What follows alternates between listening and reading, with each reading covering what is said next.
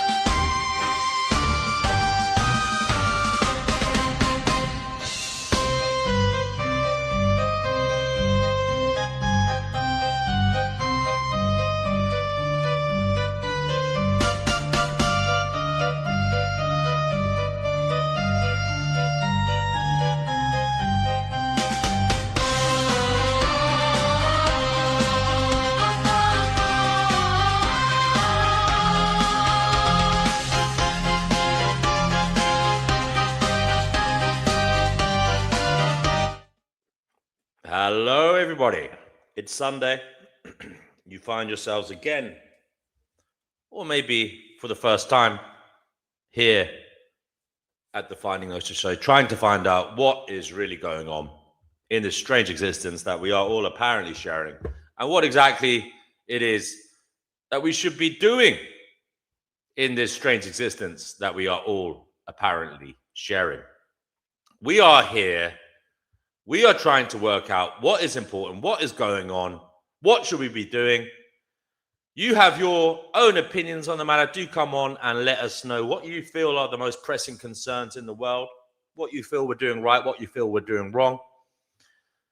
And in the mishmash of all the subjective opinions and experiences coming together, hopefully we will find Gnosis. And by that, I mean knowledge that will help us as individuals be okay here and transcend our suffering, find meaning, find out what we should be doing as an individual and collectively as a species. Guys, to help the show, just give it a share somewhere. You can do that on your community posts here on YouTube. You can do it on Twitter. You can do it on Reddit. You can do it anywhere and everywhere. Facebook, whatever, wherever. Send it somewhere to bring newbies in. Newbies like this man who joined us on Friday, and this is his third time on the show already, and it's been a pleasure to have him with us here on the Finding Gnosis show. It is Carl from Team Fleeker. Carl, you're on the Finding Gnosis show.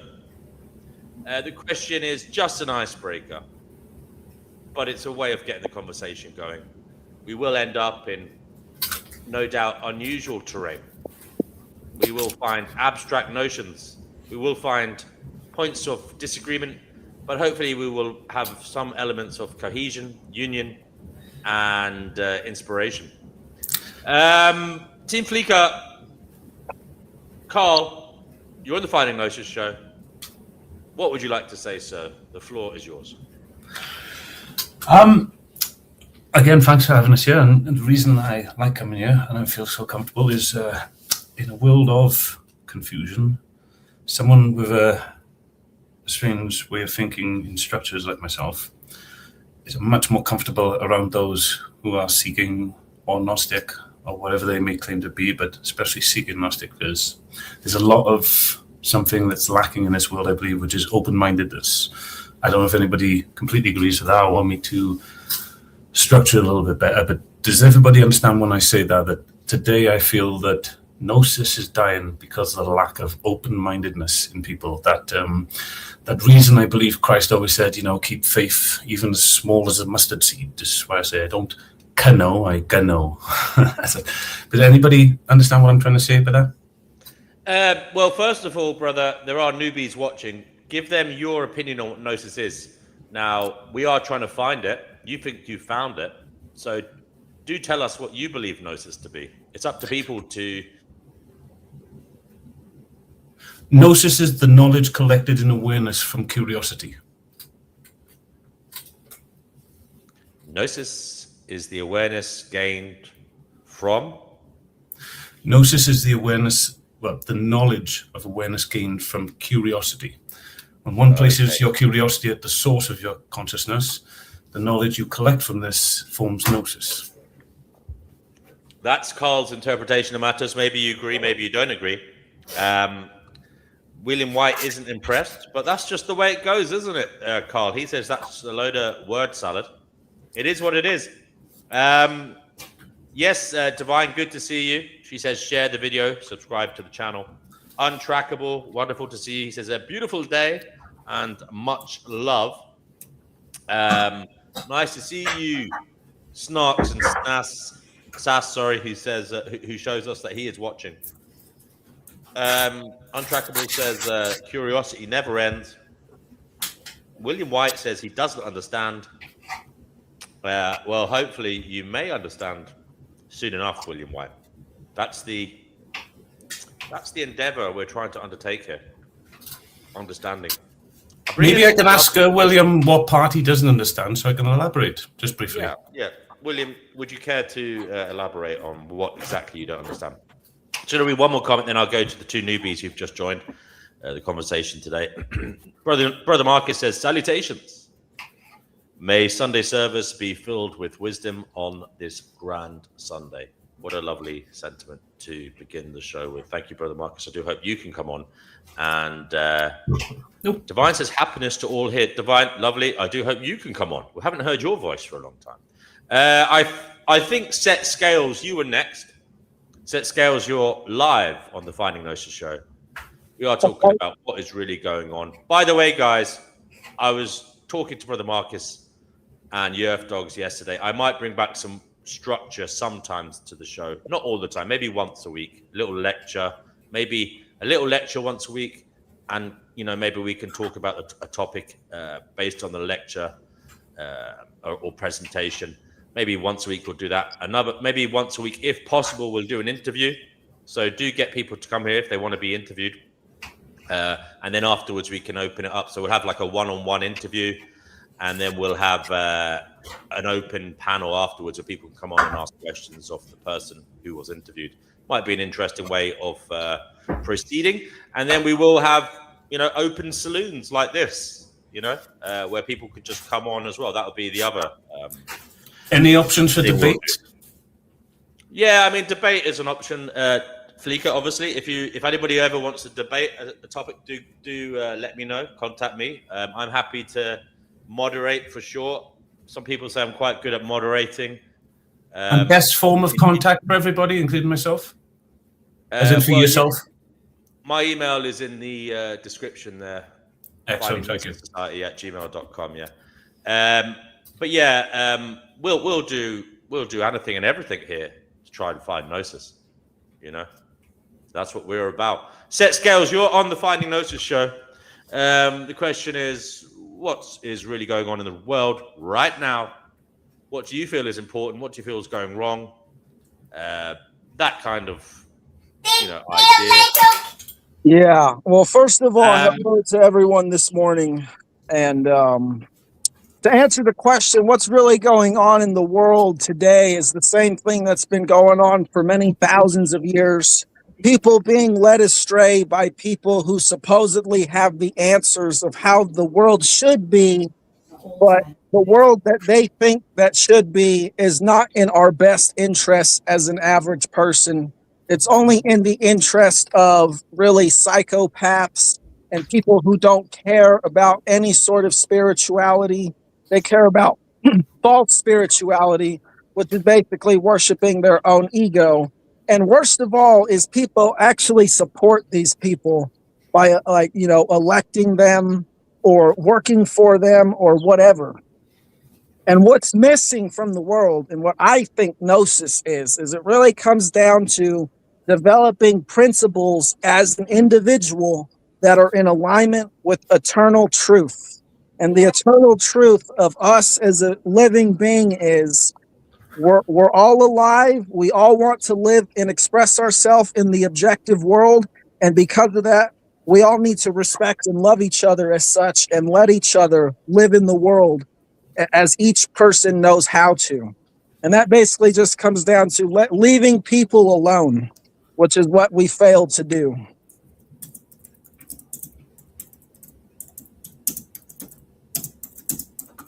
Those are my brief answers to those questions. Thank you very much. Would you like to repeat, for added emphasis, that last sentence? I mean, really, it just comes down to developing principles of respect, realizing that you are a living being in the objective world and you are experiencing an actual place from a subjective experience. And everyone else is doing the same thing, and they should be left alone on their own personal path to experience the world as they know how, or as they know is best. Interesting. Leave them alone. But do we not have to intervene sometimes? That is a question we will ask you later, Set Scales. Maybe you can think about that. Sean. I don't have an answer, but yeah, go ahead. Sean, you're on the Fighting Gnosis show. I'm just introducing everybody, Set Scales, if you could bear with me. Sean, welcome. Good day of the Sunday.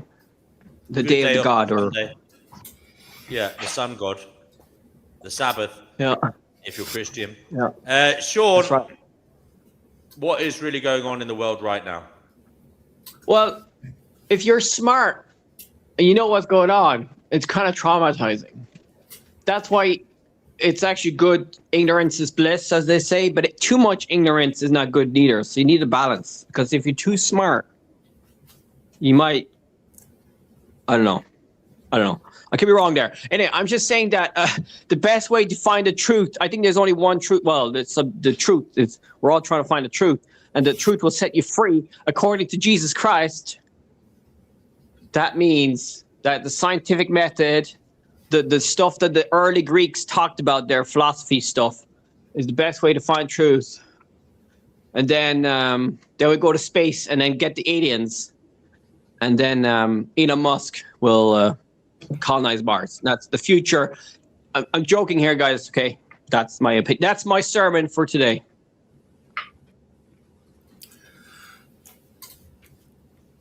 Thank you for that, Sean. We've got Untrackable here. Untrackable, you are live on the Fighting Gnosis show. What is really going on in the world right now, Untrackable? Continuation.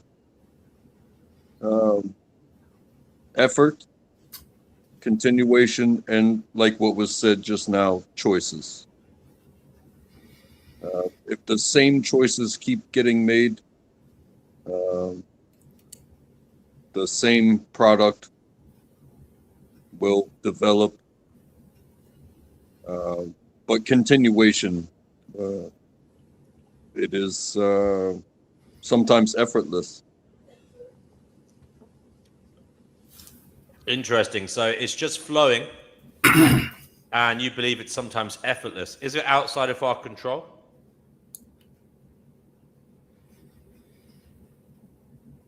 the product can change. The effort can change, but the result will be the same. Continuation. Okay. Ever continuing experience of what is?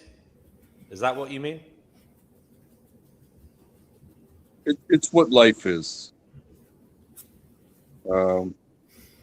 Just as you were born and welcomed into this world, you will die and you will leave it. Okay. The choices in between could make it sooner. The choices that someone else makes, could make it sooner. However, you join and then you leave. And you get recycled. You get recycled. Well, some people say that your soul, can be reborn. However, science says that your particles, can break down and feed another life. So, recycle. Recycled. One way or the other, you're getting recycled. Team Fleeker, aka Carl, what do you say of Untrackable's ideas that everything is just continuing? That's what's going on, and you will be recycled in some way or other, whether that's in a soul form or materially speaking. Energy can't be created or destroyed; it just goes into a different form.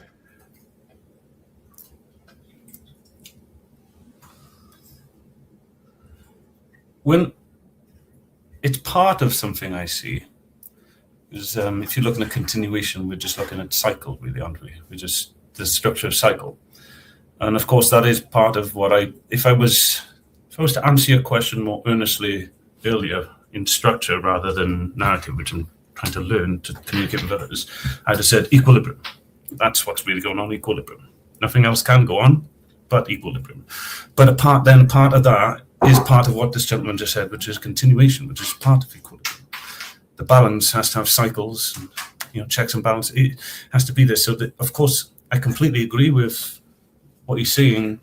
It can be explained in many different ways. His gnosis is to see it from his subjective point of view, but he's still talking about something objective, because that was the question, which is what was really going on. And so it's lovely to see other people's mapping of it. I like his continuation. It's not exactly incorrect, and it's nice to see how he's mapping his own identity of that continuation, and it maps well in his own, expressive way. I wouldn't have doubt that, and it aligns with the elements of equilibrium. There are many other things, not just cycles, but that's a great expression of it, because one can see that when you look out there, and that is what's really going on. So if you ask what's going on altogether, that's a different question and much more complex to ask, is what I'm saying, but you give a great expression. What do you think of his idea about the soul, or what do you give? The incarnation or the or the continuation? Yeah. That's what I'm saying.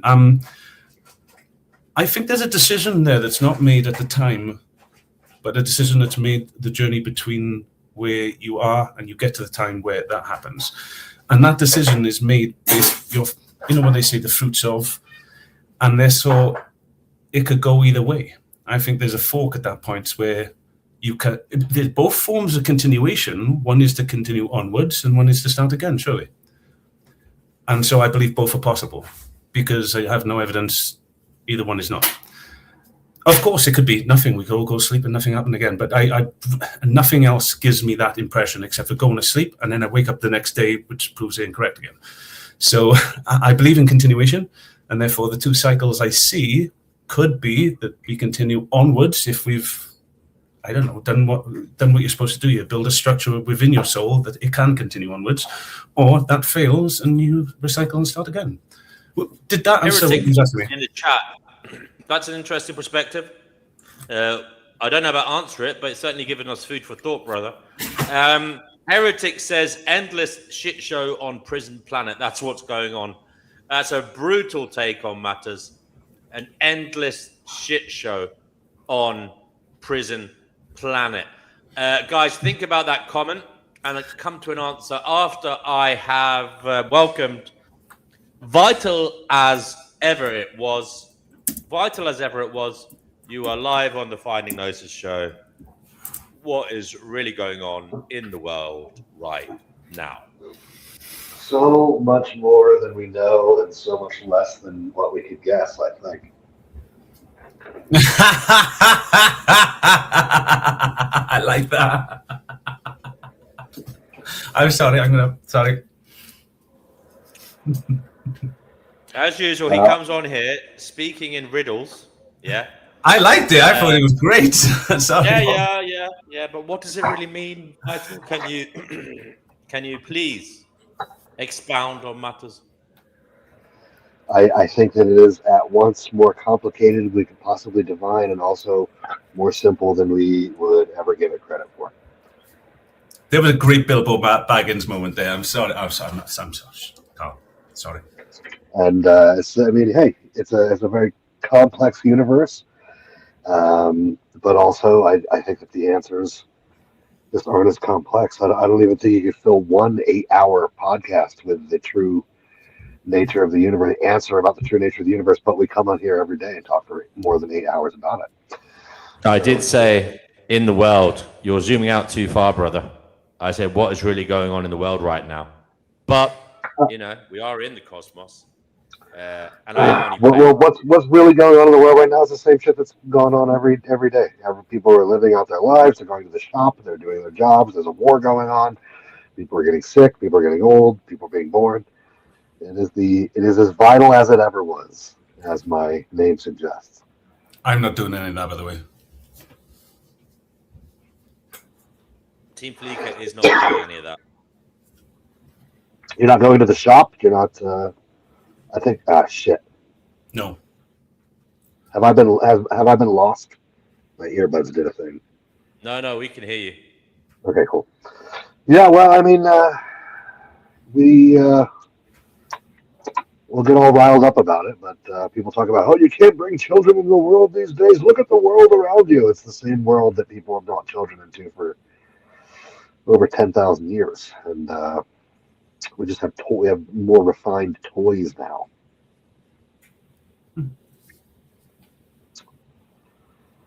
Okay. Same as it ever was.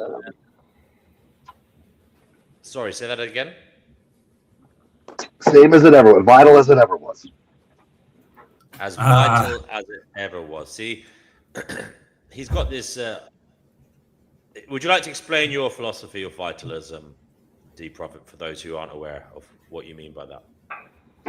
Well, we're living beings, and life demands life. And we are part of the complex tapestry of this universe, creating life, destroying life to create more life, eating life, growing life.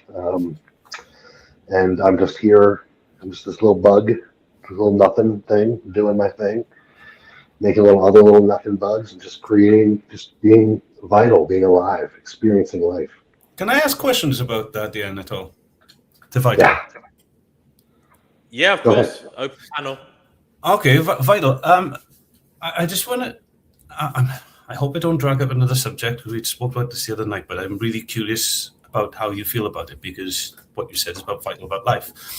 Is it to you vital at all to keep a child or any human being with the potential for eternal curiosity intact and whole with the nature of all things, so they don't end up getting lost? Are you talking about circumcision? Now, I'm just saying, is that a vital thing to you, to ensure, if you could, the intactness of a human consciousness and their curiosity, so they don't split and fall into a world of war and fighting and subjective matter? Is that a vital thing for you? Would you say that, that's a vital thing? If we can prevent that, we should. I think that is one of the main challenges of life. I don't think that that's like a thing that, if we can prevent it, we should. I think that is one of the things that each human has to deal with every day. Okay, if I told you, I believe I have the answer to that. I'm not saying it is. I just think it is, and I think if we tested it, we might get somewhere. That is that if we stop teaching children that their curiosity could be naughty or nice, they'll stop splitting it into two and thinking instead of being curious, they're either wicked or wonderful and fighting each other for the rest of their life and other people, and then using blame and shame as tools to keep secrets and lies from people they love, and degrading trust and creating fear and this ideology that you have to pretend to fit in. So if we could get rid of that by just getting rid of the main mechanics, which are teaching a child that they can be good and evil, or that there's good and evil in the world, if we could do that, and there was a way to do that without any confusion and everything being still logically sound, would you say that was a vital thing and we should definitely try to do that? No, because your entire premise is faulty, because you're assuming that you can... No, I said if. All right, well, ifs and buts are like candies and nuts. No, they're Gnosis. That's Gnosis. Ifs and buts are Gnosis. If you don't understand that, you don't understand Gnosis. I don't go on absolutes. I go on what if? What about that? That's Gnosis to me. That's finding Gnosis. So I'm asking you, what if, Gnosis, a question about finding Gnosis. If that was true, would you consider that? I'm not asking you to an absolute, or if it's true. I'm saying if it was true, would that be vital to you? First of all, What If is a comic book series where we tracking the Captain Marvel with a girl or something. All right, then I won't ask Gnosis questions, and my question doesn't matter because I just want to ask a Gnosis question, which is a what if question. If you don't know how to answer the what if question, that's fine. I will track it. It's not that I don't know how to answer it. It's that it's irrelevant almost. No, to you it's irrelevant, but to me it's not. That's why I'm asking it. Okay, then restate the question again. Okay. If there was a way by which I could tell you that I think I figured something out and that good and evil is causing this in children, is causing children to think that they can be evil by just being curious about stuff that we deem subjectively as naughty or nice. I think these are all true statements so far, yes? And if that is true, and we can form a knowledge that removes this and yet still has coherence, like I have with my own child who's 7 and doesn't understand what this is. I could bring him on the show now and he could tell you. If that could happen and this child could go through his life with no fear, no reason to lie to their parents, because the parents would never think they were naughty. Why would they lie? They would be fibbish and tricksy, but they wouldn't lie. They wouldn't keep that. So if there's a way to do that and prevent that thing you said was vital in the beginning when I asked you, would you think it was vital to look at this knowledge and say if this could prevent that, if someone claims I've figured a way?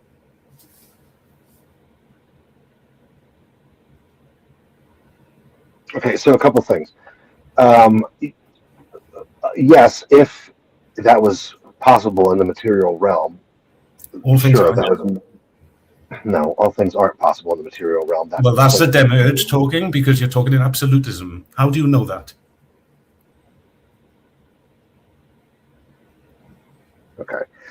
It wasn't to be ignored. That was a question. You made a statement. No, that's not. And I said, how do you know that? He made his argument. I'm trying to think of an answer. I just don't autistically jump to the first bullet point that I remember from the YouTube video that I watched. I'm trying to think of the answer. I don't mind waiting. I have perceived, and the consensus around me is the perceived limitations of the material world. It's called physics, magnetism, gravity, the laws that kind of bind formal systems, subjective formal systems, which Gödel claimed couldn't prove themselves. Yeah, that stuff. I'm metacognitive. It's a far more superior form. It puts all those things together. But I am following. That's what you're saying. Yeah, formal systems. You follow formal systems. Is that what you're saying? It's just I'm actually more interested in you talking about how smart you are. Can you do that for another few minutes? No, I'm not smart. I just have a different IQ to others. I form structures and not narrative. Then you should be able to grasp that the material world has physical limitations, right? It's an energy. No, that I can grasp that the dogmatic structure of the physical world is that, but not the way I structure it. The metastructure is not. So I can say. Right, so can you will your car to run forever on one tank of gas? I don't believe you can. No. Okay, so the physical world has limitations, right? Yes, but it's not the only thing. You're claiming, I'm saying I agree, when you break the physical world down to its formal systems. They have structure, and I'm agreeing with that structure with you. I just wanted to know that's what you was talking about. But when you put it all together, those things don't always align with each other. That's why we have finding Gnosis, because if we had everything absolute, why would we need Gnosis? We'd have knowledge, complete utter knowledge. We'd all just know objectively. But because we're subjective, we're trying to find pathways to certain things. And you are talking about formal systems, but the reason Godel and people all put these laws in place, like, no formal system can completely prove everything about itself, is because they looked and said, these are just man's formal systems to align with logos of divinity. I'm just asking you how you are speaking in divinity, which is absolutes. Carl, if yes. I may interject just briefly. Of course, yeah. A lot of people are lost in relation to what you're saying. Now, that's understandable if you say you think differently to others, okay? Yes. Now, given that thinking is one of the tools we use to experience the world, yeah, how can you help people see the way you do if they think differently to you?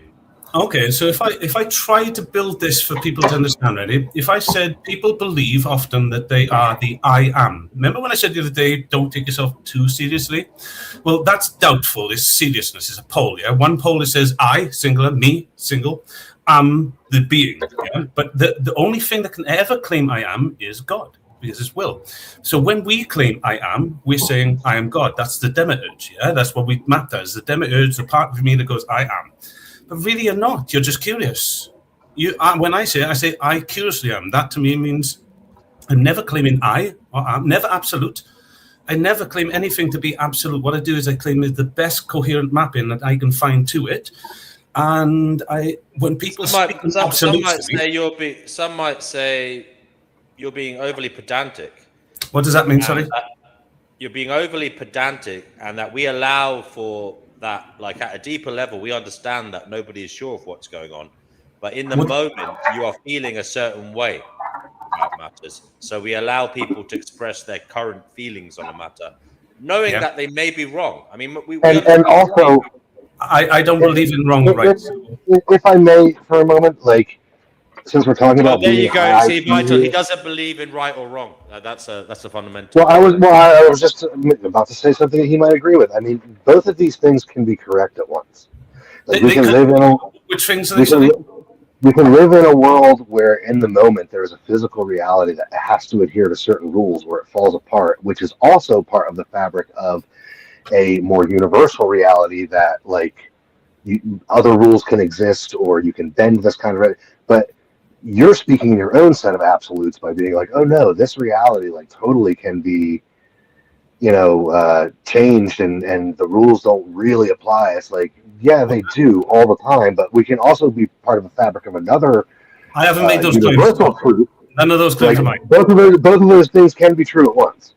Yeah, but none of those claims are mine. You just told a bunch of claims that weren't mine, or maybe you misunderstood. I'm not claiming anything to be true. I'm showing you the structures I see it.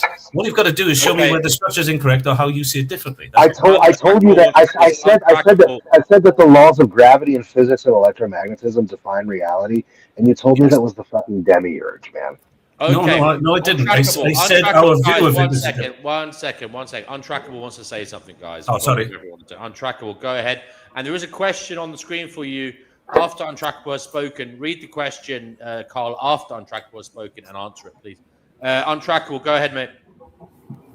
So, like the question of, fly like a bird. That means to, create wings and and to fly like a bird. But it would be, from what I've seen from my own witness, it is impossible for a human to fly as a bird flies. You can't do it on your own. You can't just swipe your arms in the air and take off like a bird. Can you be hung like a donkey? I have evidence that you can. No. I hear what you're saying, Untrackable, and I get your point. You're not actually the bird. You're like it. It's kind of a metaphor. I see what you're saying, brother. Is that your point? Yes. Thank you for that. Team Fleeker, there's a question there for you. I'll read it. It's from Objective go for it. Ethics. Thank you, brother. Objective Ethics. Good to see you. He says, "Did I miss something?" He said, as in you, Carl, all things are possible. Now he's saying that formal systems have limitations. Are formal systems things? Exactly. Yeah, exactly. No, formal systems are not things. Are not things? That's correct. They are not things, no. Okay, so explain that. No, I don't need to. I answered the question. Formal systems are not things. You need to explain how they are. I don't need to explain how they're not. I need to explain to you why when I drop it. Hold on. Give me a second, BMW. Concepts, not things. Is that what you're saying? It's how the brain is organizing them into this. Thank you very much. They are subjective concepts of a thing, about a thing, but they are not things.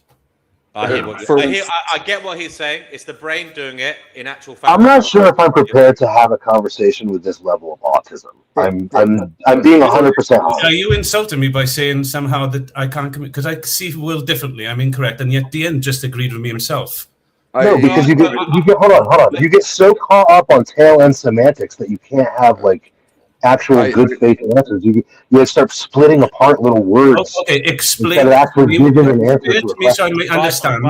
Vital. One moment, brother. We know Vital is he's a powerful man in many ways. What does that mean? I don't understand what that means. Truth is the only power I understand. I apologize for the interjection. However, a routine is not a thing. It is a system. Thank you. Anything that exists is a thing. A thing is extremely broad of a definition. Then define it. Define what you mean by thing, and I'll change my mind. Maybe me and you see the word thing differently. That's possible. We have my logos, the thing, and yours is different, and that's what might be causing the friction. Could we look at the word thing? Maybe is that possible? It's a thing is an inanimate object or concept.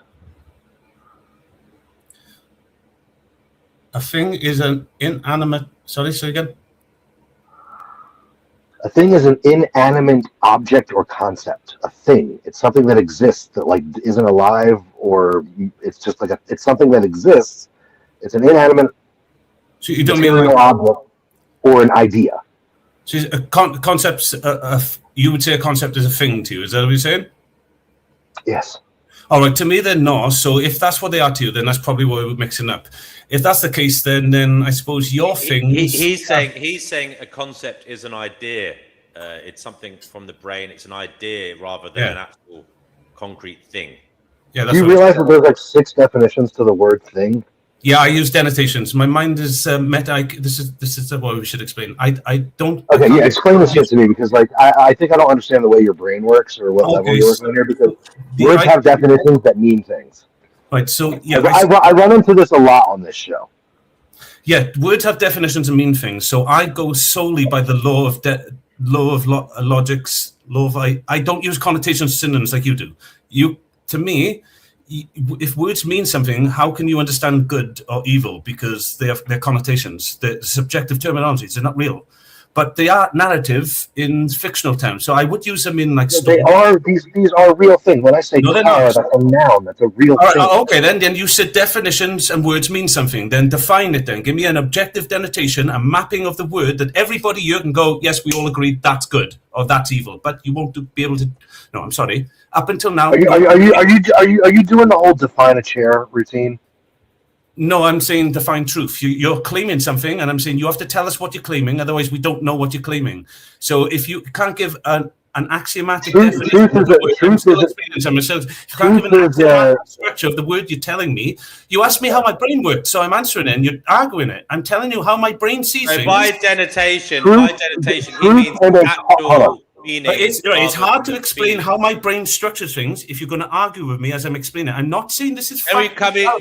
I'm saying this is how my brain breaks things down. So a word needs to be my brain will assess whether a word is connotational or denotational before anything else. When you try to tell me lawful or truthful things or claims with connotations, my brain can't accept it, because what you're doing is you're contradicting, because no one truly knows what you're saying. You've broken the first law of ID. A thing is a thing. No, you just don't.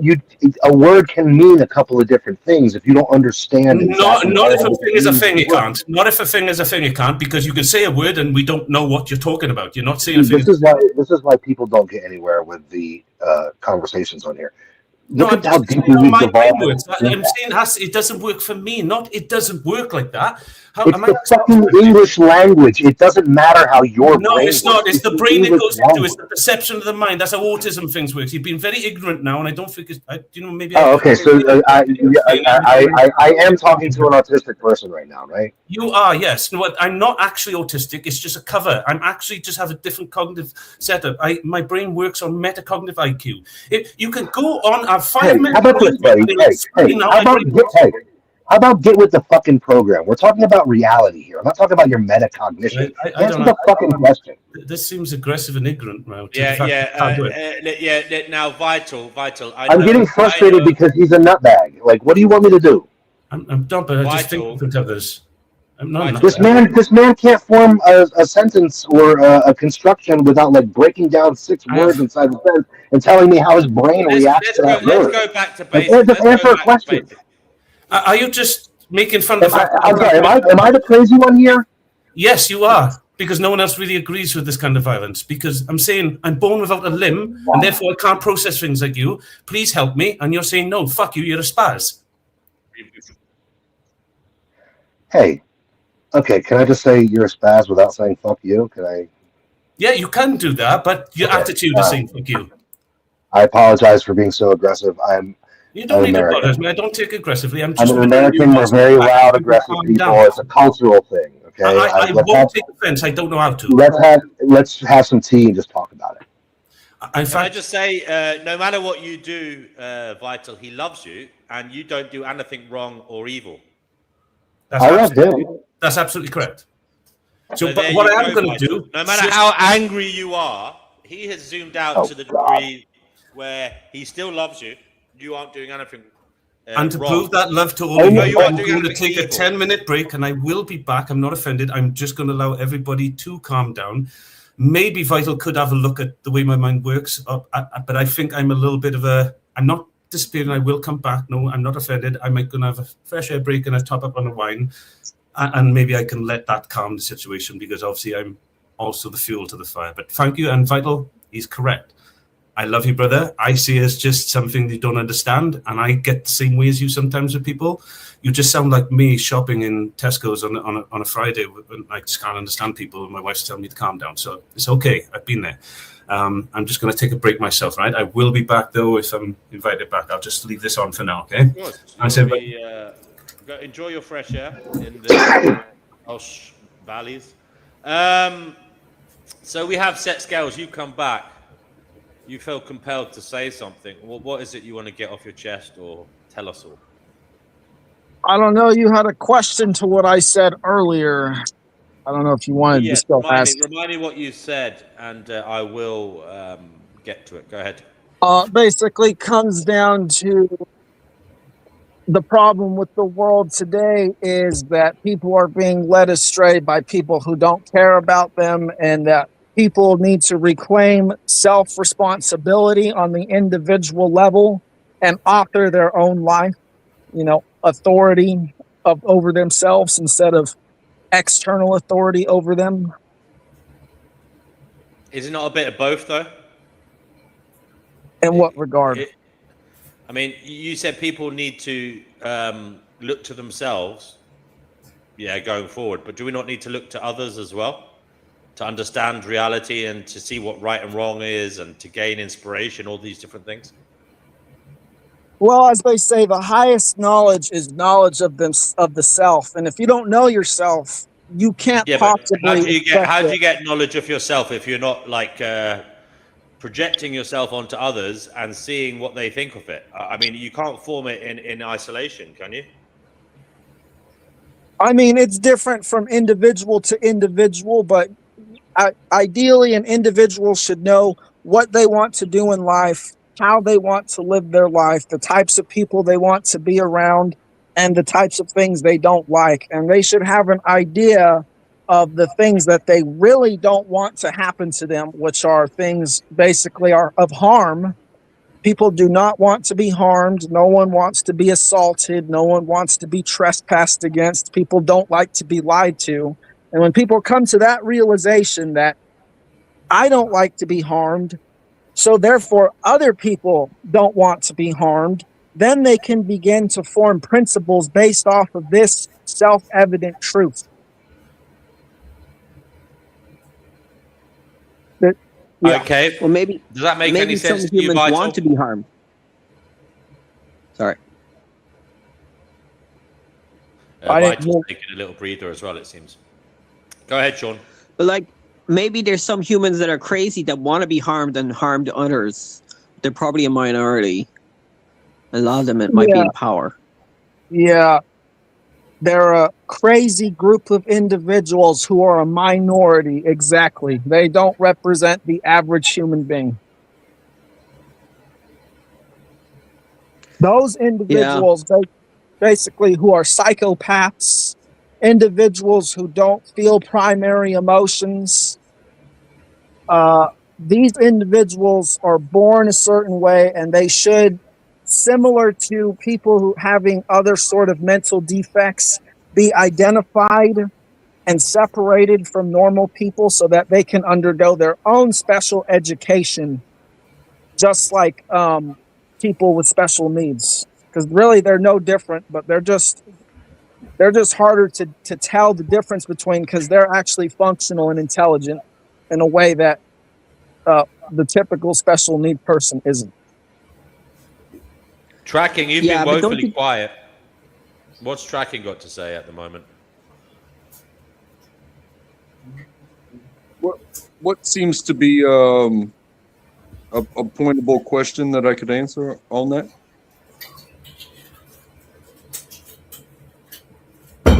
Yeah. Set Scales, have you got a question for Untrackable to help him like question his way of seeing the world so it might move towards your way of seeing the world? Well, I don't know. I don't know. I've talked to Untrackable before. I think generally we see the world similarly. I don't know if he remembers me, though, because I was under a different name. It's okay. It won't change the question right now. But I don't understand the word self-awareness. I mean, you could be self-aware that you're a dumbass. It's not going to make your life better. I don't know, like, I don't think it's as good as they say it is, the word self-awareness. I mean, yeah, it's a good term, but like, if everybody was self-aware, you would still have people that are pissed off about it and still do bad things. Yeah, I mean, it's like the Dunning-Kruger effect. Would you be aware of your limitations? Or is there always a possibility that, you know, you're too stupid to understand your limitations? And in that sense, you may think you're a dumbass, okay? But you may, in fact, be more of a dumbass than even you think. I may, yes. It wasn't about you, Carl. It's still true, though. Well, now, look, obviously, we are different brains, probably malformed brains, let's be honest, coming together on the internet. And we're trying to understand what is going on. It's going to be difficult. It's going to be near impossible to completely get some unison today, but we are trying. Maybe miracles perhaps do happen. You are back, Fleeco. Vital is still here. The gentleman has shown his patience. He has stayed very quiet for 10 minutes, you know, and maybe he is introspecting on matters and trying to form some connection to you. We will see if that happens. But Team Fleeco, one thing I want to get to is you said you don't believe in evil. I agree with that, right? But what I can't fathom is you don't believe in bad. Well, if there's no more to that, then I'll say this. I'll say that I'll use the connotation bad to group together my positive outcomes and positive ways to how I'm generalizingly feeling, and I'll say it in banter to people I understand. I'm not speaking lawfully. I'm just communicating with my peers or those around me, my family, my community, and I understand that they understand this very lazy language, which I'm not saying is anything to do with truth. It's just an indication of how I'm feeling. So I would say things like that. I could say that something is bad, but what I'm doing is I'm using a lazy way. I don't want to say the word negative or neg. Bad is just a poetic way of saying that. I'm saying everything in general, everything is grouped as positive because everything's running well, and I like to work on positive, negative, and neutral outcomes. I like to think everything is neutral because what's positive to me might be negative to someone else, so they're not real. But we've already established, right, that some people have experiences they don't want to continue, and in that essence, you could say it's bad for them. But you say objectively that's not true, but I think the subjective experience objectively matters. I do as well. I don't say that doesn't matter, but it's the experience that matters, not the actual thing they're experiencing. To me, it would be like saying that, or maybe I should get your thoughts on this before I should say something, actually, to be clear. What do you feel about a man that thinks they're a woman?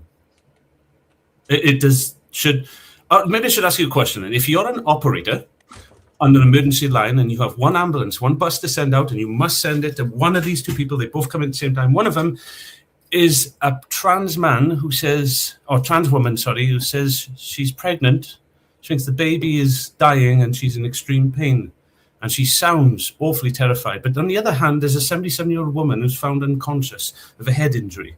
You can only send the bus to one of these people. One illness has a certain ring to it, doesn't it? And the other one has a different ring to it. Which one would you send then to dear? And if subjective things matter? So you're saying there's a trans woman who rang me.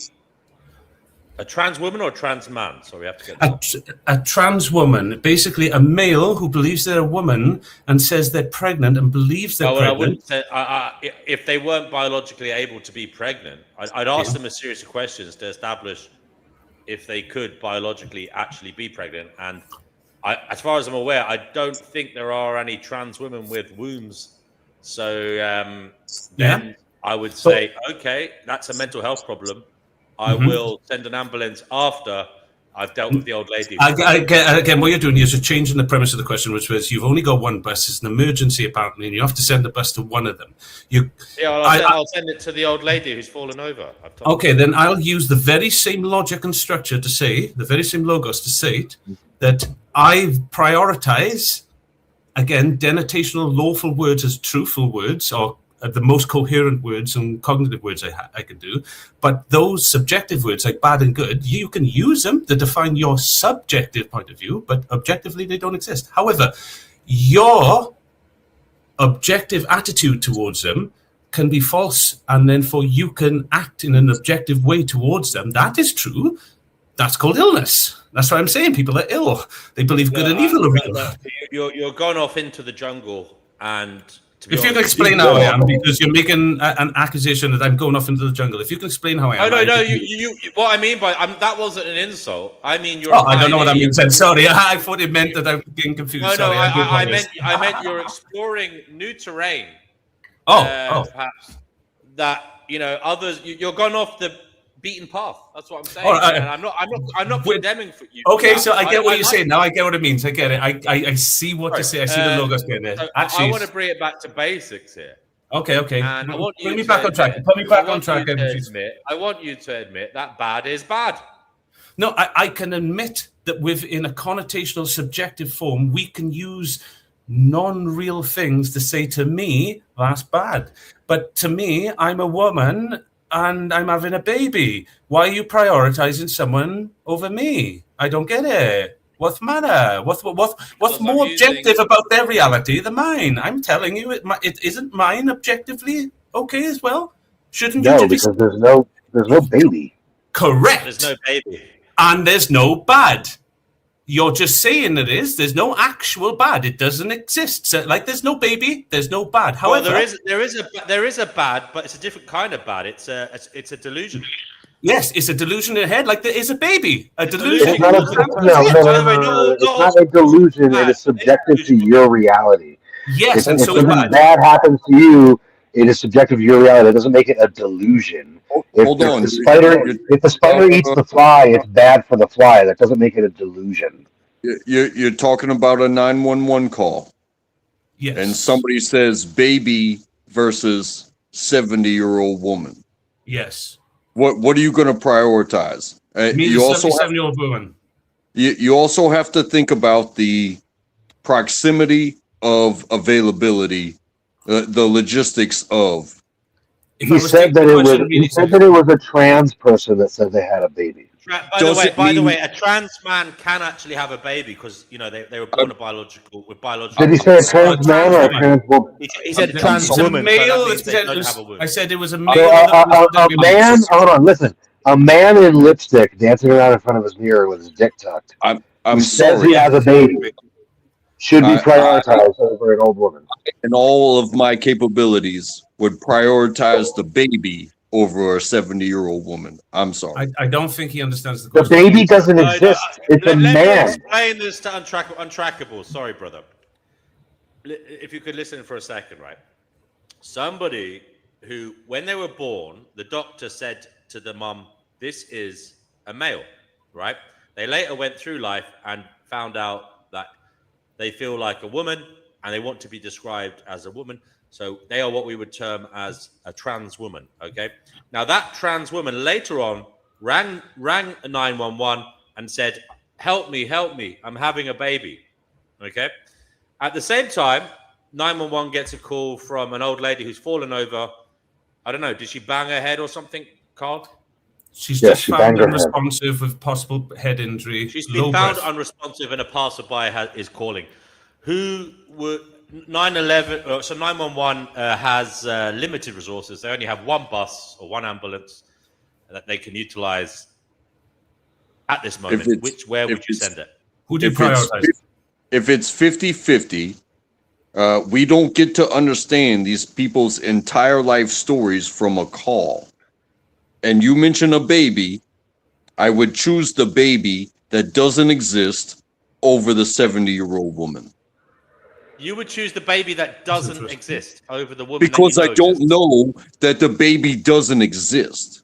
No, but say that the call comes through that it's a trans woman who says that she's got a baby. You got that. It mean that there's not a baby. What? It doesn't mean that there's not a baby involved. You mean like somebody else's baby? Be somebody else's baby. No. The question is these things when the call comes in. You just hear baby. No, I don't want to write an essay in the question for every single loophole someone can find. I think the question is pretty obvious that a baby that's the problem with theoretical scenarios. You come up with an asinine theoretical scenario. No, I didn't. I literally said the person thought their baby. I did say this, didn't I? I said their baby is. I literally said this. But what it is, people didn't listen and then call me the arsehole. Thank you for that. I did say that. An asshole. Asshole and asinine are two different words. Again, with the definition. Again, it's the tone, not the words. Got it. Fair enough. So, and I would also add this. I would also add again. There's a really good point. A gentleman in the party said he doesn't care if there's no baby. He, from that description, would send the ambulance there. Even from that description alone, shouldn't that be questionable? Anyone else with that? I would also add that, reality, logistics. If you have the chance to save this life or that life, but you're 3 feet from this life and you're 10 miles from that life, which life are you going to save? The one that you can. The one that actually exists in the reality. You don't know that any of them exist. I do. You I can use logic and exist. reason to decisively to see that. Gnosis you are tells me both. one is not real and the other one is a delusion in someone's head. But if you do have what I believe the But you same don't mentality as know. DN has, you would probably see that as really relevant. And Untrackable. Can I ask you a question? Sorry. Yes, go ahead, please. It sounds like you have experience as a first responder. Am I correct? Yes. All right, then I'm going to take your opinion over Mr. Theory because it does sound like you are more familiar with the potential chaos and uncertainty of these situations than Mr. And that's the thing. Let's pretend that gravity doesn't exist and then ask a moral No, I question didn't about say it. that. That's a misrepresentation of my answer. There was a lot of people speaking, and I may have misviewed what you said. And I wouldn't mind going back to that, but it got a little heated, and I thought we took a I break. understand what extractable is saying. You now return back to an old tack to attack me in a derogatory form. This is so low IQ. Don't do that, please. We ended that part, and if you want to rediscuss it, let's start fresh again. That's not what I meant. Don't misrepresent me to make me look like an idiot by saying I think gravity don't exist. That's not what I said. Thank you. I hope I didn't. I would just say that I understand what extractable is saying in terms of you're a first responder, you get a call, comes through very little detail, potential children involved. You go to that one. I understand. That's not what happened, though, was it? So you're changing the question to make your answers seem correct, and that's unfair. Okay, no, it's dishonest. It's dishonest. Let me be honest. I'm going to call it what it is. It's dishonest, is what it is. I'll tell you what it is. It's dishonest. I didn't say that. I said a call came in but the translate. I think everybody heard what I said. Dan, if you're the host, can you say that these are dishonest remarks? He didn't say that. I didn't say that. We need to get the wording straight. So let's get the wording straight. What did you say? I literally. Sorry. Start, Carl. Your emotions are not real. Let me calm down. It's true. Did you say giving birth?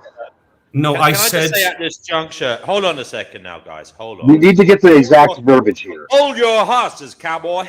Now listen. Untrackable has brought into the conversation something that changed my mind somewhat because this man has practical experience of being a first responder. If you get a phone call from somebody, saying, I'm having a baby, the baby's in danger, and, your records on the phone are saying it's a trans woman, well, as a first responder, there may be a process where, first of all, do you know for sure it's the person that the phone number's records are attached to? Yeah.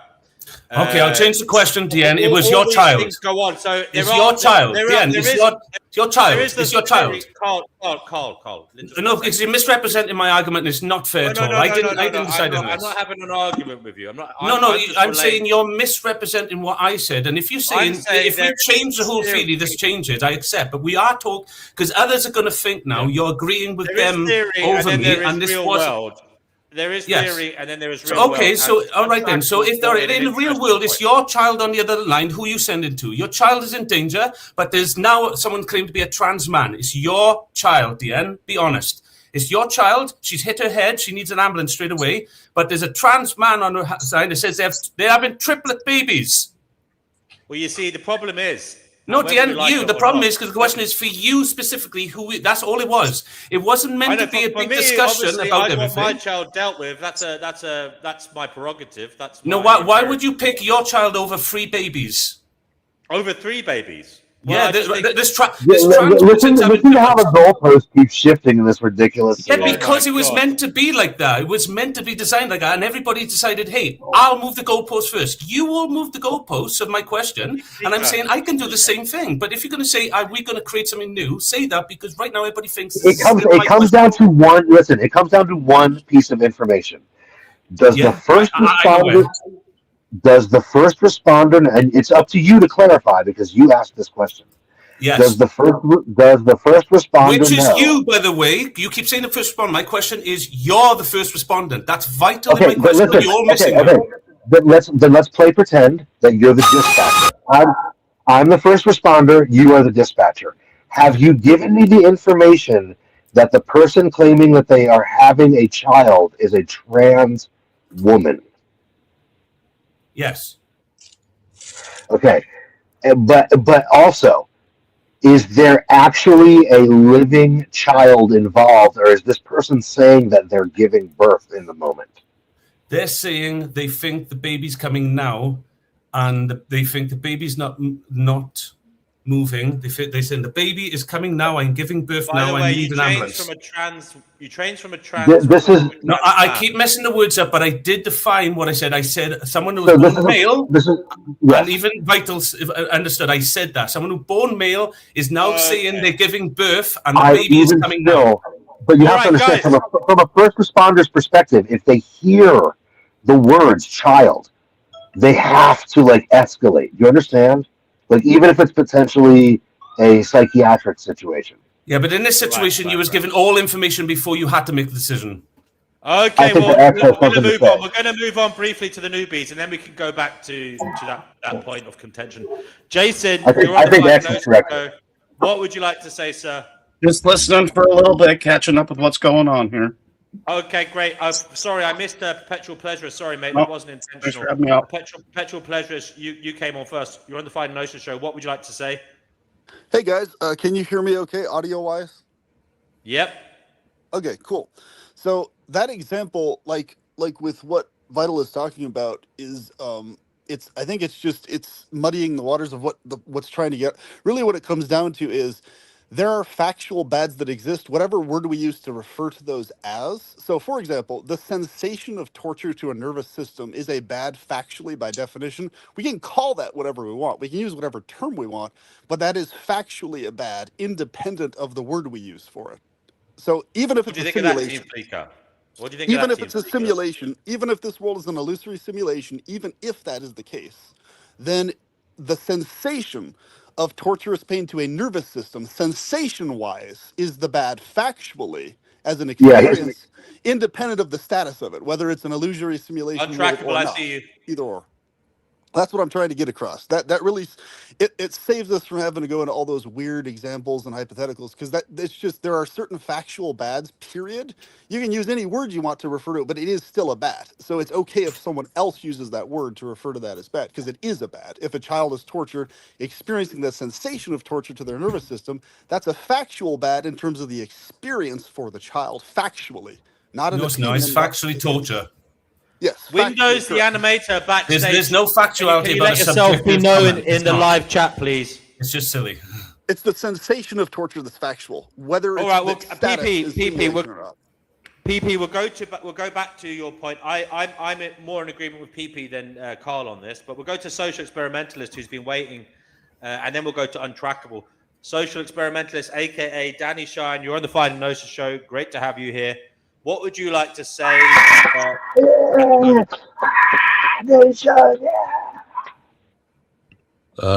What was that noise? What the hell was that noise? Oh, I think it's Vital. Sort of like clapping and cheering, and Danny's coming on or something. That's what I'm getting in my imagination. That's all. Firstly, I wasn't waiting. I don't wait. Secondly, I've no idea. I was going to say something about Gandalf. All right, guys, you've had your turn. I'm sorry. Secondly, Go ahead, Danny. Secondly, I have no idea what you're going on about. What's going on here today? Team Fleeker doesn't think there's such a thing as bad. Oh, God. Yes, he does, actually, because he calls it illness. He called it that yesterday. Yeah, we won't admit that it's bad. He just calls it an illness. Wait a minute. I'll tell you if I agree if it exists once you tell me what it is. Go ahead, Danny. Where do you live? He lives in Wales. Where do you live, mate? Where do you live? Me, Wales, or in a house, or in my body. What do you mean by where do I live? I'll come round to your house in Wales, and I'll get a drill, and I'll start drilling your teeth without anaesthetic. How would you be able to do that? And then you'll tell me if it's bad or not. No, I wouldn't. I'd hit you. Yeah, but I'll come round with some armed thugs, and I'll drill holes in your teeth while you're there, fully awake. And then you can tell me whether you think it's bad or not. Why? I wouldn't. Do you know what I'd tell you it was? I'd say some lunatic and his friends came to my house and tried drilling holes in my teeth. That's what I would say it was because I'm not a child. Right. Children say it's bad or good. I don't know. Wait a minute. Let me just speak to Danny a minute. Danny, children talk about bad or good. Tell me what is logical about bad or good. And I have you, by the way, on video saying you agree there is no bad or good or evil, and you can't define it. Define the word evil for me, Danny, in a way that's objective, that all of us here can point to it. No, that's the hallmarks of an ignorant person. Is that logical, Danny? Are you being fallacious now? You're the one that proved to everybody you should be logical and not fallacious, and right now you're trying to derogatory attack my character instead of my argument. My argument is, Danny, ready? Define evil, Danny, please. Harm. It's that simple. Evil is an intentional act that causes harm. No. Danny Shine. I asked Danny Shine, please. Danny Shine, please, you. Define evil here. I want your Danny Shine's definition of evil. As an objective denotation, by the way, a real thing, Danny, in reality, like animals, that evil that all animals do and stuff. Go on, Danny.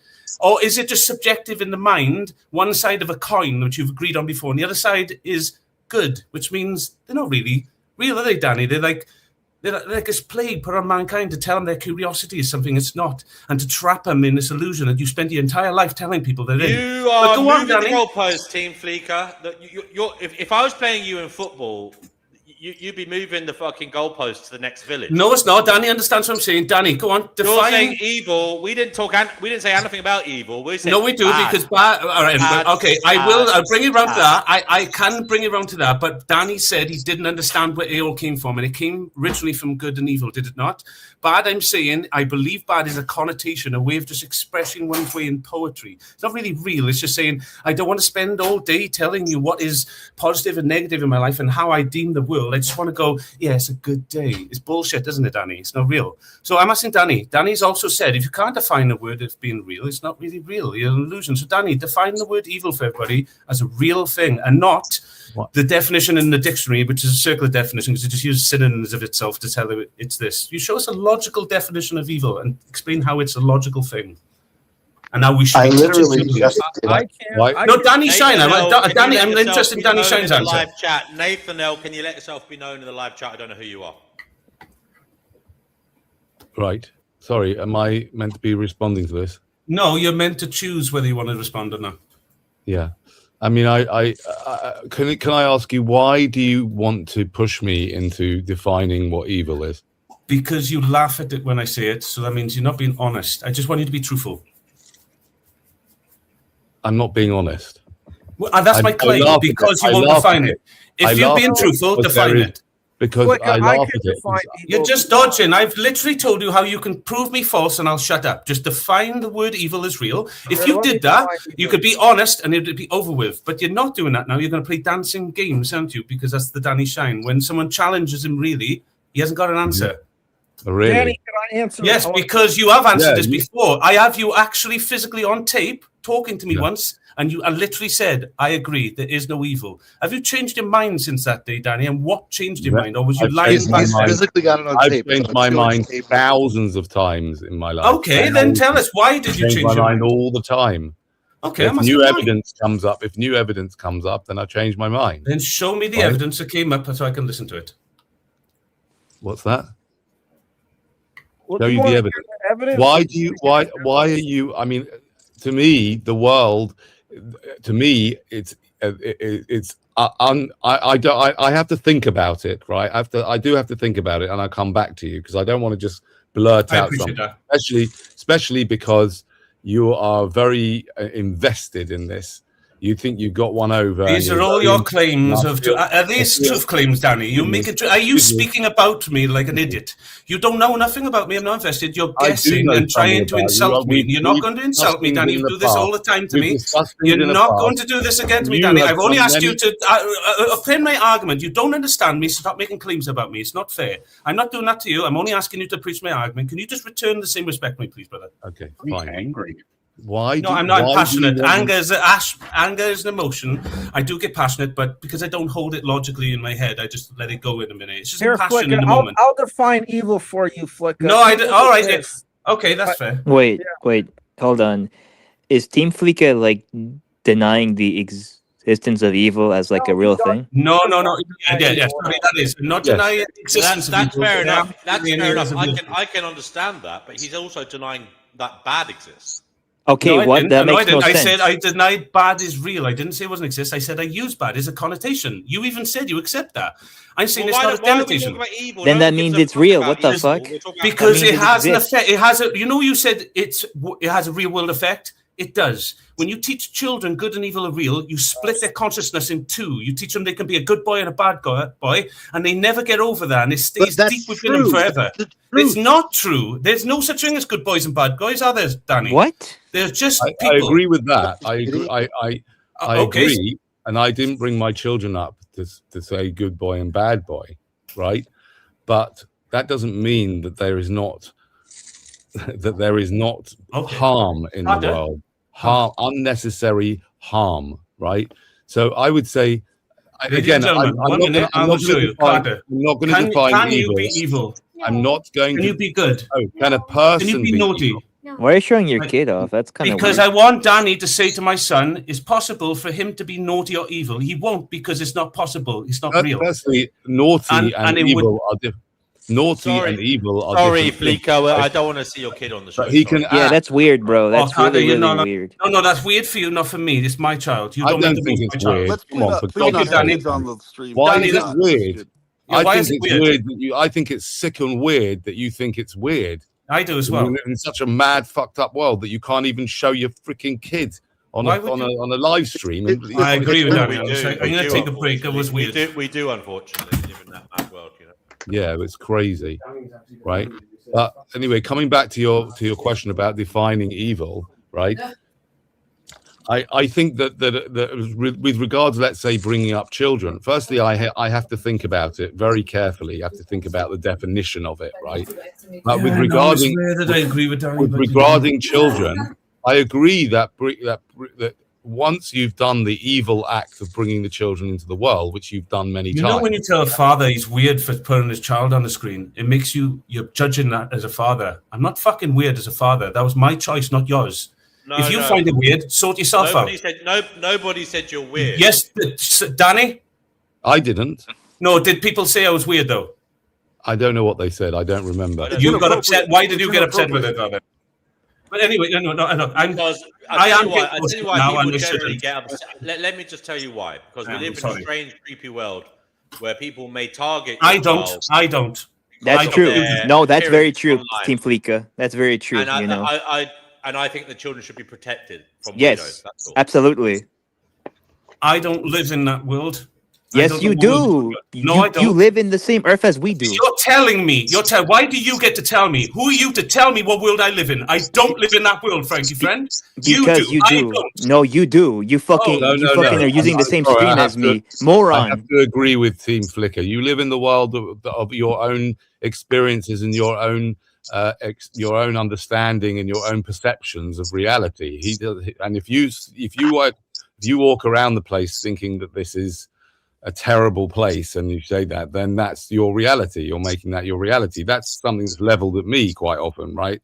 So if he doesn't live in that world because he doesn't see things that way, and that's perfectly fair enough. You don't know what world he lives in. No, that's not true. He lives in planet Earth. I can see him. We're in the same stream. On planet Earth, but you have painted planet Earth a certain particular way. Yeah, but everyone also does that too. But we all still experience and evil does. This is the world they paint, and that's why I'm saying children are painting their world with those colors, and I'm saying they're not real. You shouldn't be learning good and evil. You should be learning as in positive, harmony, positive, negative, and neutral. A child learns he can do positive and negative actions in ethics, and you can explain that through logic and reason. And just because you're lazy and you want to practice natalism and you've got to go to a job, therefore the easiest thing is tell your child they're naughty, and then the worst thing for that child is to be seen as naughty, so they will now keep secrets and lies and wear an ego mask, and that is the thing you see as suffering.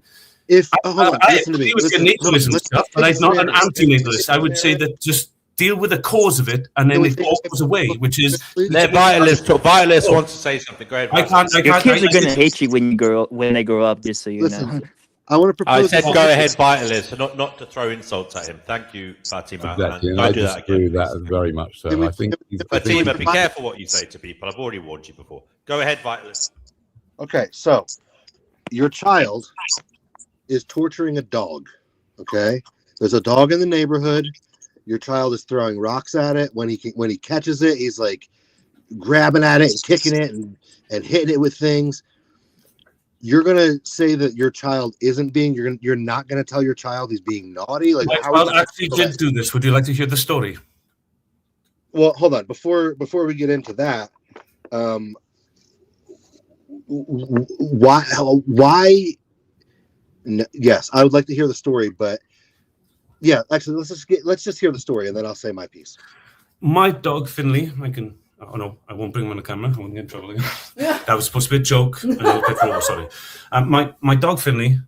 Even that sounds awful. It's easy to tell a story that way. Finley's a family member, but you guys understand narrative, yeah? I'm just going to say my dog Finley. I'm just acting as ego for easy communication, right? My dog Finley is running around and my son is holding his tail and I can see my dog is distressed, but my son is laughing, having fun. He's not getting it. Is he? He's not getting it. He doesn't understand his dog.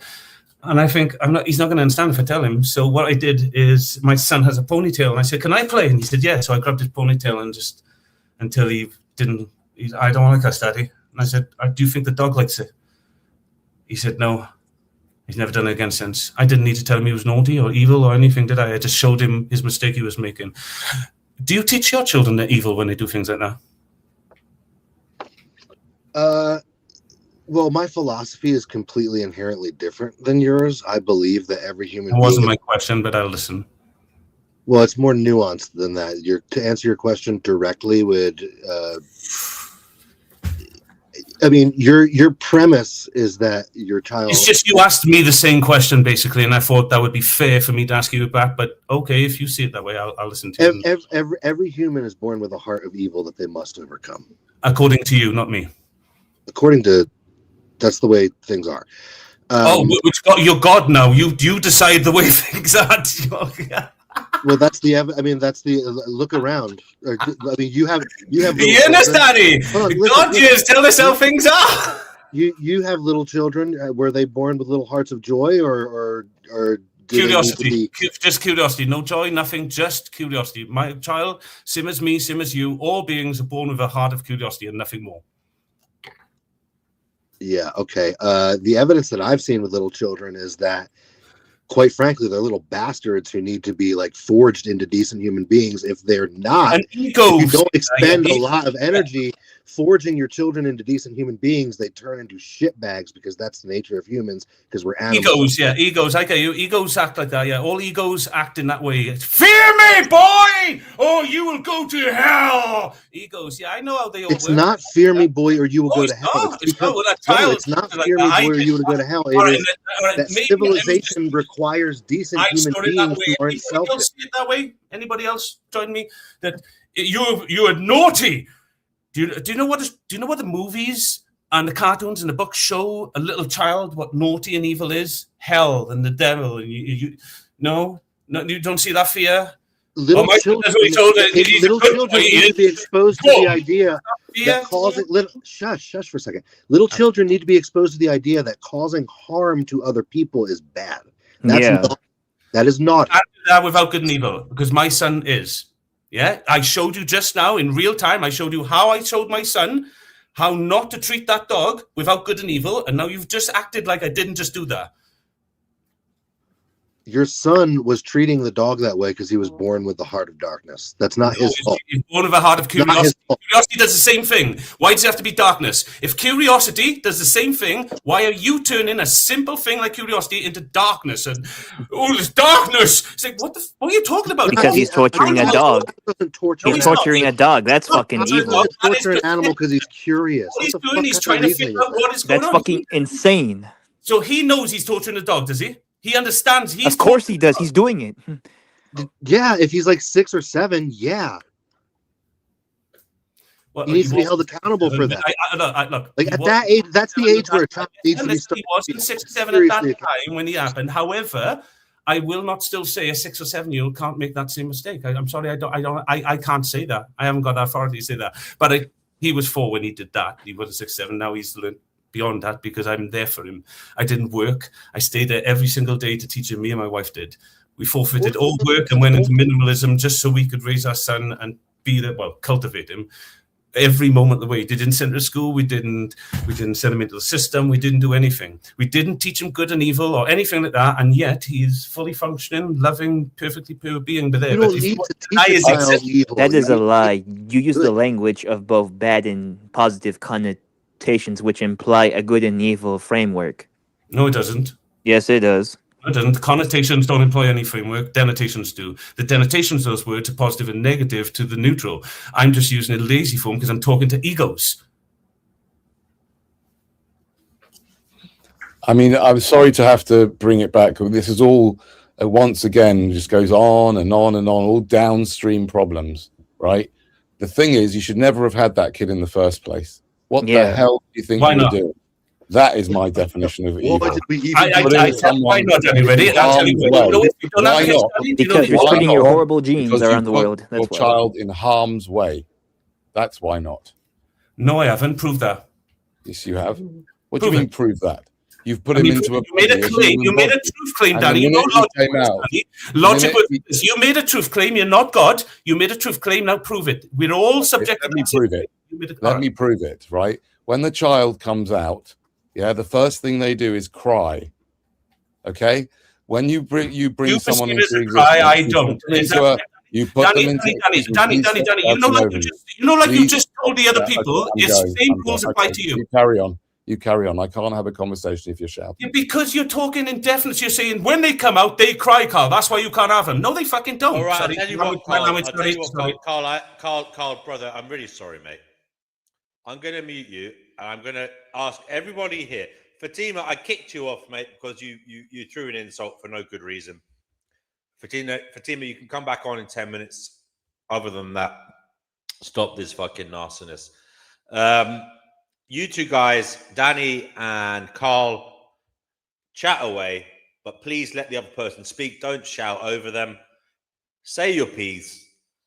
Let the other person say their piece and do it in this polite, civilized fashion. Everybody else here, let's just let them talk. And then afterwards, you guys can come in as well. Okay, go ahead, Danny. Yeah. So creating a human being, creating a human life, when you had sex with your partner, unprotected sex with your partner, I don't know why you did it, right? But if you did it with intent, it makes it even worse in a way. But if you had unprotected sex with your partner, in the moment of conception, you created billions of pain receptors in that poor kid, right?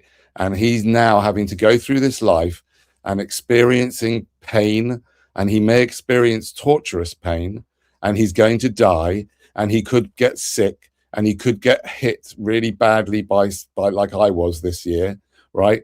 All sorts of harm can come to him. And just by being in a human body, the way life works, sentient life works, is we are controlled and we are incentivized by pain. Yeah. And you brought that kid into that body, right? Which is just, I just don't understand why anybody does that. Why did you do it?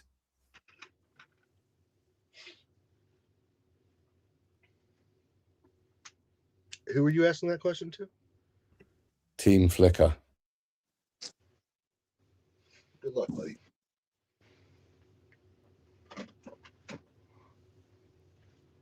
Team Flicker, you're muted, mate. You can unmute yourself and answer the question if you want.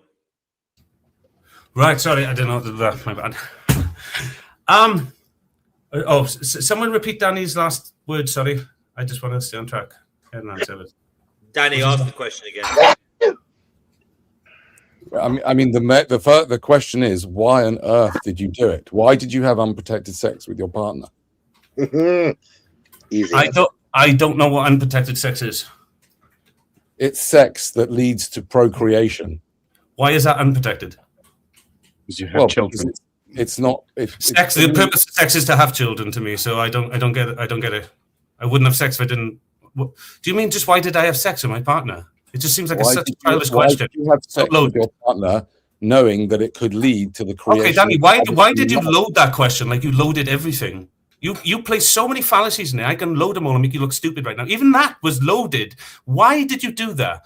Because you know what I'm going to face too. Why did you do that? You did it. I'll explain why I had sex with my wife is so I could have a child. What? I selfishly wanted a child.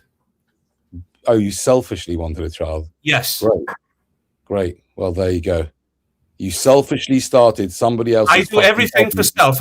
All my decisions and all your decisions. You're an evil Wait a minute, is bastard. it my turn to talk, or does Danny get to talk over me? So, Danny, I do everything selfish. Everybody else does. If you claim you don't, you're a liar, mate. Everything you do is for self. That's why you're still here. The reason everybody in here knows you're full of poop anyway is because if anything you say was true and you held a principle, I don't want to say it, you would have ex-nayed out of your raid, done yourself. No, but the fact you're still here means even though you say all the suffering is real, you're still here. You're into it. You're enduring the suffering. That must mean it can't just be suffering. I don't think it's suffering. You decided it was suffering, like you told the other gentleman. Either what you said to the other gentleman was a lie and you're full of poop, or you contradicted yourself, because to you it's suffering, I get that, but to me and my son it's not. So are we cool? Your logic doesn't work, does it? Because we don't see it as suffering. Like you said to the other person, so long as my world isn't of suffering, of good and evil, like you, what you're saying to me is you're confirming everything. In our world, where there's good and evil, we all suffer. I know, mate. I'm saying get out of there. Come in this world. You can create kids and everything. No suffering, nothing needed. Your world suffers, though. I do get that, and I do agree with you. I wouldn't understand why you egos would have children. No, but you're not speaking to an ego, pal. Although you are my ego, which I'm expressing from myself the best way I can to communicate. But I'm still talking about something principle to answering your question, right? I had a child because I could do everything. Me and my wife were selfish and said, let's have a child. And I want to procreate. Let's not teach them good and evil. Let's teach them how to not suffer and things like that, which is possible. Unless your claim is it's impossible not to suffer, which would then negate what you just said to that other gentleman in it on, which was, I can live in my world of non-suffering because it's all not real. Both of those can't be real. Is it that you was incorrect when you were speaking to him, and he was absolutely correct that I am living in a world of pain, and that is real? Because that's what you're arguing now. You're saying, Carl, you're in a world of pain. Your son will feel pain. He will suffer. Is everybody hearing that? The argument he made against the other gentleman, he's now making against me in the same way. Like, your son will do this. He will have pain. No. What if he just doesn't live in that world? To an extent. I mean, I think I think what you're saying. Don't think what I'm being. Talk about what you're being, Danny. That's fair, yeah? I came here to talk about me. You talk about you. If you think my argument is something, talk about my argument. Yes. Okay. Your argument. I think I have to think about these things. I need time to think about all these things. Oh, right? good, because I need a piece. Are you doing that now? Sorry, because I am busting. Sorry. That? You need a pee. Go on. Okay, go and have your pee. Go and have your pee, and I'll have a think about what you're saying. Okay. Gnostic Anti-Natalist, you're back, brother. He was complaining that there's no time slots. But yeah, we don't roll like that here, brother. If you don't like it, you don't have to watch it. You don't have to participate. It is what it is. We let debates happen as and when they happen. It's just part of the way we roll around here. But what did you want to say, PP? So yes, first to clarify, I understand that DNW, and I have really good points for Flicka here to hear. But what I'm saying is, without time slots, we're forced to interrupt if we have to speak. And I don't like interrupting people. I refuse to do that. So if I'm not allowed a specific time slot, I can never speak, which is fine. I don't have to speak, but that's what I'm saying. It forces people to interrupt if they don't have a lot of time slots, is what I'm trying to say. That's why it's important. Yeah. We this whole time slot business, it's annoying, if I'm honest, because you get 3 minutes to talk and then someone has to keep watching the clock. I just wish everybody could be adults, say their piece. No, it doesn't have to be exactly 3 minutes. It's as simple as the moderator, whoever it is, just approximating and then letting the next person. It's a 6 hour. Sometimes the stream goes on for 6 hours. It's a long time to do that. I prefer conversations just to flow. And hopefully the culture will become where people speak, show respect to each other, don't hog the show, and let others, share their opinions as well. That's what I'm trying to foster. Now, the reason I was letting Danny and Carl take over. Well, that's why it's recorded. The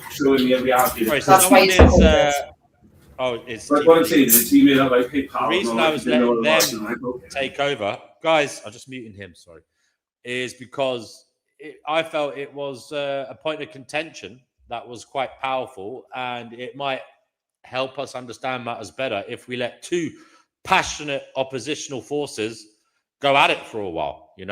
We might, as the observers, get some understanding of what was right and what was wrong, given what was being discussed. That's all, brother.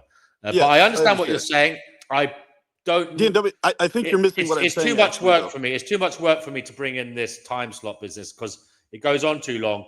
And to be honest with you, to be quite frank with you, PP, when you get to this level of numbers on a panel, people just don't listen to you anyway. Like it's all right if it's one-on-one or there's 3 people on the panel. When you get to this amount of people on the panel, people just shout over you or all the time, and it is what it is. It is chaos. I agree with you. It's annoying sometimes. By the way, Fatima, you are welcome to come back on. You haven't been kicked off for life. But what I'm saying, I did kick Fatima. What I'm saying, DNW, is that the only reason that's been the case is because it doesn't even have to be exact time slots.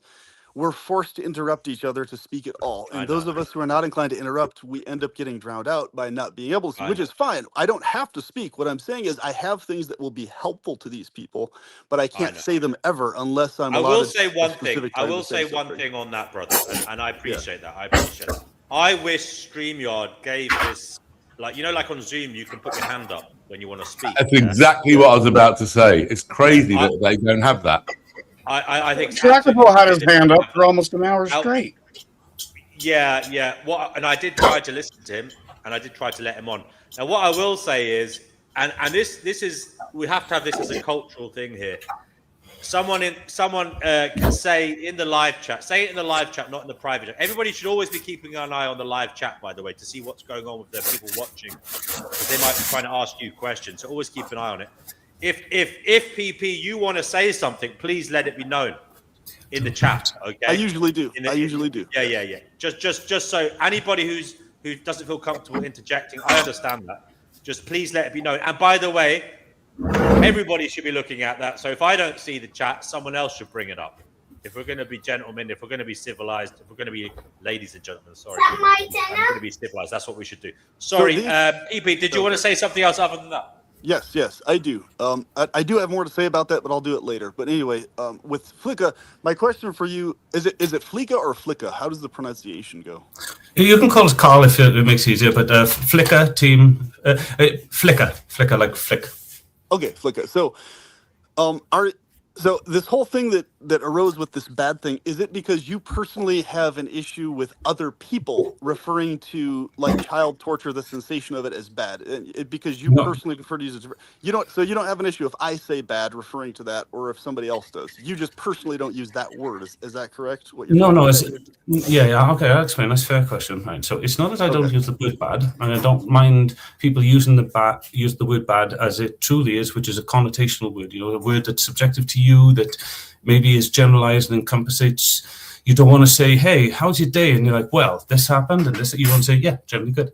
Yeah. So that's how I use it and express it. I'm trying to figure out how to structure this for D, because I think me and him are so close to just understanding the basic structure of what I see, and I think we agree. I just think that your question actually pivots on it, and that is, a lot of people see that as I use these words, I use other words like okay and things like that. They don't real. They just, I'm saying okay. But what I'm saying is that when we incorporate that into knowledge as real things, and we structure it, and we tell children that they're real, and we use them as real ways by which to manipulate and control our children for fear, it does something I feel is really detrimental to the health of a human being, which is it takes their pure curiosity and it says when this curiosity acts in a subjective way to culture or whatever, I mean, because, it's bad, different in everywhere. And it's not like a child can actually understand what it is so you can see it. It's always just got to be in a state of survival of what if it's bad to someone else, and it creates. Wait, hold on. This is very important.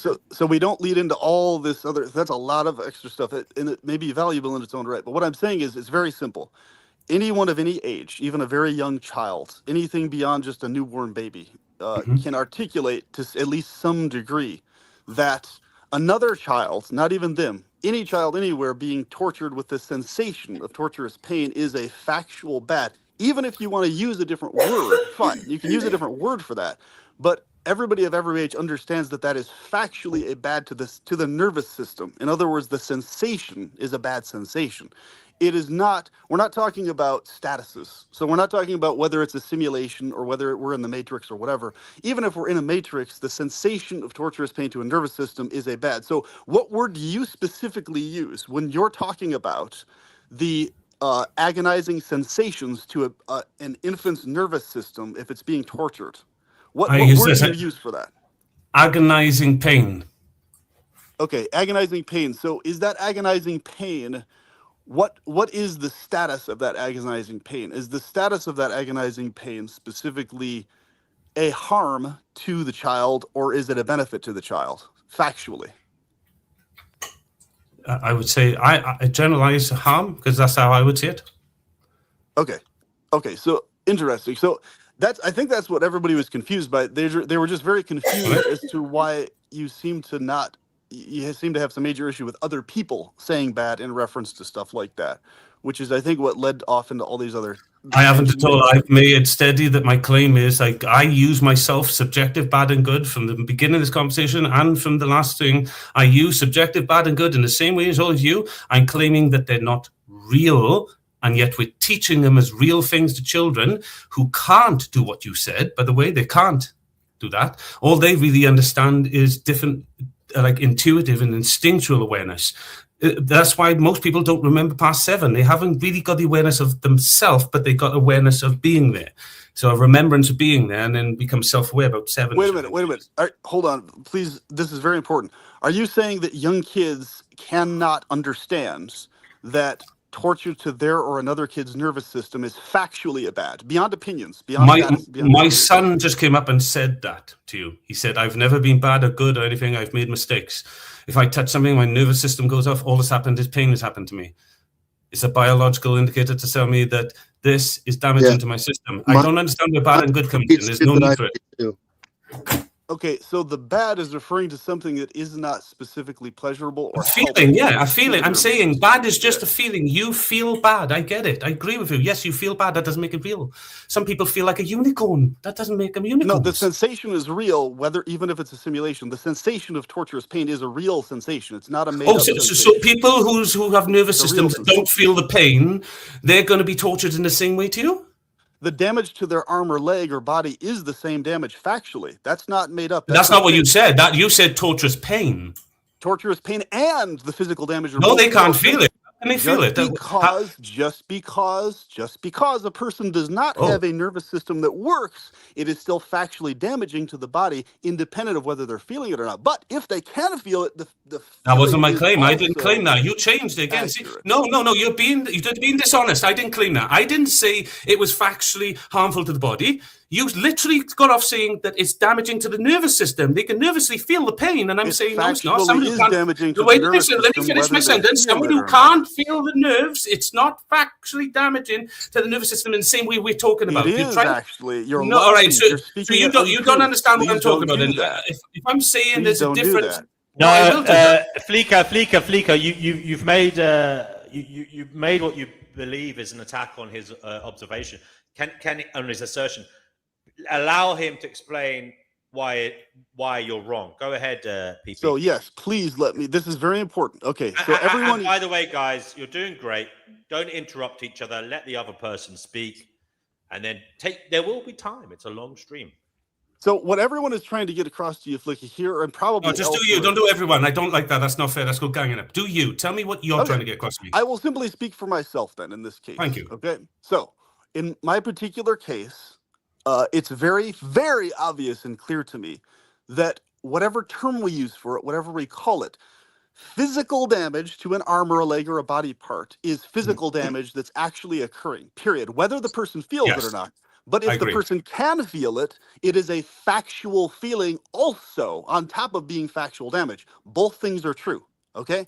So either you have a nervous system that works and you can feel it, or you have a nervous system that doesn't work and you can't feel it. In either case, a physical nerve is being damaged if it's cut into by a torturer or someone harming the individual. That is occurring factually, even if we're living in a simulation or a matrix. The sensation and or the physical damage to the body part is occurring factually, whatever status it has. Okay, and whatever Yes. word we use for it is what I'm trying to say. So why do you seem to be hung up on these semantic things unnecessarily? Is what I'm trying to say. Why is that such a hang-up? I have explained Why? it a couple of times. I'll try again. If you teach a child good and evil are real, they will split their curiosity and believe they can be a good boy and a bad boy. Without it, they can't think that. To get people to go to war, you have to convince them the other side is good or bad, sorry, and you're or evil, sorry, and you're good, and vice versa. And people can't see that trap. There's my point. Okay, an army that tortures young innocent children is a factual bad army of people. Factually, that's not an opinion. No, it's not. It is opinion. It is opinion. Bad is an opinion. It's not. No, it is factually It a is. bad. No, it's factually negative. That's all. Hey, what's funny is he's making your point because he's literally incapable of stopping himself from binarily thinking. Is my mic working? You can use the word negative. That's fine. But negatives are bads by definition. Factually, that's what they are. Denizen, I'll let you speak after PP. Sorry, please remain quiet until PP's finished. Go ahead. What PP. I'm saying, Team Flick, is you're really doing this semantic crunching thing unnecessarily because negative is literally just another alternate word for bad. It's not. The same exact thing. I disagree. It's the same concept range of thing that you're talking about. You're just fixating on a different term for it. Right, we're going to bring in Denizen. Denizen, what do you want to say in relation to what PP has been saying? Oh, I said it already. Sorry, Dian, he left with some. I just want to point out, he left with something, claiming something that I disagreed with. But can I just quickly answer? It's really simple, and I will shut up then and say that I disagree. Good and bad are connotational bookends to fiction. Positive and negative are formulations of something called neutral. What is the neutral to good and bad then, if they're the same? See, I map things differently to you, but you're saying your way of mapping is supreme. I've just told you how they're different to me is good and bad are fictional terms we tell children to scare them, like hell, good and hell and heaven or whatever. However, what's really happening is positive, negative, which are just forms of the neutral. It's only ever neutral because they're only subjective to your point of view. And like we said before, we wouldn't send priority to your point of view, although as I agree with Deanne and I'm mapping more, that I do think it's important. Just I'm starting to find a way to map with Deanne and say, what if I said Deanne is more about priority then? What is objective, subjective, and objective to the subjective is about priority? DNW, by the way. DNW, sorry, DNW, my apologies, yeah. Right. What I'm saying is it doesn't matter what we think about a child being tortured. The fact is that kid factually is experiencing a bad to themselves, period. Whatever we think about I agree with that. However we call it, okay? I agree with that, but it's subjective to me. It's not real. Okay, that's the problem right there. There's a factual warpedness in how you're going about acknowledging what's actually happening to that kid. The warped part is you're not acknowledging the full scope of how bad it factually is, independent of what we think about it. Okay? A child experiencing torture to their nervous system, screaming in agony for days and days on end. And yes, this goes on in the world. This occurs factually. This isn't made up. This isn't fantasy. There are parents who torture their children. Yeah, I see that as cruel. In my hometown. Just so you understand, because the way you're framing this seems like you're saying, I don't get that, which I do. I just call it different things. I'd say that's cruel, I understand unnecessary, you get that, but negative, or that, but I wouldn't use the word bad, or I wouldn't use evil, by the way. You're unnecessarily referring to it as other things when you could simply acknowledge. No, I think the opposite then. That's what I mean. My mind. You're the one who's not acknowledging the full scope. You can recognize and acknowledge the full scope of the horror there and the agonizing thing that's factually occurring. Independent. You're the one who's not recognizing the full scope. Or any of us want to call it. But by limiting it to good or bad, you're the one who's. Is my mic not working? Semantics or how you refer to it, how do you call it? I hear you fine. You're just getting Yeah, however you refer to it. Can he not hear me? Like the extremeness of the pain and torture and agony. PP, can you hear me? Yeah. It's the same degree of horror. So you're just deliberately talking over me? Sorry, PP, your audio's gone, mate. I just took him off so that he realizes we are talking, and he can sort his audio out. Go ahead, Denizen. PP, you'll have to come back on, mate. So he's the one who's not accepting the full factual scope of the reality by denying the neutral position. By denying that sometimes suffering can be bad, can be good, and not always bad, as he puts it. by denying the fact that you're limiting your thinking to a binary position simply by using the term good or bad. You're already limiting your comprehension. We know that. That doesn't negate the fact that there is still good and bad, but it's a matter of a subjective opinion. That doesn't. But we're not claiming that. But nobody would claim that. But it still matters. It's something that really matters. And we agree with that. But like I said, what did you think of my idea of priority then? If it matters, yes. But like the example I showed you with the triage. What about priority? Does that matter also? Does priority matter? I tell you what. We'll bring back in Danny if he is available, because Danny and Carl were having a debate, and then I think you took a little break there or something, Carl. I don't know what happened. It got derailed. So go ahead, guys. I mean, I'm really listening. It's fine. Just carry on. Yeah, Danny? I mean, I'll ask Danny a question. Is that okay? Team Fleeca, he basically views it as bad that you created life. He views that as atrociously bad. Would you like to argue against his antinatalist view? I don't want to argue against it, but I want to give an alternate option for Danny to decide upon. And not now, but something for him to think about that maybe we're thinking. If I said, I appreciate Danny's view. To me, natalism, it goes hand in hand with good and evil because it's the perfect tool for natalism. I don't think natalism can even exist without good and evil, because how could it? Let's not go off in a minute, because I did have a point. It's another binary position, isn't it? Yeah. Yes, I'm just saying it's anti. Maybe if Danny looked at more, like I call it procreation, but you want to go with the natalism. So I would say it's non-natalism then. Non-natalism. And why it's important, right? Danny, imagine this for a moment, right? I'm saying this is, just imagine this scenario.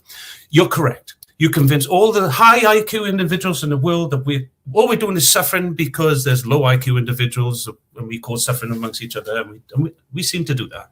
Maybe you could disagree, right? And that happens. We all kill ourselves off. Yay! Now who's left? The low IQ individuals stuck in suffering as you see it. What we've done is you've done a selfish thing. You've done no more selfish than I did bringing a child into it. You just as above, so below. You took antinatalism. Yeah, you may say I took natalism. No, I didn't. I didn't truly. I didn't go and plug my son in. I have done before.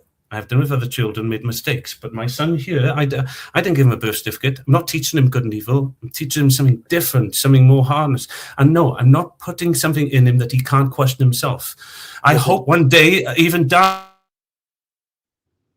and all of you get to see him when he's 12 on you, and you can question him yourself and say, well, did he program you, or did he do what he did? And until then, maybe the jury's out on that. But if I said there is a way, dude, sorry. Dude, if you don't teach your son good and evil, somebody else will.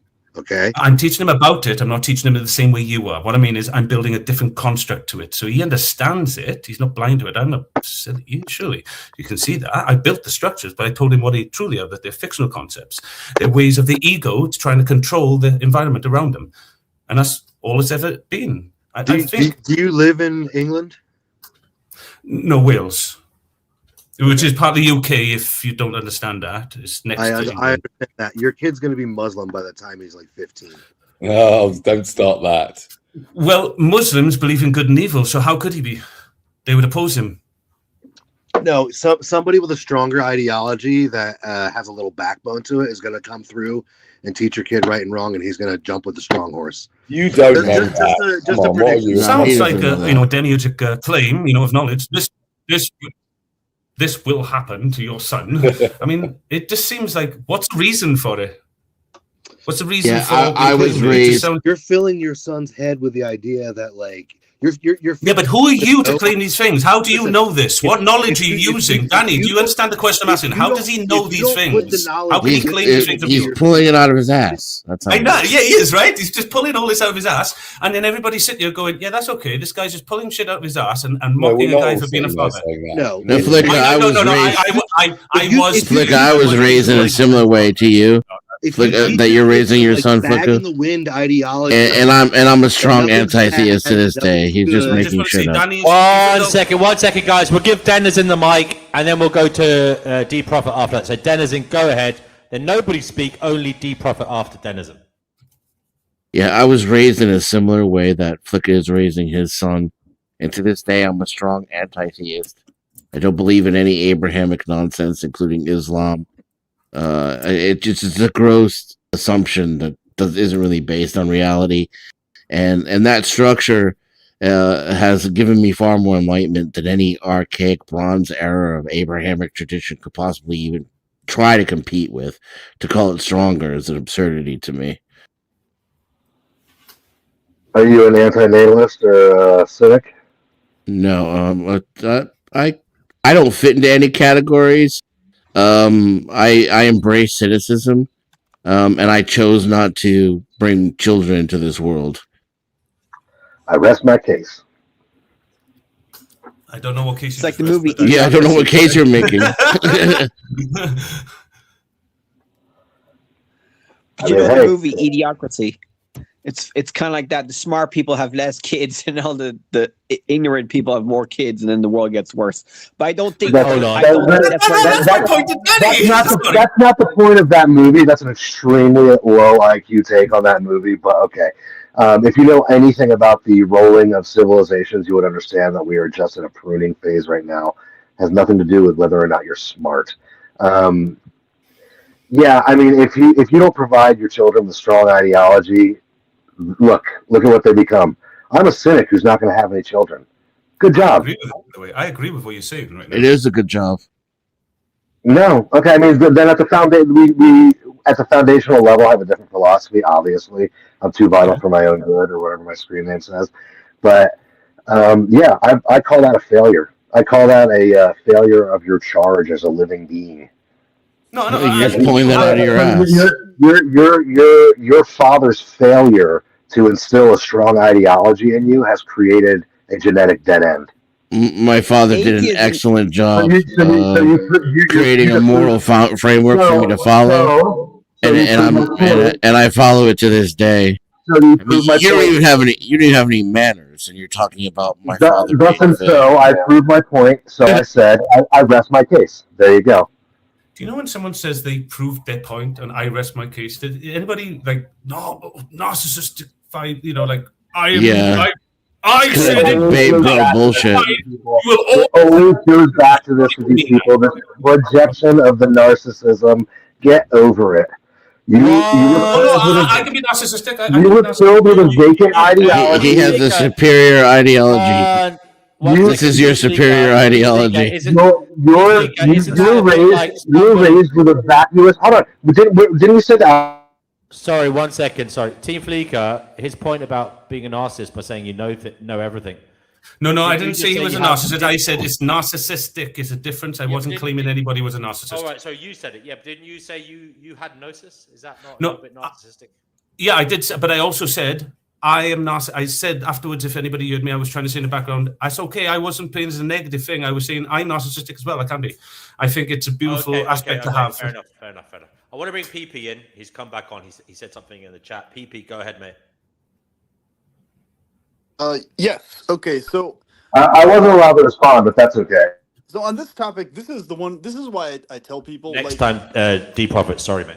I'll just explain it from how I personally practice it, so that way I can remove it from everybody else's stuff temporarily. And if anybody likes the idea, feel free. I think it's very helpful. So I personally identify as an antinatalist. However, I am not at all in any way, shape, or form fanatical about it, nor do I hound anybody for having kids. In fact, I appreciate kids who are here that exists.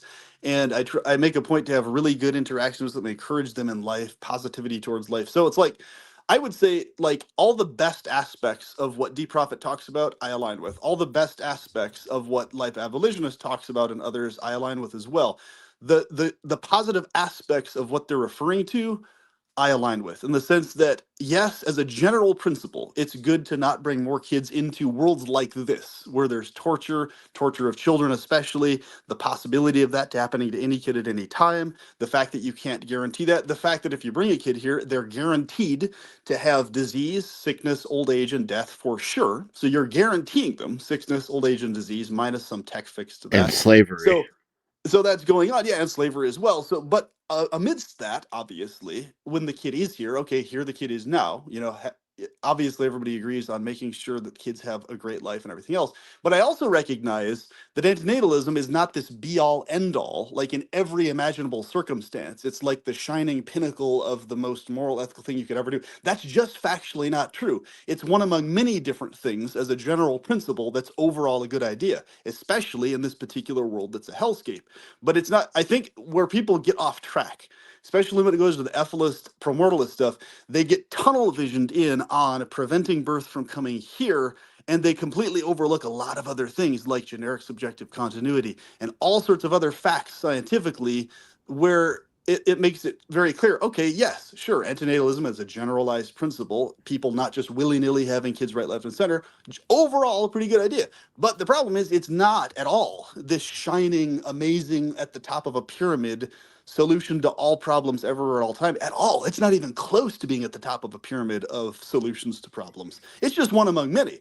So this is why I tell people, it's like, this is why if someone's pro having kids and they're going to do that anyway, the much better thing to do with that person, whoever it is, whether it's Deep Prophet or anybody else, is from that point, okay, this is the type of person I'm interacting with. Let's now focus on the point of agreement of how children are sacred. Innocent children are sacred to all of us. They are the best representations of a paradise state in this world. So let's protect them. Let's focus on that aspect together that we can agree on when we're talking about the child situation, if we're talking to someone who is for sure going to remain pronatalist forever.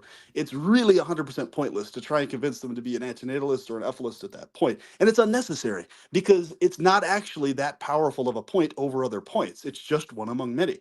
So that's why I encourage every antinatalist, every ethicalist, please do not be fanatical about it. Don't over exaggerate the value of abstaining from irresponsibly having children. It's not as valuable as a lot of people seem to assume it is. That's all I wanted to say on that. Thank yeah, you. I'm not anti-natalist, just for the record. Okay, D Prophet wanted to say something. Sorry, and then we'll go back to Danny Shine. I mean, I can summarize it very succinctly. I said I rest my case when he said, you know, I was raised in a very similar way by my father, and I become a cynic who doesn't want to have children. To me, there you go. That is a failure of an ideology. I didn't say that. You created I didn't say my father. I didn't say I didn't want to have children, and I didn't say I was a cynic. Am I talking to the same person? Because the person I was talking to said all three. Yeah, you just don't listen very well. Maybe that's a problem with your worldview. I don't know. Maybe your father didn't do a very good job of teaching you how to listen actively. You said you were. Now hold on a second. I can actually clip this in real time and play it back to you. You said you were. You won't be able to. I did not say that I was a cynic. I said that I don't fit into categories. I have chosen so far not to have children.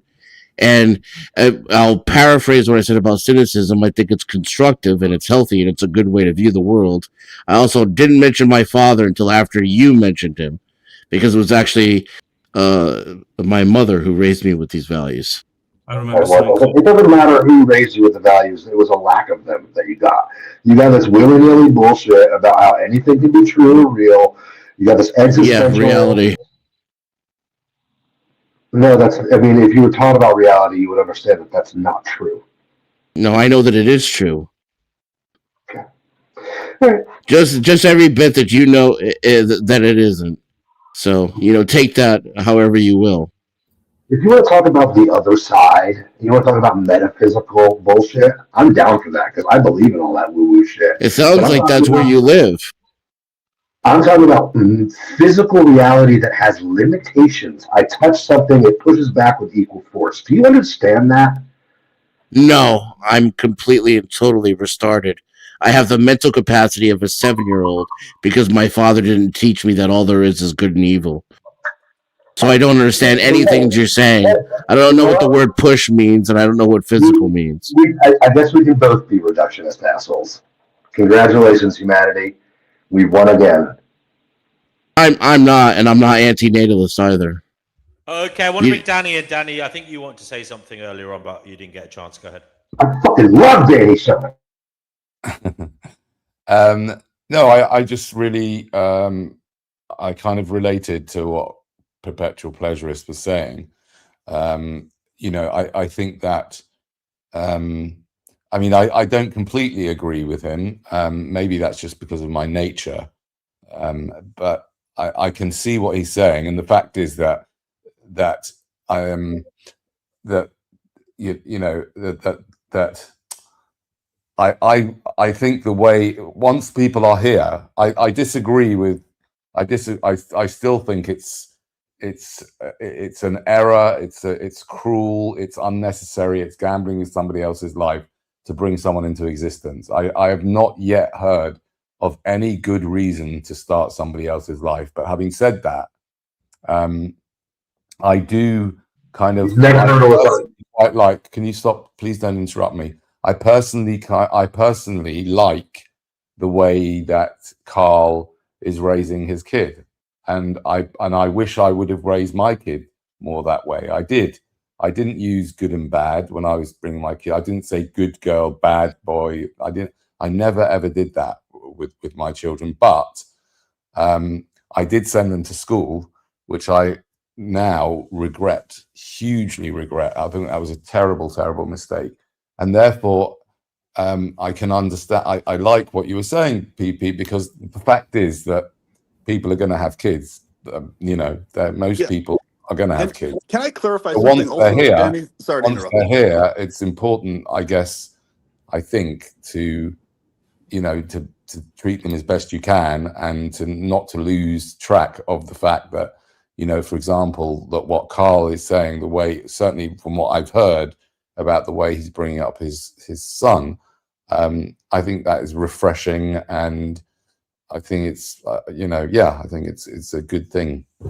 Whatever, good, maybe not good, or I don't know. Inherent in the language is just the admission that there is good and bad. That all this stuff is theoretical bullshit. Like, you should be teaching your children that they're good and bad. Like, how are they going to know otherwise? Is there ever a time? Sorry, go ahead, Robert. Go ahead. You shouldn't be telling them that they're good or bad, that their self-worth is based off of like mundane everyday shit. But it's like, yeah, if you are torturing that animal, if you kick that dog, you are embracing the evil in your own heart. That's bad. Right. Even if it is curiosity, that's bad. Don't do that. You're causing pain. Children need to be told that. You are doing a bad thing. You are causing harm in the world. Stop that. And this is why I want good and evil, Danny. I just don't understand, like, what kind of boundaries are being set by being like, no, nothing you do is bad, but like. Well, I think. Well, it's all the but that you didn't listen to. Those are the boundaries. Talking about, he just has a different view. People, so basically, I think people, the way they individually raise their kids is a totally separate topic. The way I came at it, and am always coming at it, is from the sense of, it's okay if we use different words for the same things, but let's all have common sense about what is actually damaging to nervous systems and actually, just common sense about the thing. You know what I'm saying? A person needs to be told if they're doing. I want less common sense, to be honest, but I think I know what you're talking about. I'm being funny. Team Fleeker, one of the things.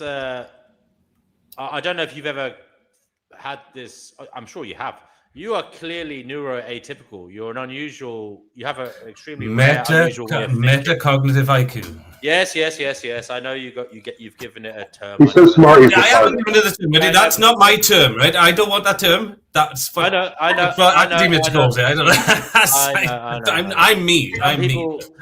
In the comments, they're calling it bullshit and manipulative, but you call it metacognitive awareness. What do you call it? Now, I will say to you, have you ever thought that as a neuroatypical individual, it's actually the case that you are the one who has to rein it in, not others. You are the unusual rarity. You need to join the herd rather than try and persuade them to join your rare way of thinking. I'm sorry to say that is just an interesting. How did you overcome that? How did that go in your head when you thought about that? Can you make that question a little bit shorter for me? To well, I mean, as the kind of as if you like the freak of nature, the unusual specimen in terms of thinking. You are the rarity. Okay. Have you ever thought that perhaps it's your job to join the herd rather than your job to make them join you? Which would be easier? I tried for 38 years to fit myself into that slot I didn't fit in, and I just heard over and over and over and nothing worked. And then I decided just to be me, and then it worked. So, hey, I don't know. What do you want me to say? Did I answer the question at all? Look at the herd's track record. I was going to say that next, but I just wanted to see if they got that. Clearly, they're fucking it up. I am not suggesting you should join the herd. I'm just trying to work out how you dealt with that. It was a good question. No. It was a great question, and I was playing around with it first of all, just to be a little bit egotistical with it. But no, right. So say it, ready? Yes, there is a pull to it. When you find yourself on the other side of the field, going, "Hey, all the sheep in that field, you want to come over here?" And they go, "We can't see your field. Can you come over here?" And I say, "I can't see your field." I had to find a bridge and a map it all, didn't I? That's what I've been trying to do for so many years. But here's my question. Did anybody try map into my world? Or are you all just learning about it now? Why should they? We understand. Right. Then the question should be, do you believe that your world is more superior to mine and that I should come to you and we should meet in the middle? Everybody who comes on here with a wacky theory thinks that they're the fucking first in line. Hold on. Good and bad are subjective is a wacky theory. Ask that question again, Team Fleeker. Ask that question again, please. My question to understand what you're asking me is this. Are you saying that you come from a place of superiority and I should only come to you? Or are you saying that you don't hold superiority over the way I look at reality and we should both meet in the middle and that would be the best outcome? The point I'm trying to make, which is you think differently to other people. Okay. So my point is... And they cannot think the way you do. What do you mean they cannot? If you accept... If you accept they cannot think the way you do. No, I don't accept that. Why are you trying to make them see the way you do? But that's what I mean. It's actually perhaps an impractical, impossible task, and you should be trying to work out a way to fit into their system rather than trying to make them fit into a system you'd like to be but isn't. All right, let me put... Are you asking me this? Are you saying... And I'm going to phrase it a little different to be a bit extreme so everybody understands where it comes from. Is the question to me, Team Flicker, you're claiming roughly that you walk around every day to a horror that you feel men are walking around punching women in the face and no one's doing anything about it and no one can see this horror that you're seeing. But you're seeing this every single day. Do you think you should just get on board and start punching women in the face? Or do you think you should try and tell us all, I think you're punching women in the face? No, I mean, I don't know why you're bringing up that example, because clearly... Because I don't understand. You do know why, because you asked the question. The question you asked explains why... Team Fleeker, you're being extremely disingenuous. You're saying there aren't other people who don't think like you. No, I'm not saying that. I'm not saying that, no. Is wrong. Clearly... No, I'm not saying that. I think you're saying that. The majority of people, whether they think... Can anybody else help me? I'm not saying that. I think he's saying that. Punching... I'm going to mute you. The majority of people think that punching women in the face is wrong. I'm asking you, why do you think everyone has to start playing along with your rules? I was telling you, they didn't want to listen to me. Can we ask if anybody else understood what I said, DNW? Yeah, I understood. Thank you. Denzel understood what I said. So, DNW, if Denzel understood what I understood, is Denzel incorrect here and I'm incorrect and you're the superior one? Or can you say, wait a minute, maybe it's you that's not getting what I said and you're misinterpreting me, not the other way around? Well, no, that is the thing, because there's a pattern here where you say some shit and then somebody responds to you and you said, that's not what I said, because the stuff that you say is like fucking gibberish. No, it's because people say the stuff I didn't say. Denzel, do you agree? Move the goalposts all around. It's not gibberish at all. It made perfect sense. Shit out of thin air. And okay, but listen what you're saying. You're being deliberately obtuse. Yeah, you are. No, this dude won't even agree that fucking like gravity exists. No, I didn't. That's not what I said at all. Just have D Prophet and Team Fleeker talking for a while. Then I want to go... Did you guys even talk about gravity before I got here? No, what I did is I got mixed up in things people say, and I answered something that sounded like I answered Vital, and then he's gone on about it. We had a disagreement with it. Your mic's below, dear. I'm going to mute you, Denizen, because I want these two guys to talk, and then you can come in after. So they're having a little bit of back and forth. Can you raise your mic, though, for me? Is that me? It's my mic. We have a disagreement. Yes, please, sir. I couldn't hear you over them. Okay, no problem. Your reality and limitations exist in reality, and he disagrees. No, I didn't disagree. I disagreed that the subjective limitations are not real. They're just a way of subjectively seeing those limitations, but the actual limitations are real. But you went on to say, oh, so you're not saying gravity's not real. Oh my God, he's saying gravity's not real, which is something ignorant people do. And as I tried to answer it, different people spoke and I got flustered. And then I came back with you saying, no, I just see reality different. We had a thing. We said we wouldn't return to it. And every single time you want to attack me, you go back to a point where we got flustered. And you even said and accepted that I didn't say that. And yet you're still now trying to tell people that was my argument. And yet you do know that's not my argument, because I have said several times it's not. And so you're disingenuously attacking me, saying this guy doesn't believe gravity exists, just to attack me. And I think that's very disingenuous. And I would like to know, why do you I'm being a little obtuse, because I'm being a little obtuse, and I apologize. Oh, okay, fair enough. So okay, PP, did you want to say something? Yes. Really, so what I've noticed, the main thing I've noticed is that there are certain people who prefer to really go into the hyper-technicals of things in terms of the detailed philosophical terms and different terms and whatever. And there's other people that simply prefer to focus on practicals. So that's why every conversation is so important. Are we talking about hyper-technicals or practicals? So for example, there are practical goods that exist in the practical sense, even though they may not exist in the hyper-technical sense if we microanalyze every little micro detail of everything. But in the practical sense of practical discussions, they do exist in reality. Like, okay, if I say something is a good, it's pleasurable, it's beneficial to me and those close to me kids, it actually exists at least at the practical level, right? Even if it doesn't exist on the microcosmic. Well, so what I'm saying is how someone decides to raise kids or not, either or, and how a person defines terms to their own kids is its own individual thing. But what I've noticed has been the pattern in this conversation so far. The pattern has been that when I'll just say okay? When I'm bringing up things that have to do with very commonsensical things, it's okay that Flicka or whoever else defines them differently or has their own way of relaying that to others. That's fine. But please don't disacknowledge that what we're saying about bad and good is equally factually valid to how you're going about talking about it and dealing with it. In other words, the validity is actually there. It's not something that's deniable in the sense that, okay, just because somebody else refers to something as a factual bad, that's correct and that's true, even if you personally are not okay raising your kids that way or whatever. So it just seems to me like there is a major hesitation for acknowledging that somebody else doing that and raising kids that way. That's the exact opposite, in my opinion. It's far more practical to take Flicka's approach, and what you're saying is less factually true than what he is saying. What I'm saying is kids aren't that stupid, okay? We shouldn't insult kids. They are. Humans are stupid. No, we have an epidemic of binary thinking, especially in America. There's a lot of kids that are not. It's literally going to be the destruction of our species if we can't pull out of our binary bullshit. What I'm saying is a kid has the ability to understand.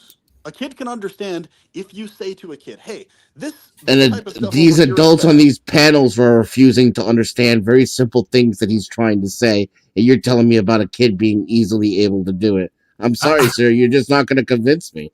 What I'm saying is kids... You're talking about two different types of intelligence.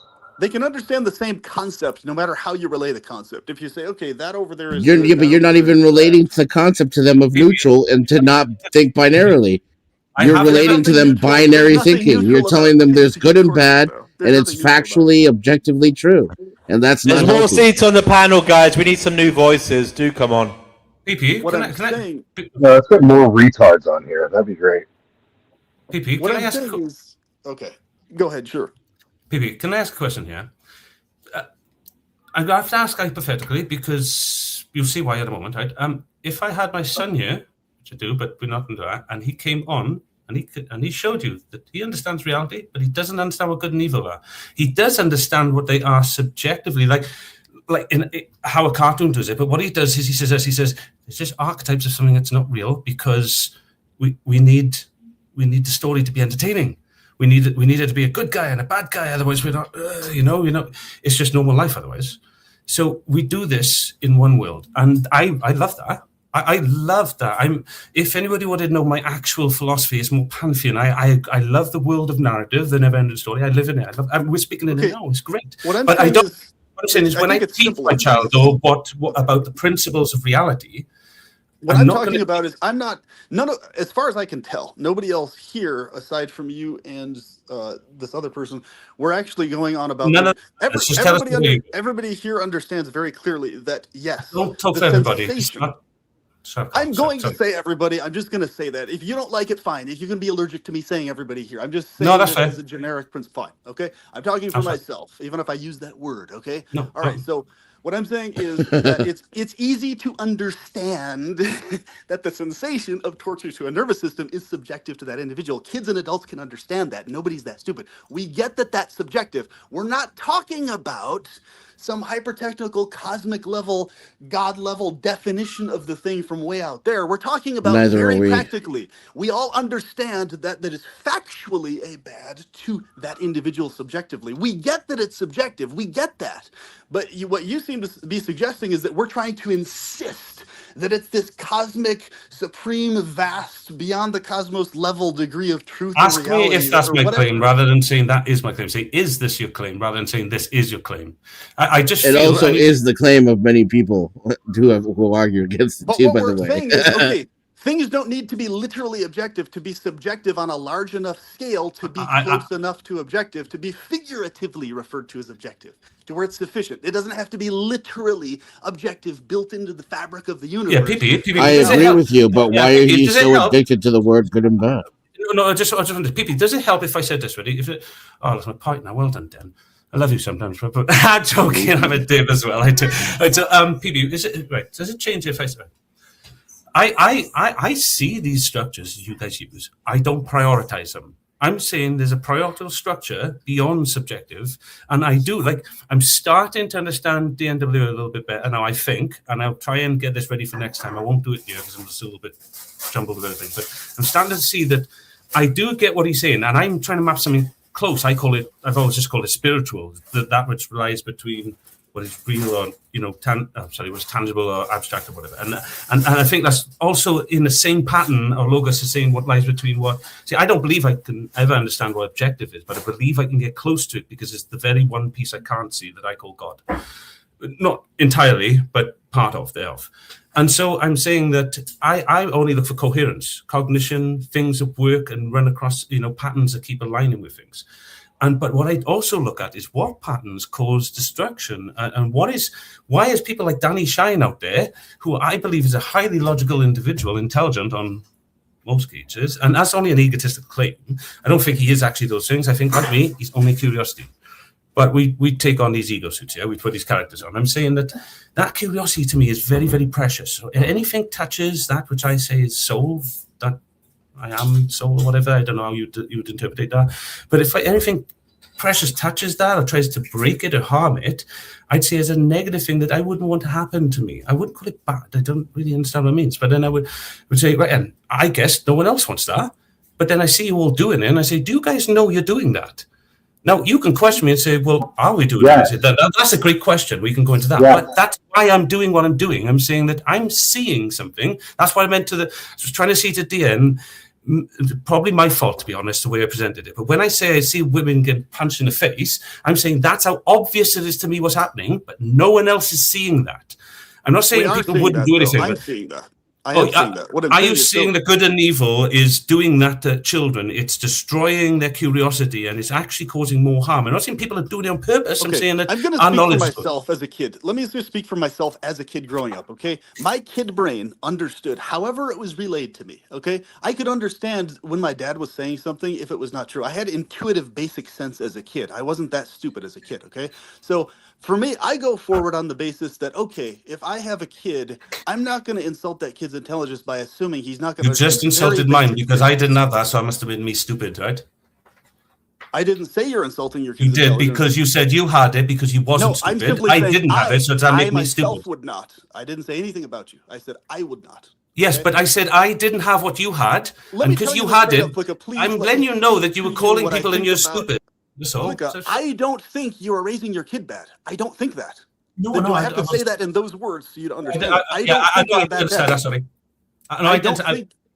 I think you're a good dad, as far as I can tell. I don't think you're raising your kid bad. Factual opinion. What I'm saying, when I say I would not insult my kid's intelligence, I'm 100% saying that from my end. That's what I'm saying. Okay? What I'm saying here is, I'm saying it's simply unnecessary.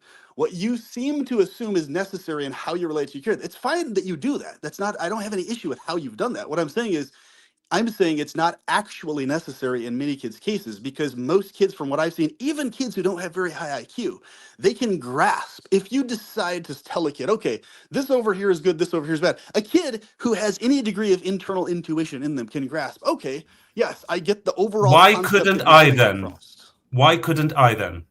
Am I just damaged? Yeah, and I would can't say speak for you. I can't speak for you. I can just speak for myself. No, I would you have can. gotten No, you- however. but you're trying to speak for everyone, though. You're trying to say Yes. most kids this and most kids that. Thank you. No, what I'm saying is that. Are you saying it just happened for you, no one else? it's As far as you're individual concerned, kids. this only happened to you, and this is how you see it? Or are you No. saying, because you're not being generous and you're claiming we don't understand? That's what I'm saying, and I'm not saying you're doing it on purpose. I'm saying that. And your claim seems like to be objectively incorrect, too. Is all children experiencing this, or was this just your experience? Okay, what I'm saying is you had that experience. Every kid does factually have a different experience. Some kids may intuit things independent of how their parents relay it. Other kids might not. That's reality. That's part of what happens. What I'm saying is you can raise your kids however, people can raise their kids however, and they do. But what I'm saying is that from what I've seen in my life, not just myself, I've seen other kids that I've known, other people that have grown up, they were able to intuit things independent of exactly how it was worded.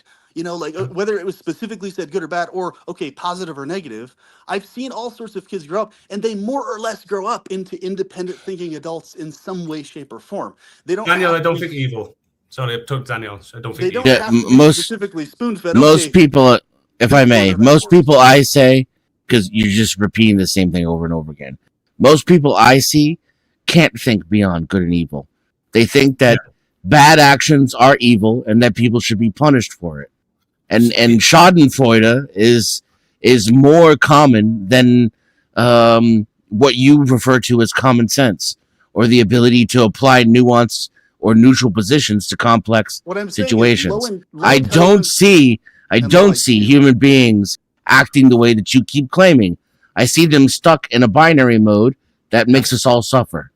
And I'm saying that programming comes from good and evil. That's my point. But I'm not, look, to DNW and yourself, I get it. You're saying, hey, I have internal suspicions of why I think this is happening, and I want to tell you why I think that is. But do you know what? I don't really think it's true for me. It's just like an ego going. They're probably just thinking this, and they're probably just feeling like, you know, they don't want to forgive somebody, so they don't want us to be real. I'm justified in having this hatred towards somebody, but you're really not.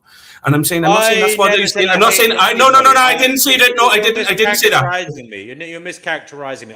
No, I'm not. I didn't say it. I didn't say that. I don't believe in free will. Again. I don't let me blame finish, people please. for who they are. It's not I think fair. we need to grow up as a society. I'm not saying that. You're hijacking deal what I'm with saying. bad outcomes in a humane way. I just don't use evil as a descriptor to describe people's actions. I talk about bad outcomes. Okay, because I'm not a medieval priest. You know, in the Spanish Inquisition. I'm somebody in the 21st century who understands psychology. I understand determinism. So don't mischaracterize me as someone who. Are you claiming I did? You did. No, I didn't. You did. You just rewinded there a little bit, and you did. Did anybody else think I did? It's very simple. I actually missed what you said. I said that people who have the opinion thereof, like DNW and people like that, can indeed misinterpret it. I didn't say it was his opinion. But you've now got emotional thinking I've said it's yours and now attacked me because I didn't say that. You can rewind it back. I don't mind. I'll wait. I'll even take a break if you like. But I did not say that. And I appreciate that maybe it was actually my fault. I should have. My responsibility is still mine. I can see how that could have been triggered and misinterpreted, and I shouldn't have said it that way. But I didn't say that. Yeah, apology accepted. this is a lot simpler than I think it's being made out to be. So what I'm saying, all I am saying is that yes, I recognize that most people throughout the world, kids to adults, seem to have either low intelligence or low IQ. Very clearly, that's very obvious. However, what I'm saying is most people, even with that really low IQ or low intelligence, can easily grasp that torturing a child is bad or evil without really needing to be taught that very much. Like you can just recognize that that's the case. Even if you word it differently, okay, that's negative. That's negative or illness. If you don't say bad or evil or whatever. So then we don't even need to teach them at all then. No, you teach them, but what I'm saying is certain things are more or less intuited as basic sense, even if somebody's really stupid. Very few are inclined to torture, kill, and other people. You see what I'm saying? Very human beings are inclined to do the extreme types of bads. Like, you don't really need to teach into someone, okay, you shouldn't do this extreme type of horrible bad. The things you teach are like basic sense stuff. Like, okay, it's best not to lie to people if you can help it because it develops trust and it shows. Are you against teaching children that there's a third neutral position, that binary thinking is limiting, and that it rarely applies? What I'm saying is, when it comes to so what the fuck are you arguing about then? I'm saying. What about a healthy dose of both, though? What about both? Because sometimes you need to choose. You just need to make a choice, and that comes down to trying to group things together. It's very simple. The extremes of things don't really need to be taught to most kids. Yes, obviously, it's good to repeat them and mention them, just like it is now. Yes. See, I think the opposite. You're creating more low IQ people. Yeah. When you limit what you teach young children, you're literally creating dum-dums who can't think as Kids adults. can think in terms of. Tiffany, why don't you come on and tell us about that? This is the Finding Gnosis show. Link should be in the description wherever you're watching it. Do come on and tell us. Yeah, the link is in the description, Tiff. Yeah, and Tiffany's a Christian moralist, so she could offer another opinion where she definitely believes in good and evil are as objective things. And I will say, we're going to move the goalpost slightly at Danny's insistence. Well, it's just a suggestion, not an insistence. But I think he has this kind of softly approach where he's manipulating us, and he's trying to hypnotize us into getting what he wants, which is to talk about antinatalism. So he asked Fleeker. He says Fleeker has an interesting take on antinatalism and natalism. Ask him to explain more. I mean, Fleeker, you've watched Danny Shine. You actually found this stream because of Danny Shine, I believe. What the hell do you think of his spouting on about antinatalism? He's very passionate. I just wanted to hear more because Flicker said I didn't understand. I don't understand a lot of what you say. Sorry, it's right. Oh, okay, right. Here's a simple question that's related to this. Before I say what I say, let me ask this right. Anybody can answer this, and it's a really simple one. Logically, if you had the choice, would you put the fire out at the source of the fire or at its fringes? At the source. So if I said to you that the source and the one power that can hold up natalism is this cruelty and negligence to children by deeming them good and evil, and if you couldn't do that, you couldn't really, there would be too much. You wouldn't be able to control and manipulate that child as much, and therefore natalism wouldn't be the problem. You'd have to understand how to raise a child. We took away the schools of good and evil and all this stuff, and the doors just changed that you had to raise the child yourself, you had to provide for it yourself, and you had to teach that child within our level of intelligence now for the logic and fallacies we learn how to think and rationally think, and you wasn't allowed to teach it good or evil or anything like that, just so you can manipulate it, so you can control and have your drugs and go to work and do all this stuff and have more babies. One child would be bloody enough. You'd have to look after it constantly, watch it pulling a dog's tail, pull its ponytail, show him that it's not correct to do that, instead of just going, that's naughty. You've got to understand this, phone system. If that could happen and then prove to you that in essence, that's what creates the illusion of natalism anyway, because that's what allows it. Because without it, you couldn't really have natalism. It would be, everybody would see the barbarism then. But this good and evil covers it. So if you help me lift this veil, then your work is also complete, is it not? I honestly, I don't understand what you're saying. I think I get what he's. Hold on, Team Fleeker. I'm not AN anymore, but I will say you're bringing it down to if you can make people think differently, it makes everything okay, and there won't be any need for antinatalism. But does that not betray the fact that some let's talk about Mother Nature herself causing huge problems, as PP would call it, agonizing physical torment, that have no salve from, you can't be saved because you think a different way. The pain literally takes over your nervous system, so that thinking won't even save you. So it's not just about how you think. I have no problem with pain or suffering. I love pain and suffering. I don't think like Danny. I love pain and suffering. That's the answer I'm looking for. So you don't think that comes into the equation? It's all about I don't fear pain and suffering like somebody fearing life. I embrace life. I enjoy it. But you're allowed to choose to live life that way if you want to. That I don't understand why you guys do it.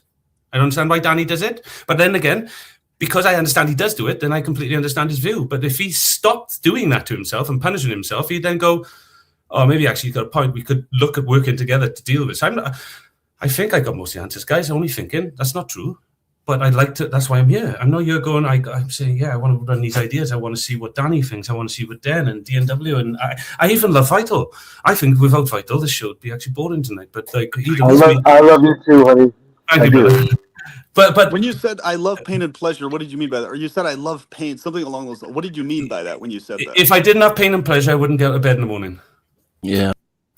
You don't need pain for pleasure, though. That's not pain is a corrective measure. Though. I can't know one without the other. I don't understand what you're talking about. If you're in a constant, point of view. If you're in a constant state of pain or pleasure, you wouldn't know the other. Yeah, no, that's actually, that's true. not true at all.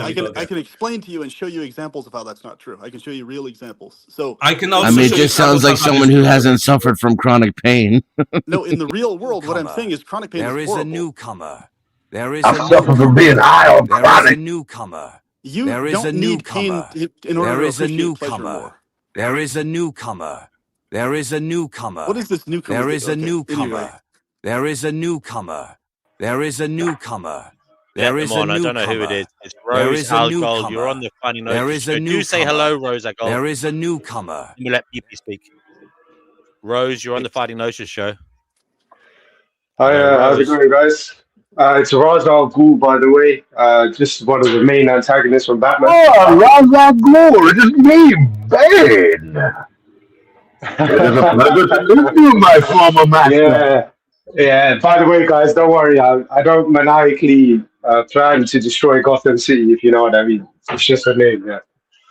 So, I think guys, this is can I very just round up Danny Shine's question to me with an answer, so you could just answer so we can finish this, because obviously newcomers come in and see other people. But Danny, if I said to you then, if I said, I think I've mapped the source of your problem to good and evil, would you be interested in exploring that with me? Do you understand that? Not really. Oh, you do. Well, sorry, I shouldn't. Part of me wants to say you do, and I don't understand. You do not need pain to experience pleasure or appreciate it. That's not true. I'm saying to you that you answered the fire question, yeah? I'm saying the source of the fire that you see is natalism, it's causing all the suffering. I'm saying I think I have mapped a causality that might help us. Are you not even interested even to look at that? Or do you think, oh no, all the smart people kill your children, just leave the dum-dums here? That'll work. No, I mean, I guess I am interested. I'm not, as I said to you, I don't really understand what you're saying a lot. Then ask questions and be interested. I don't need you to understand. I need you to be interested in the premise. If I said that I think that I have generally, without, I could just give you a link. I won't even talk to you. I'll give you a link to my X page where I'm trying to put it up there for free for people to read. And you just, whenever you want, just have a little tinkle and a look at it. I'll even send you the. No, I don't want to plug what I've done because I made some advertisement. But anyway, Danny, I just want to say, if I send you something to at least read, will you read it? Because I know you're a bit of a joke and a fool, and you'll just leave it there for 6 months and go, ha, that's evil. And I go, oh, thank you, Danny. Appreciate that. But still doesn't prove it's evil, but thanks for wasting everybody's curiosity. And I know you'd love to do that to me because there's a part of you like me that says that'd be funny. Like, please, Danny, would you at least listen to me out one time, me and you? I'll read stuff if you send it to me. I'll try. So you won't have a private conversation with me, even if it wasn't for anybody else? I might. Yeah. Well, thank you, Danny. That told me lots, as usual. I love you, but thank you for at least engaging. I'll shut up a minute unless someone else talks. Sorry, guys. What you said was very revealing. You said you seem to believe or feel that pain is required to appreciate pleasure truly and to experience pleasure properly. Something along those lines. You mentioned that. The way I understand it, yes. Can you clarify why you mean that? Because that is actually a verifiably false idea. That's not true, and I can show you, demonstrate how that's not true, with many examples. Actually, are you going to demonstrate me with formal knowledge? I can show you in very practical examples and hyper details. Both. I can do both. No, so that's not my question. My question was, were you going to demonstrate with formal knowledge or metaphysics? Before I can continue, I just need to understand that. I'm saying something right now, independent. I give two outcomes. I'm making a statement. I give two outcomes. What's happening? Just so I can understand what you're saying, because otherwise I won't. Oh, wait a minute. I should. I need to structure what you're saying to understand your question. So therefore, I will say it. What I'm saying is, factually, you do not need any type of pain ever to appreciate or value. It's not answering what I'm asking at all. I don't know what you're saying. That's what I'm saying as a statement. Wait. I can understand what you're saying if you just tell me this. Are you giving the fact from a formal position or a metaphysical? He's pulling it out of his ass, to be honest. Yeah, give us an example. I think that, but I'm asking you. Give us an example. Sorry to talk over you guys. Not you, Flicker, the other guy who just stated that position. That one, you just said, paraphrasing here, right? You said pain can't condition pleasure, whatever. Can you give us a real life example of that? Thank you. What I'm saying is pleasure can simply build on pleasure. So, for example, in our lives, we've all experienced things that are pleasurable. And on top of that pleasure, we're already experiencing. Let's say, for example, you're playing a card game that feels good with everyone else voluntarily, and you're enjoying it. Then, on top of that, you have sex with a gorgeous female who you're dating afterwards, which is 10 times more pleasurable than the card game you were just playing with her. And then you experience another greater pleasure on top of that. You don't require pain to be this contrast to pleasure or to be this thing that drives you to experience. It's unnecessary. You can simply have deeper degrees of pleasure compared to lesser degrees of pleasure. That's all that you don't need. Yeah, but wouldn't you say? And without pain, you would have you wouldn't have as deep of understanding of pleasure. You'd have a lesser understanding. That's not true. You'd actually have. Yeah, that's. I agree. I can explain how. Yeah, but I can explain how. Yeah, but no, you didn't. You explained how experiencing pain would give you a deeper understanding. You proved yourself wrong. I didn't say that at all. That's not at all. You did. The different if the variances in pleasure, if the variances in pleasure can give you a deeper understanding of pleasure, then pain can give you an even deeper understanding of pleasure. Lesser intense pleasure is not the same as pain. I said lesser yes, but it's still a scale. You're still admitting that it's the difference that gives you the qualia. Okay. You're admitting to the thing you're trying to disprove. You can experience the entire scale on only a pleasure scale, is what I'm saying. And not on the same scale you would if you had also experienced pain by your own explanation. Because it can be experienced only on a pleasure scale only. That's why the pain part's unnecessary. That's and not to the same extent as if you had also experienced pain. To a greater extent, and I can give you an example. Would you want? Go ahead, try. Okay. It's probably going to prove you wrong again. No. So check this out. If you're experiencing the best sex you've ever felt during your entire life, okay, and right after that greatest sex you've ever felt, the next day you experience even better sex than that sex you experienced the day before.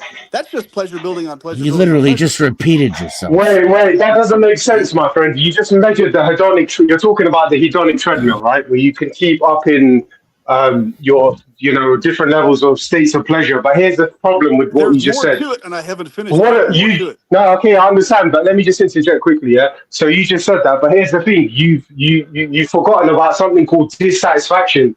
I would argue. You just said that you can keep building pleasure on pleasure, but if you look at that cycle, what goes up must come down, and you can literally keep maxing out on the hedonic treadmill, but you will experience dissatisfaction at some point, which can be argued is a form of pain. Do you agree? Yes or no?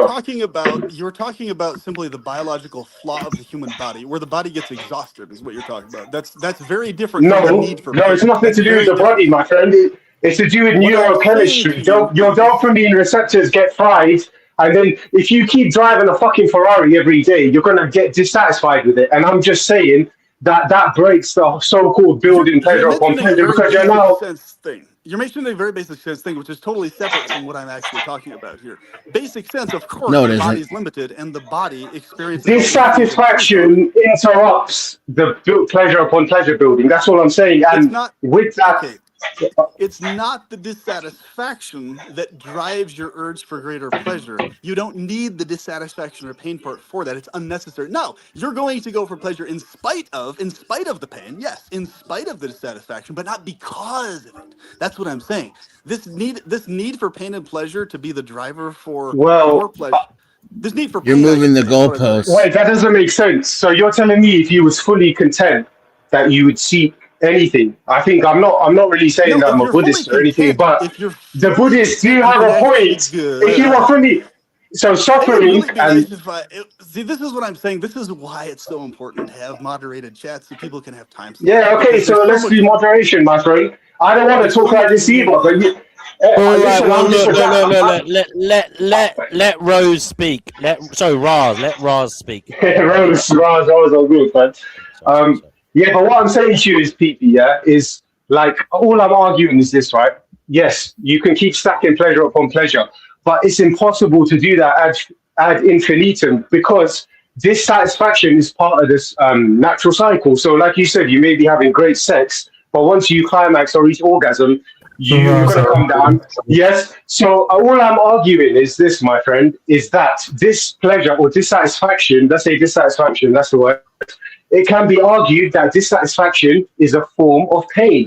Being uncomfortable, being at dis-ease with your current situation is a form of pain. Would you not agree? That's what my position was. Of course it is. But experiencing the best sex ever, there's not dissatisfaction in that. Experiencing greater pleasure after does not mean there is dissatisfaction in the previous pleasure. There, do not mistake the two things. It's very important not to mistake this. The nature of this impositional world is a lot of shit show hellscape stuff is thrown at us all the time that doesn't allow us, because of our physiological limitations, to actually experience pleasure properly. That's the issue. It's not that pleasure itself, or I should say, it's not that pain itself is required to appreciate pleasure or anything like that. It's simply that we've been imposed with bodies that are limited in their capacity to go as far as possible into pleasure. This is the whole idea behind paradise states, where we're freed from these temporal bodies, where we have these impositions Yeah, lifted but I off of disagree us. with paradise. Sorry to interrupt. I disagree with that You because can disagree with it, um, but what I'm saying is that's okay, let me fine to give you a disagree. thought experiment. He's Let going to me give use you the a word thought factual experiment. again to describe paradise. Let me give you a thought experiment. Yeah, there was a fucking game. Without going off on a tangent too much, Assassin's Creed Valhalla. Whoever's played it has whatever. So in the game, the protagonist ends up dying, and according to Norse mythology, he goes to Valhalla. You know, meets the gods, his fucking dead brother, and all this other shit. So according to Norse mythology, every day he wakes up and they do the same shit. Listen to this now, yeah. So they get up, they go and fight with all the great warriors, and they go to the great hall of feast with the gods, and it keeps repeating. Now, by day 3, again, this is just a thought experiment. He wakes up and he's like, "What the fuck is this? I've had enough." So, what I'm trying to say to you in a nutshell is the nature of the mind is that it always wants something that it doesn't have. So, how can you keep stacking pleasure upon pleasure? It just doesn't make any sense. So, if you take away pain, then the very pleasure you're experiencing, you'll become numb to it, my friend. Like, let me prove something to you. If you're sleeping on a nice bed and I take away fatigue out of that equation, are you telling me that you'll fucking sleep on that bed for 24 hours? Excuse my language. You wouldn't, because eventually, even when you're not tired, why would you be lying down on the bed? So fatigue kind of does condition the need or the good feelingness of sleep. Similarly, hunger conditions for you to taste food. That's why I don't know if you've ever practiced fasting or anything, but let's say like when you're fasted, and I give you a piece of bread and water and you haven't eaten for 24 hours, that bread will taste really good, but that taste is relative because the hunger is really what conditioned that. Do you understand what I'm saying? So it's all relative. Yeah. It's very easy to understand what you're saying. What I'm saying, you're saying basic sense things. You're repeating very basic sense things. The basic sense things that we all can easily recognize. What I'm saying is the world that's imposed on us, this body that's imposed on us, right, against our will. We don't desire to have to breathe or to have to drink water or have to eat. Those things are imposed. They're not our will to have to do those things. So what I'm saying is, in order for you to experience or go deeper into pleasure, even from your perspective, which seems, I would assume it's probably a materialistic, secular perspective, maybe, is that correct? Is that more or less where you're coming from on this topic? That's fine. For the sake of argument, yes, but not in totality, no, but for the sake of argument, yes, go ahead. Okay, for the sake of this specific point. All right, so basically, yeah. What I'm getting at is you can at least acknowledge, you can at least recognize, at least the excruciating, extreme versions of torture and pain are not necessary for appreciation of pleasure. At least you can acknowledge that much, right? You can understand that at least.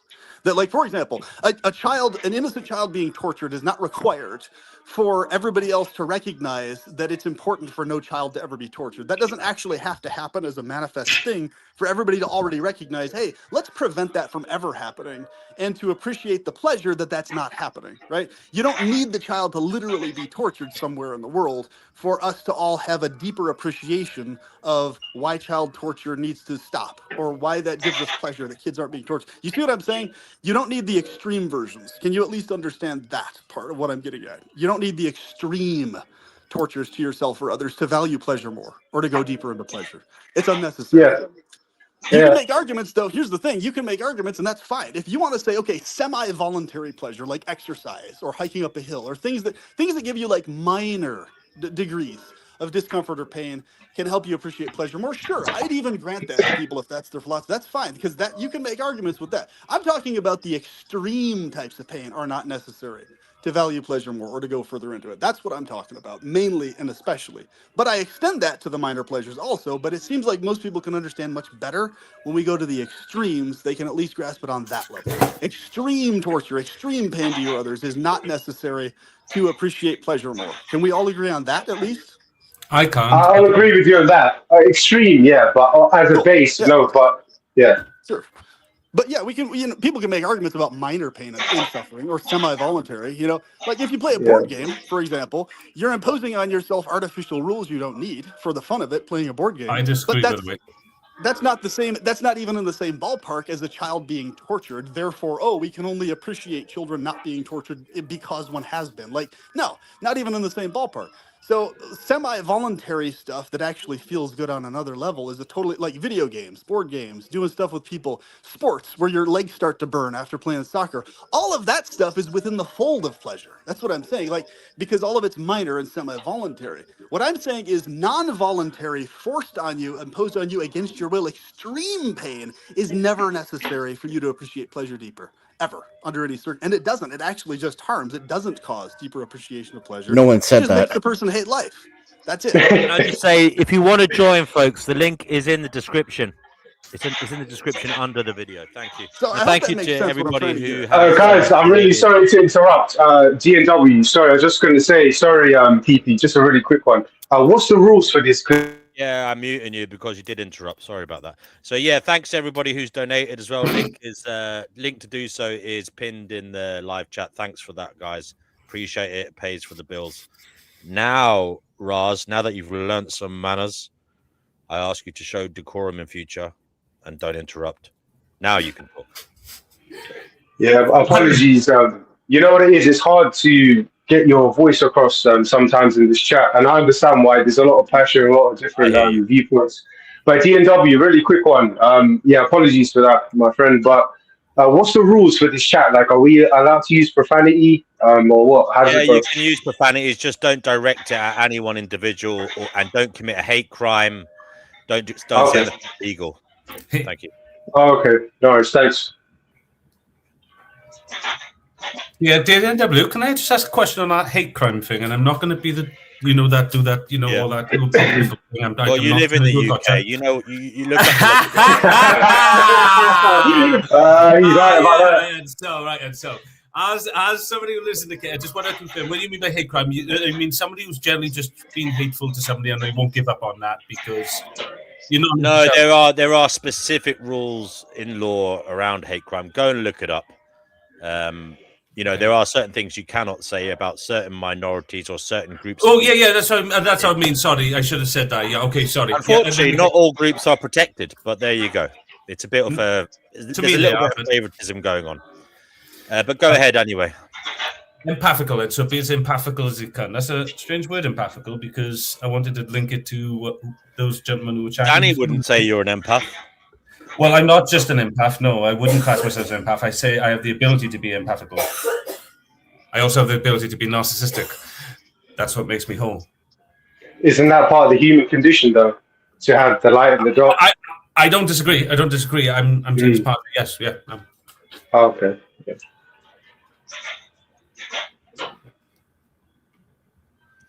So, Vibe, you're on the Finding Gnosis show, brother. Great to have you here. What would you like to say, sir? Hey, how's my audio? Great. For me, anyway. Good. Okay, perfect. Yeah, I joined I think maybe 12 minutes ago. Love the topic. Does good or evil exist? But I came in on, I think what I came on is we're trying to compare good and evil to pleasure and pain. I'm not sure that my original claim, by the way, is not exist. Just to keep you up to date, vibe. I was the one who brought the claim. Me, the ego. No, sorry.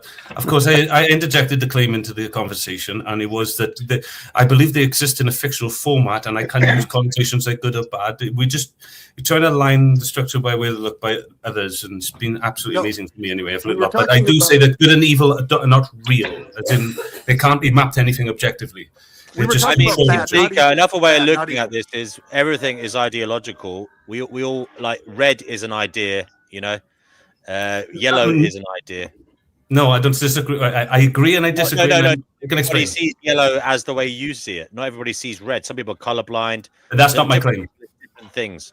Their brain is interpreting reality in different ways. It's an idea in their head. Okay, so lots of things you could argue are fictions. But fictions clearly matter. Ideas matter. Okay? The truth matter. Well, you don't know what the truth is, son. No, I don't. But does it matter?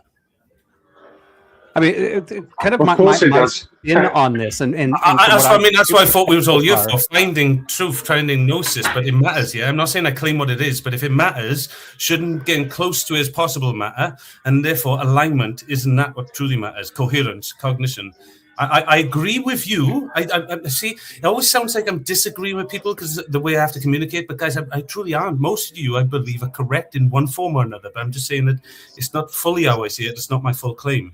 I'm not saying that. I'm saying that good and evil. If good and evil, I say this, I will give you this. If good and evil had no negative effect that I could map to real harm in objective reality as I see it, and I've been refuted on it. Once I can give people the conditions on how to refute it as well if they ask. But if they can, I will shut up and I'll be like, oh, heck, I don't care. Good and evil's awesome. I love fiction. I love fairy tale.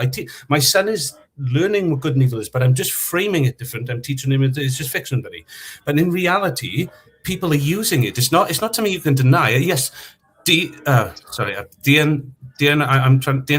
I agree, and I'd say this as well. Bad is independent of good or evil. Something can be bad, but also not evil. Then I agree with you. We're in agreement. Yeah, and something I came up with prior to jumping into this on Fleesa. Is it Fleesa or is it? You can call us Car, but it's Flickr. I know. Okay, I'll get it. Yeah, I mean, it's interesting because I came up with 5 categories, and unfortunately, they kind of. If you're in one of these 5 categories, it's a circular conversation always because you can't agree because you're in one of these categories. And one of the categories that I think you said, and maybe I'm strongmanning you here, is there really is no difference between good and evil or good and bad, right? No, I didn't say that. Okay, well, let me lay out these 4 categories, right? The first 2, and there's 2 sub ones to this, is you're either like you've got religion or you're secularist, right? And in those 2 areas, I think there's a third one I do, but that's a false dichotomy. That's a false dichotomy. Sounds like a false dichotomy. Why is there only religion and secular? Why can't it be? I'm sure there's more nuance than that, my friend. Yeah, I do have a fifth in there. I agree with you guys, right? So the 4, because I said 5, the 4 would be first splitting it into 2, which is you believe in a God or you don't believe in a God, okay? I know there's a God. Okay, and that's fine, right? But I don't think everybody on this panel agrees with that. The only thing I know. I don't know anything. Guys, let him make his point. Let him make his point, honestly, because it's just going to be some abstract thing going on where it's like 10 different... Let him make his point. Let him make his point. Right, and so and I'm just throwing this out. This is what I came up with the 12 minutes of listening to you guys, is you've got people that believe in God and people that don't believe in God. I don't care which category you're in. And if you're in one of those 2 categories, in the most basic sense, especially with those that believe in God, based on whatever their God is, they have a good or they have an evil. When I say secularists, I put them in their own category because a lot of secularists actually do believe there's a good and bad, based on outcome or what you guys might have been talking about, pain or pleasure. Or they may have their own philosophy of it. But I do believe there's a fifth one out there, which basically says, you know what? We don't have to be in either of those categories. Good and evil really is just how the universe works. It's not a positive or a negative. And it could actually be evil in that fifth category could be construed to us as evil, but actually a better outcome for the universe, right? So, so you basically got 5 types of people on here, maybe a 6, right, that I didn't think of. But ultimately, if we sit there and try to define it to each other, if we're all in different categories, the argument ends up being circular. I disagree, but when you're ready. I'd love to hear, yeah. Yeah, okay. I would agree if me and you saw the world exactly the same and your world of formalism was the correct world, but it's not. And I don't agree the world I'm in is the correct world. I think we could work together to see something true. I do understand what you're talking about, and if the claims, as you understand, I think the reality is, were true, then your answer would be correct, because that would still make me as delusional as you. But I'm not claiming any of the stuff that you said. I'm not making it subjective. I'm just looking at reality and saying, look, I can't map what you... Right. My mind looks to map things, yeah? I can, every time someone explains evil to me, and I'm going to get to the point in a minute, which is, I'm just telling you how I got to it, right? Every time someone maps evil to me, I map something like illness, miseducation. Everybody says, you see that murder, was it evil? I'm like, no, it was a murder. I don't get it. I don't understand that. So I tried to map for ages, because this kind of answers DMX's question from earlier is, do you think you should bow down to everybody? And not bow down like that. I mean, not it. That's mischaracterization. I'm doing it again, Carl. My hand structure of bow is like, do I want to accept their reality and say that's the correct reality? Yeah, so that's what he was asking more online. And I did try that for a long time. It just didn't work. And now I structured my own way that does. But I'm saying to you, let's just say there are many structures out there. And yeah, lots of them subjective. And we just find the best coherent ones. But what if there is a structure that looks like it's working, but really I can prove to you that it's based upon something that causes harm to people? I'm not saying that you can't say something is good or bad, like as in DNW uses. I'm starting to understand what he's saying. I'm just saying there's a priority that if a structure can and does cause harm, not to everybody, but to some, isn't it worth us going, right, that's not worth it? If there's another structure. I'm not saying to get rid of something. I'm saying I can replace. I found a way to replace it, because I did it with myself and my son. I didn't go right at the beginning where I fought this. I wanted to prove it with physical evidence. I've written metaphysical papers. You can all go read it. I know you have to take it on good faith, so I'm not going to throw that in your face. I'm just saying that's my reasoning, my understanding, and I can say that from a place of honesty. I could be incorrect. That's true. But no one's looking at it. Could you also say that there's different versions of good and evil? So there's good and evil. You didn't really answer my question. I had a question in there, which was, would you say if that is true, and what I'm saying is true, yeah, it's hypothetical, but we find a Gnosis, right? I'm not claiming it. No, I'm saying if what I'm saying is true, if I can prove to you, and you can read it, and you can go, okay, I understand what you're saying now, and I'm saying that I've mapped something to say one particular system has a detrimental effect, and I'm just saying, guys, is there a better way we can look at this restructure? But no one's going to want to do that until you look at what I'm saying is the effect. And I'm saying the effect is highly negative. And once you look at it from an adult's point of view, you wouldn't want to happen to you. The people want to claim, I remember being a kid. Oh, yeah, okay. Yeah. Well, all of academia will go against you and say, no, you don't. You have a gnosis about being a child, and you have to align that now because you didn't have the same faculties. You didn't have the same experience. Nobody taught you what freaking words were. I like to tell people that before there was mum, dad, and tree, there was only you and what was God. I won't go into that because it's a fickle thing. I'm just saying that there are structures out there. Some align, some don't. I'm not claiming to know the truth, but I am saying that I'm seeing something in a particular structure that is Yes, those other structures exist, but can we all agree that Disney, the most academia, the school systems, the cartoons, they all promote a particular structure, and that is you go to hell, and religion, mostly dogmatic things. They put dogmatic views in children's heads so they can fuse it with the adult who's just following a dogmatic way of controlling their child. And you've got to see that could be a blindness, surely. That could be what's causing everybody to be. I'm not saying it is. I'm saying if it could be, and I can map it, would you be interested in looking at it and going, okay, if he's saying... So I actually did get your question properly before, and the reason I actually didn't answer it was because you're like, hey, if I can map this, and it makes sense, would you adopt it? And my response to what I heard you say before was, we can look at different categories of mapping, right? So if I look at good and evil on myself only, I can map that to what's good and evil for myself. I can then take that theology and say that's correct. Or I can say, okay, actually, let's not just be selfish. Let me map that onto society and what's best for humanity, right? So maybe me being deleted actually is better for humanity. That would be the better option. I don't know. Maybe me not being deleted would be better for humanity. I could take a third option, which is one that none of us can comprehend, which is the universe. What if all of humanity isn't actually the benefit for the universe? Therefore, the first two theses that map really good for reality are really bad for the universe. So, and if I can map that, then maybe have another outcome. Right? All right, Ultron. I had to change your name to Ultron. Between those? Do you want to hear the other outcome? The other outcome is, or I can say, I don't know any of this stuff. The fact that I'm here and this is happening, I should just shut my mouth and just let that happen. Why am I questioning this? I'm not God. Well, I agree with you 100% there. I don't understand anything, but it's really fun to talk about. Oh, yeah, no. I'm not disagreeing now. I'm not disagreeing now. I would never do that. I'm just remaining in character for the show, obviously. But no, I would never do that. Nope.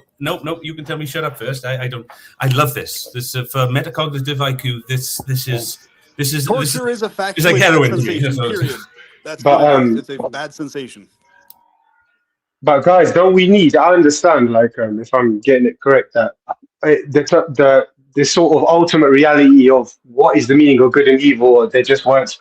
But don't you think, as humans who live in civilization, that sorry, just aiming this at Flicker, yeah.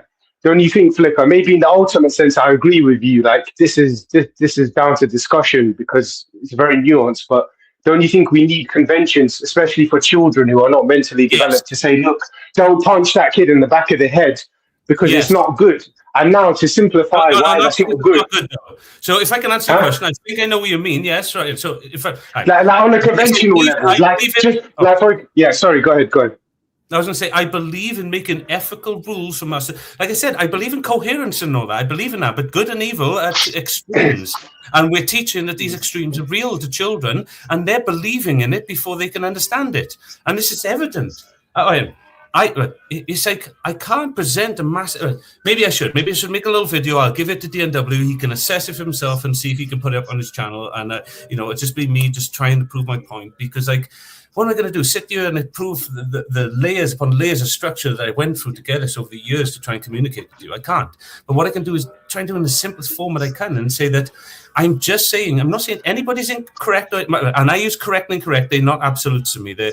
I am never right or wrong. I'm always either correct or incorrect. And the moment I understand that I'm incorrect, I'm now correct again. So I work like that. Gnosis. Okay. Well, maybe you can do that, Fleeker. I want to bring Vibe in. Vibe, you're new here. Maybe we'll go back to the topic of the show, at least temporarily. What is really going on in the world right now, Vibe? Have you got any more insight into that question? I know we ask it quite a lot on this channel, but since we last spoke, have you seen any news, anything that has maybe struck a chord with you to help us answer that question?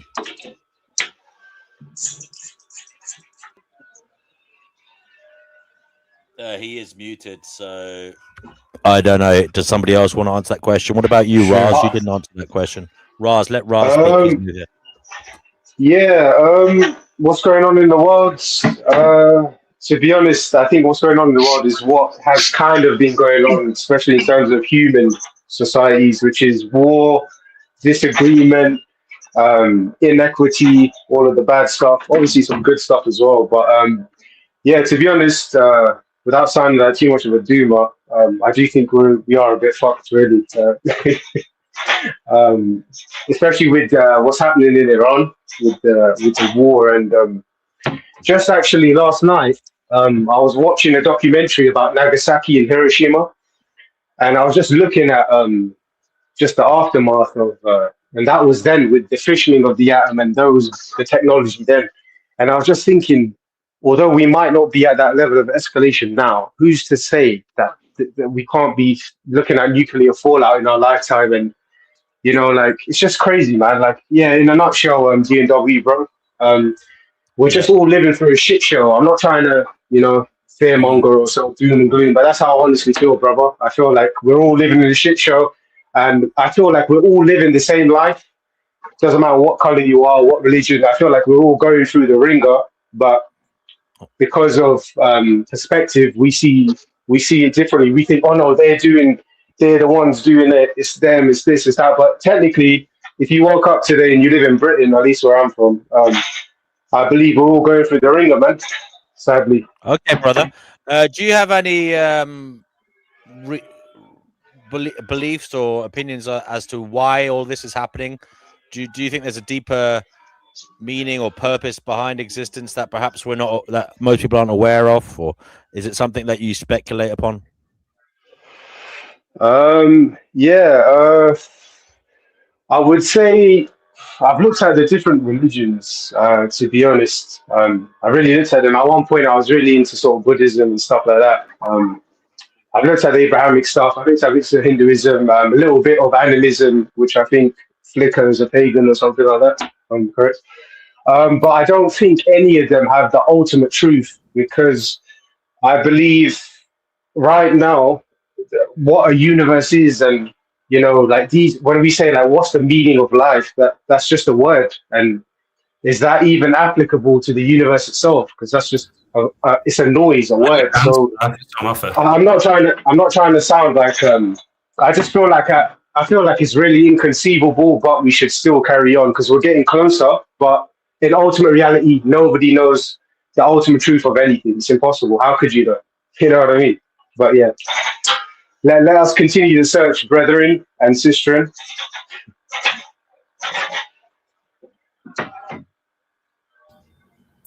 Does anybody want to ask the question about war? War. I think war is so a lot. You're a Christian. You believe in a higher power, God. Yeah. Sorry, Okay. guys. I just want to. Sorry, I was muted. I want to go back to Raz Singh as he's new here. Sorry, guys. That's why I was muting people. I didn't know I was muted. I don't know what the hell goes on with StreamYard. I mean, sometimes it just mutes me randomly, and I have no idea why. Raz, a bit of a fun question. Well, it may not be, depending on your experiences, but we always ask it to newbies. Have you ever had a paranormal experience? If so, would you like to tell us about such? No. I would say no, honestly, no. Okay, buddy, fine. As you were, gentlemen, sorry for butting in. Go ahead. Oh, my question. I don't think we can know what's going on. I think Jean Baudrillard was correct, and we've entered a time of hyperrealism, where symbolism is more real than reality itself, and we're lied to from so many different directions. Propaganda and gaslighting have become common methods of human communication. And all that's left now is the narrative. We don't even know the difference between objectivity, subjectivity, facts, and opinion. And we're in a hyper-realistic state. And I think the reason why is because man's lack of harmony with nature has caused him to evolve with a scarcity mindset. And that scarcity mindset is why we feel the need to compete rather than cooperate. It also blinds us to the possibilities of abundance and cooperation because we're so stuck in our current way of thinking. Scarcity is part of life. I mean, if there was no scarcity, it would keep on growing forever. There is a limit to nature. Nature has limits. Like, you can't grow the population forever. What's scarce? I agree with that. What I do you agree need to with live that. that's Like, scarce? the reason that we moved into such a technological place is because there has always been that feeling. Like, without that feeling, we would have stayed stagnant. You know, there's always gonna be a push to gain more, to get better. There's always gonna be a carrot on the stick, you know. And what I do agree with what you said about propaganda and gaslighting hitting us from, like, it's just the commonplace now. That makes me think of something that just recently happened 22 or 23 dogs were just rescued from Rigland Farm. I think they're called Rigland Farms or whatever. I don't the exact name. By Direct Action Everywhere is a vivisection farm for dogs, and I guess what happened was like the police chief of that county or that area did a press release later on that said that they had recovered all of the animals, right? Which is a lie. Like they had rescued 23 of those dogs and they were being brought to,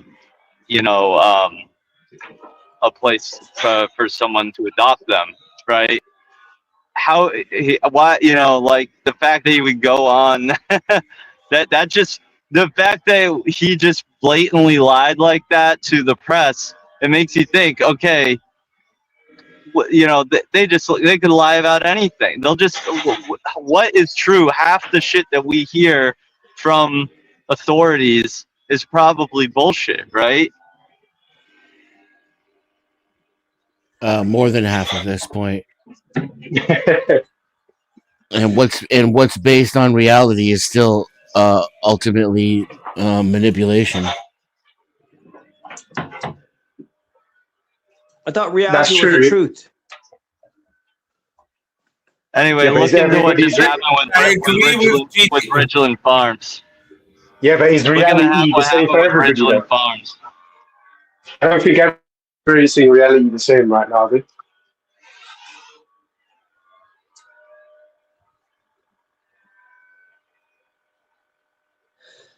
But anyway, I was disagreeing with Denizen there because I do think that life has limits. We can't like live in a limitless. There's laws of nature that limit us and stuff like that. So I don't think we can't be like abundance all the time. You know, we don't. Are we bumping up against the laws of nature? Yeah. We're part of nature. How is nature making your life scarce? Well, I'm just saying that the idea of abundance is not. You live in abundance, sir. You're going to say it's not realistic, but you live in abundance. Sorry, Denizen, I got to mute you. You asked him a question. Give him time to answer. Sorry, bro. Go ahead, Sean. I'm just saying that the ideal of abundance is an ideal that we all want. But I think if you understand the laws of nature and all that, nature has its limits. I mean, obviously, we could maybe in the future be like gods or something. But currently, as we know of the laws of physics and science and shit, we can't like grow the population forever in a finite planet, or we can't like destroy all nature and expect to have always positive things from it. So there is limits. Do you understand? No, and he didn't answer my question at all. I maybe didn't understand. What was your question? How is nature limiting your life or causing it scarce? Do you not live in abundance? Well, it's subjective, I guess. But yeah, I am in abundance because I'm like part of the 1% in the world because I'm in the Western world. But I'm just saying that obviously it's subjective. I don't know. I don't understand. Right, but you're going to tell me that I'm objectively wrong. It's despite nature that we are in abundance. Correct. It is because we have had to conquer nature to a certain degree, and we're still working to conquer nature. Correct. And now, but we no longer live in a state of necessity of scarcity.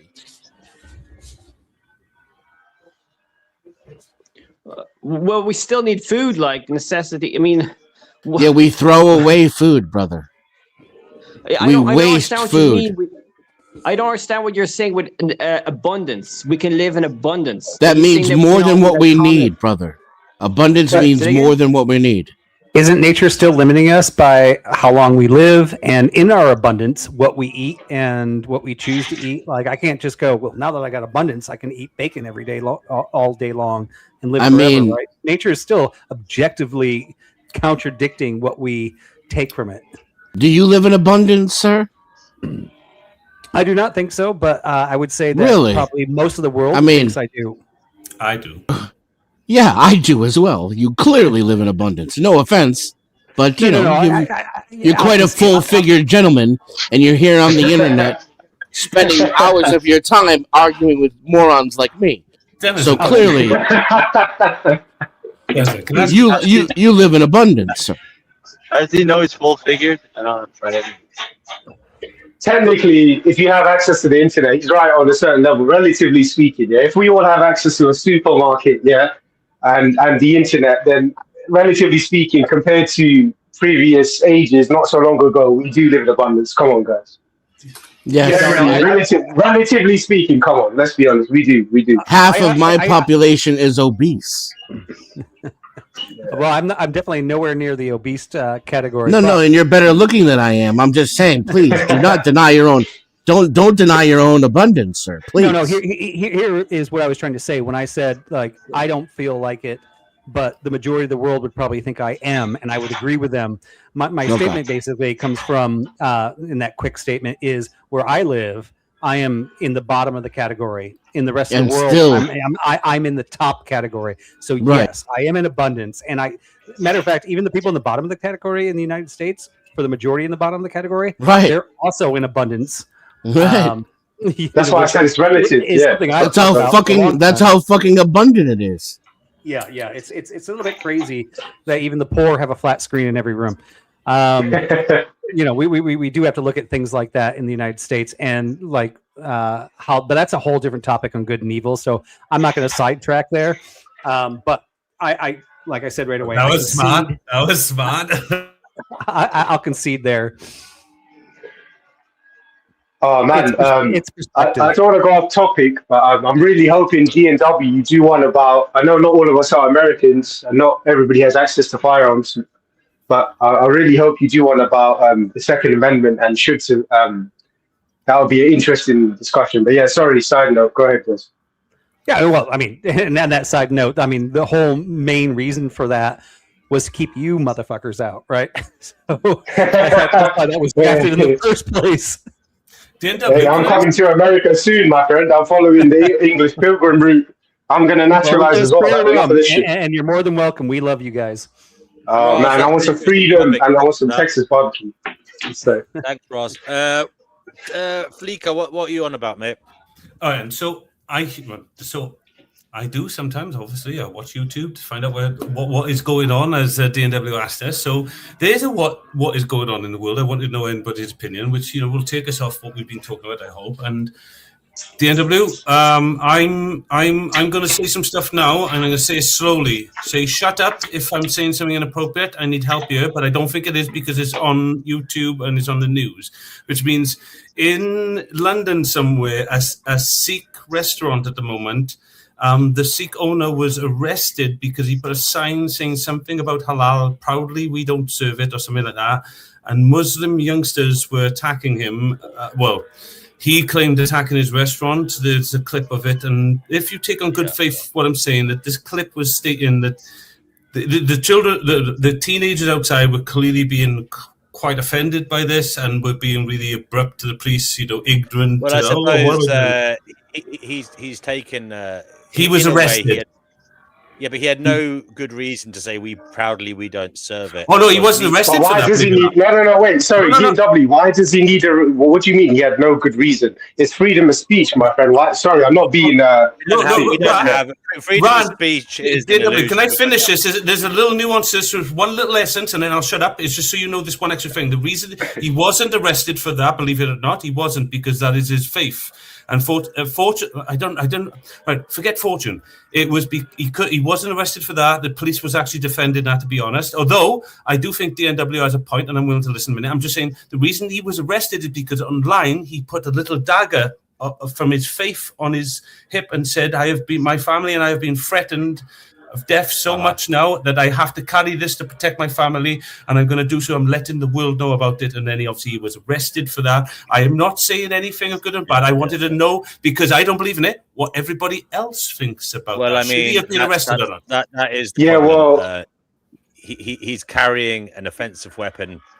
Now, they are allowed to carry it for religious reasons, but he's taken it outside of that, and that's why he opened himself up to being arrested, because that is not the general religious consensus on the matter. It's not to target any one particular group of people, but he's making it out. That's why he's carrying it. So he opened himself up. It was an act of stupidity on his part. It didn't have to happen. Yeah, I agree. At the end of the day, you have to respect the law of the land. And if you breach it, then you must face legal consequences. Like, was it you, DNW, who said nobody should get special favors? Doesn't matter how dark your skin is, whatever the fuck. Yeah. Pretty much, yeah. I'm saying that I like what you're both saying, but as British, we would say something on that. Is there Americans in you that disagree with this at all? Well, they have a different system. Their freedom of expression has a much wider scope, than us. But yeah, I agree. I'm interested. I want to know what they think about it, though, because I'm not saying you guys are incorrect. I'm saying that it'd be interesting to see how they interpret him being arrested. I mean, I personally think countries like Canada and the UK have just, even European countries have gone overboard on stifling speech. Yeah, I agree. If I were you guys, I would be upset. We are very upset. I tell you why I don't think that's necessary, because you can actually say anything the hell you want. It's how you say it. And if you're too dumb to say something in a manner that won't get you into trouble, well, then perhaps it's a social good that you get into trouble, because it shows that, your ideas aren't that smart, because clearly you're not smart enough to say them in a way that won't get you into trouble. Well, but here's the thing. Right? But here's the thing. There's one thing in the United States that say stupid things, and I'm proud that they're allowed to say those stupid things. I'm proud that I'm allowed to come up on YouTube and say, "Look at how stupid this person is," and not have the government. You're allowed to. You're allowed to do it here too. You'll just get into trouble if you. It's worse than that. Illegal. Yeah, but DMW, so now you're not going to say what you really think just because it's stupid to say it out loud. Yeah, but DNW, what about that example where what's the problem with not being able to say stupid things? No, nobody said it was stupid. It would only be stupid because you get in trouble. If they get into trouble, they are stupid because they haven't said it in a manner that meant they weren't going to get in trouble. Only you can literally say anything. No, what he said is not stupid. You can make an intellectual point about anything without getting into trouble. They do it in a manner. What the man said was not stupid. Yeah, but it was just by any stretch of the imagination. The way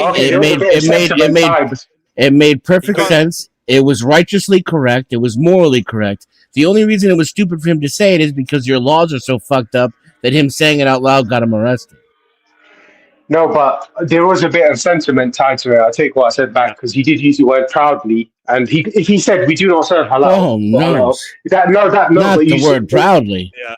He said proudly, so that means there's a little bit of high ground. At the end of the day, he's a bloody meat eater.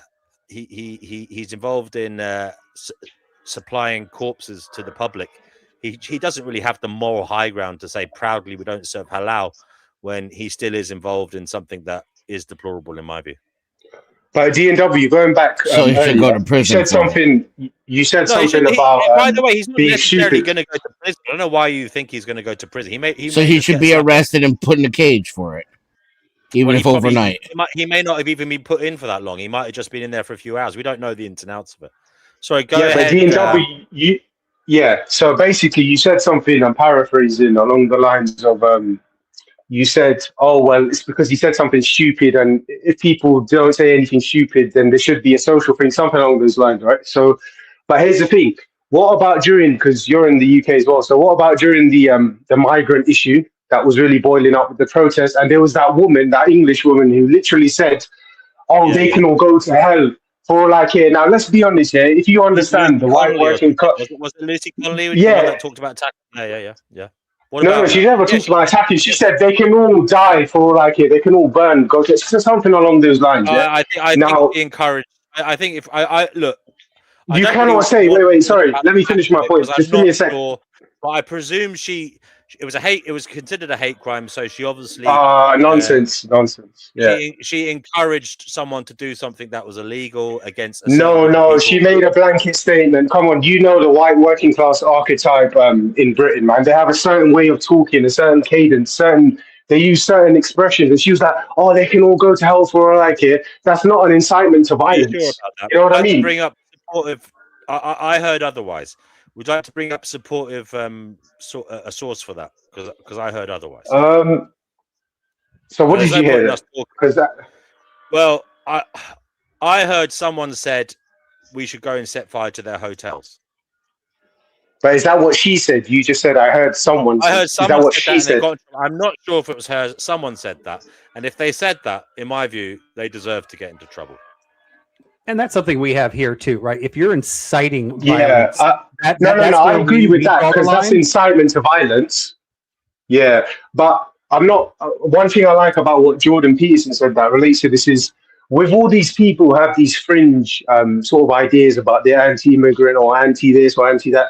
The point is, this is why I believe in freedom of speech, right? So I'm sure a lot of people here do. But what I'm trying to say is, look, there's certain situations where if it's not an incitement to violence, but it's going to cause some type of discomfort, there's certain things you shouldn't say. However, should you have the legal right to say it? Yes. Should you say it?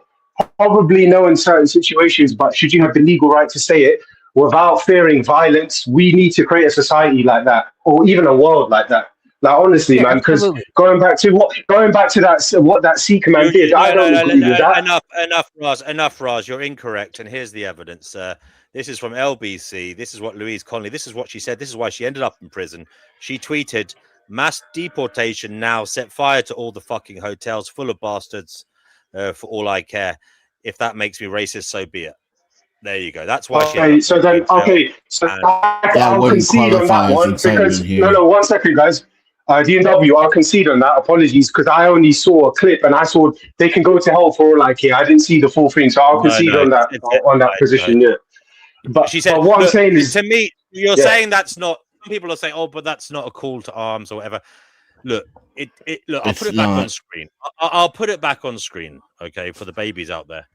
Now this is it. Look, mass deportation now. Set fire to all the hotels full of the bastard. All I care. If that makes me racist, so be it. She is clearly supporting action that would put others in harm, and that is a hate crime. Yeah, no, I said I concede my previous position because when you're saying set fire, others that harm minorities, it was a hate crime. It was dangerous. Yeah, anybody can see that could inspire someone to do something. Yeah, no, fair enough. Could inspire. Anything could inspire. I agree with DNW in light of that evidence. Some things are more obvious than others, and that. Yeah, no. She explicitly said set fire. It wouldn't reach the level of incitement here. Given the timing of it, given there had been fires, given the timing of it, that was a very dangerous and incendiary thing to say.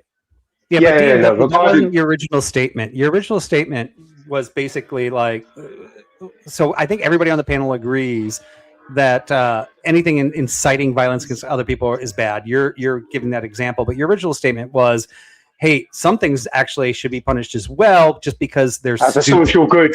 Yeah, no, I agree with what you just said. Yeah, I'm with you on that. That's why I was trying to challenge that position of his. Look. When I say stupid, obviously it's attached to our hate crime laws, which are to protect people from violence, oppression, and being victimized unfairly. That's what I mean by stupid. When I say stupid, I don't mean 2 + 1 is 4. I'm literally applying it to our hate law crimes to protect people from unfairness, given things they can't control, like disability, like gender. So you're okay with like saying, hey, I think a particular race is inadequate in intelligence, inadequate in this. I don't believe they should run for government. Maybe we should take away their voting rights.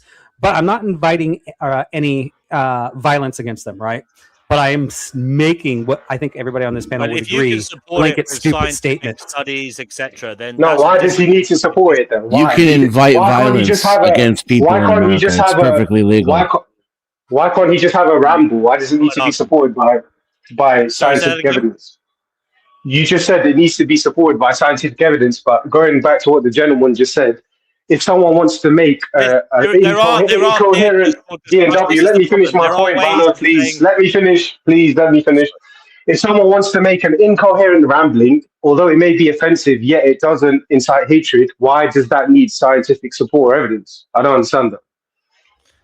actually, scientific evidence wouldn't save them if they were calling for people to be eradicated or not given jobs, not giving housing, etc. Yeah, but we're taking that off. Well, actually, I guess we're not taking that off the table. So you're saying if we are calling for basically removing them from society, that's also a hate crime. Of course. What do you mean Are you calling removing to them from remove society, though? people? Hold on. You need to be clear. Are you talking about holocausting them? What are you talking about? Yeah, No, I'm not talking about exactly. deleting That's a bit anybody. vague. I'm not talking about any eradication of people. I'm just saying So what that type of... I believe that this particular type of person really shouldn't participate in government or. Well, if they're a rights. UK citizen, of course you shouldn't say that. You should. But can I? And if it can be related to their minority status or a protected status under the law, then yeah, you'll be culpable for a crime. Yeah, but it's not just minorities. What? A hate crime, as I've already said. Look up the hate crime legislation. So in your world, hate crime doesn't just involve violence; it's removing somebody from rights. Yeah, exactly. Do you know what the funny thing is, guys? I just want to drop a small anecdote. Yeah, the other month I was doing my shopping in the supermarket. Some guy came, hit my car, reported it to the police. Yeah, filled out a crime report, and there were CCTVs all across, and they couldn't find the guy. But I guarantee you, yeah, if I was to tweet something, even though I don't, or to put something on X that's offensive, the police will be knocking on my door. So what kind of law and enforcement justice is that? I'm not saying that was your point, D&W, but I'm just bringing it up as it's on topic. Well, so I have another that's the sad state of right? that's the sad state of the UK right now. Discrimination isn't necessarily a hate crime, okay? But it could be construed as such if there's verbal abuse attached to it or incitement to hatred or physical assault. But discrimination will be dealt with in another way in employment law, for example. It depends on the arena where you're making the argument. So I want to put the arena in something that's a hot topic in the United States, which is abortion, right?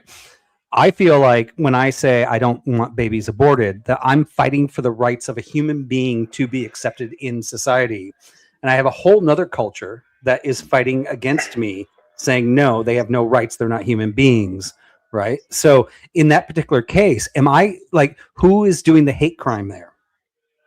No, but here's the thing. Can I just challenge that position one bit? You're saying you're advocating for people to not be aborted, but then are you also advocating for those people to be given a good life as well? Because if you're just saying it for the sake of some type of self-righteous morality, where it's like, oh no, don't kill because you're killing babies.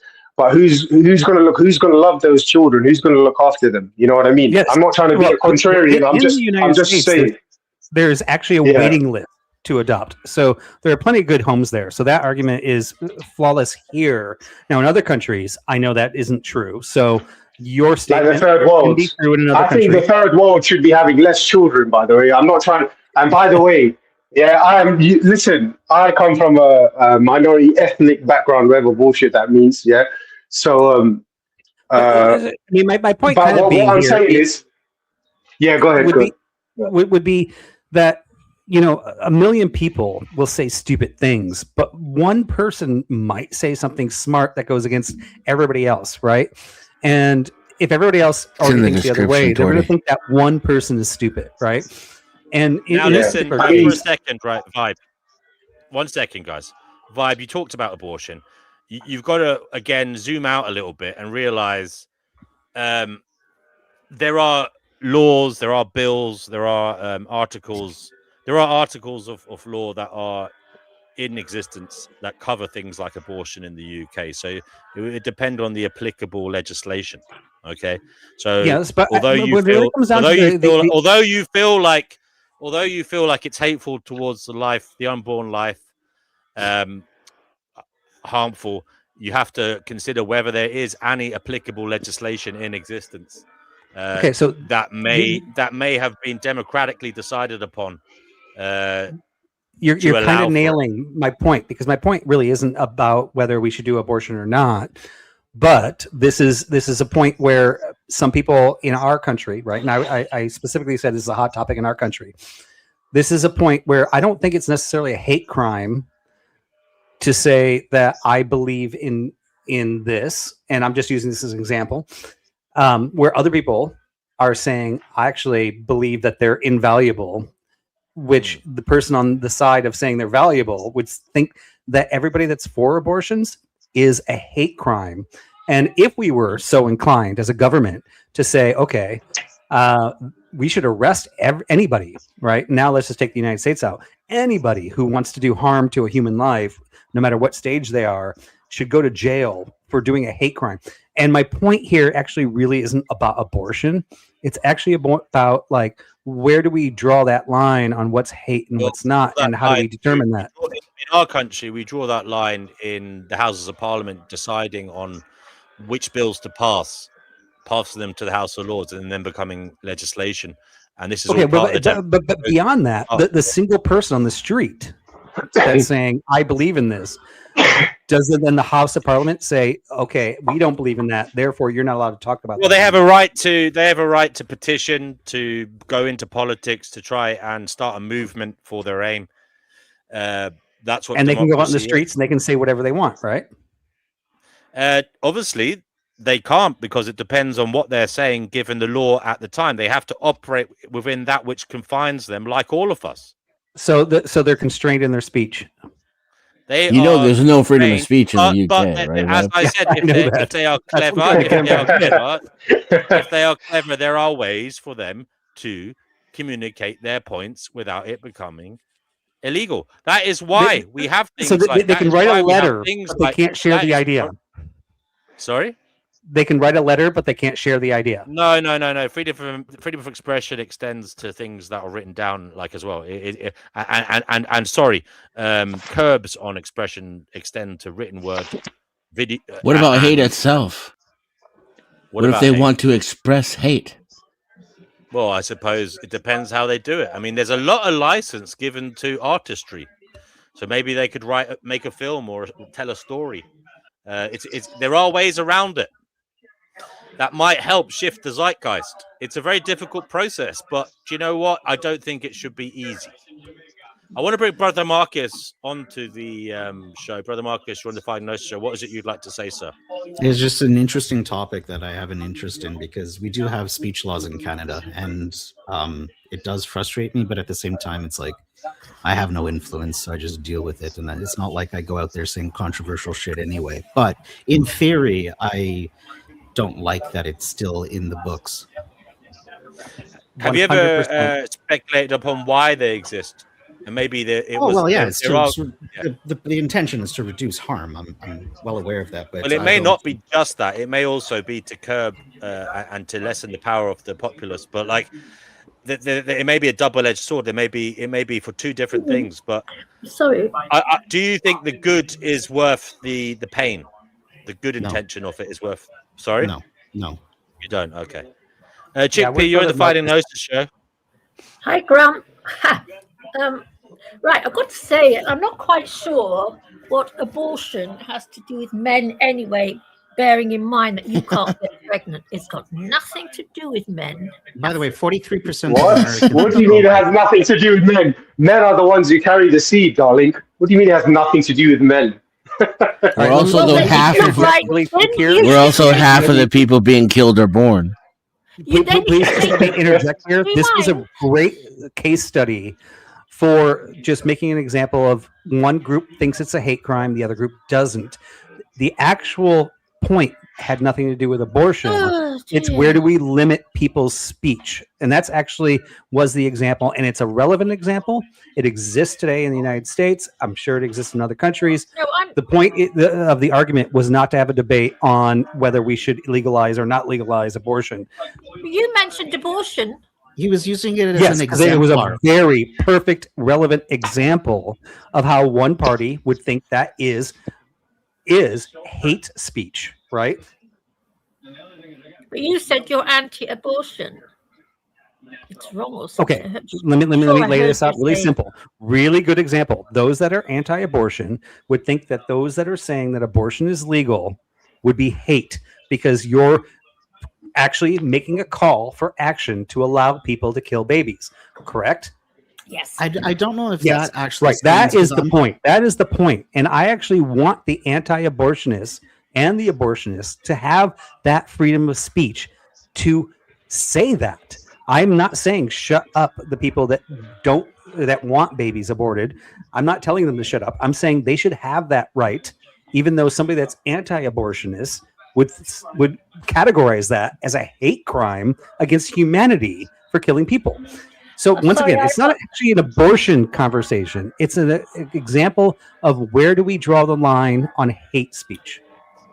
Sorry, I apologize. I'm one of these very pro-abortion people, and if a man says women shouldn't abort, I have a hissy fit. I do apologize. Yeah, but would you classify that as Why is hate it when speech? only a man says? Why is it only when a man says? What if a woman says it? I'm just asking. She's a misandrist, if you But hadn't regardless noticed. if you're disgusted about it, do you shit. think it's hate Fuck. speech? Oh fuck. Okay, never mind then. Yeah, I'm really trying not to do. I apologize. I brought this up, but it is Yeah, perfect but you example. brought it up as an really as an good exemplar example. for speech for free No, speech. but and sorry, hate speech. Chickpea. Can I just ask? Sorry, finish your point. Then I'll ask Chickpea the question. All right. Go ahead. Going to be fun. No, finish your point. It's all right, man. I'll ask after. My interpretation is that he was using it as an example for the core topic of speech and free speech and hate speech and the boundaries that we socially construct on this. And I did have a hard time with the example because 43% of Americans, I think from Gallup, are like pro-life. So even hypothetically putting that, it kind of, I don't know, it kind of confuses me. And also, I'm pro-choice, and I've never thought people who are pro-life are like doing hate speech. But No, it's the other way around. Right. He's saying that when you're saying that embryos or a fetus can be killed in the womb, Yeah, that's because like they're that's like not. arguing for infanticide. I get that. But they literally say that it's because they're not human beings. That's literally the argument that they use. Right. And that's why he was saying, if you're going to talk about dehumanizing or depersonhood, that's a pretty stark example, because it's literally the argument people are objectively making about killing in the womb. Are there? And by the way, it expands beyond that, right? We see this in Norway right now, where they're like, "Yeah, we don't want like Islam here. These people don't belong." We can see it in the history of like the United States with like, blacks are subhuman, right? There's all these people who have like called out like crazy things, and we as a populace end up making the final decision. Brother Marcus said, "I don't even understand why 43% don't believe in life in the womb, why we even have the discussion." Well, I think that 43% have a voice to say, and the other side might say it's hate crime. And that's why I'm kind of going against DNW's original comment where like we have to, if you just make a call, I hate all blacks, let's burn everyone you see, and you're a public figure, I mean, you should be charged for that. That's like a major offense. However, that's like obvious. There are gray lines, and I'm saying that freedom of speech, I should be allowed to say things as long as I'm not calling for a rise of arms to go against that person, what side they're on, right? By the way, I wasn't trying to say not to. Yeah, I agree. I wasn't trying to say not I have a agree with you. discussion. I wasn't trying to say that. I agree with you, that but way. Yeah, no, Brother Marcus, I loved everything you said. I'm with you. And I have like, a why lot I of friends in hopped on Canada was that are because of this leaving discussion. Canada right now because they feel like they're being stifled by freedom of speech.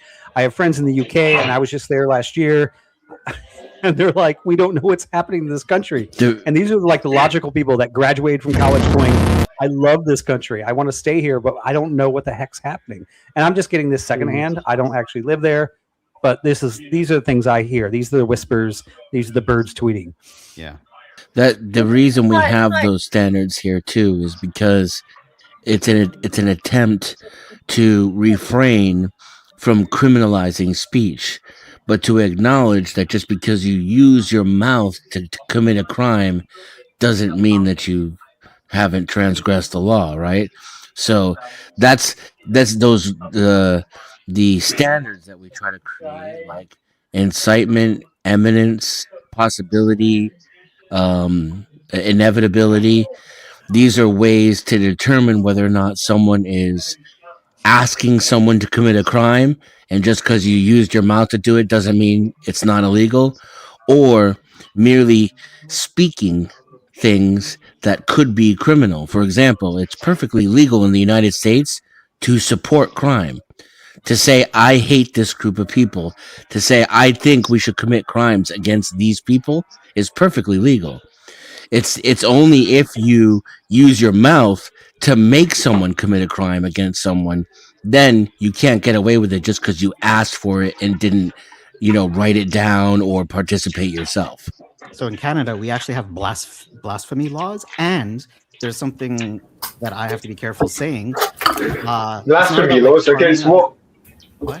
Sorry, can you enunciate what you just said? What do you mean blasphemy laws against which religion? I don't remember. I'm sorry. Okay, no, go ahead. If you type in Canada and blasphemy laws, it probably will pop up. Do you know who Gail Bettencourt is, Brother Marcus? No. I feel like maybe I should. I don't think that you should. It just, your voice sounds exactly like him. Like I can picture him in my head whenever you speak. It's striking, the resemblance. The one it's a little freaky. The one that gets me, and I totally understand why the law is the law. I get the history, the context. And for the record, I don't believe in the people that deny that this event happened in history. I actually think it was much worse. And I think hopefully you guys know what I'm hinting at. I'm not allowed, even though I don't agree with saying that it was less or deny that it happened. I still believe in the right to be wrong publicly. You're like, if you're not inciting violence to the group of people, you're not inciting hatred. Just being wrong about that particular event publicly shouldn't be punishable by law, in my opinion. Right. Did the hints go through, or do I have to spell it out further? No, the Holocaust. We know what Are you talking about the Holocaust? We know what he's talking about. Okay. Now, so why? This is my problem, guys. Why can't we? This is the problem. Hold on. The thing is, the reason it is protected in that regard is because there is a multitude of people who will use disinformation, etc., to deny its truth and for a targeted attack. Okay, literally as a vehicle for hate, as part of their strategy. Now, I agree, it's problematic because we should be able to say that about lots of other groups of people, but we don't. Like, but they should be protected in some way. I mean, maybe they are. I mean, Australian Aborigines, I mean, they got a raw deal, but maybe there is Australian hate crime legislation as well. Maybe they get protection in some other way. But I don't know enough about the subject, so all I know is propaganda. All I know is they have a good argument. They have a good argument that it's there to protect and stop, prejudice and hate. Well, this is the problem, guys. From when we got people on the panel who can't even use the word Holocaust, this is the state we've arrived at, where freedom of speech. You can use it, just can't deny it. Look at the law, buddy. Well, I can't do it publicly. No. Yeah, but you can't even criticize it. Yeah, but why can't you even mention it? Forget even about criticizing it. There's somebody new here. We have a newcomer. I don't know who it is. I'm just gonna put this banner across. You're on the Finding Gnosis show. What would you like to take home? Man, they've been doing that a lot. Person who keeps playing this, like they've done it multiple times now. I don't know what they get out. What name did they just come up under? Batman. He's come for me. It's Batman. Sparta Mix Master. Sparta Mix Master is their thing. So yeah, they're a troll because they came under a different name a second ago. We all have hobbies. DNW, have you read the messages? My wife has had a question in the background she wants me to ask you because she agrees with you, and she just spent the last 10 minutes while you guys talking.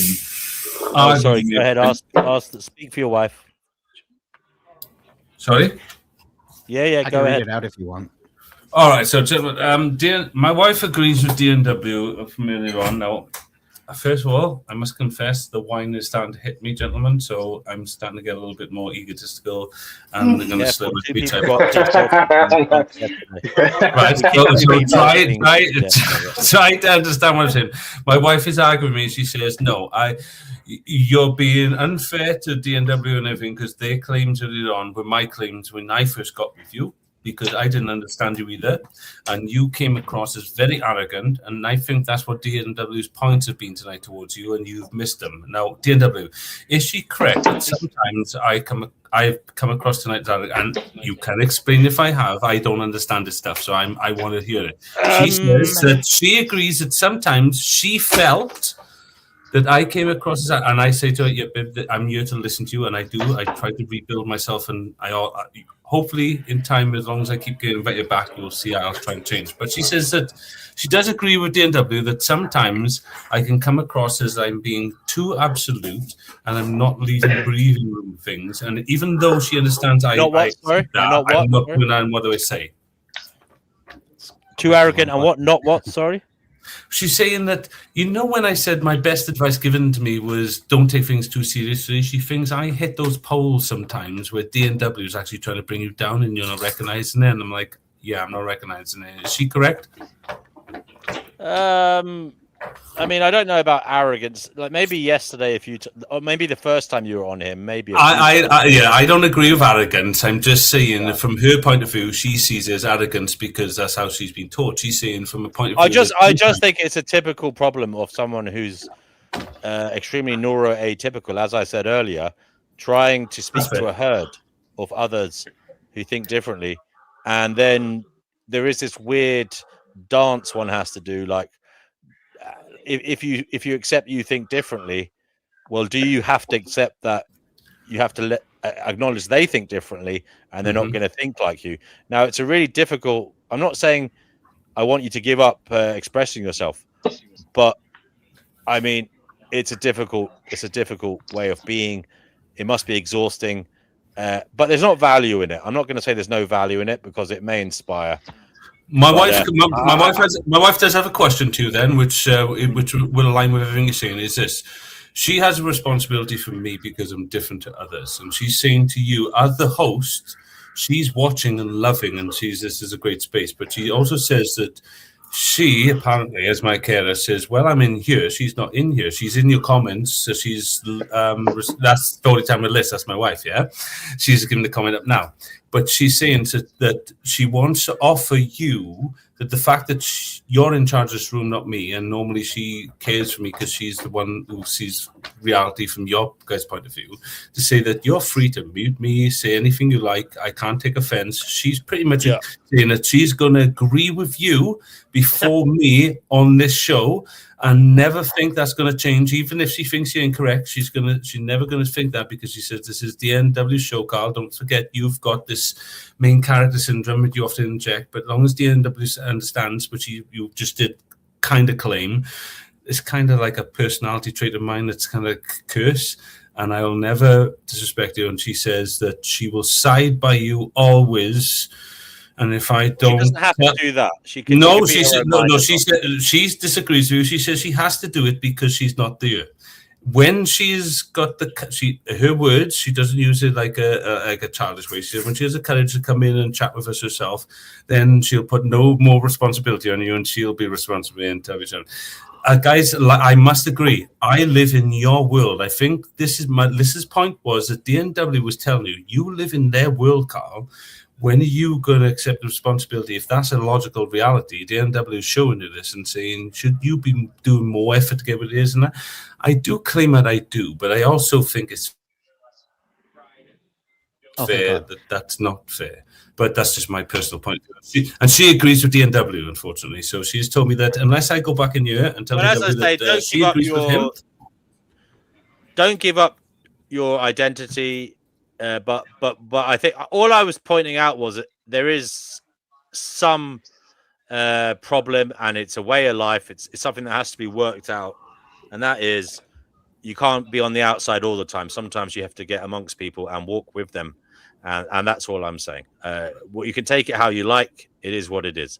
I want to move on. We got a Chickpea. Chickpea's been pretty quiet. Chickpea, do you want to say anything?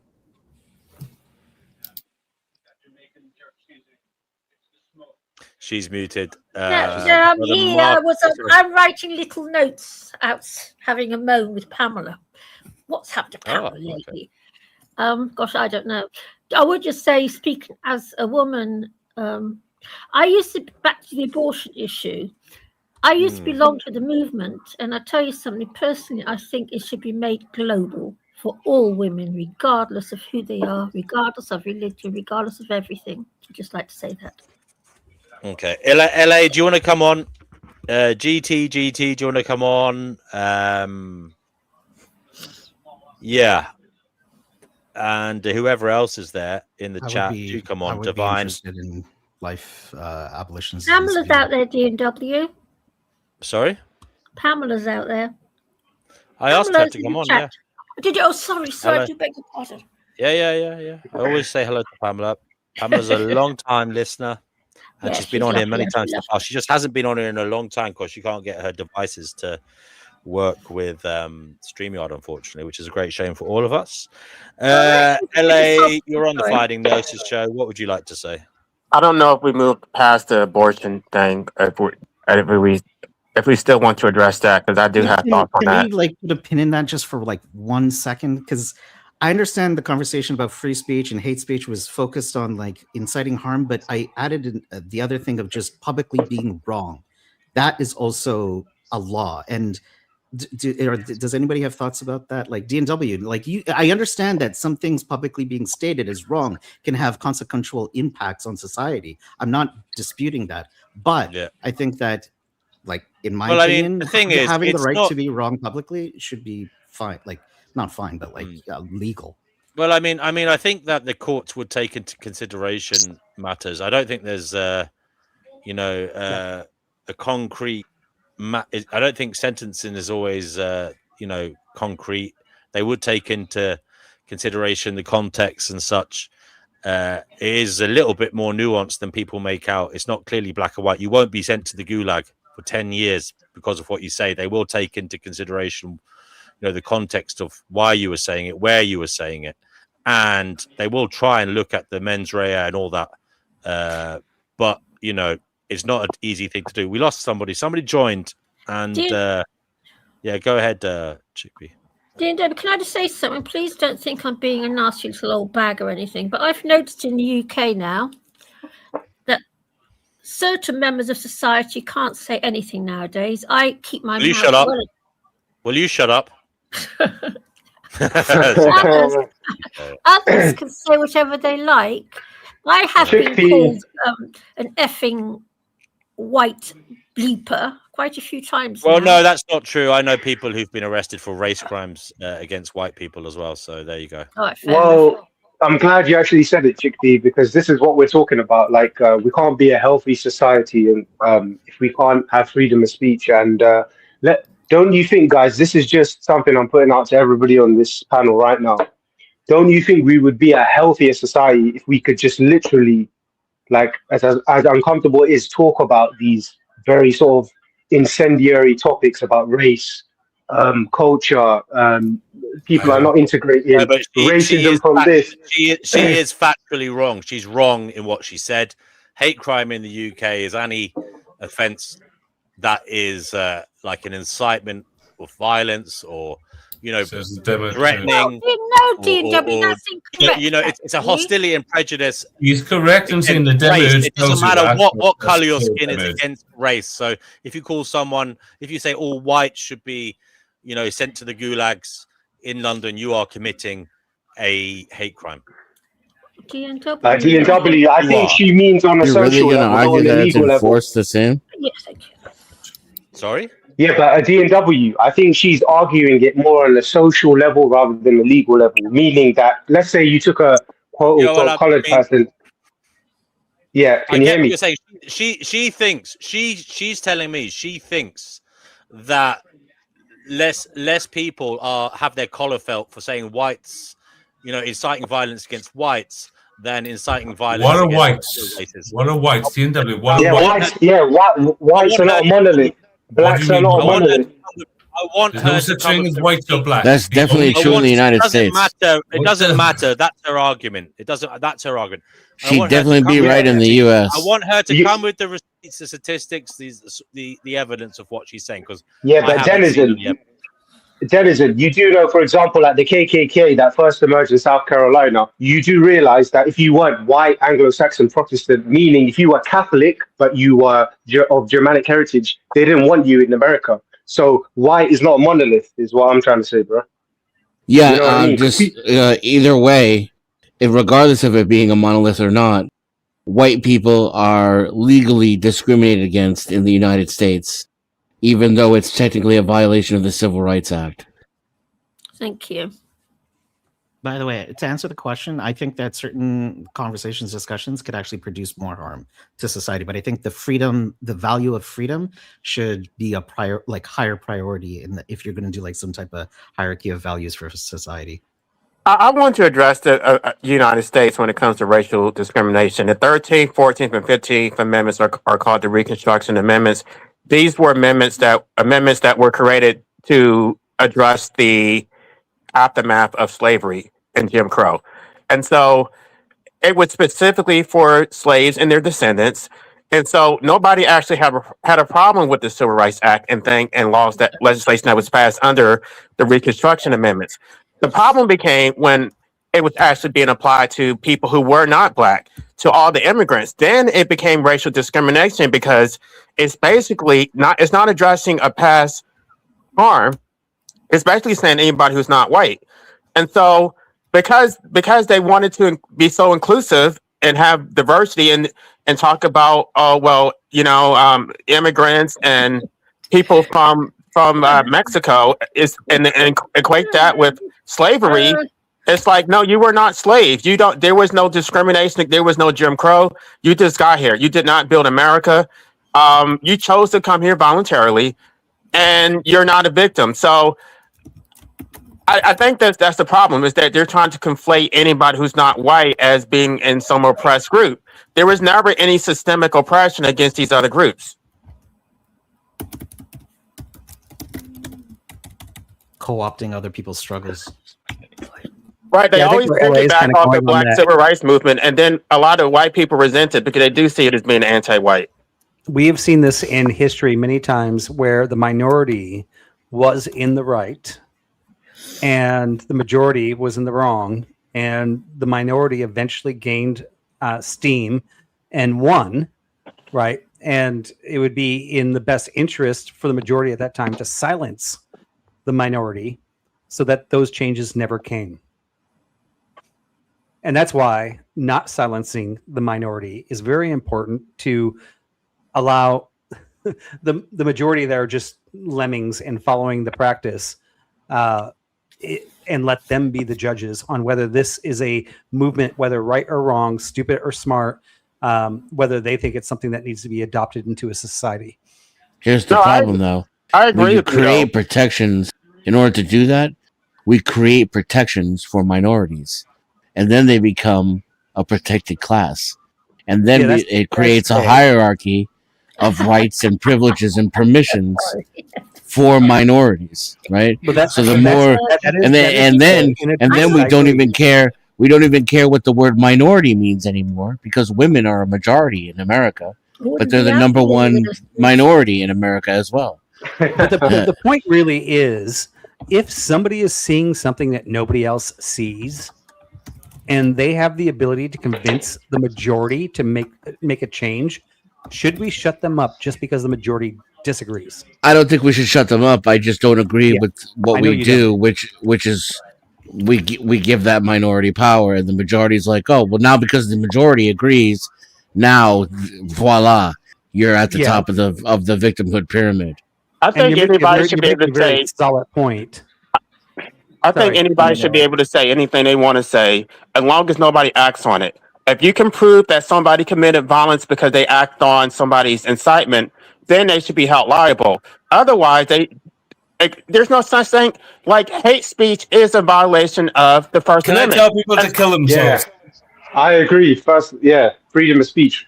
I think I don't even anybody care if you can prove someone acted on it. It should still be stand protected. Can you use a rhyming scheme or something? We don't use that. Be careful what you say, Fleeker. Thank you. The reason why is because no, but it was in correspondence with someone said someone must also be careful what they're claiming. You can't claim something that someone like me can't respond to. That's unfair. I don't mean I do agree with you, DNW, that this is very sensitive. But then on the opposite hand must also be the same. Someone can't claim someone because I can't claim the opposite. What he said was also incorrect. Anyway, what are we talking about here, guys? What are we talking about? It seems like there's two conversations happening. Yeah, we were talking about something completely different. The reason why the reason why it is different when somebody acts on it is because especially if it's a felony, you can be charged as a co-conspirator in a felony. So, for example, if someone is robbing or committing a robbery, and then in the commission of that same crime, that one of the co-conspirators commits murder, you would be prosecuted as what is it, felony murder? Well, or something. felony murder is also unconstitutional, in my opinion. I mean, I don't agree with it, but I think there's a little bit more basis than somebody just saying something that nobody ever acted on. Yes, precisely. Do you care at all what causes murder rather than all punishing? In America, it has to be, you have to have the intent, it has to be eminent, and it has to be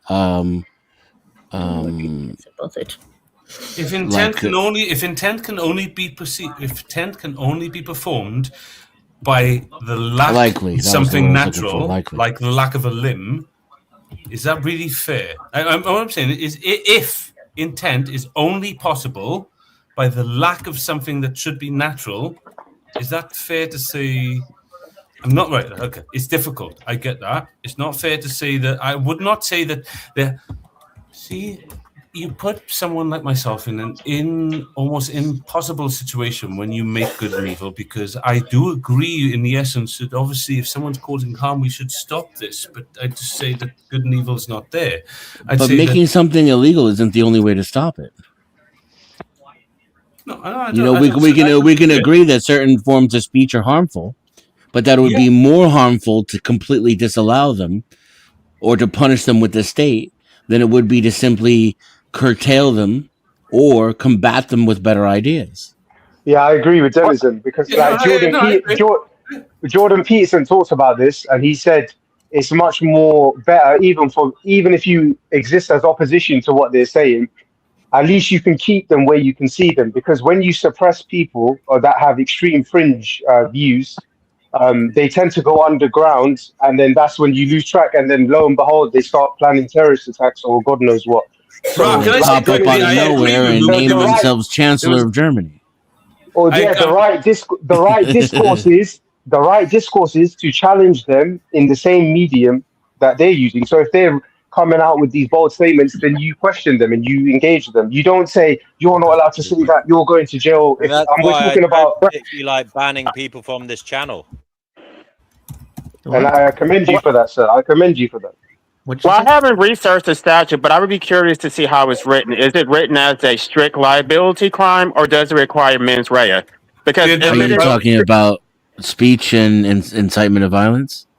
Right. If it's strict liability, meaning I don't believe it's legislative. It's judicial, and you have to have both intent and eminence and likelihood. Because if it's a crime, that would be a statute. That would be a hate crime, a state statute. Yeah, but what determines whether or not it's a crime is created by jurisprudence. I mean, you of all people understand this. The Supreme Court determines whether or not your speech can be criminalized, not the actual legislation.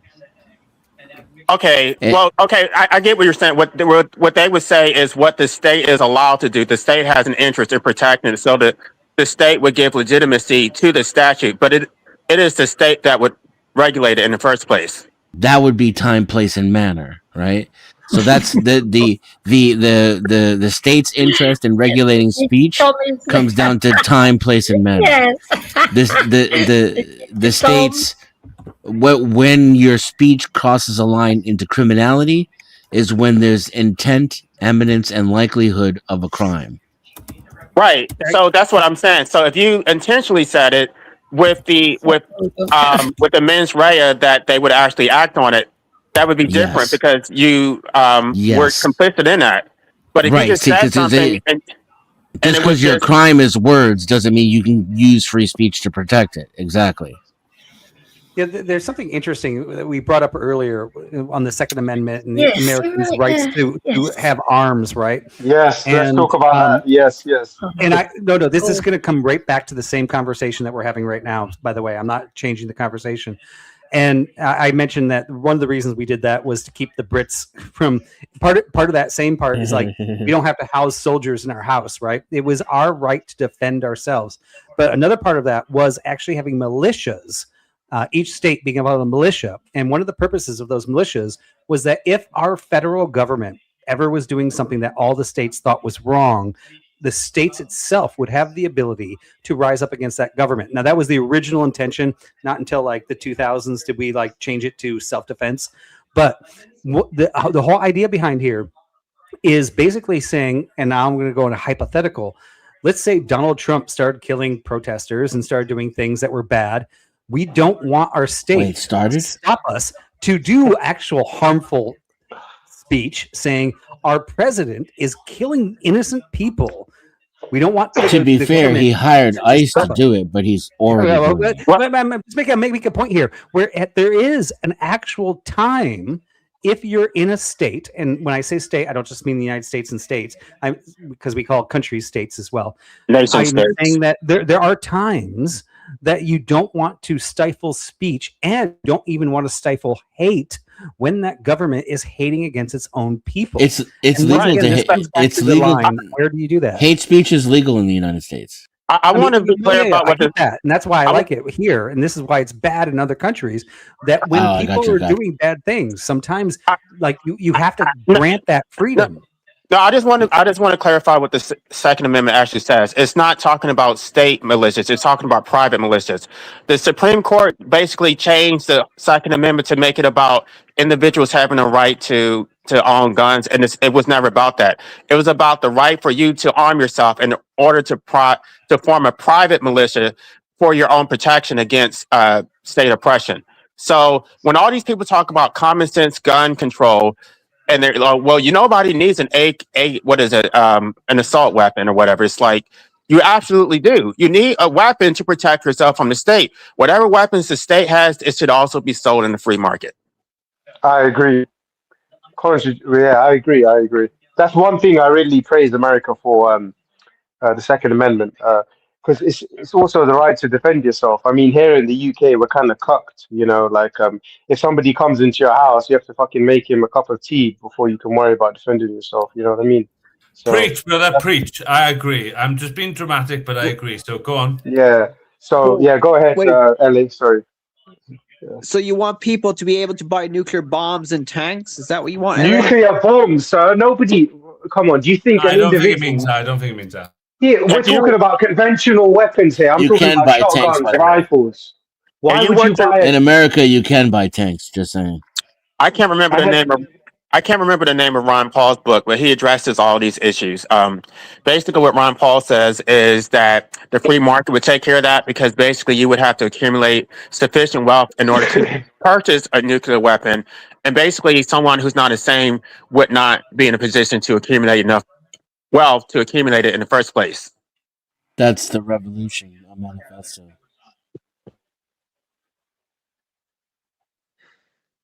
You could be a mad Elon Musk with a nuclear bomb. I mean, there's crazy billionaires out there. Why are you going to nuclear bombs? I mean, why would you trust? Why would you trust like someone like Donald Trump to have access to a nuclear weapon more than a private citizen? Why? Because the people voted for Donald Trump, or you think that he's actually acting in your interests? I would argue no. Not all billionaires are are sane He enough doesn't have to control, be though. able to buy a nuclear bomb. I don't think you should have the right to buy a nuclear bomb. I think it's even if But my you're friend, like nobody's talking about a nuclear bomb. You're right. I think we're talking about conventional weapons, my friend. Nobody's talking about nuclear bombs or mortars or javelin missiles. Like, what are you talking about? We're talking about conventional weapons. You're right, Dennis, and Trump doesn't actually have authority. There has to be a declaration of war, but Congress did pass a Resolution Act, which gives the president authority to make preemptive strikes for 60 days, and then they're supposed to get a resolution from Congress, which they never do. We haven't had an official war declaration since what? What was that, World War II or something? Or was it Vietnam? Yes. No, Vietnam was a police action. Okay, so it was World War II. Yeah, I think so. And also, a general would have to give the order. His next in command would have to confirm it, and then you'd have to have the men follow those orders. I know those seems like they're not important, but they really are a huge factor if you think about it, right? There's a lot of people that have to go along with it for it to actually happen. Yeah, but at the same time, it's like, who's actually going to enforce that? The Supreme Court sure as hell isn't going to do it. What the Supreme Court will do, they'll claim it is a political question, and they're just not going to address it. They're going to represent whatever the president does. Right. But I'm saying in reality, when the president gives the order, a general will have to give the order to the troops, and his next in command will have to confirm before the order is valid, and then the people who carry it out will have to carry it out. And that's actually stopped it from happening in the past, if I believe. The hunt for Red October was based on a real incident, wasn't it? Where Right. I'm sorry. Well, yeah, Trump is basically trying to get rid of all these military generals who don't support what he's trying to do. He's saying that they're fat and they're old and they need to retire. He wants a bunch of sycophants. And I would say that's where he becomes more like a regular CEO who just owns a nuke and can launch it at his whim, right? That's the even more dangerous thing than a president is a Jeff Bezos who can launch a nuke. As much as I don't support the existence of a president, and I think it's abhorrent, at least there's some limitations there. Brother Marcus, Fleeka's wife wants you to start talking more. Yeah, I saw that. Thanks for the compliment. Guys, I just want to shift the goalpost slightly to geopolitics. Do any of you believe we're in the early stages of World War III?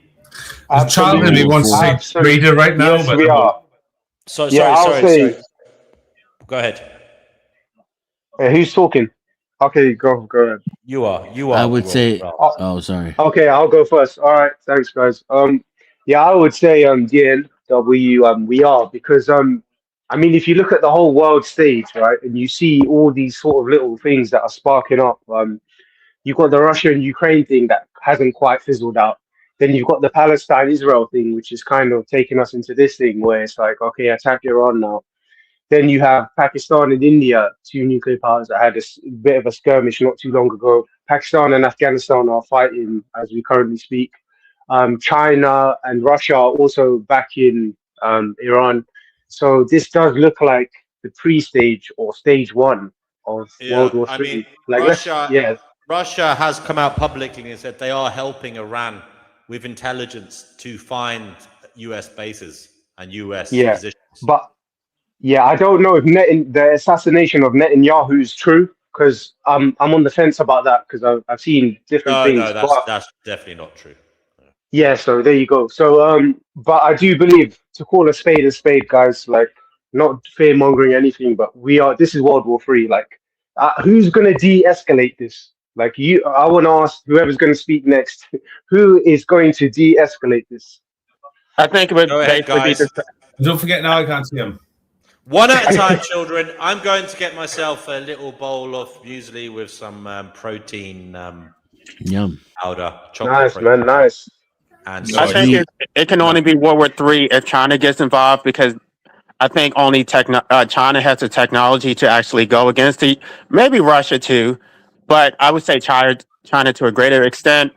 But I think it's going to be a different type of war. It's not just going to be guerrilla warfare. It's going to be cyber attacks and attacks on the currency and like that movie that was on Netflix, how they just hacked into the vehicles and destroyed the infrastructure. I think it's World War IV because World War III defined an era even greater than World War II, and we are coming out of the cold phase of World War III and entering into a warm phase, which is these proxy wars becoming increasingly skirmishes, and I think China is involved.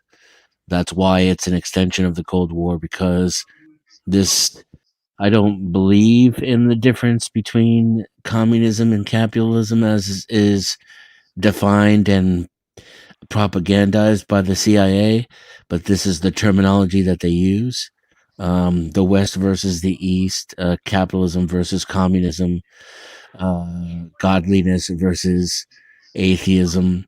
This battle for global dominance that culminated in World War II and led to various proxy wars during the so-called Cold Era of World War III are now starting to heat up again, and more lines are being drawn, and the proxies are going to become more direct as Russia and China start stepping out of the shadows, so to speak, and become more directly involved.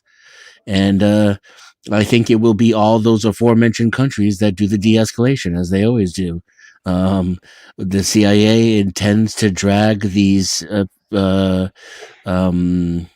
adversaries into conflict in other places so that it will not be drawn to our homeland, and we'll continue to pump trillions and trillions and trillions of dollars into those skirmishes in an attempt to deflate the economies of our competition on the planet, those we see as in competition for resources, especially oil.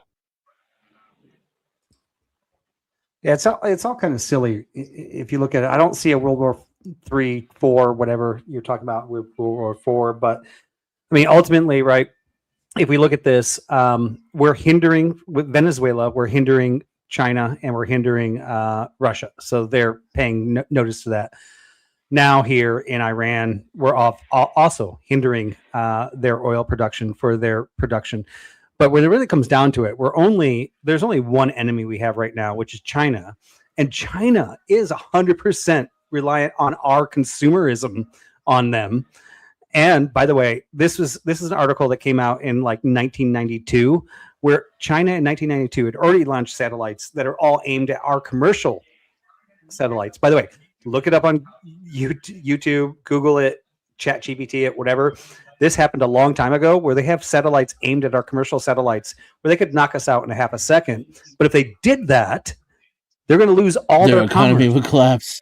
Their economy would collapse, right? So, like, we're in this really strange stalemate where, like, China wants to beat us. We want to beat China, but without us, China doesn't exist, and without China, we don't exist in our, as I mentioned, like I think an hour and a half ago. Current consumer like every state. poor person has a freaking flat screen TV on their wall, right? Exactly. So, like, I want to push back against that because China does not really need us. The only reason they even engage with and trade with us in the first place is because the U.S. dollar is the gold standard. Once they drop the U.S. dollar, they're just going to trade with everybody else, and so they're already doing that. So China is already close. The United States consumes more than the rest of the world combined. Right, and we don't produce anything, so we're actually more dependent on China than they are on us. We produce the majority of the world's food. Matter of fact, we produce two really, really good things. Like if we were to become a capitalist country in the sense that like we were a company like Google or anything like that, we have two things that we can sell. We can sell food and we can sell military. Okay, Yeah. but at the end of the day, And even though we use Yeah, that's true. manufacturing around the world to create our technology, it's still our technology that's being invented. Yeah, at Americans. the end of the day, we still have a Definitely. service. We still have a service-oriented economy. Most people are not employed would at Here at home. our home, economy. yes, but globally, This is that's the not only how reason they China haven't launched interacts with missiles. us. China wants to dominate us, but they also know that we're their number one money supplier. I don't And they don't need can't money. create their own oil. It's They not even can't make money. their That's not own true for energy Russia. standards. It's not even money. It's currency. Money is not the same thing as No, currency. it's not currency. It It's is not currency. currency. It absolutely is currency. No, The only reason it has value is because the only reason it has value is because the U.S. military. The military goes around deploying force to ensure that all these other countries accept the U.S. dollar. But once they drop it, the U.S. dollar becomes completely worthless.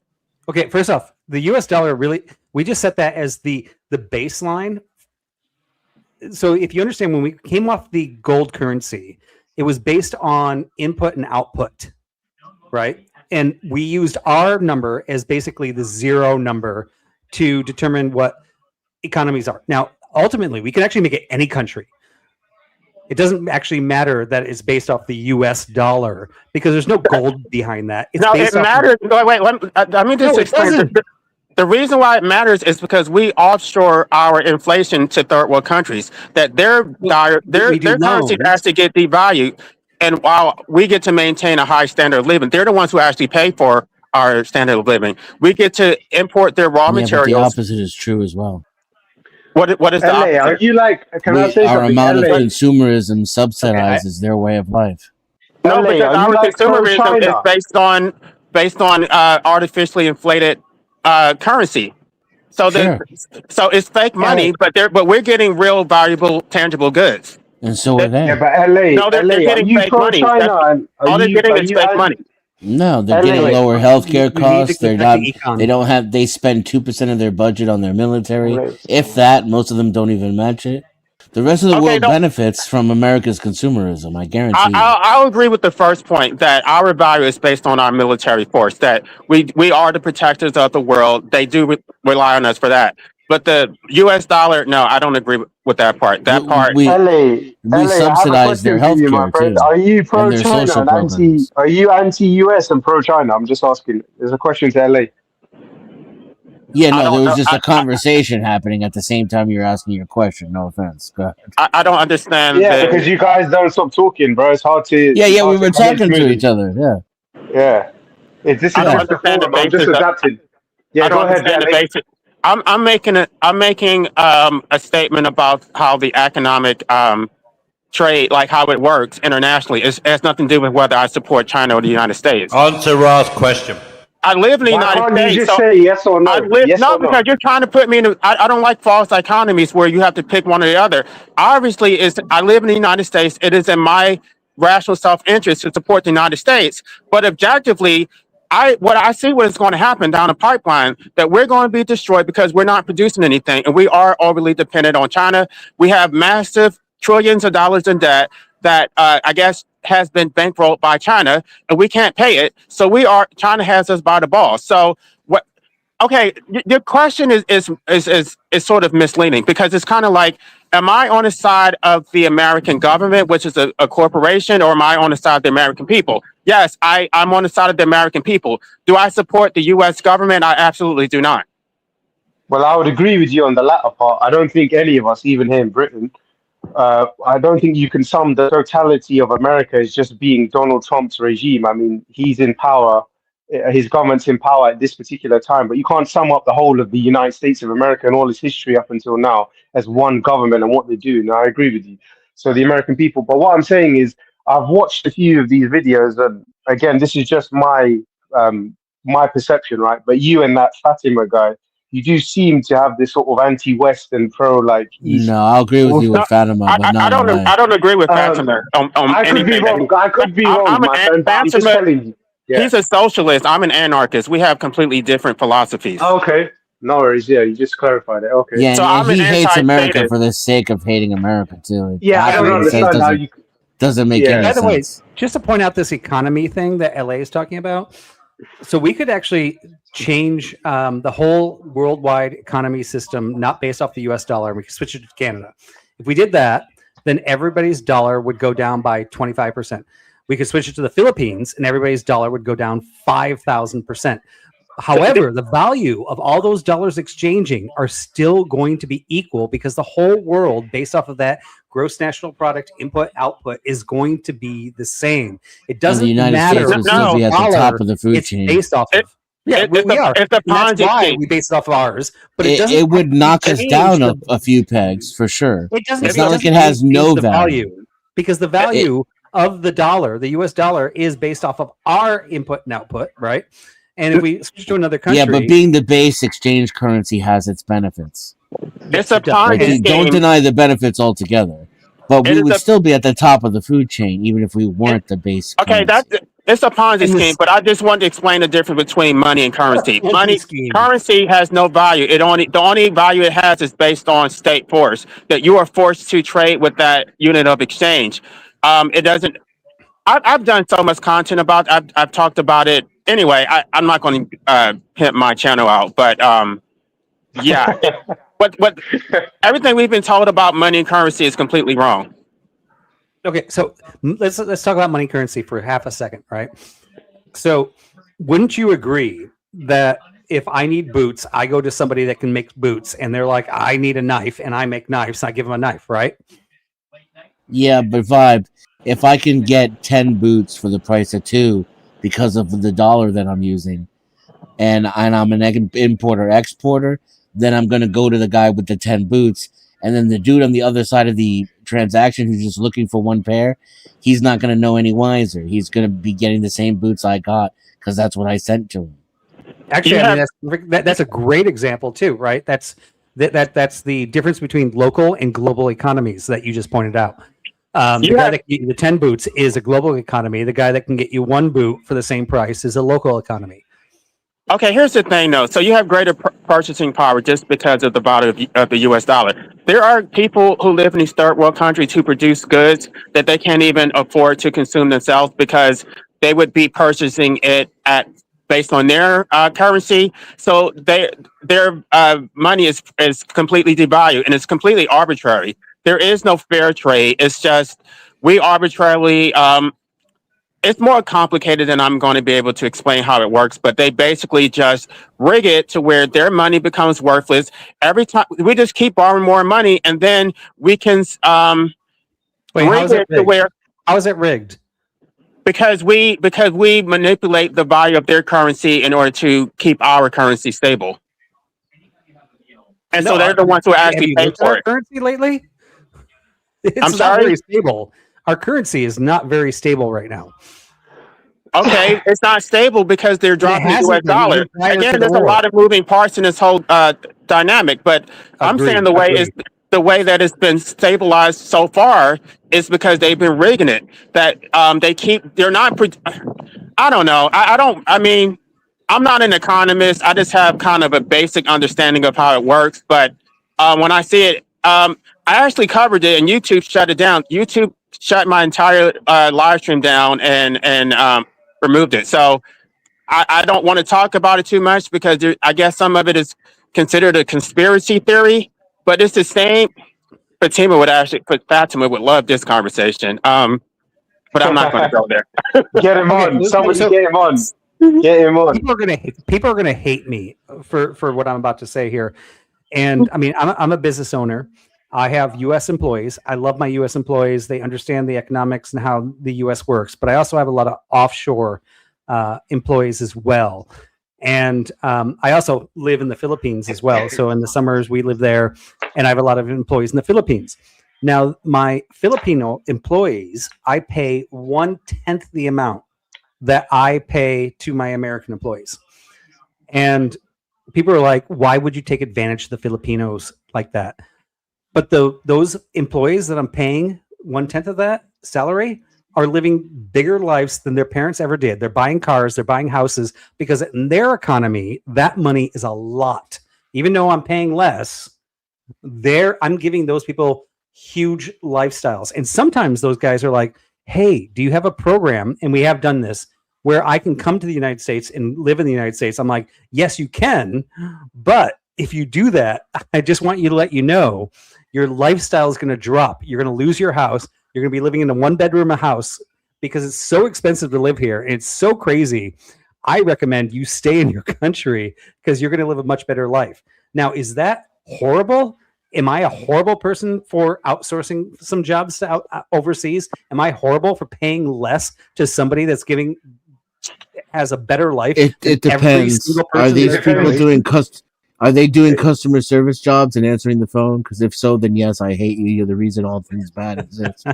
Yeah, I was going to say, it depends who you ask.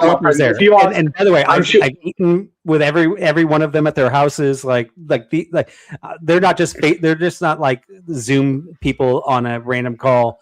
Because I live there and I interview every employee, and maybe I'm different that way. Can I ask a question, guys? This is just everyone, yeah. Like, it's very easy to criticize this gentleman here, how he's talking about his business strategies, but sometimes I think, as humanity, we're all very disingenuous because, like, if we was in his position, like, life is always about maximizing your leverage. Like, let's be honest, guys, we'd probably be doing the same thing. He's trying to maximize his profit and obviously be a little bit altruistic, but it's very easy. Oh, I hope I wasn't given the impression of the opposite. and look at this I would probably pay less than 5. I'm a motherfucker. Let's just be honest. I can't hate this guy because he's just playing the game. He's playing the game, man. He's a much nicer guy than I am. I am playing the game, yes, but at the same time, we're all deny that game. I'm helping people. Like, for example, who's that, by the way? That just spoke. Is that Vibe? That's Vibe, yeah. Yeah. So, for example, in the UK, in London specifically, right, we have Transport for London, and there's a big hysteria about our sort of train drivers, how they're always striking, and it pisses people off. I understand because they basically are the gatekeepers of all of the commerce and the transport and people getting to work, and they tend to strike, and people call them all sorts of things. But what you need to understand is, like, they're just playing the game. Like, they have that leverage. Like, the CEO of a company who cuts himself a nice bonus out of the profits is just maximizing his leverage. Now, I'm not saying I'm a diehard capitalist and I think there's nothing wrong with it. It's the best system ever. But ultimately, guys, if we're honest with ourselves, whatever level you are in the hierarchy of capitalism, you're just trying to maximize your leverage. If you're an employee at the bottom, you're probably asking for, a rise in your salary, more better holidays, more holidays, etc. If you're an owner or a shareholder, you're probably trying to do the opposite so you can take more of the cake. But ultimately, guys, we're all trying to maximize our leverage. I don't know. What do you guys think? Yeah, I think that's really, really interesting, right? And I mentioned earlier, I'm a Christian, and I was reading Deuteronomy, right? And I read this one verse in between, like, marriages, where it says you should never muzzle an ox when it's grazing. And I was like, what the heck does that mean? And why is that the middle of everything, right? And so I did some research on it. It was basically saying you have an employee that is working. If you muzzle that employee, you're taking away the benefits from that employee of the work they're doing. By muzzling them, they can't eat while they're actually producing for you. Now, I've taken this personally as a capitalist and a Christian as saying everybody has to succeed. And I know this sounds a little bit socialist, but I'm not a socialist. I believe that you should reward those, and this is all through the Bible. Reward slaves when and we can go into the whole dichotomy of slaves. That's a whole other topic.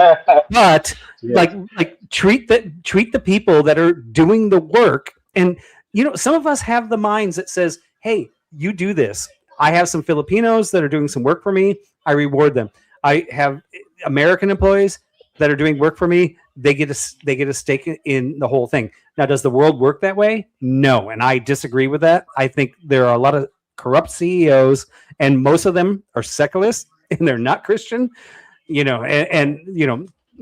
Christian or atheists love to be like, Christians cause all this harm. I'm like, what about all the harm that's happening with all of capitalism in the world where they don't actually think this way. And this comes back to the original thesis of this conversation. What is good and bad? Speaking of leverage, oil just hit $120 a barrel. Yeah. I mean, yeah, I agree with you, Vibe. At the end of the day, it's just one of those things, man. Like, this is the game of life, isn't it? Whether it's, well, I'm definitely not communist, because we've seen where that leads to. I'm not saying capitalism is perfect, but if I had the choice capitalism all day, I would never live in a communist. I like individual liberties, freedom of expression, those good stuff. But yeah, if people criticize it and say Christian, again, going back before I got disconnected, I don't believe like Christianity is one thing. Like, I don't believe, like, people use it, it's very polarizing to say things like that, like, oh, Christian people, you know, they genocided the Native Americans, or Muslim people, Islam, they did this, you know, terrorism, or, you know, this and that, and then white people, this, they're all racist, and black people, this and that, and it's like, I don't believe like all of these things are monoliths. Like, there's so many sort of nuances to it. You know what I mean? And that's Good where, point. and that's where, as a species of human beings, we go wrong. Because, like, for example, I said white is not a monolith because there's certain white supremacist groups like the KKK when they first were active in South Carolina. If you was a sort of white English person but you was Catholic, they didn't want you in America. They It's didn't going to want be you. the largest demographic too. If you think of what's Yeah. funny is like, so technically, right? Whites are dying off, and other people are growing their population faster, but white is still going to end up being more than likely the largest growing demographic because they're just going to start considering other people to be white and putting them in there. Well, I Yeah, have a that's an question interesting way about of looking at it. Christianity. What are your views about usury? Because that, I mean, when I was a Christian, I was taught that usury was wrong, that it was ungodly. When you say usury, sorry, Ale, can you Usury, I'm define it? talking about when Do you you mean don't work, when you don't interest? produce. When all you do is manipulate the markets and you know, like stock trading and things like that. That's usury. Or you're just skimming off the top where you Oh, so you're talking about interest. Sorry to cut you. Are you talking about interest? I'm Yeah. talking about all of that. I'm talking about the manipulative exchange rates. I'm talking about exploiting you know, the currencies and investing without actually producing. All of that is usury. Yeah, I That's how think I make my living. Vibe will have to answer that because he's the Christian. Eh? Vibe, do you want to give us a response, mate?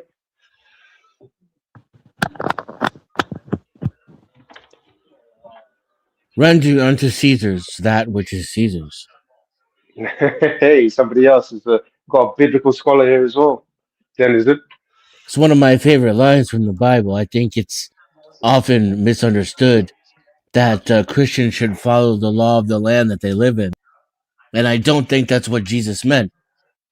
I think Jesus was being snarky because they were trying to trick him into speaking against taxes, which would have put him in risk of being arrested or harmed. And instead, he said, look at this coin. And what do you see? And the fact that it had Caesar's image on it, it was his way of saying, this is not of my world. It's not of my concern. Let this be Caesar's problem. And let the problem of humanity and spirituality, let that rest upon my shoulders. But didn't Jesus also say, "He without sin cast the first stone," meaning he in some way circumvented the Hebrew law of adulterers and adulteresses, sorry, should be stoned to death. Right. He wasn't saying go ahead and find No, but somebody that's who what I'm has saying. no sin, right? He's But saying, then, who among wasn't you that? has no sin? That's what he was saying. No, but what I'm trying to say is, yeah, you can play with the words, but his whole intent would. Okay, let's draw an inference that he was trying to circumvent the natural consequence of doing what the Romans would do in terms of what the Jewish law was back then, meaning stone that woman to death, because that's the consensus of, you know, the ethics at play here under that level, under that form of Judaism. an adulterer should be stoned to death, but didn't he try to circumvent it? So wouldn't that go against your first point about render unto Caesar what is his? Like, It I don't wouldn't know. go against It's just a my thought, man. point. It would go against those who think that he meant to follow the law. So what I do you think he say was he meant? saying the law is Caesar's problem, right? The matters of faith are what I concern myself with. Same thing But with turning the other cheek. yeah, but A lot matters of of people faith think that also become he law, no? said to turn the cheek in order to avoid confrontation or violence, and I don't think that's what he meant. I think that he was saying that if I offer you my other cheek and you strike me as equals, then I can challenge you as a man instead of to be demolished as a slave. But in those societies, I'm sure that like faith and the law weren't really separate because the Jews at that time, or the Hebrews, let's call them. I don't want people to think I'm being anti-Semitic. Let's say the Hebrew society at that time, were they not asking for their own sort of religious law to be implementing, which is stone the adulterers? So faith, and at that time, I'm saying in that society, faith and law were kind of intertwined. Would you agree? He's saying the opposite. Yeah, so that's what I'm saying. So he's not rendering unto Caesar, is he? Because he's trying to circumvent the natural consequence of that faith-based law, which is stone the adulterers. Well, he would So render the coin and the matter of tax unto Caesar. but then what about the laws of the land? Don't they come under Caesar? The laws of That's the what I'm land are saying. not the laws of faith. No, but what I'm saying is the laws of the land are part of the sovereign ruler, right? But the demographic of that place was majority Jews, so they were asking for their faith-based law, stone the adulterers, to be implemented. So would you render unto Caesar that? What I'm saying. That's what I'm saying. Would you agree with that?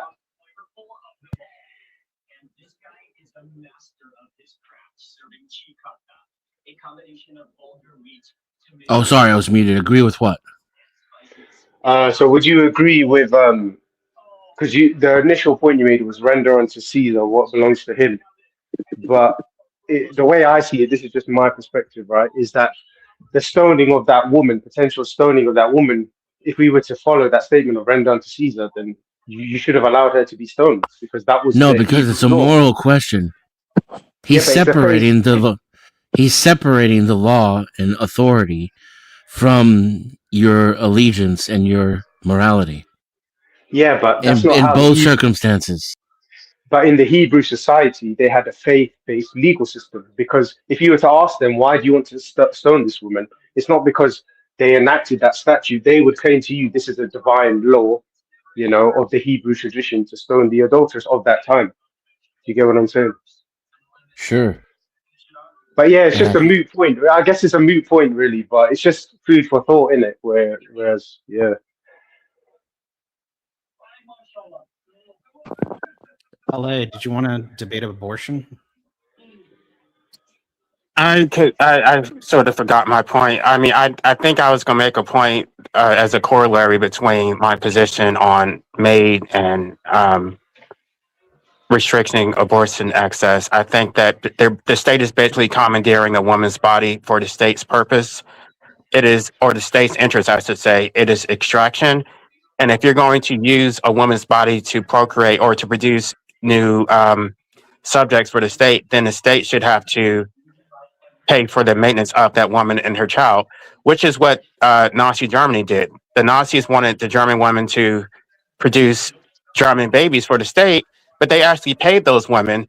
But our state wants to force women to have children, and they provide no remuneration. So that's my issue. It is slavery. The state does not, it goes beyond the scope of legitimate government. It was a right that was protected under common law. It is a natural right that even animals engage in infanticide. So the state has no legitimate authority to regulate abortion or anything. I would even go further than that, but I don't want to say it on D&W channel. What about fathers' rights? Okay, maybe it's not even about the father. I'm just saying I want the state to be involved. That the state should not regulate. I would say that the father has standing to, I guess, protect his interest in that child. Just I would say the father has an equal interest to the extent that the father is willing to accept financial responsibility. Only thing I'm saying is that the public, the state, all these third part, like the public in general, they have no standing whatsoever.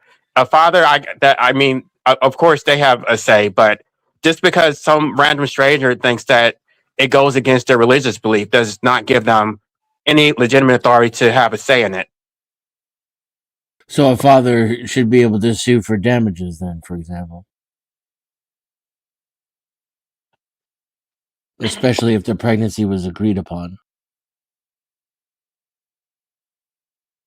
I don't know how. I mean, I would say preemptively that if the woman was about to get an abortion, maybe the father should be able to get an injunction to prevent her from doing it. The reason why you can't get damages, and which is problematic, which goes against the reason why you can't get it is because the Supreme Court does not recognize your personhood as a property interest. That is the reason why they're able to criminalize medical assistance in dying. It's considered a liberty interest, not a property interest, which is incorrect. So even if you recognize that there was a violation, it would be a violation of a liberty interest, not a property interest. So you would not be able to get compensatory damages.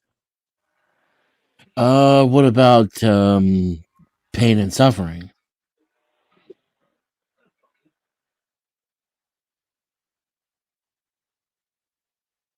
I'm trying to. You mean like intentional infliction of most? It can be negligent emotional distress. It would have to be intentional. That they intentionally inflicted emotional distress. I mean, I don't know how that would play. I haven't given much thought to that, so I'm like trying to come up with an answer. I do support fathers having rights, provided that they're willing to pay for their share of the financial responsibility. I'm not sure how it would actually play out in terms of punishing the mother for terminating the child. But at the same time, I would assume that you would be married in that context. So I would afford greater protection for a husband whose wife terminated the infant or fetus, whatever. If you were unmarried, it's kind of. But at the same time, I don't support child support. I've had this whole discussion on Tiff Mann's channel. So I think if you're not married and you're not living in the same household, then you basically forfeit your right to any financial protection. That's how it works in the animal kingdom. If a lioness leaves the male lion, she does not receive protection from that male lion. So I don't see how it works where you get to enslave the father and he has to pay like 40% of his income and he can't survive. And the state just garnishes his wages and he has no say in how that money is spent. It's the most oppressive system ever. LA, can I ask you a question? And I apologize because I actually heard my name called while I was making noodles for my kids. I apologize, DNW, that I didn't respond. But I mean, and that was on the Caesar thing. But I mean, coming to your point, LA, right? Let's just say we have two people out of wedlock. We're not even considering religion here. And we have an oopsie. Somebody's pregnant. And as a father, I'm like, oh crap, I wasn't expecting that. And the mother is like, oh, I wasn't expecting that. It's both of our DNAs there in the womb, right? Now, this is not even a question of religion or when life becomes life. This is a question of saying there is a man and a woman's DNA. Now, it just happens to be in the woman. And the man goes, you know what? I don't care whatever his reason is. He's just like, I have a conviction. I did an oopsie, but I'm going to raise this kid. I'm going to do whatever I can to raise this kid. And the woman says, you know what? It's not convenient for me. Does he have a right? I think it's a little bit more complicated than that. If you want to say if you're going to, the basis of it, I'm assuming would be an implied contract that you had an Yeah. agreement with her or something. But at the same time, if No that is the contract. case, No if that contract. is, It's an oopsie. There's no It's an oopsie though, Vibe. The contract is when you agree to have Okay. unprotected sex with me. That isn't. I'm gonna the 100% only, agree with you on that.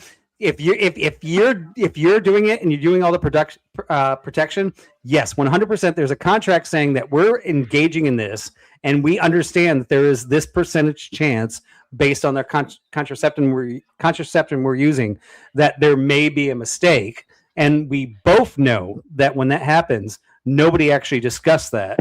So here we are in this scenario where it happens. okay, I think it's easier to take a position if they were married. It's No, a no. little bit more. No, I'm going. Let because me that's just not finish. how Let me that's not just how it finish. happens. Let me finish. The reason why it's complicated because if the man has an interest in that child, that woman also has an interest in her body because she's going to have to take off work.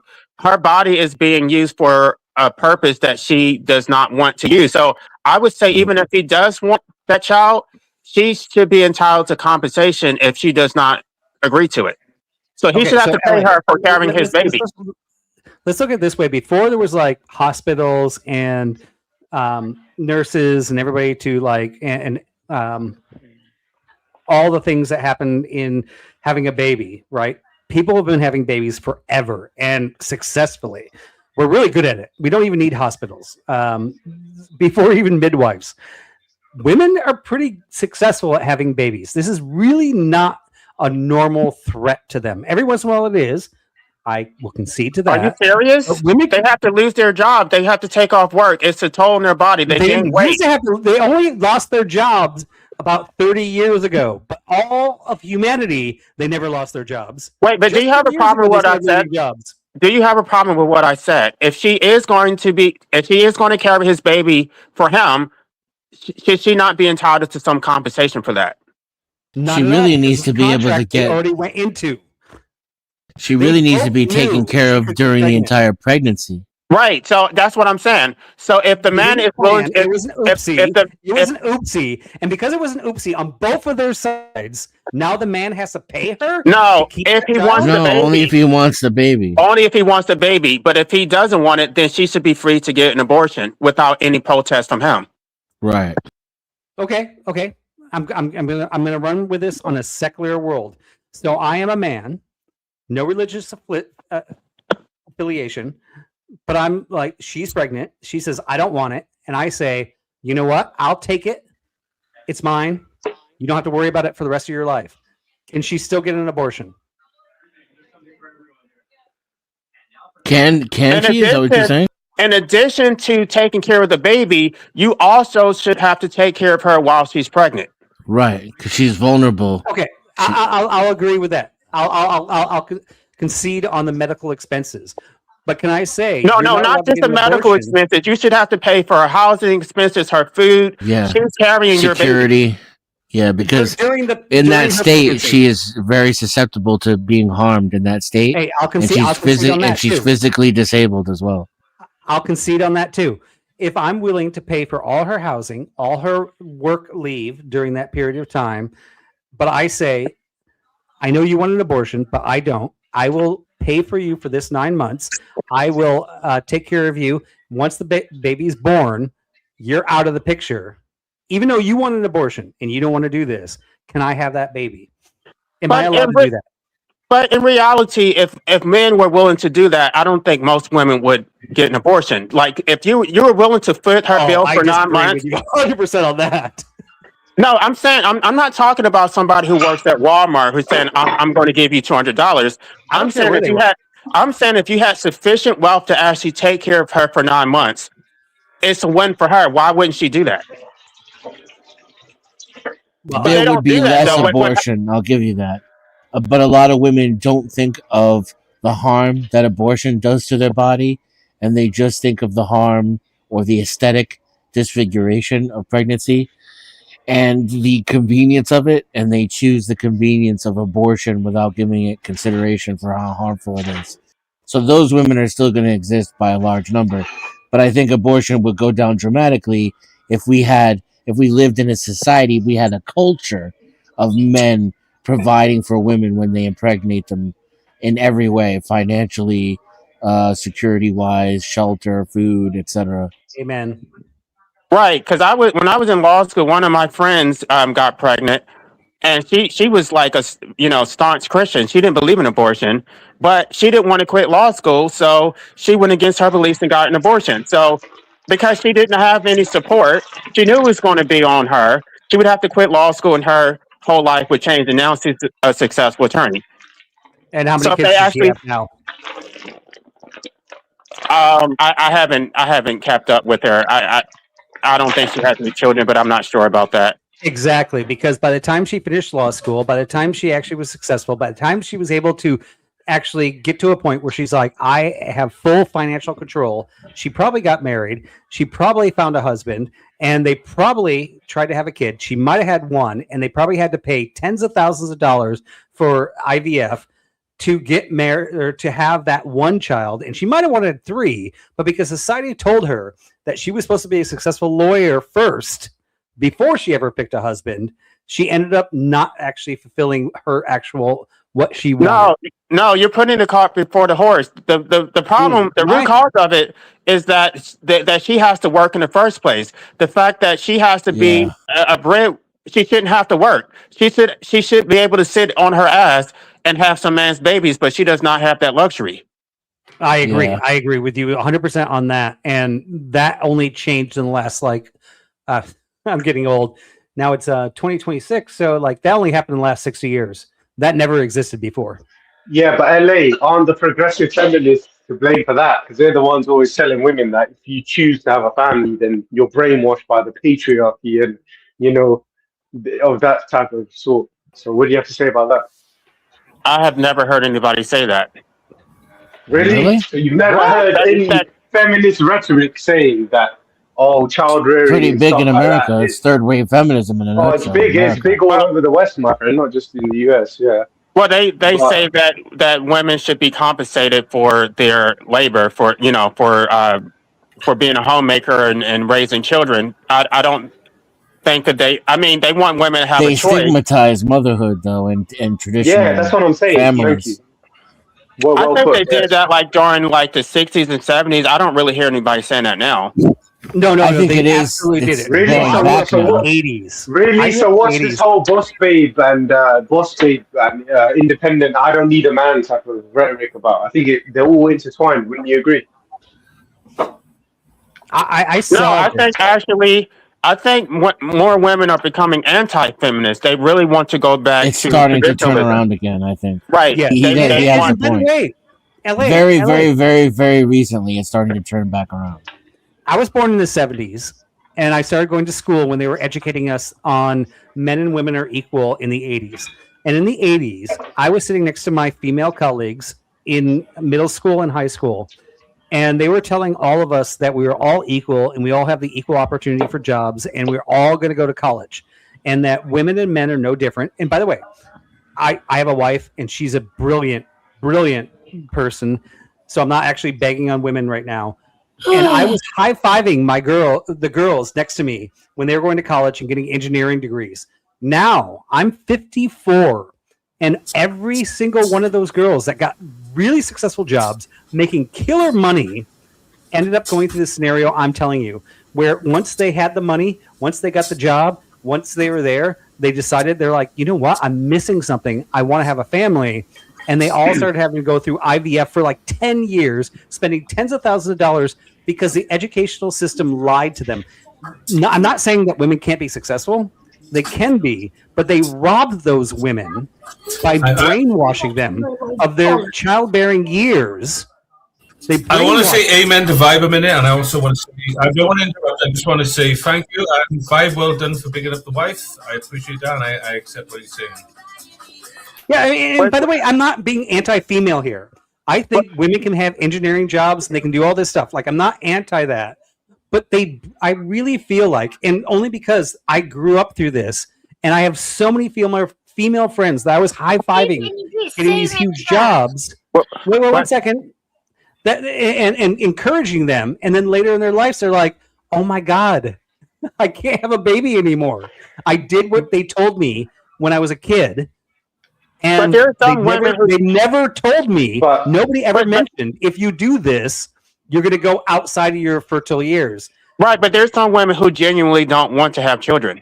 And I think they should have that opportunity. I'm not saying that this has to be a prescription. I'm just saying that the schooling system I grew up in shouldn't have lied to those women.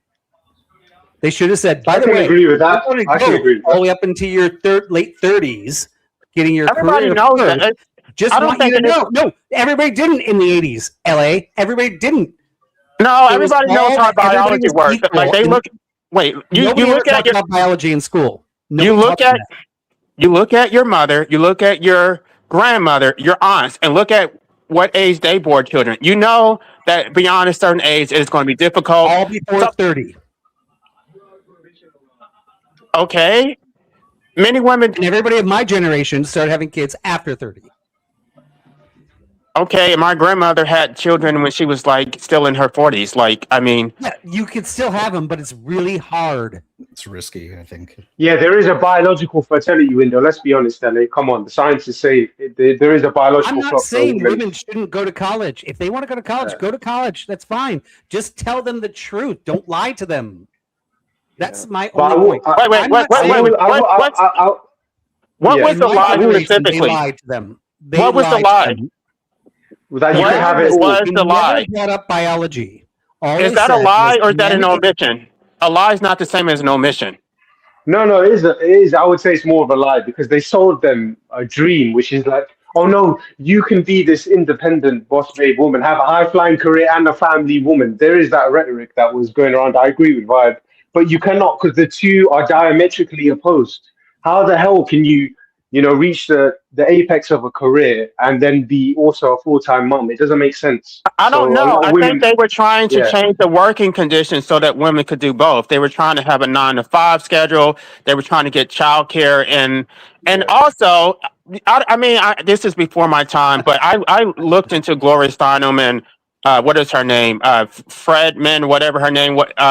They were trying to get an equal rights amendment passed so that there would be equal protection for women even when they did become pregnant, but it didn't pass. So they wanted men and women to be treated equal. I do want to hear from the woman on the panel. Yeah, the one woman. Well, there's two now. Yeah. So the men should probably just shut up and get our asses kicked by the women right now. But Okay, well, this I is a said, I perfect have no time for me to come disrespect into for the women. I want them to say conversation. whatever they want. Excuse me. Hello, Divine. Good to have you here, Divine. Go ahead, darling. Go ahead, I Divine. apologize, Divine.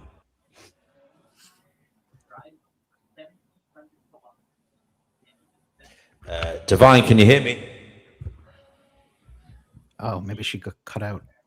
Oh dear. Chickpea, did you want to say something as a woman? Well, The full-term pregnancy or not, and we should decide whether we choose not to have a child as well. Men should not be able to, quote, dangle money in between us and say, oh, I'll pay you to have a baby. No, there are plenty of women out there that you can pay to have a child. You do not need to be approaching me to do so. If you want that, somewhere else to go. I don't buy that foolishness. Devon, they're not going to pay for it though anyway. I'm just using that as a rhetorical argument. They're never going to pay for that. They don't have any money. Hold on. I just simple question for Divine. Divine, let's say you and I accidentally, neither one of us planned to have a baby. Do I have any rights to that? Absolutely women, none. no. Absolutely none. Women don't believe in male reproductive rights. And I'll tell you why you have absolutely none. Okay, why? That's ridiculous. Of two reasons. One is I would never be in a situation where that could happen to me specifically. Two, I understand it that can't for be you. done because that is not how the operation goes. When a woman are we living together? Okay, one. In this make-believe thing, are we living together or not? No. Okay, number one, just to address No, your number it ain't one. happening, baby. Hold on, Divine. Divine, I really want to engage with you honestly and equitably. So number one, you said that would never happen to you, but would you admit, number one, it does happen to other people? Of course it happens to others that are irresponsible for their physical bodies. Okay. Look, you're going to listen to the whole sentence I'm going to say, or I'm off. Okay. Thank you. Next question. Oh well, I was listening to the whole sentence. Your first one we just dismissed. We know that will never happen to you, but you also agreed that it happens to other people. So let's talk about the other people. Is that okay? Fine. Okay. So in number 2, you said, actually, can you repeat it? I forgot what this number 2 was. It was, it's not how the operation goes. It's not how the operation goes. So if you're married, it's one thing. If you're not married, it's another thing. If you're unmarried and not living together, it's a totally different bag of worms. Okay, so let's say on number 2, you're not married. And once again, this is the example I'm using. 2 adults, maybe not adults, I don't know. They engage in something. They didn't know about the contract that this could happen, but it did happen, right? So we're in scenario 2. The man still has no rights, correct? That is correct. Even though his DNA is in her womb. Do you know why I say this even more so? And none of you guys even get this. Remember back in the old age? No. Remember back in the old ages, people had to have blood tests to be married or to be in a relationship. The reason why was because some bloods don't combine. They make bad children. If we brought those rules back, we wouldn't have half the people who are not all there and all correct. Okay, I'm done talking to you. Wait. So did you just attribute bad genetics to a bad mixture of blood when? Yes, because not everybody's compatible. Okay, so let me ask you another question, follow-up question. Well, what about, okay, so let's just say you just said agency truly belongs to women, right? Is that your position? I don't want to strawman you. Yes. Is that correct? Okay, so given that position, yeah, don't you think then women also, the onus is on them in terms of producing better genetics to pick actually decent, viable men in society instead of fucking turning this place into Gotham City by creating little bastards running around committing crimes. And when I say bastards, I'm talking about children born out of wedlock in a dysfunctional family setting, just for the record. I'm just as upset about that kind of foolishness as you are. I don't go for women who only meet up with men just to have men's children so they can just soak them for everything they're worth. That's not how it should be either. Yeah, because guess what? You're in the US, I take it, and you're a taxpayer. I'm a taxpayer, and my taxes go towards this type of behavior. And it literally, if all agency belongs to women, then we have to hold them massively responsible for certain things. If you're going to hold that position, then. If they're going to get pregnant, they need to support their own children. Yeah, I shouldn't be paying for bastard children. That's what I believe. You shouldn't be paying for anyone just randomly thinking that, they're going to try to quote catch you. Yeah, but unfortunately, that's what socialism leads to. And I'm not going to get too political about this, but that's kind of like where we're at. Like, one of the reasons why there's a lot of bad people walking around is because a lot of quote unquote women at the time made poor choices and they chose to have children, and the apple doesn't fall far from the tree, unfortunately. So, okay, yeah, let me ask Devon a question. Devon, if you were with a man, but you guys broke up, but he was a decent man, and he was willing, he wanted the baby, but he was going to take care of you for 9 months and make sure that you were fine. Would you agree to still give him the baby, even though you broke up with him? No. If I don't want to be pregnant, why would I do that? Okay. I was just curious what your response I'm talking would be. physically. Like, say, for instance, I'm having the time of my life, having a career. I'm solid in it. I'm making a difference in the world because I'm that type of a person anyways. Why would I give up 9 months of my life to have a child that I'm not even invested in any way? It's just a thing that's going on. That doesn't make sense to me. And you know what? I'm just as against women, and I've just went through this with my grandson. A woman got pregnant on purpose because she wanted to catch him. And I looked at him and I said, you need to think about this a little bit more. I says, because this is not viable. He goes, what do you mean? I says, I already know that this pregnancy is not going to last. I don't even think it was 2 weeks later. there was a complication and she lost the baby. Now I said to him, she's not a viable person to have a child with. Obviously, you lost it. Why would you think that this is a person that you should lay with again? He thought about it and he realized that they weren't compatible after all. They were just going through the motions. And he broke up with her. There are women out there who do this as a career, which is wrong. By the way. But yeah, sorry, but I have to admit, I do think abortion should exist, my friend, because at the end of the day, you can't just have. It's just insane to think that somehow nature, or whatever you believe in, God, or is going to regulate all of these mass human births coming into existence. I mean, that it should be there. Whether it should be encouraged to be, so easily taken, that's another thing. But vibe, let's be honest, abortion does need to exist, because you can't just have human babies being born in X, Y, and Z conditions en masse and think that's going to turn out well. Because if you look at the third world, that's a prime example. They For tend to a have settlement at the end if that's what he wanted. So, Devon, that should not be happening between couples because it never works. How many third world countries have you been to? Because obviously, if she wanted to have a child, she'd have one. No. I have allergies. My allergies are bad. We've got this yeah. I'm just saying, okay, so what I was saying, Vibe, when I say third world countries, I'm not trying to stereotype, but if you look at the data and the statistics, they have the highest fertility rates. But would you, let's talk about this. I know you're a very staunch Christian in that, but philosophically, I know probably Danny from Social Experiments will probably be happy I say this, but do you really think it's a good idea, like we're in shithole places, sorry to use that terminology, but there's no better word, that human beings should just be born and into those horrible cesspools, and just because there's a sort of virtue behind it of no, we can't have an abortion.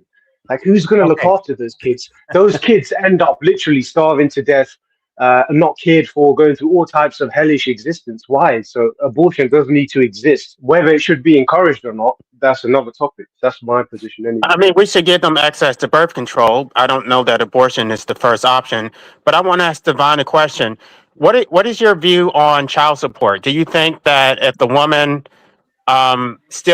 if the opposite way, the man doesn't want the baby, but she wants it, do you think the man should still have to pay child support?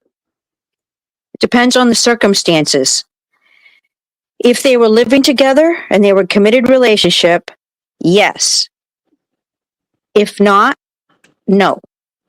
I'll tell you why. I was also in that circumstances.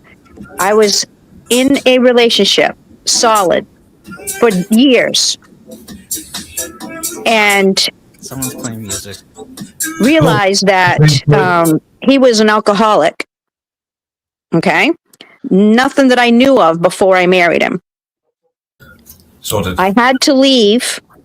There was no choice. Took the boys. We had to leave because he was unsafe. When I left, I did not ask for child support. The reason why is because I made the choice to leave. If I'm going to make the choice to leave, I'm going to want to be taking care of the kids. That way I can have a say in how they're brought up. I can also set the example as to what they should and should not be doing as they're growing. Do you think that there's countless other nuanced reasons why some people may be in similar but dissimilar situations, and how the same rules might not apply equally to everyone? Because the reason why is because so many different people are doing their own thing and what's important is not first and foremost.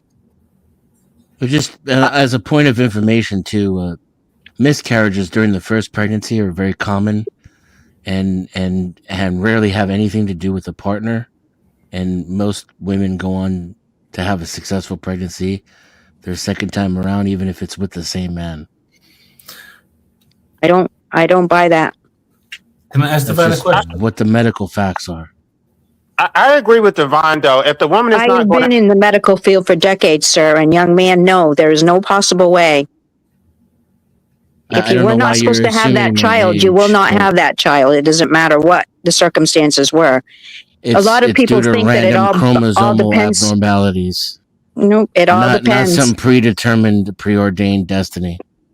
I agree with Divine. If the woman is going to forfeit any claim for child support, then really the man is out the picture. He's in the clear. He should just be lucky that he doesn't have to pay, and it's on the woman. It's her body. She's going to raise the child. I'm not sure why a man would even want to be involved in that scenario. Okay, I'm the not reason arguing why I against opted that. not to have him be involved in child support No. was I'm because saying it was going to be a lifelong connection to him right. of fighting for money, which is unnecessary when I can make my own. So I did not want that lifelong connection. My sons had sat me down one day and said, look, I'm not going to go visit him, so don't bother asking me if I want to. And I said, yes, I only gave you that option because obviously he is your father, and if you want that option, you should have it. We don't want that option. We don't need the connection. I said, fine, then that's easier for me to break what I need to break. It's going to be a lot easier. And that's how we chose to roll, because he wasn't giving anything to the marriage. He certainly wasn't going to give anything to the separation. So why involve him? So we let him off the hook. And you know what? Both of my sons are happy because of that. I have a question for Divine. Yes. So I'm on the exact question. The question seems to be led on whether or not a man should have authority or a female should have authority. And I just want to know, is the same sort of fairness applied to whether or not the man has decision on whether or not an abortion can happen or not?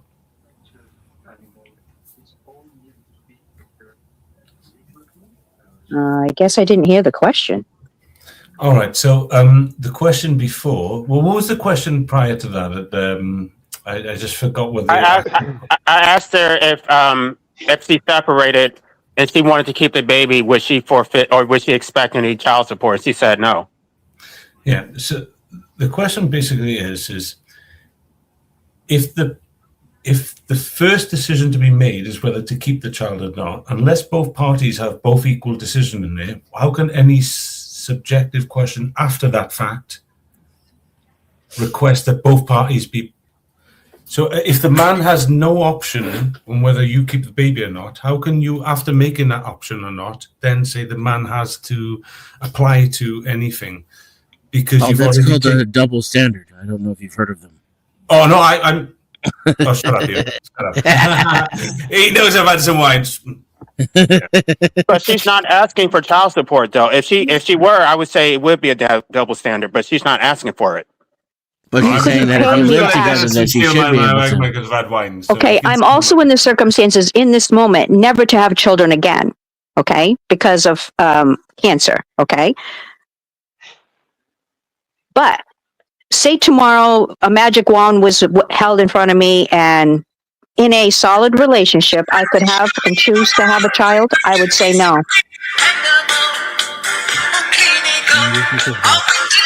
Can you turn that music off? That's you, Chickpea. Yo, chip away. Wait, that was Chickpea? Everyone needs to mute their mics until they're talking, and when they're talking, they unmute themselves. This doesn't have to be up to D&W every single time. We should all have common sense and respect. That is true, but I don't believe in common sense, but it's kind of true.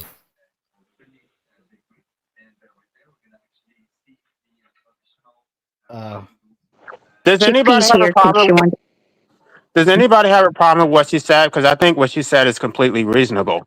If she's going to forfeit child support, it should be on her. The man should not have a say in that situation.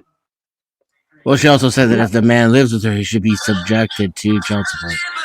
Personally, I don't think it matters if you're married, if you're dating, or anything, right? If the man, and it's an oopsie or not an oopsie, whatever it is, I think the man should have a say to the DNA that's sitting in that woman. Okay, let me ask you a question. You guys would be so surprised if you knew the rest of the story. I'm telling you, if a woman is out there to quote, catch a man, honey, you're not the only one that has your DNA in there. Divine, it doesn't matter what when the you story sleep with is. a woman, Doesn't you are matter what the sleeping with story- every doesn't woman matter that what the- every man she's ever been with. If you're sleeping with a doesn't man, you've been matter with what the every story woman is. he's been with. When they're having a child, it's not necessarily just your DNA. Doctors There's aren't a going to tell you that million shit. They don't want you to stories. know that shit. But I know that. There's And a it's the million courtesy stories because out there. Some of them are justified, some of them are not. There's a billion. That has actually. been There's debunked, a billion actually, stories, Mine. right? Yeah, that's And absolute the base hogwash. question is, does the man have a right to say, if there's an oopsie, and I'm trying to keep it really simple, right? No marriage, they're not even dating. It's just an oopsie. Neither one of them expected to get married. Does the man ever have a say to say, okay, I made an oopsie, but I'm going to take responsibility? I conceded to Denizen already, saying, yes, I will support them through their off work. I'll support them. You have no She already said no to that. After that, Would you- I'm done. Let me ask She you this already said question, no though. to that. Would you do that if you were a woman? Would you have a baby for a man that you didn't actually want to keep? Like, would you do that? No, never. Under the circumstances. If I was a man, would I have a baby for a woman that I didn't want to keep? You would Hopefully not. Yeah, it depends on the circumstances. Right? Like, where did I lose my rights when my DNA entered her? When you're boinking people who don't want to have children. Why would you be that reckless with your DNA? in If the you're first place? boinking, then you're already taking Thinking that responsibility person, for you didn't want to children. have children either, but now that you have that responsibility, you take it. Why would you be Divine, that? No, that's Why not how would it you be goes. that reckless You with your commit DNA? before you have. You commit before you have. If you're that into wanting to do this, you the both need to second be you have committed. sex. Yes. But you're not just playing with just her. You're playing with her and everyone else she's played with before, and just she's him, played with everyone else he's played with before. The DNA is not pure.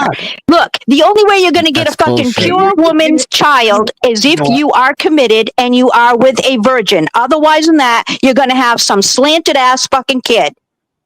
Okay, No. so I'm going to disengage with you right now, and I'm not going to speak to you at all because of your impurity on. I'm just telling you the truth. You just don't want to hear it. Get You're over just it. you're making shit up, and you're. I'm not and you're making saying shit it, up. And you're thinking You just because guys you might say it wanna at the top of research your this. lungs that it makes it more relevant. No, you might want to research this. Yes, of course we have. It's been No, you researched. haven't. I am This a DNA test would be impossible if what you were saying is true. Because of your Divine, I said craziness what you're saying. of compatibility. I am disengaging with Divine, not talking to you anymore. Not because I Wham, wham. Wham, wham. Okay, can we hear from Chick? Science. Can we hear from Chickpea now? I'd like to hear from Chickpea now. That'd be great. Divine. He's not going to speak to her anymore. Oh, you poor thing. I know, aren't I lucky? It's about time. Again. Right, you just engaged with him in bad faith for 20 minutes then. No, it's a bunch of men trying to decide that, and they don't even have the facts. You're the one saying that babies come from multiple sources of DNA. Talking about, and you also said that miscarriages were caused by the partner, which is incorrect. You said that a woman who has a miscarriage wasn't likely to have a successful pregnancy on her second pregnancy, which is incorrect. Everything you've said has been factually false. I am a woman. Why wouldn't I know what's factually real and what isn't? Right, can I say Right, just being a woman entitles you to truth. DW, That's amazing. Hey, let Chickpea speak. Can I just speak for a minute? Go ahead, please? Oh, you're Chickpea. questioning me. Thank you. Go ahead, Chickpea. Go ahead, Chickpea. Go ahead, Debunking you. Chickpea. Go ahead, Chickpea. Go ahead, Chickpea. Answers much I'm better. telling you, you guys need to do more research, please. I'm not challenging you for something to do. I'm telling you, this is based on fact. If you have a virgin in your bed, you will have a pure child. If you don't, you are not going to have a pure child. Right, okay. Women carry multiple. Chickpea, can you say what you want to say, please? Yes, women carry multiple distinct sets of DNA, a phenomenon known as microchimerism. There you go. Thank you. The most common source is pregnancy, where cells from a fetus across the placenta persist in the mother's body, including blood, brain, and organs for decades. Right? Okay. I can assure you. And they don't go into the eggs. Yes. No. The DNA stays in the woman's body, and it's born In the woman's body, not the child's. Right. Fetal cells can remain in the mother's blood and organs for more than 26. No. Christ Almighty, Divine is saying is true. No, it's not. Yes, she's saying that the kids share that DNA. Yes, they do.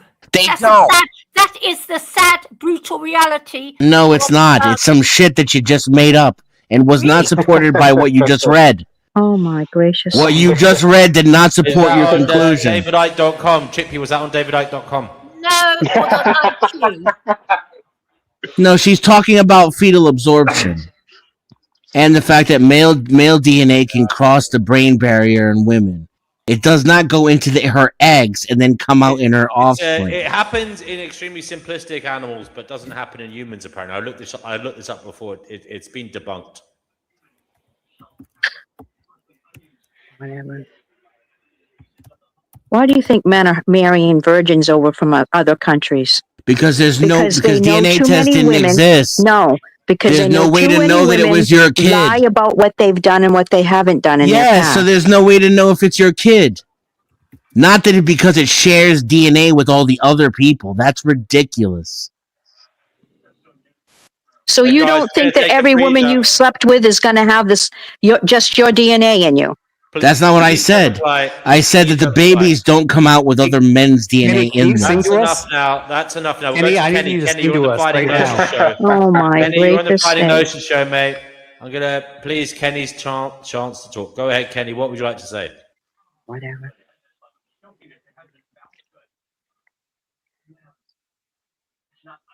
Kenny, you're on the show. Hello. Hello. Good evening. Yeah. I just wanted to say, and when you're a star, they let you do it. You can do anything. What? You're quoting. When you start to let you do anything. I knew he was either going to do that or he was going to sing. He was trolling. This guy has become a meme. They let you do it. They let you do anything, and then he left. He's literally a Scottish dude being a Magda person. This guy's a living meme, man. Gotta give it to him. Yeah. Oh. I suppose Trump is half Scottish. Maybe I that's just what don't went get wrong. the whole conversation because if you're having sex willy-nilly, Actually, he has property in Albania because Albania is one of the safest countries in the one of the safest countries in the world. All right, I guess I'll leave that comment to another day. Kenny, you should be supporting Scotland as well, man. You're from the UK, closer to us. But anyway, I got nothing against the US, but I'm just saying. But anyway, I digress. Back to the main point, guys.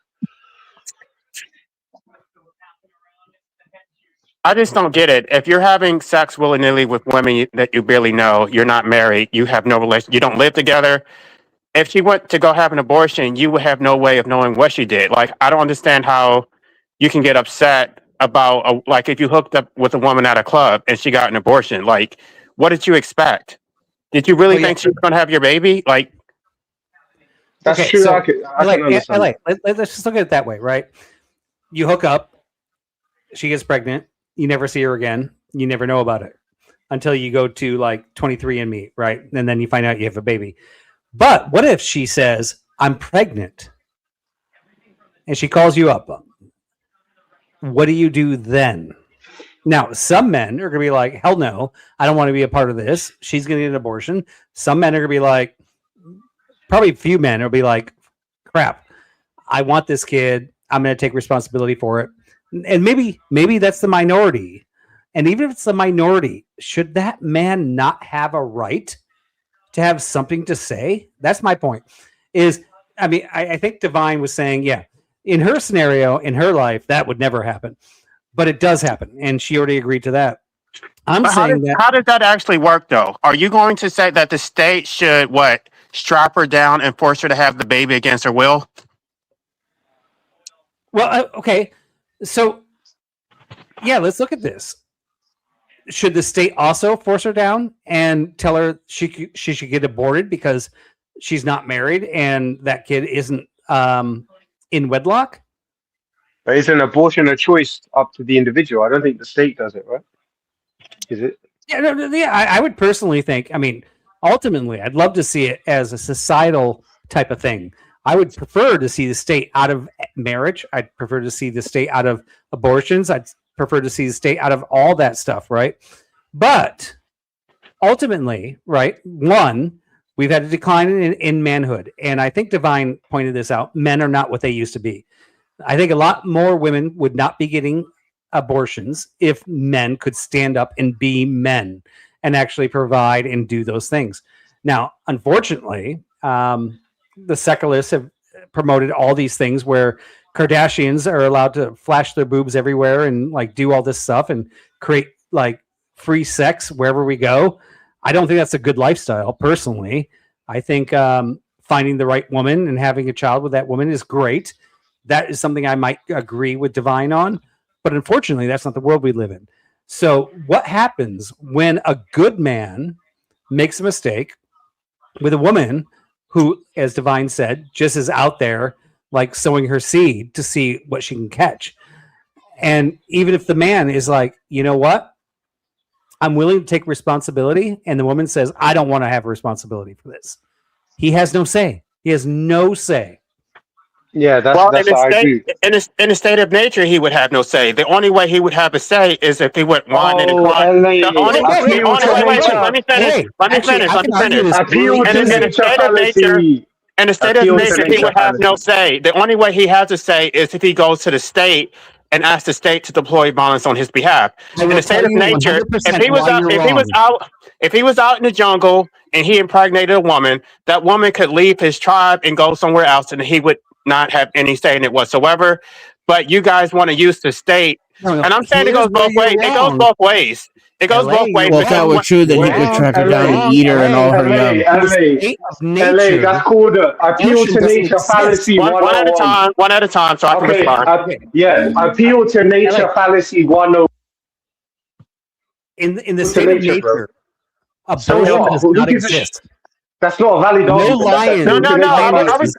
I was responding to what he said. He was saying that ideally we would not want to go to the state to resolve it. We should be responsible ourselves. So it's not an appeal to nature. I'm saying that it is self-evident that you are relying on the state. The state is involved in that whole situation. So why did you then go on to say that? Like other animals. Yeah, that was because I'm an anarchist. That's why I don't believe in statism. Yeah. So if there's no state in the real world of animals, there is no such thing as abortion. It doesn't exist. There is infanticide. You never heard of female lioness killing her own cubs? You never heard of that? That's not abortion, though.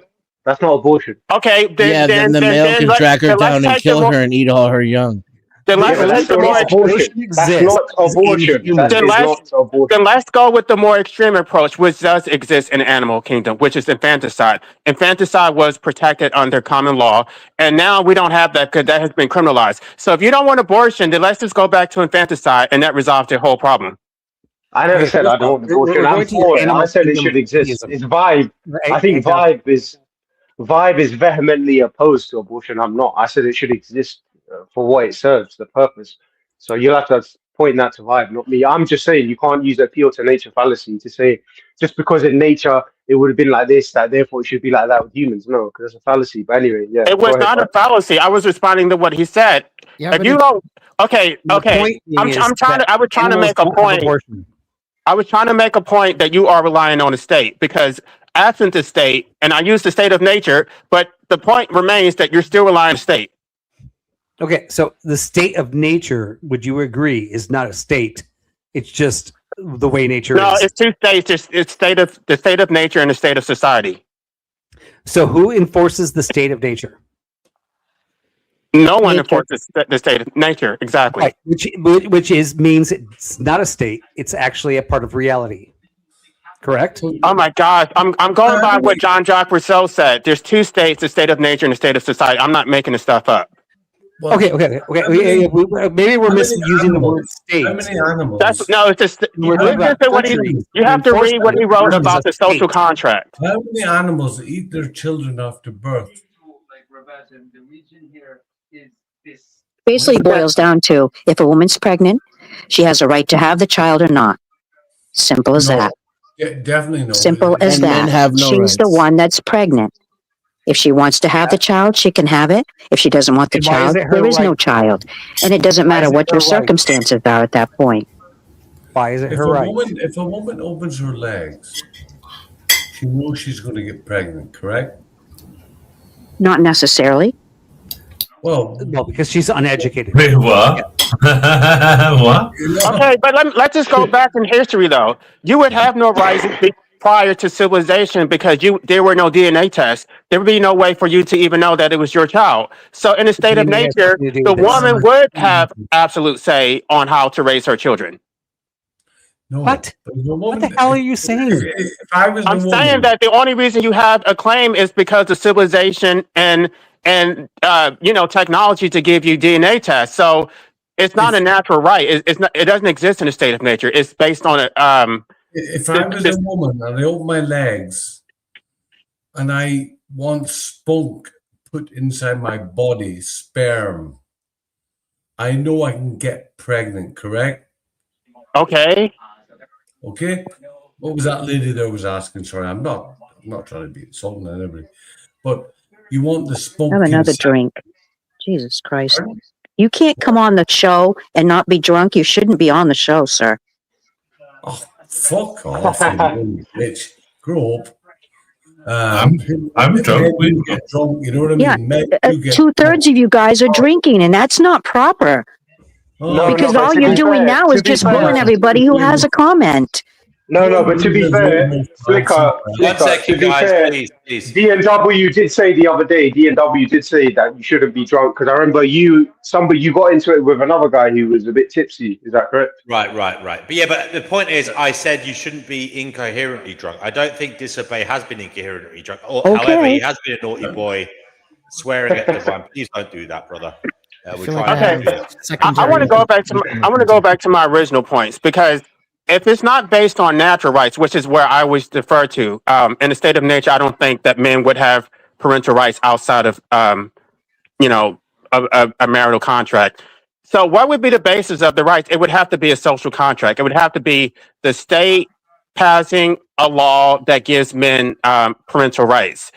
And so I'm not sure if you're not married to someone and you hook up with a woman at a club, why would you think you have any claim over the child that came out of that? Because your DNA is literally inside what. Okay, what so you think constitutes a child. so you think the state should pass a law to give you rights that you don't have in the state of nature? Oh my God, appeal to nature fallacy again. Stop resorting to the I'm just state of asking a nature. We're question. talking about It's not society a and fallacy. I'm civilization. asking a question. It is a fallacy. Okay, so remodel No, the the question and fallacy. take away. Remodel the question, my friend, and take away the nature element. Ask me that question. I'll give you a proper answer. Can I rephrase? It's only a fallacy if I'm saying that. Can you trust me for a second? So what I think you're saying is that basically in nature, we remove the state, we remove everything, right? That's the correct term, though, by the way. Yeah, we remove the state, we remove everything, we remove laws. And I get a girl pregnant and she doesn't want it, even though I want it, right? And this is the thing I'm fighting for. I want it, right? And I want some type of state in place. This is what you're fighting for. She can jump on her belly all she wants. And how can we punish her for doing that? Am I correct there? What would be the punishment? Put her to death. No, Right, this is my point. There's no state. We're just in pure nature, right? So anarchy. Can we change the word nature to anarchy? You mean state of anarchy? State of anarchy. Well, yeah. I mean, this is because tribal people. There is no state of anarchy. It's called the state of nature. I'm using the correct term. I agree with my God. 100%. Okay, so read Jean-Jacques Rousseau, and then you can get back to me. This is what Jean-Jacques Rousseau said. Well, tribal people who live in the wild live in a state of nature, yes, but they have social norms So I wouldn't say they live in anarchy. You're talking about state of anarchy where there's no state government or You don't social know what contract. anarchy means. The state, it means without a state. They're still in a state of nature, even though they have some type of system, a tribe or whatever. That's not a state. I mean, it's a state of nature, but it's not, a nation state or whatever you want to call it. It's not a government and a fit with like a corporate status, the way that we have like Texas and California. That you're talking about right now is I'm actually going to concede. Yes, a woman can self-abort on her own in a state of nothingness, no state, nobody telling her what to do. She can jump on her belly and try to abort that baby, regardless of what the man says. Right? Exactly. Everybody, can I just confess? I want you to finish your point because I know you're about to get somewhere. But in the countries that exist like that, without a state ruling them, in the tribes, in the areas where they're secluded, and even if they have a government, they don't even know about the government, right? There's a lot of places still that exist like that. They don't do that. Right, but I'm saying that men don't have any natural parental rights. They're only those rights only come from in those areas. Those are they actually respect life. That's the weird thing. It's only in this crazy complex world where we get all philosophical, where all of a sudden we stop respecting life. Is there any countries that I don't think it has anything about this respect of life. I think it's about women trying to line their pockets by sleeping with men randomly, whoever they want to try to quote catch. Okay, I'll grant you that in that our society of this Western society of money, like manipulation, all that stuff is a thing. In the areas I'm talking about where they don't even understand this stuff, it's just about ownership. And not ownership over the woman or anything like that. Hey, I did this, now this is happening. This is what we take care of. We take care of a life. That's for the all. Christians on the panel. It's not about my success. It's not about my money. Yeah. Have you read the Old Testament and what it talks about when these women had children out of wedlock? The fathers had no claim on those children. They would. A lot of them were prostitutes. A lot of them were prostitutes, and they had complete control over their children. The father was not involved. If you look at what was, I believe it's Abraham. He had Sarah, and I forget the name of the was her Hagar or whatever. Hagar, I guess, that's supposed to be the mother over the Palestinians. And then Sarah is supposed to be like the mother of the Jews. I don't know. This is all great. You're bringing up LA, but can I say just good night, not everybody? religion into this conversation at all. Yeah. This is no, because they're Christians. They're the ones who are Christian, and they're saying that we should go by the Bible. Good night, Carl. Good night. But we're not having one right now. We're just having a morals conversation right now. No, but I'm talking about what would happen in like before we would have a state. What happened? The woman, when she had her 2 children, she went off on her own. She was not a part of his family. He had no say over what she did with her kids because he was not her wife or she was not his wife. I'm willing to change the conversation in a different stream. Yeah, but we don't live like that anymore, do we, LA? We're civilized now. Right, but I'm against civilization, so that. Oh, fucking hell! So how did you eat this morning? Oh, did you go and hunt? Did you go and hunt or forage berries? I wish I had that ability. Really? Because let me tell you something. Unfortunately, I did not choose to be born into civilization. I did not. Oh, fuck! Here we go. I did not choose to be deprived of my natural hunting instincts.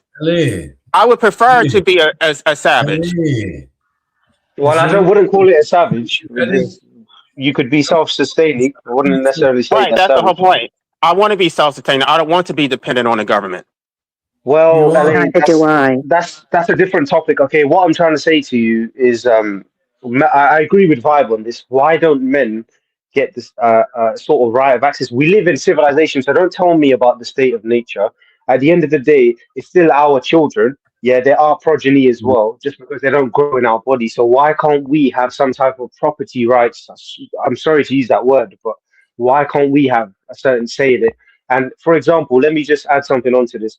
If you look at the legal definition of rape, I'm talking about in the UK, for a man to fall under the legal definition of rape in the UK, he needs to have a foreign object inserted into his anus or his oral or his mouth forcefully. It can't be a woman just came and basically sat on his thing without his consent. So there is a lot of misandry in our systems as well. I know the women here probably might not agree with that, but that is the fact. Oh, clearly they agree with it. Listen to them. They can't help. They're frothing at the mouth with misandry, the whole lot of them. Yeah, like well, us men don't have it all that good. Yeah, I'll tell you that much. I get what you're saying, but I'm trying to figure out how would you enforce that? How do you force a woman to carry a child to term against her will? Well, that's why we have discussions, Ellie, and that's what discussions are about, you know. Okay, but we're having a discussion. Can you tell me how you actually would accomplish that? Yeah, I'm waiting for that answer too.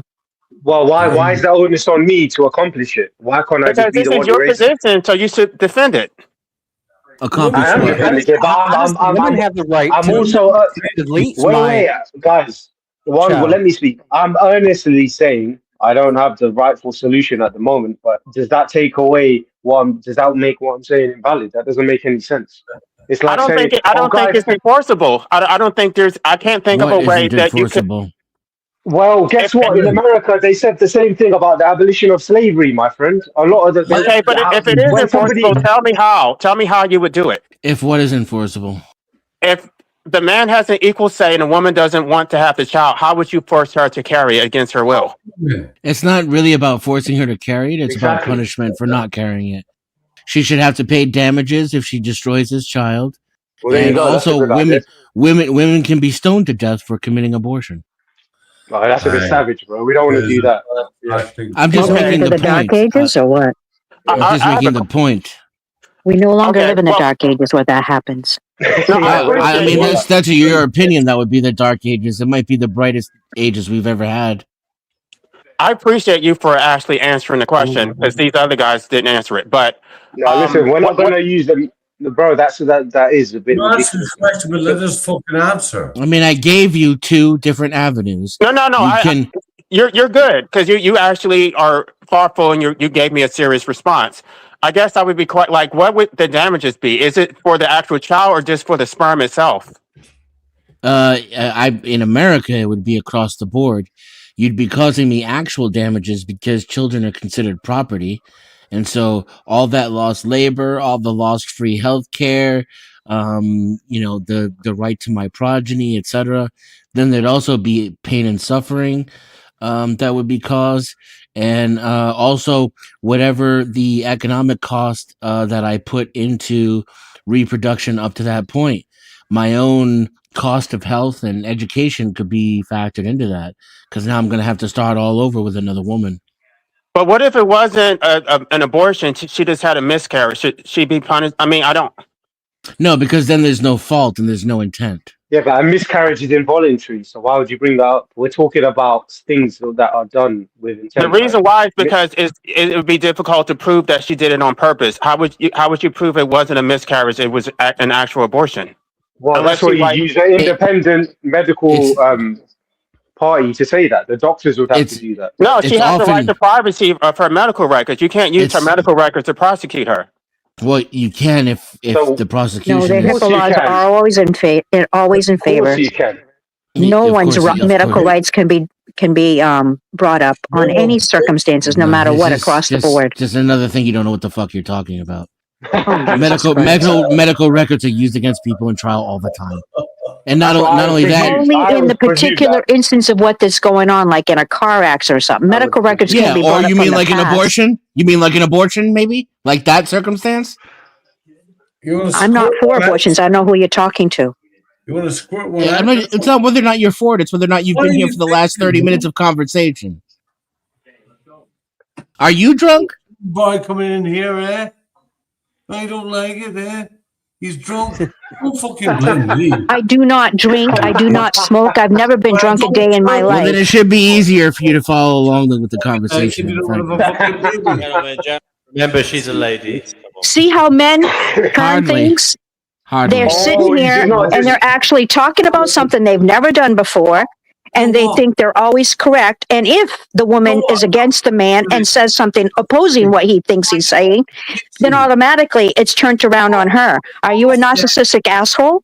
women. It's literally what you've been doing since you got up here. Yeah, What you you were just doing in the chat before you No, came up. I'm here. asking direct questions. I'm getting a bunch of foolishness from people He who didn't think get they know the foolishness. You facts. got direct answers, and then you spewed some shit that was factually incorrect out as a retort, and now you're being called out for that.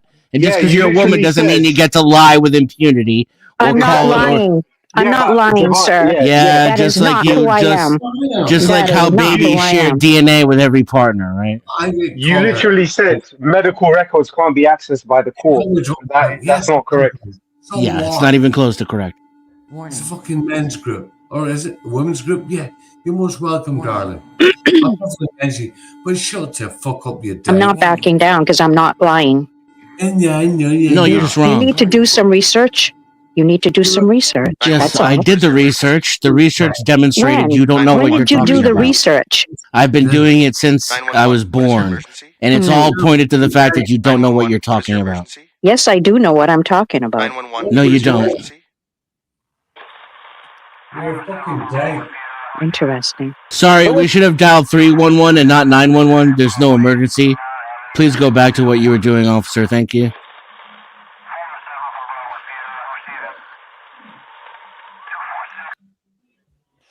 Chippy, the link is below the video in the description. You can come on.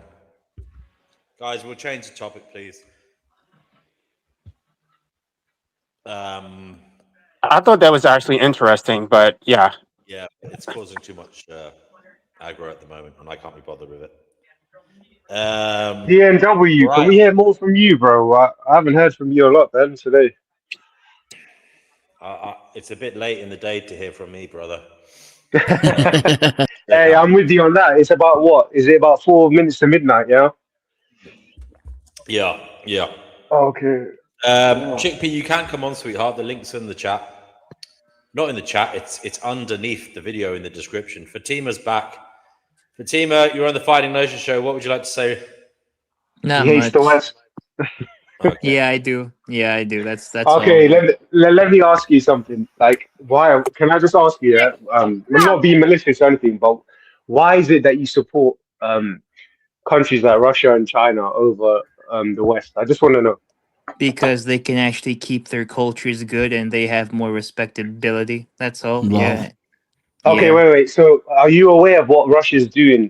How they're literally attracting all these foreign nationals, aka migrants, and they're sending them to the front line. Now, can you show me evidence of where the USA has done such a thing, or the UK, or any Commonwealth country? What? They're literally doing that with the fucking their own mercenaries and those like foreign nationals, quote unquote. They themselves are like the mercenaries. So I don't know. It's both the same thing. I think Israel is doing it. That's not. No, what do you Israel mean? is doing it. Israel's doing the exact Do same you thing. know, like, listen, do you know the Wagner group of Russia? Yeah, they Yeah, they're a literally PMC. Yeah, and you support them because you support Russia, right? Yes, I do. I support the fucking Wagner group 100%. Wagner Group is like the Mexican cartel. They were literally beheading people and They're stuff in gone, mate. Syria and all across the They're world. finished, aren't they? No, I'm saying, but when they were active in the Middle East and that, they've committed as many atrocities as the Mexican cartel in terms of the brutality, the savage behavior. So That's because they were literally fighting ISIS agents inside the Middle East who are fucking more brutal than they are, and possibly so were the British, so were we, the British, and so were the Americans. They were fighting ISIS as well. Those pieces of shit. But what I'm trying to say to you is, do you know? Yeah, you do know. You do know that the Epstein files prove that America and the British did help fund ISIS along with Israel. They helped fund ISIS, right, to like take out Assad in Syria. Now Syria is like a shithole run by former like the new president of Syria is a fucking former ISIS leader. Like I don't know Yeah, why he was part people of Al like Qaeda. Yes, he was yeah. part of Al So Qaeda. I Yeah. don't care. So no, like the West has no moral foundation to see themselves as morally superior to anyone anymore. But so did the Saudis, and so did the No, Iranians. thank you. The That's Saudi the Arabians problem with your still viewpoint. practice Is it's only bad when the United States does it. Saudi Arabia. Let me tell you something, my friend. I can go to the United States of America, even with ICE, yeah, and I could technically naturalize if I meet the criteria. You cannot go to Saudi Arabia. 1 second, Chickpea. You cannot go to Saudi Arabia, even as a Muslim, and marry. If you marry one of their women and you have a You child, think I you support and that Saudi child. Arabia? Whoa. I don't support Saudi Arabia. No, I don't No, we just support. gave you an example. We just gave you an example. So what about China and the treatment of the Uyghurs? How about that? What about China and the treatment of Tibet? Why don't you talk about that? You know All all you do that is is talk fucking about the West. propagated. You know all that shit's propagated by the CIA, right? Like all Oh, of here you we are. go. You're like, you know what you remind me of, bruv? Yeah, you're like those people, those pro-Palestinian supporters who are like, if there's a terrorist attack anyway, they're like, oh no, it I was am done pro by the Palestine. Mossad. You are right. I am pro Palestine as well. Oh, I am oh, pro oh. Hamas. Yes, I'm pro So Hamas and pro you'll Hezbollah. probably tell me every terrorist attack that was done by those jihadist people. You will probably tell me that it was done by the Mossad and ISIS went real. It was the AI deepfake and That all that literally was bullshit. proven. That literally was proven with the Epstein files. Like I don't know what we're doing here. Epstein was literally a Mossad agent, and he revealed all. I do not know what the. Fatima, I want to ask What? you a question though. Are you? Whose noise is that? Please turn it down. Yeah, what is that racket, man? That's Okay, let me Chickpea. ask you a question. Are you against the American people or the American government? Because I think there's a difference. The American government, 100%, but the American people the American people do not do it. What the fuck? Why is there noise? Chickpea, will Yeah, you mute turn that yourself? off. Please don't do that. You'll get me a copyright strike. Can you mute I her? think that's the point. I Yeah. love American people. I cannot stand your government and all the bullshit and all the wars you start. You never won a war. You start wars, you never fucking finish them. You run away. I love American people. Don't get me wrong, folks. I love you.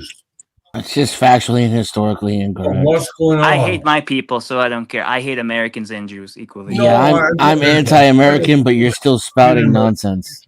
No, I'm not. I wouldn't say I'm anti-American. I can be critical of the government, but what America, the Constitution stands for, I probably agree with that shit. But Like I don't I'm not agree afraid with. to be called I don't racist. agree. The Honestly, Constitution focuses too much on states' rights and too much on the federal government's being restricted. It Well, gives maybe far you too feel much. like that, It Denison, gives but until far you too live in much the authority. UK. It gives far too much authority to states and corporations. I Well, agree. fair enough. You're an American. You can say that. But if you come live in the UK, I guarantee you probably change your mind. Kenny from Because you Acton, think- you're on the Fighting Gnosis That's show. how do. No, because I don't believe in So- freedom. So the fact that there's cleaner air in the UK and there's healthcare is enough for me. oh look, I don't need to be able Jew to. lover. Yes, I Kenny. don't need. Wait, I don't let need to Kenny be speak. able to say I've already whatever I said, want to let say on Kenny the speak. internet. Let Jew Kenny lover, speak, Kenny. guys. Go ahead, Kenny. Jew lover, Kenny. Listen. That's how do. Go ahead, Kenny. Go Fatima, ahead. you will get I kicked just off want again soon. to tell you something, mate. I wouldn't take anything serious that emasculated mangina cuck says because he literally thinks that he can cut his dick off and call himself a woman. That's how pathetic and demented he is. So Who? That's harsh. Retard? Who? Jew lover? I don't Oh, fucking guys, cut come the on, Jew man. lovers. I don't want ad hominems. I want good discussions, man. I Forget don't that care ad what the hominems. fucking that was a Zionist nothing statement. Jew That was a lover has big to nothing say. burger. But my point is, Fucking Fatima, goy slap lover. What the fuck, goy slap lover? I don't care what the fucking Jew loving retard has to say about anything. Careful. yeah, but my okay, guys, back to the main discussion. My point is this, yeah, like the the West may have certain a dark past, but overall, my friend, over fucking all, yeah. Let me tell you something about the British military as well. There's been so many cases where soldiers are just doing their job, yeah. They've basically, obviously, it's war. They've killed the enemy, but because the guy surrendered and they still shot him, they're literally prosecuting their own. Do you think Russia? You mentioned Wagner Group, yeah. Do you think Russia and China are doing these type of things? I'm sorry, Russia and China and what they stand for as a whole, I don't agree with that. The West has its dark past. Don't get me wrong, I agree, but overall, they are much superior morally than to what's going on in the East. And when I say the East, I mean dude, Russia, motherfucker, China, motherfucker. Iran sponsors Hamas and all these other terrorist groups. You know that's a fact. I'm not saying they I deserve to be know, invaded. and that's why I like Yeah. them because they're fucking against. They are a resistance group. They're literally fighting against occupation. Like, are we not fucking? So following the shit? killing innocent people. I know the Israelis do it, but you're telling me when the Hamas go on October 7th and kill innocent people, you think that's resistance? They took hostages. They didn't kill all of them. No, They they took murdered hostages. people, my friend. They fucking shot. They went across the That's border and war, gunned and the down Israelis people. been doing it for 75 years up for But that it's, point. What the But it's fuck? not war when the Israelis do it. It's terrorism when the Israelis do it. It's only war Yeah, when the but It's fucking Palestinians do genocide when they do it, retard. it. Right. Yeah, exactly. DW. It's only genocide when the Israelis do it. Got it. Yeah, because they're fucking evil. Right. And the Palestinians are good. Yeah, of course they are. One That's second, their land. guys. 1 second, please. 1 second. Mute yourselves. Let the lady speak. Chickpea, what do you want to say? I just say hello to Divine. Divine, I'm sorry you got such a battering. Are you there, Divine? Yes, I am. I just muted myself so that I'm trying to find information, and I know that what I'm saying is true.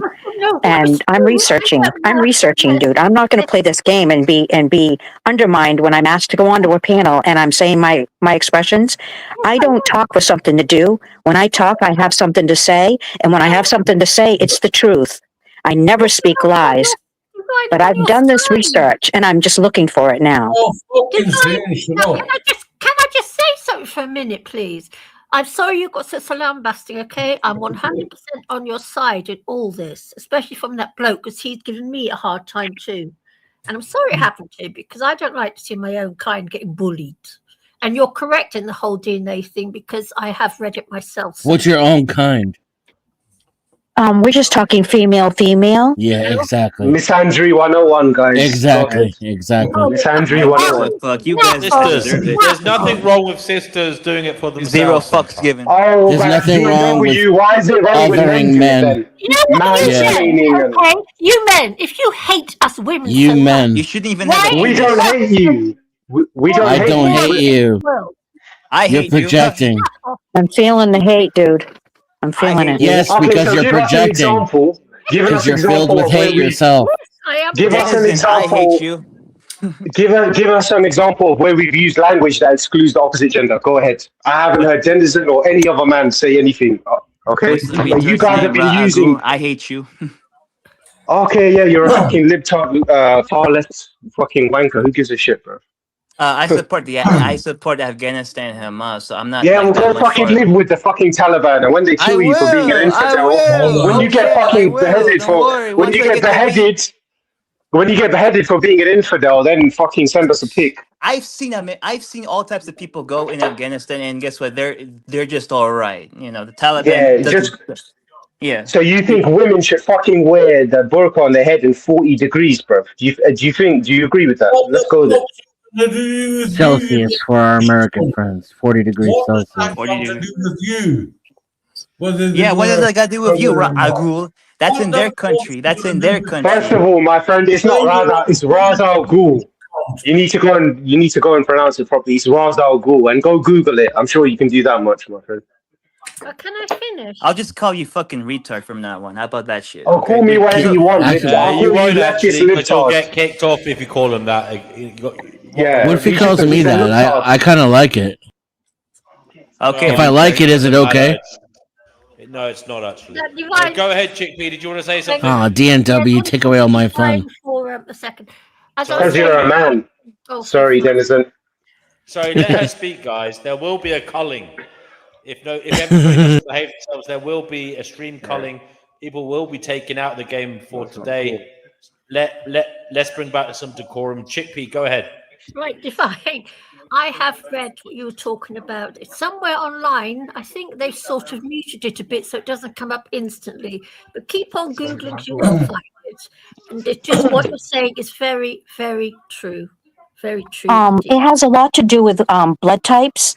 Yes. Not being compatible. Yes. It has also a lot to do with not clean diets and making sure that there's no drinking, smoking, or drugging. If there is none of those things involved, then you're going to have a clean child and you'll have a clean relationship. If you're going to have all that. Sorry. I must tell you something, Divine. I'm one of those weird RH negative women. And do you know RH negative women, we can't have babies with RH positive men unless, of course, we have an injection to stop our bodies kicking it out. You see, I'm not even meant to breed. Thank you, brother Marcus, for clearing out. Sorry, Censorship. Healthy people of all blood types can breed together. Most miscarriages are caused. No, Most sir. most No, miscarriages sir. are caused. No, Most sir. You miscarriages can't, are caused sir. by random. Yes, watch the women screaming over the men, and of course that's perfectly okay. Most miss. I waited for you to stop. You can't wait for me to say one sentence. Healthy people of all blood types can breed. Most miscarriages No, are that is caused by incorrect, Oh random my God, chromo. I'm going to D&W, turn didn't the you say volume we're up. My moving on? cousin You're was not just RH moderating. I thought it was negative. yourself. Most miscarriages. Dennison, Sorry, you don't let even him have a speak. Let him penis. speak. Let him speak, and then you Most can come back. miscarriages are caused by random chromosomal Oh, issues fucking that will resolve themselves in a second or third pregnancy. Women who it's quite common to have a miscarriage your first Oh. time around, and it's also quite common to not have a miscarriage your second time around. These things are measured. We record them. We write them down, right? So you have a 10% chance of No, having a miscarriage. that's incorrect. My cousin was RH You have an negative, 80% and she chance of had a getting boyfriend who was pregnant the RH second negative. time Their around. child And that's was the born insane with an part open about it. crown and These then things passed aside, away. it has nothing, it's very little to do with who Mr. the partner Desmond is. knows it's all And also, divine. I've been Just told fuck by each other already. I've been told by doctors this whole DNA thing, this whole RH thing. RH women positive. who retain men's DNA do not do so. It does not transfer into the egg and become part of the offspring's DNA. This is hogwash. It's pseudoscience bullshit. There's no evidence to support it, and it's been debunked thoroughly across the board. Really? And where did Only you get because you said it, dear? speaking as an RH negative woman? I encourage anybody in the audience to Google it for themselves. They'll find out what I'm saying. Okay, guys, Denizen, I respect, thank you for caring, but can we move on? Because these lot are just, they're trying to cause drama over this bullshit, and we've all moved on from this. Yeah, I'm fine with moving on. I was just restating the points of information, the facts, because the disinformation matters to me. Is there nothing in the world you don't know best? Because you seem to know everything. I told you before, Chickpea, you would learn how to do this DNW, yourself. can we please The way move on, the way please? I managed to do DNW. that is that when I don't know what I'm talking about, I shut the fuck up. It's something you should try. You do it now. Fuck up, you stupid man. Oh my God, what is this? This is just going crazy JP now. was invited in by Man is an DNW. Everyone else insult should be whenever she quiet. uses it. Everybody should know I that. wanted to talk about Whenever she says the word man, you can tell she means it as an insult. Yeah, I hate you, okay? And I'm glad you hate me because I wouldn't want I to don't hate you. I pity you. Yeah, we don't. DNW, you're the moderator, man. Can you just force I everyone wish to move on, fucking please? all the violence upon you. Oh my God, bro. You guys, why would you wish violence upon someone? Why would you wish violence because he disagrees? This is why nobody likes far left Fatima, that's libtards. crazy, man. Come on, Far bro. left libtards. That's what he is. He's a fucking He far left supports libtard. Palestinians. It fits perfectly. Yeah, go fucking join them, bro. Fuck you, no, bro. Nutcase. This is why you can't trust libtards, because as soon as you disagree Let's with them, move on. Soap wants to talk about dead internet theory. Does anybody know anything about that? No. But what? It sounds boring. Soap, you want to come on and talk about that? No. I'm just joking. I'd like Soap to come on and change it up a bit. I'll tell you what. That's I'll a tell you real what, good curveball question, change. everybody. Good question. Huh? I don't want to fight before bedtime. No, Let's it's not a make some question. peace. Everybody has to answer this question. How's your sex life? That's I don't know. I think we're starting to lose people. I got it. Go Are to you the- having a wank disobey? Why the fuck? No. I've had a wank for a week, man. Don't be cheeky. But oh, he's doing the nofap. Don't disturb him, DNW. He's doing the nofap. Yeah. He's building it how's up. your He's sex trying to get life? inspiration. Arms. He's trying to unlock his third eye. Don't disturb him. He's gonna. I'm just hanging on the keyboard here. But no, nothing kinky. How's your fucking sex life? You're all fucking moaning and groaning and fucking Jesus Christ, man. Get a life. You know? All right, we'll start with you, fucking DM. How's your sex life? How's my sex life? Yeah, you. It's up and down. I'm not as. Of course, it's up and down. I'm not as rampant as I used to be. Yes. Maybe I need to take some testosterone.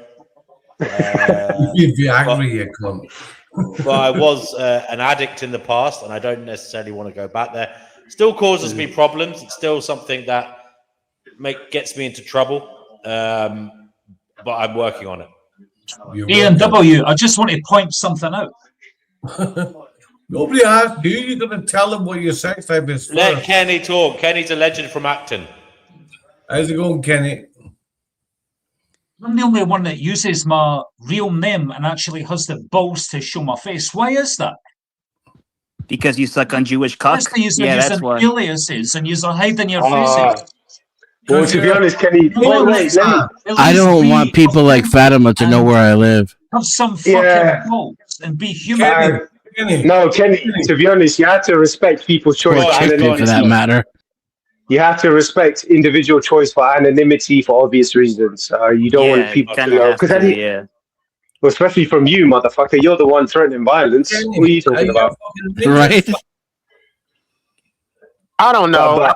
Especially in the anti-natives community, many people have shown their faces, and it has negatively impacted them when it came to employment. So I used to do it. I used to do question. Some of the things that I think are pretty extreme. I don't want. LA, how's your sex life, brother? It's just great. It's absolutely stellar. That's good. I think more people should be having as much sex as I'm having. Well, I'm scared to ask the women. They'll always deny it. But maybe you should switch the other. It's easy.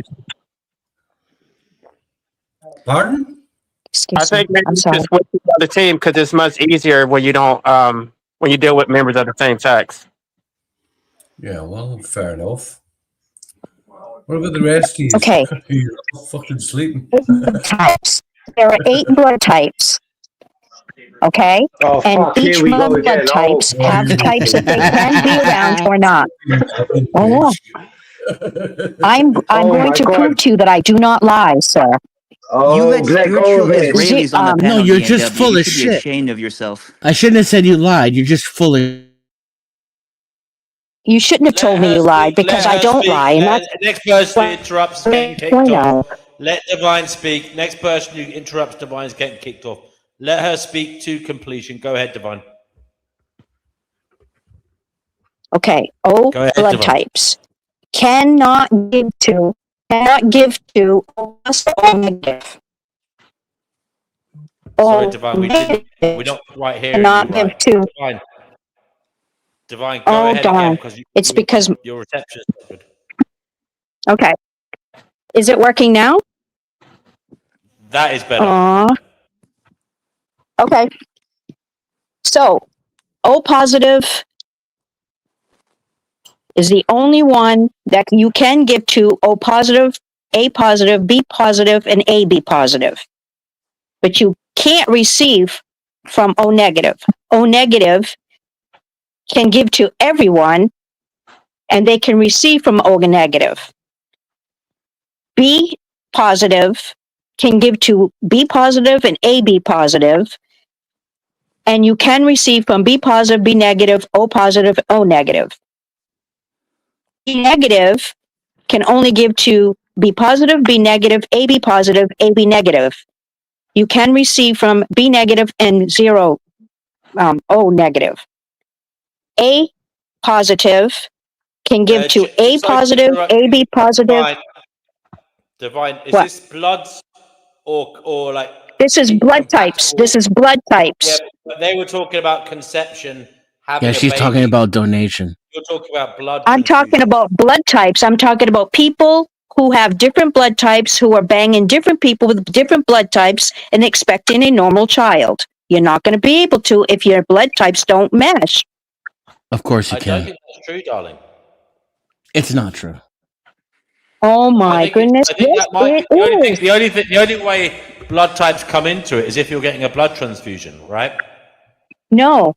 Rh negative people cannot engage with other Rh negative people. The child will not be viable. That happened with my cousin. She had dated a man and was with a man and was married to a man who had Rh negative. Neither one of them knew that at the time of connection. They had a child. The child's brain never came together. The crown of the cranial never even formed. and the child died in infancy. So you cannot just boink anybody you want to. Rh negative is the exception, not the rule. It's a mutation.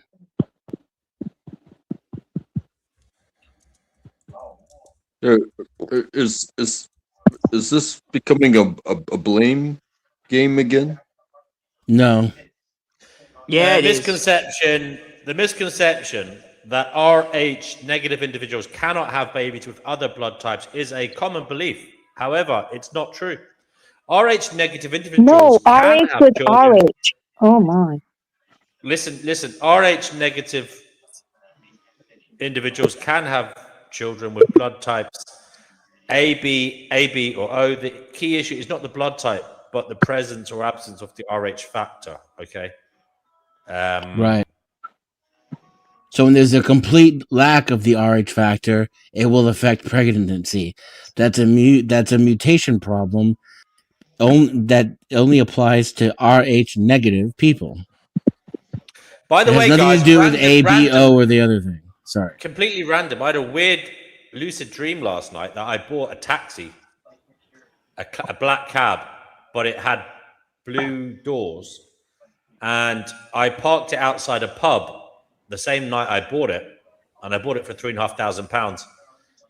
And then I came out of the pub, and I noticed the doors wouldn't lock properly. And then I walked somewhere around the corner, came back, but the cab had been stolen. Debbie, can I say something? Now, I am an Rh negative. I have been pregnant and I have aborted. And I can assure you, when I had my first pregnancy, which I aborted, after the abortion, I was given a special injection to make sure that I did not, in my next pregnancy, reject the baby, because the Rh negative attacks the Rh positive. The antibodies. Okay, so problems can occur when the mother is Rh and the baby Rh negative and the baby is Rh positive. Well, so yes, we cannot carry Rh positive babies. No, unless you have a special mismatch doesn't cause any problems for the first pregnancy, but it can lead to problems in later pregnancies. Subsequent pregnancy. I mean, you have to have a special. So she is actually right. I know so because I am one of those women. There you go. The ladies are right. So that does ask a question. No, that's not what she claimed. Is the baby the problem, or are you the problem? Well, my body just rejects Rh positive babies. Both are the problem. Right, which has nothing to do with the We had partner. Brother Marcus on the show. Sorry, and untrackable. You just said something. Which has nothing to do with the partner being A, B, or O. It's nothing to do with A, B, or O. It's to do with positive and negative. Right, that was her claim. Her claim was it was the partner, that you can't have sex with whoever you want and expect a healthy baby. I never said that at all. Are any of you That's well-versed exactly in, like, what blood Divine or, said. like fucking medication? What the fuck? It's a verbatim quote. I'm the victim. I am one of those strange women with Rh negative blood. Okay, I am one. And you can get pregnant. What? And carry the pregnancy to full term. No, but it's true. It can cause problems. It is true. It can. Yes, of course. There's all sorts of problems that can arise. The statement was that you can't have a baby with someone, depending on who the partner was. That was bullshit. She has a legitimate. I just said, right, a Rh negative woman cannot carry an Rh positive baby. And no one argued against that. And I finished. Not a single person on the panel argued against that. Marriage should be avoided between Rh negative females and Rh positive males. And no one argued against that either. That used to be in the past. That's the only thing Chippy was saying, and she is right. Thank you, D&W. That's not what Divine was saying. And she's wrong. Well, she was trying to say that. Let's be honest. She was She's trying to say it. Oh, okay. By saying everything but that. And bringing up A, B, and O several times. I want to be real. I want to be real. As real as the gaslighting? Yeah. How much science do we go through when we decide who our partners are going to be? And how much complaining are we going to do when it doesn't work out the way we thought it would? Hey, good night. That was beautiful. Tomorrow, oh, there's a problem. What? Hey, what are we doing here? What the fuck are we doing here? Untrackable. That's why we come here, but that seems to no longer be the subject. Yeah, we just argue here. Like, I don't know. It's Yeah, not about because you finding guys. Nelson. It's about finding drama, man. Finding hatred. BMW, can I No, just it's say? Because you people don't have tolerance for people who disagree with you. Yeah, exactly. And it's because you guys keep going back to the same subjects. Can't you just leave it so there's no Thank you, contention? Ross. But Do you know what, guys? I like this Ross guy. He's new here. Thank you, brother. Make thank sure you, brother. keep coming back. Thank you. I really appreciate it. Yeah, same, Ross. I like Untractable. I like him. He's very brilliant and he knows what he's talking about. He doesn't sit there and maim people for something to do. He gives everyone the opportunity to be themselves and to have their own understanding. The whole thing is the reason why everyone argues here is because if someone else says something adversarial as to totally different than what everyone else says, automatically they're criticized and they're, quote, liars. That's not the truth. That is not the truth. Everyone has their own understanding and it should all be honored. No, bullshit shouldn't be honored. Oh, It so should you be should called shut out. up then. You should shut up then if bullshit shouldn't be Right, honored. can I just say what finding Gnosis means, if anybody minds? Yeah, go ahead. Thank you. Finding Gnosis means achieving direct, experiential, and intuitive knowledge of the divine, oneself, or ultimate spiritual truth, rather than relying on faith or rational intellect, okay? Now, I don't know what everybody else is doing, and I came here to find myself. Okay, I didn't come here to chat about what the fuck you lot want to chat about, whatever it seems to be. But that's why I came here originally, and it used to be like that. I don't know what's happened. That sounded very official. Where did you read that? Where did you read that? I just From the manifesto. it. From the Finding Gnosis manifesto. Did you not get it? The AI speaks very authoritatively. You, okay? It's called Chickpeas donated to the channel. You got the manifesto sent during the post. Rooted in Gnosticism, this inner knowledge. It's inner knowledge. Innate knowledge, to yeah. understand their spiritual origin, transcend the limitation of the miracle of the material world, and feel connected to the divine. Okay. Now we're looking for something else within ourselves, our souls, or whatever. Not this constant shit you guys. Well, Chickpea, start with my weird dream. What did you hear about my weird dream last night? No, well, you had no, I haven't, because you know what? There's been so much. Get there. I've been buggering off to the kitchen. So what did happen? It was a really lucid dream, and I bought a London black cab. Yes. It had blue doors. I bought it off someone, and then I drove it down the high street, around the corner, and I went into this bar with a few people. Then I came out. And I think I went to another bar in the dream.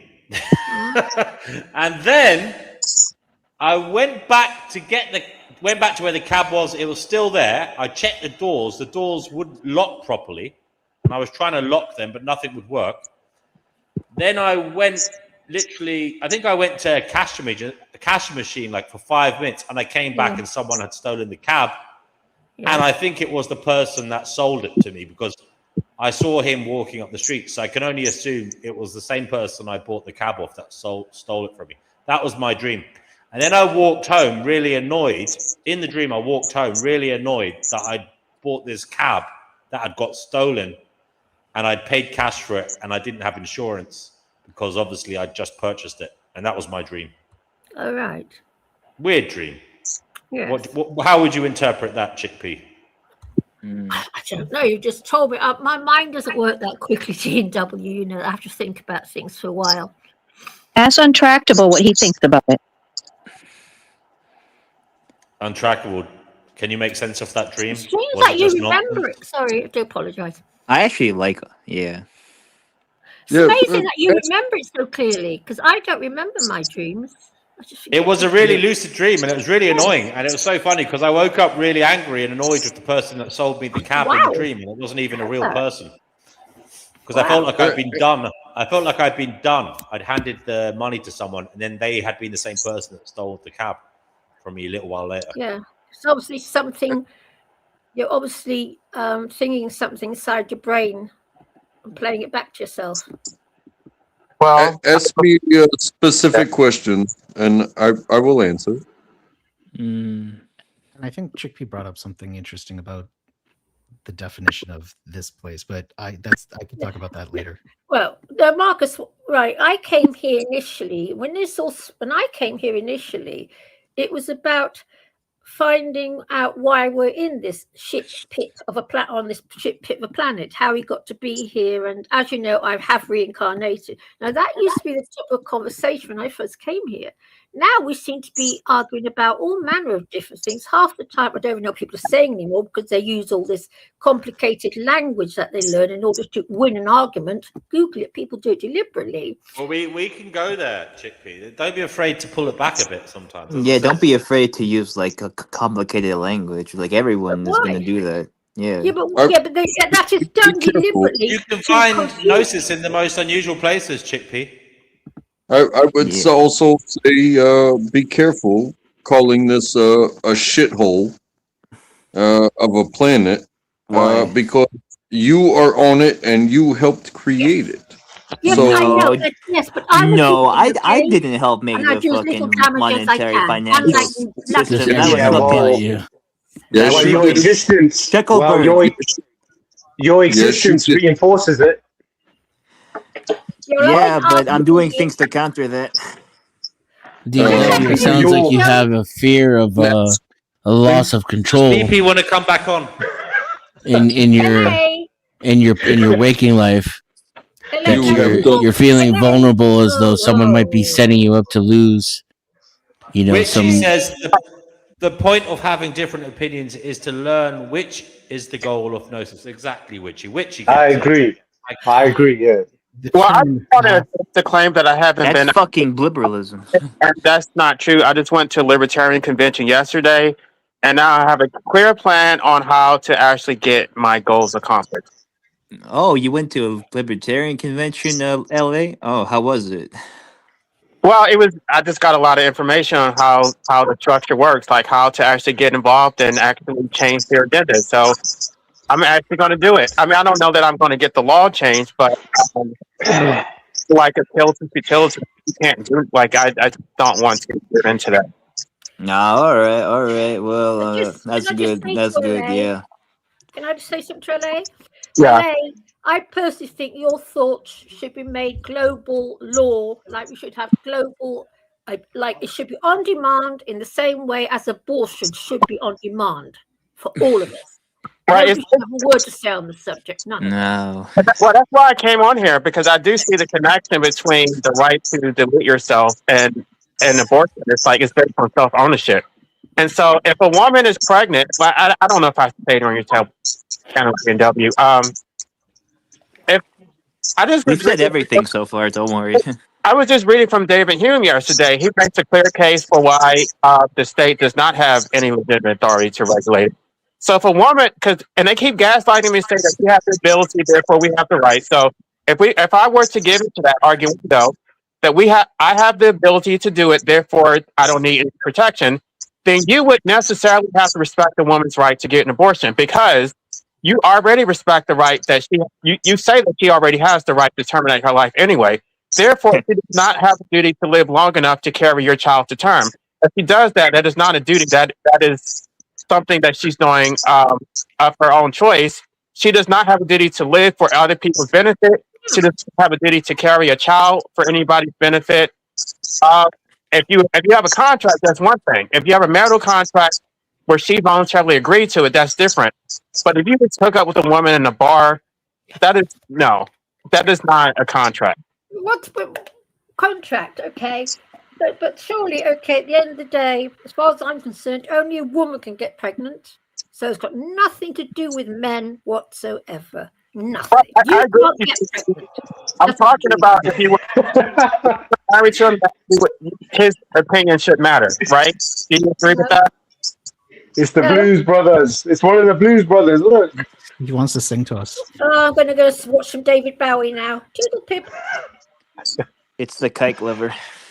Go ahead, Kenny, the legend from Acton. Mystery Singer when I'm logged on as Mystery Singer, remember? Sorry, Mystery Singer.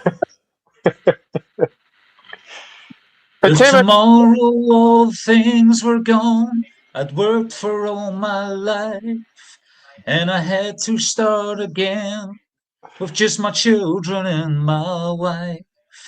I thank my lucky stars to be living here today, 'cause that flag still stands for freedom, and they can't take that away. And I'm proud to be an American, where at least I know I'm free. And I won't forget the men who died and gave that right to me. And I gladly stand up next to you and where we are today. And I love this land. God bless the USA. Nice singing there, Kenny. Mr. Singer, sorry. Wonderful. Mystery Singer, I have a question for you. Oh, he's gone. But does he ever hope to naturalize in the United States? Because he's a big fan. He's a big fan, yeah. Yeah, I mean, so I think you American guys on the panel should try and fast track that. I think it's a bit of a tragedy that the man's living outside the US. Maybe someone can marry him,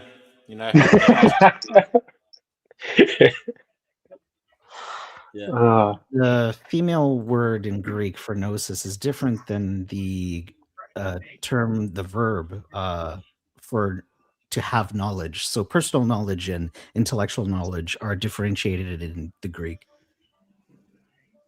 That was all I wanted to nitpick on, and I know people may not be interested in that, but can I go I back hear to you. the dream? That was a good assessment, Brother Marcus. Thank you.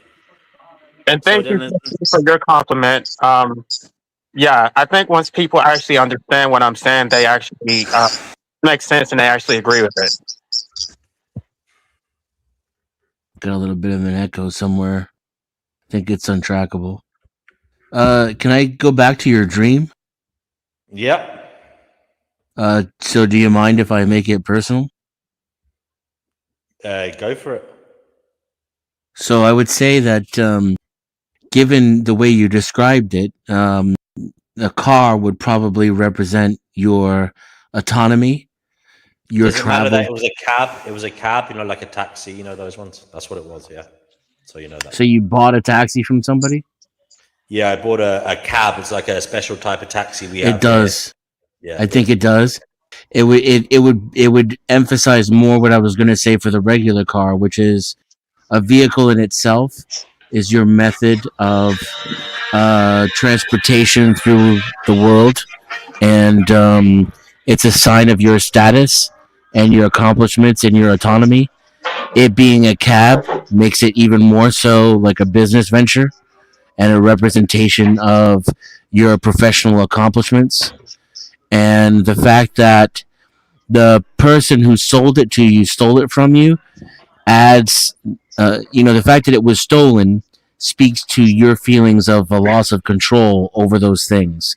But the fact that the same person who sold it to you is the one who stole it from you implies that there's some kind of betrayal attached to that. So someone that you may have trusted to share your goals, be on the same page as you, help you through your life, that person has betrayed you and stood in the way of your progress and your goals. And that losing the car is a fear of losing that control over, where you want to direct yourself, where you want to drive yourself, where you want to be at the end of the day, and how you see your status in that movement. Thank you for that, Dennis, and quite a remarkable interpretation. William says, you bought the cab. Knowledge cannot be bought. You have to take the test. Yeah, there is this thing over here called the knowledge. Basically, it's a test you do. You have to learn off by heart all the different back roads and stuff around London to get around. It's quite a complicated test. People spend money studying and taking time out to do it. But once you get it, it's like a ticket to drive the cab.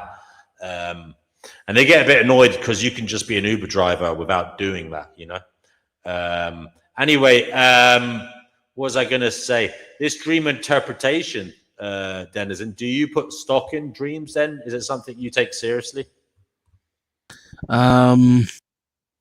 Yes and no. I'm a Jungian, so I believe that there is a translation that occurs between the subconscious and the conscious mind, and that much of what drives us is in the shadow. But also, I can fall asleep to a YouTube stream and it completely and totally control my dreams. And then I can also have a lucid dream and make a complete mockery out of my subconscious and fly around like a superhero and bang supermodels. So Are you puking? Says D&W shows the cab. He picks up passengers to explore the dark underbelly of the city. Well, then someone stole it off me. That's a bit worrying. Okay. What else is there here? Brother Marcus is giving the. He's looked up the. He's given the meaning of gnosis. He says gnosis is the ancient Greek noun for knowledge, derived from gnosko, or however you pronounce that, to know. It signifies specialized, experiential, or esoteric insight, often spiritual rather than just theoretical information. Iodine is an ancient Greek verb related to seeing, which evolved to mean to know, to have knowledge. It refers to intellectual knowledge, book learning, or rational understanding. Where's that? Oh, there it is. Understanding. It is frequently contrasted with gnosis, which represents personal, experiential, or mystical knowledge. There you go. Thank you, Brother Marcus, for the in-depth. Yeah. So done detailed can explanation there. Sorry, go ahead. Yeah. Someone was trying to talk. I wanted to speak on that because it doesn't necessarily have to be on the bigger world. It is the decisions we make every day. Statistics. You've been here before. You've done this on a similar day. And you're trying to teach the next about what to expect. So, what do you mean by the next? Well, it is Christmas, or the weekend leading up to it, and the people you work with are brand new, and you say, "Hey, sales are going to be high," and this is what we have been pushing. This is the product that is in high demand. So this is what we are looking for. There is no cookie cutter, but there is a whole lot of this that I know because I've been here many years, that you're going to want a whole bunch of this. Untrackable. What the fuck are you talking about, brother? Experience and witness. If you deny experience and witness, then you will create suffering for yourself because you refuse education. What do they call it? Just like the almanac, the weather. Through the seasons, the weather will change. Well, with the weather changes, so does the market. And as the market changes, the products you put your hands on will change. And so if we can understand this, then all the way down to the people who actually pick it up and put it down and send it into the into the market, it can make our lives so much easier if we understand that. But if you refuse it and you just think you're picking things up and putting them down, well, you will create more suffering for yourself. Yep. Do you understand? No. Okay. Well, that I said my piece. Thank you for listening. Thank you, Untrackable. You're welcome. Right. Well, Chickpea, I'm going to give you an opportunity now, seeing as you were feeling unsatisfied, frustrated.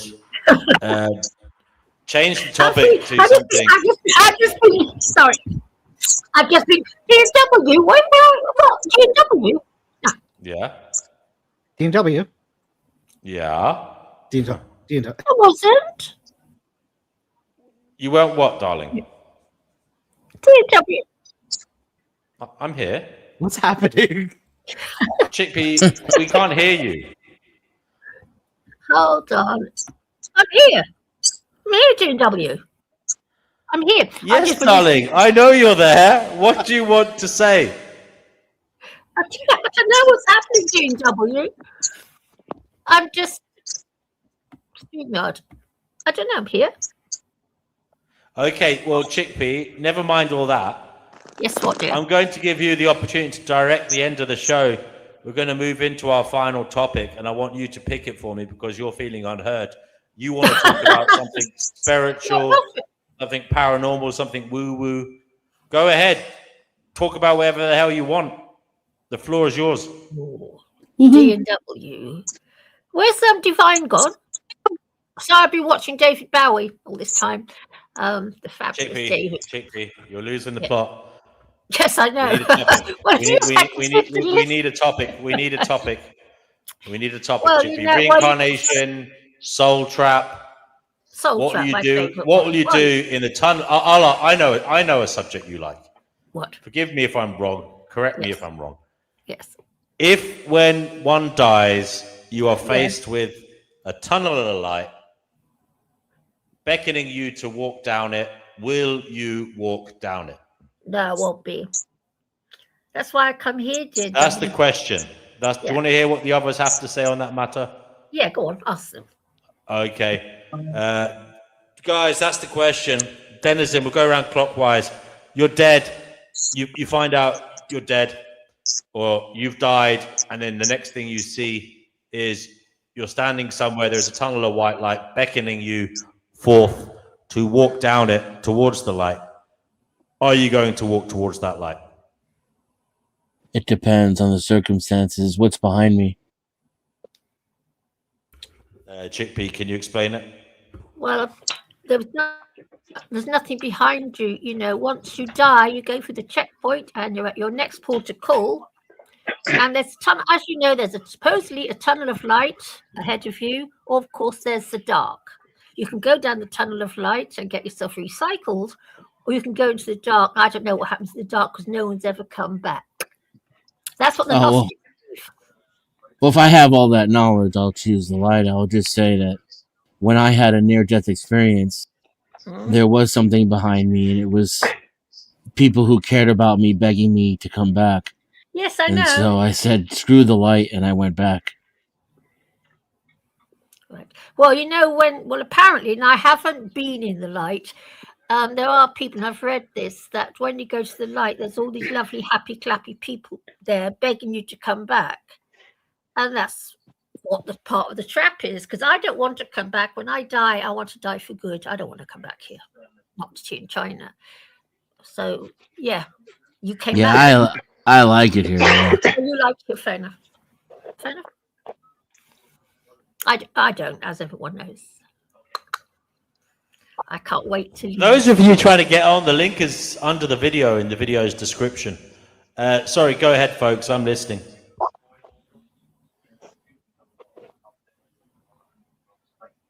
So were you in your conscious soul when you had your NDE? Yeah. You were. Okay. No. Yeah, the only thing was I saw my life flash before my eyes. Yeah. And all of my questions were answered. I understood the meaning of existence. Yeah. And I tried to take it with me, and it wouldn't cross the barrier. No, it won't. Gosh, lucky you having that experience. Envy you. I actually envy a man. That doesn't happen very often. So you've been there. Because I'd love to see that. Because I'll be honest with you, I'm getting quite old and I'm going to be dying in a few years' time. And my biggest fear is that when I die in a state of panic and they catch me. Because I believe what you've just said. You know, there is the light and there is the tunnel.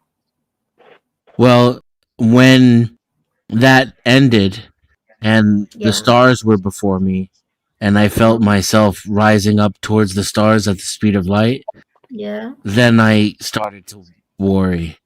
And then I could hear the people back, in the conscious world,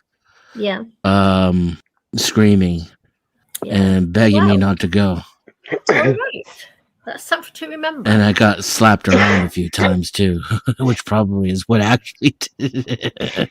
No, but this is nice to hear because, you hear all this stuff, and the more one hears on the subject, the more you can be prepared for it. Because, well, I'm a great believer in it, and I do believe in the tunnel of light, but I don't want to get caught up in it. I don't want to see all my cats standing there meowing at me, because if that were to happen, I would get taken in very easily. I don't care if people stand and wave at me because I don't give a shit who waves at me, but I do love my cats and I don't want to see a load of dead cats, my old cats. I know that sounds insane, but we all have our own saying. They might anchor you here in that Yes, I moment. don't want to You come might back. choose to come back.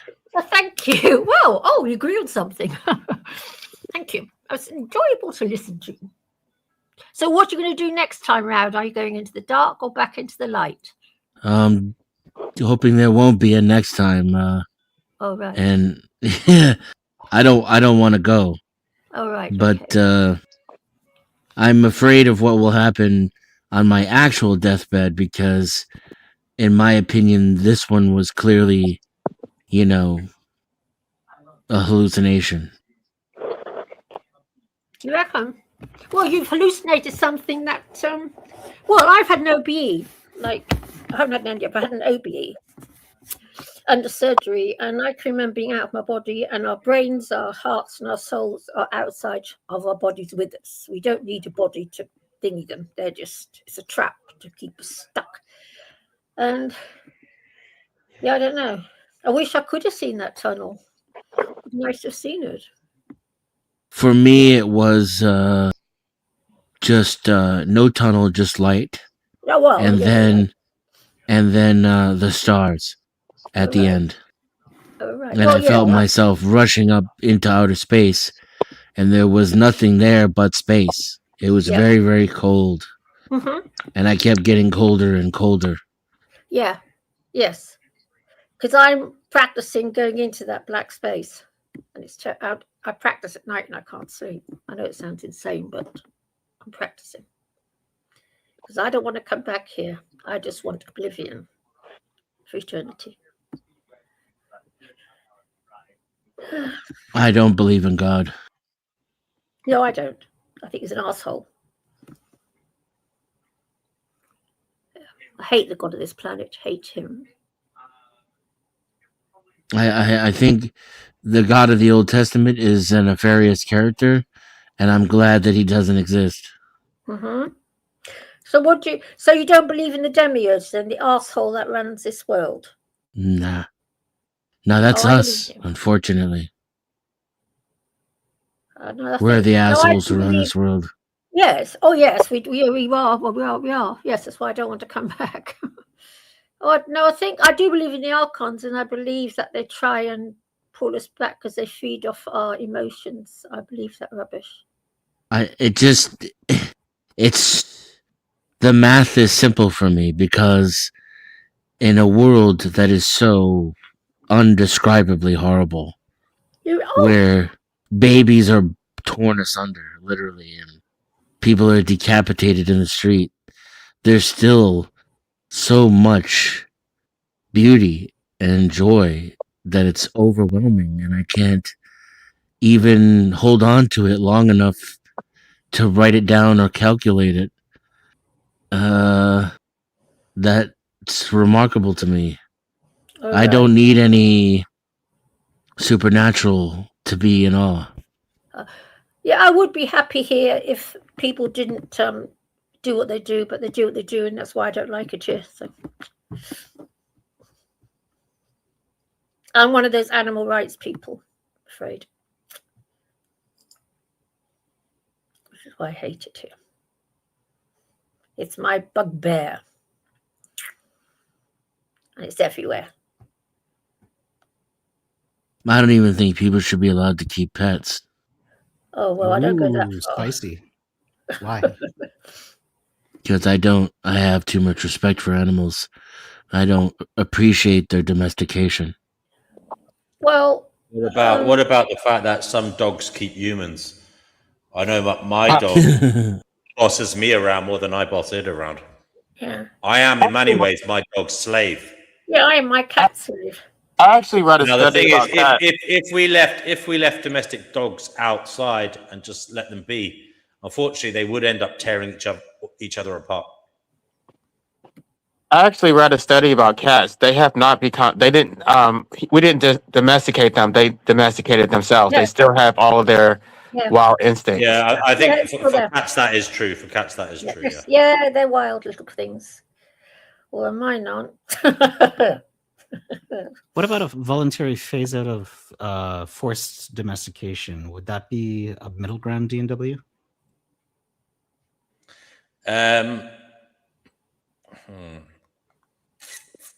I mean, it sounds about right because I look at the dogs sometimes and I just think we've bred them to have all these disorders. Basically, they're just like wolves. They're like disordered wolves, basically. You know, they're wolves with extreme anxiety, extreme ADHD, you know, extreme nervousness and dependency. Whereas when they were wolves, they were perfectly fine. You know. Yeah. But now we've made them nervous wrecks, basically.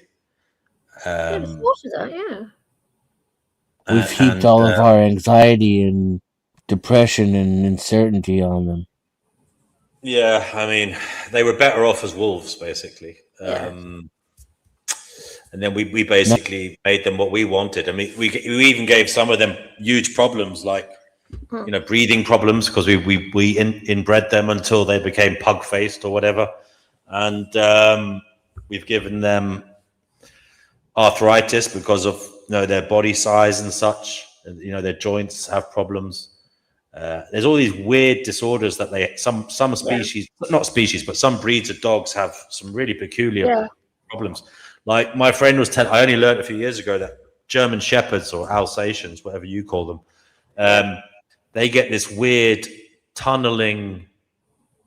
I don't know what you'd call it. It's like it's just like a tunneling sore that opens up, it's like a tumor that tunnels inwards around their anus, and it turns cancerous. It's like a wound that just tunnels inwards, and it turns cancerous. Yeah, a lot of them get it. Yeah, I mean, they're really and truly. I feel so sorry for dogs because they can't really communicate to us.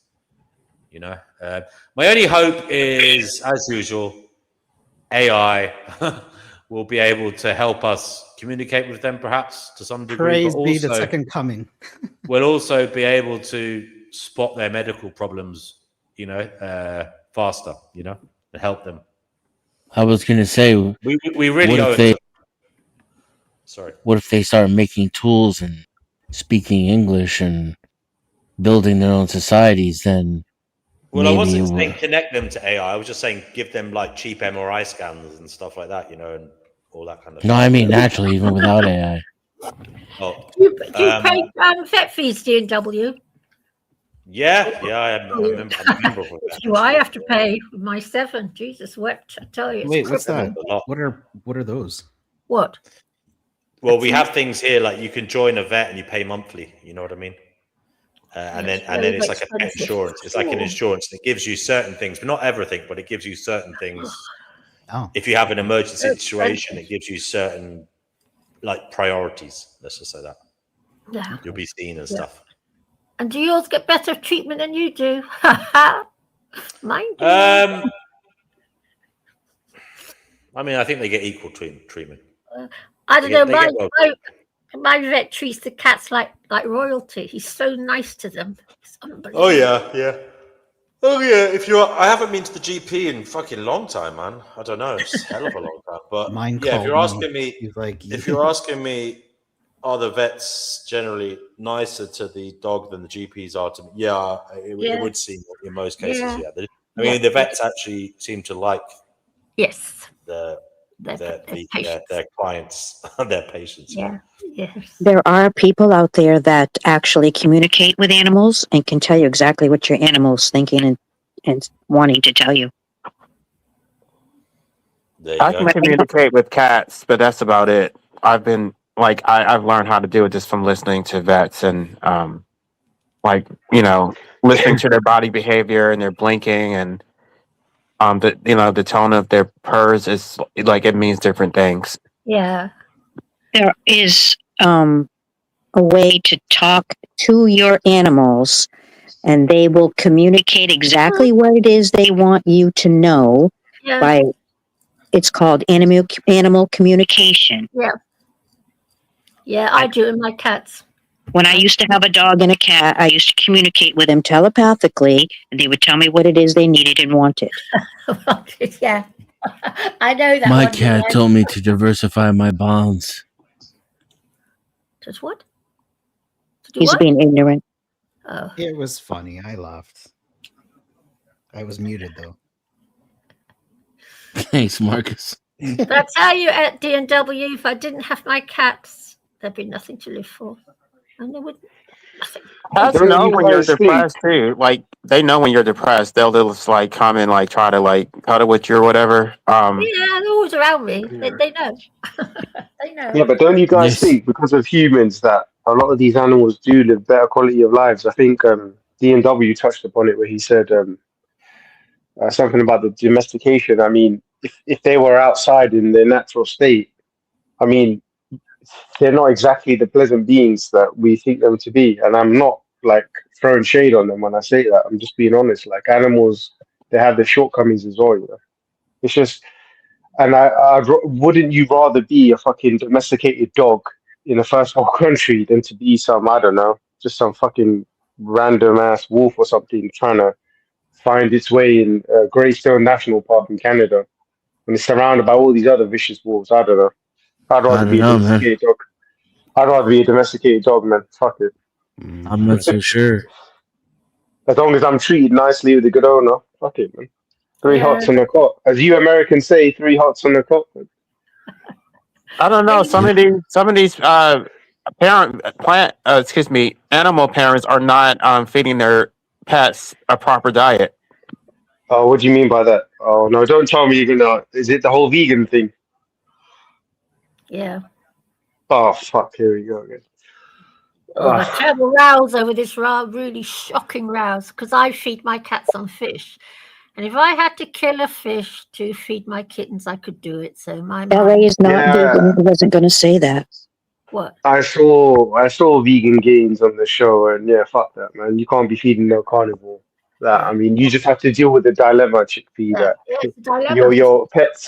It's a dilemma, but you just have to accept it. You know that your cats are flesh eaters, and that's a fact. So yeah, there's nothing wrong with that. You Well, I can't think the judge them. positions are perfectly consistent. Factory farming for humans is not the same as cats meeting their nutritional needs. True, but you don't necessarily have to use factory farm methods to feed your cats. I mean, That's what I'm saying. That's the point. oh, okay, yeah, I You agree. don't have to do horrible things to animals in order for cats to meet their dietary needs. Yeah, I mean, you could, if you had the means to, you could go fishing and feed your cats like that. If obviously that was feasible. Fish. Or create a pond on your land and Yeah, that'd be nice. farm your own fish. Yeah. Or maybe you could just have your own rodent colony and just allow your cats to go kill them. I don't know. And that Well, sounds a bit funny crazy. story, Ra. Must tell you a funny story. I got lambasted on here because my ginger tomcat goes out hunting dormice, and I was completely lambasted on this channel. You wouldn't have believed it if you'd heard it. Shocking. Yeah, you need to. Well, Chicky, those people need to revisit the fucking the Great Plague in London, and then they'll Exactly. understand why cats killing mice and rats is so important. Yeah. You know, a lot of these people, they're very disconnected from the reality of the world. They just get caught up in these ideologies of like, you're wrong, it's yeah, that whole virtue signaling stuff. I mean, I understand, like, be as you be, but th- don't forget, like, there's a wider context to a lot of things. Yes, it's harsh, brutal reality. But I'll tell you something else as well. By my cat killing the mice, he's actually saving the sparrows because mice eat sparrows' eggs. So Oh, he's actually helping the sparrows to survive. exactly, yeah. So, yeah, I think morality is sometimes it's definitely just a human construct, you know, like, I Oh, mean, thank you. That actually, sorry, that triggered something in me. I'm gonna. no, go ahead, man. Go ahead. Life, abolition. You mentioned natural rights, and my understanding of natural rights is that it comes from human nature because we are the ones that construct it socially. So you see the tie there, Raz. But then you brought up things that happen in nature. I don't think that's what the natural rights theory means. Am I wrong in that? You mean no? I was talking about how it works with women having children. Like if you're like, I was comparing two different states: the state of nature and the state of society. That in the state of society, if you have a marital contract, then then you have greater protection than you would have in the state of nature. I'm not sure if you're referring to something else. Were you saying like humans in the state of nature or other animals in the state of nature? I'm not sure what you're referring to. When we were talking earlier about men having parental rights, I was making a point that men don't have parental rights in the state of nature. Okay, what does the state of nature mean? The state of nature is basically, pre-social contract, pre-political. It's not necessarily no government, but for Okay, men. I understand. I understand because I heard some people clap back at you saying it's an appeal to nature, but you're saying pre-states like Rousseau, that as you said, would mention nature.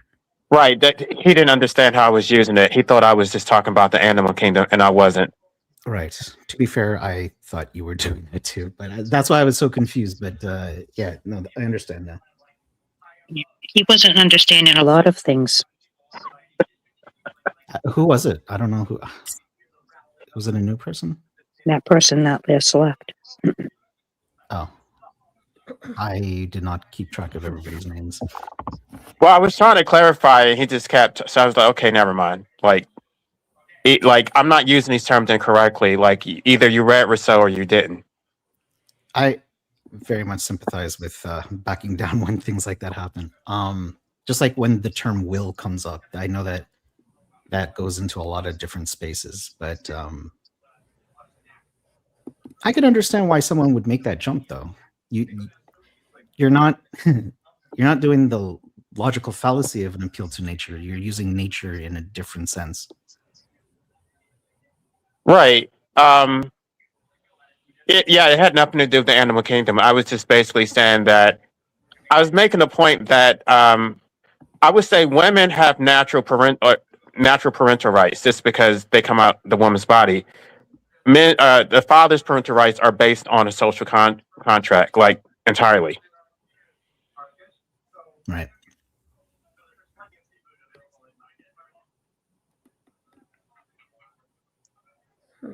Actually, LA, my comfrey has started sprouting. Doesn't half grow fast, doesn't it?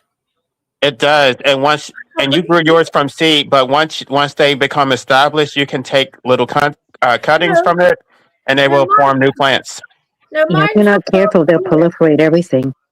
Mine's from last year in a pot. It had died or whatever, gone into the soil, and it's just sprouted up again. It's grown about 3 inches in a day, literally. Well, she's growing hers in a pot, so she doesn't have to worry about that. Thank God. Huh? They are uncontrollable once you get them in the ground. They'll just keep growing and spreading and spreading. It depends on which variety you get. If you get the Russian comfrey, that is sterile. It doesn't; those seeds don't germinate. but I have common comfort because I want a lot of it. So I want it to spread. I want it to overtake the weeds. And Yeah. If I'm going to put anything in the ground or in my greenhouse or in a garden, it's going to be heirloom. I won't go with anything that's new or a hybrid or a GMO. Gosh. I just want well, you stuff can that you was can grown. prevent that too, even with common comfrey. Like once the seeds come out, you can just cut it and make sure that the seeds don't touch the ground. But if you regularly chop it, then you won't even have to worry about that. Most people just like they use it to fertilize their soil. They just do the chop and drop method. Excuse me. That's interesting. PP is doing the same thing that I thought we just sorted this out. That LA isn't using nature in that sense.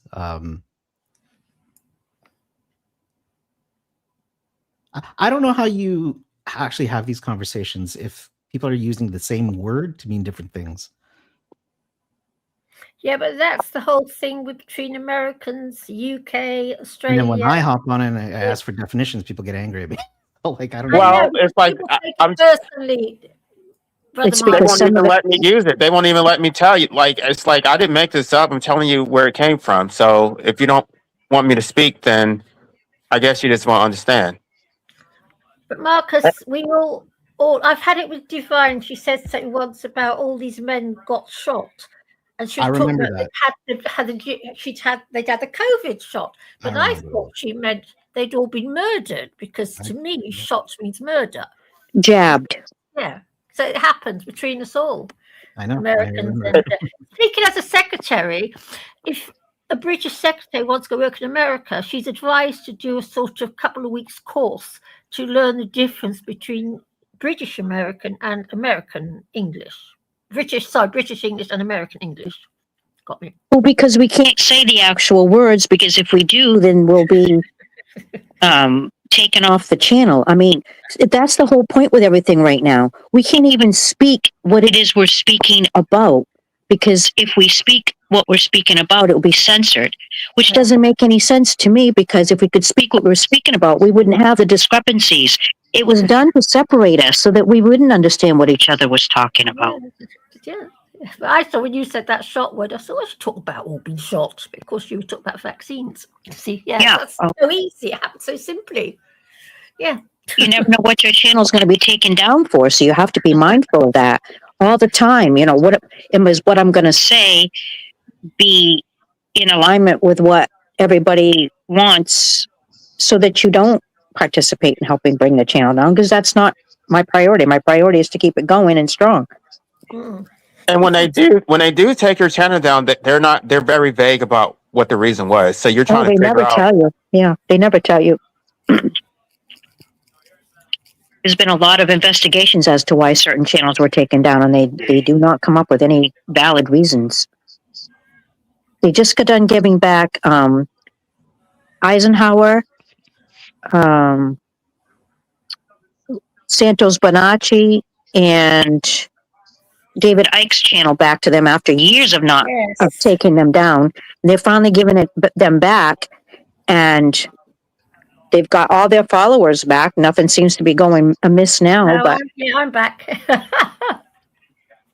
it's sad that they've done that, because these people worked really hard to grow their channels, and now, they have to regrow them. But Right, and you think that everybody would just come back to your channel, and they don't. It's like you're starting over from scratch. Well, if you change your name, they do. But if you stay the same name and the same thumbhole, they'll come back. Yeah, I've gone back almost instantly. LA, it was almost instant. Yeah, because Bonacci was so happy to come back that it was almost beautiful to watch the childlike behavior and being able to teach people again, because he was just so kind of almost lost in his own world until he got back on, and now he's just glowing. Every time he speaks, he just glows, because he's so happy to be back on. It makes a difference when you work really hard for something. You'd like to have the continuation of it. Yeah.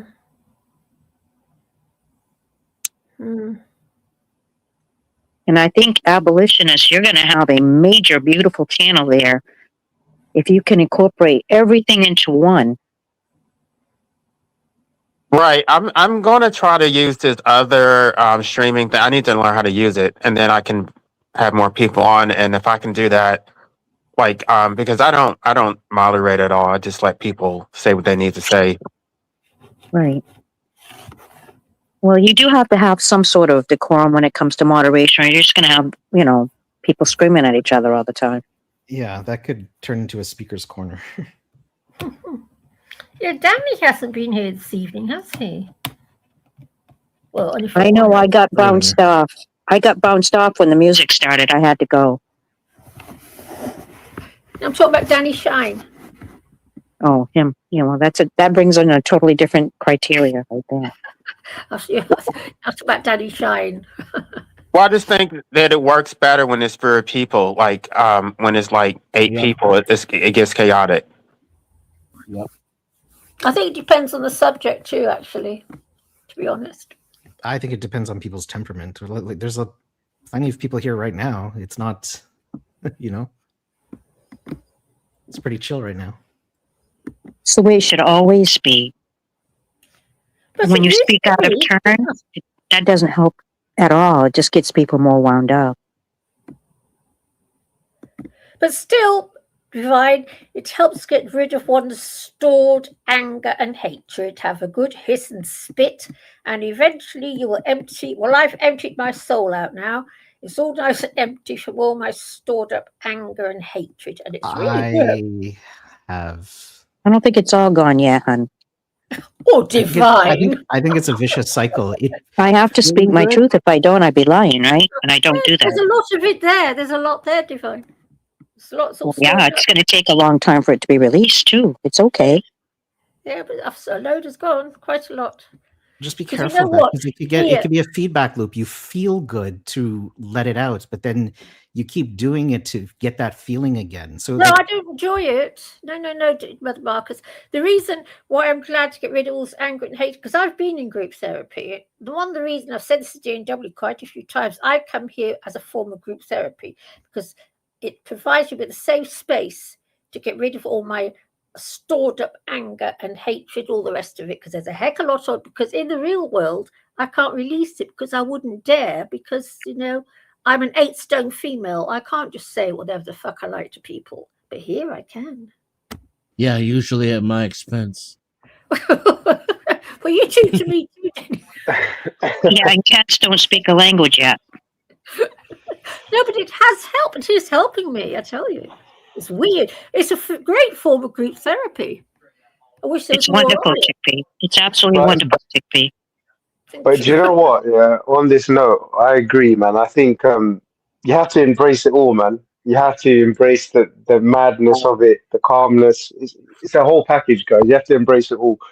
Because think about it. If everybody spoke here, I mean, I like order, but don't get me wrong. But it's like if everybody spoke here and it was always calm and demure, you're like, after a while, you'd probably be like, oh, what the fuck is this? You know what I mean? But, I agree with you, Ross. It's a matter of keep rolling, as Limp Bizkit would say. It's like let the wheel turn. Realize there will be a new dawn. Yeah, Things will well, become peaceful again. I It's a did it all lesson- for the nookie.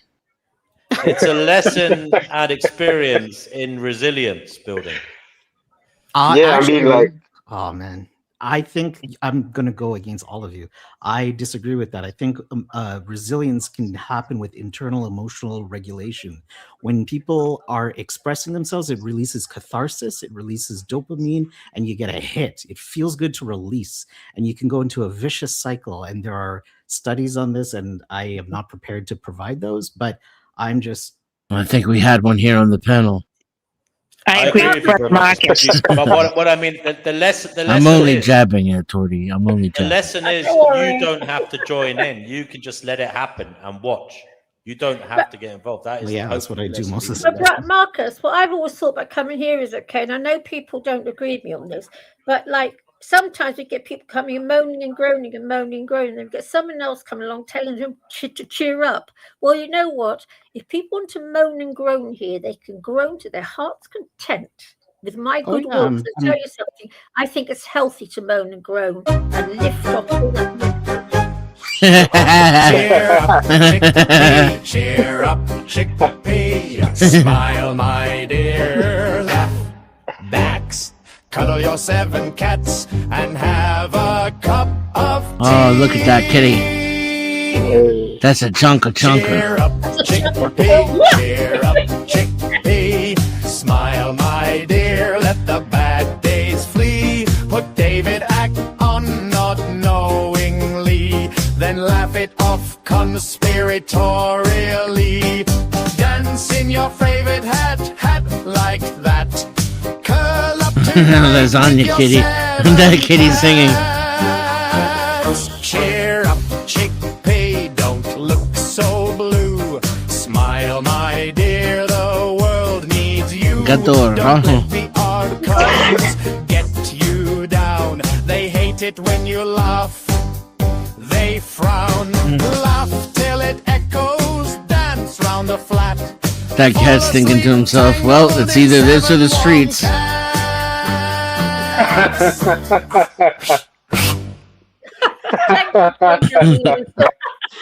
Oh shit!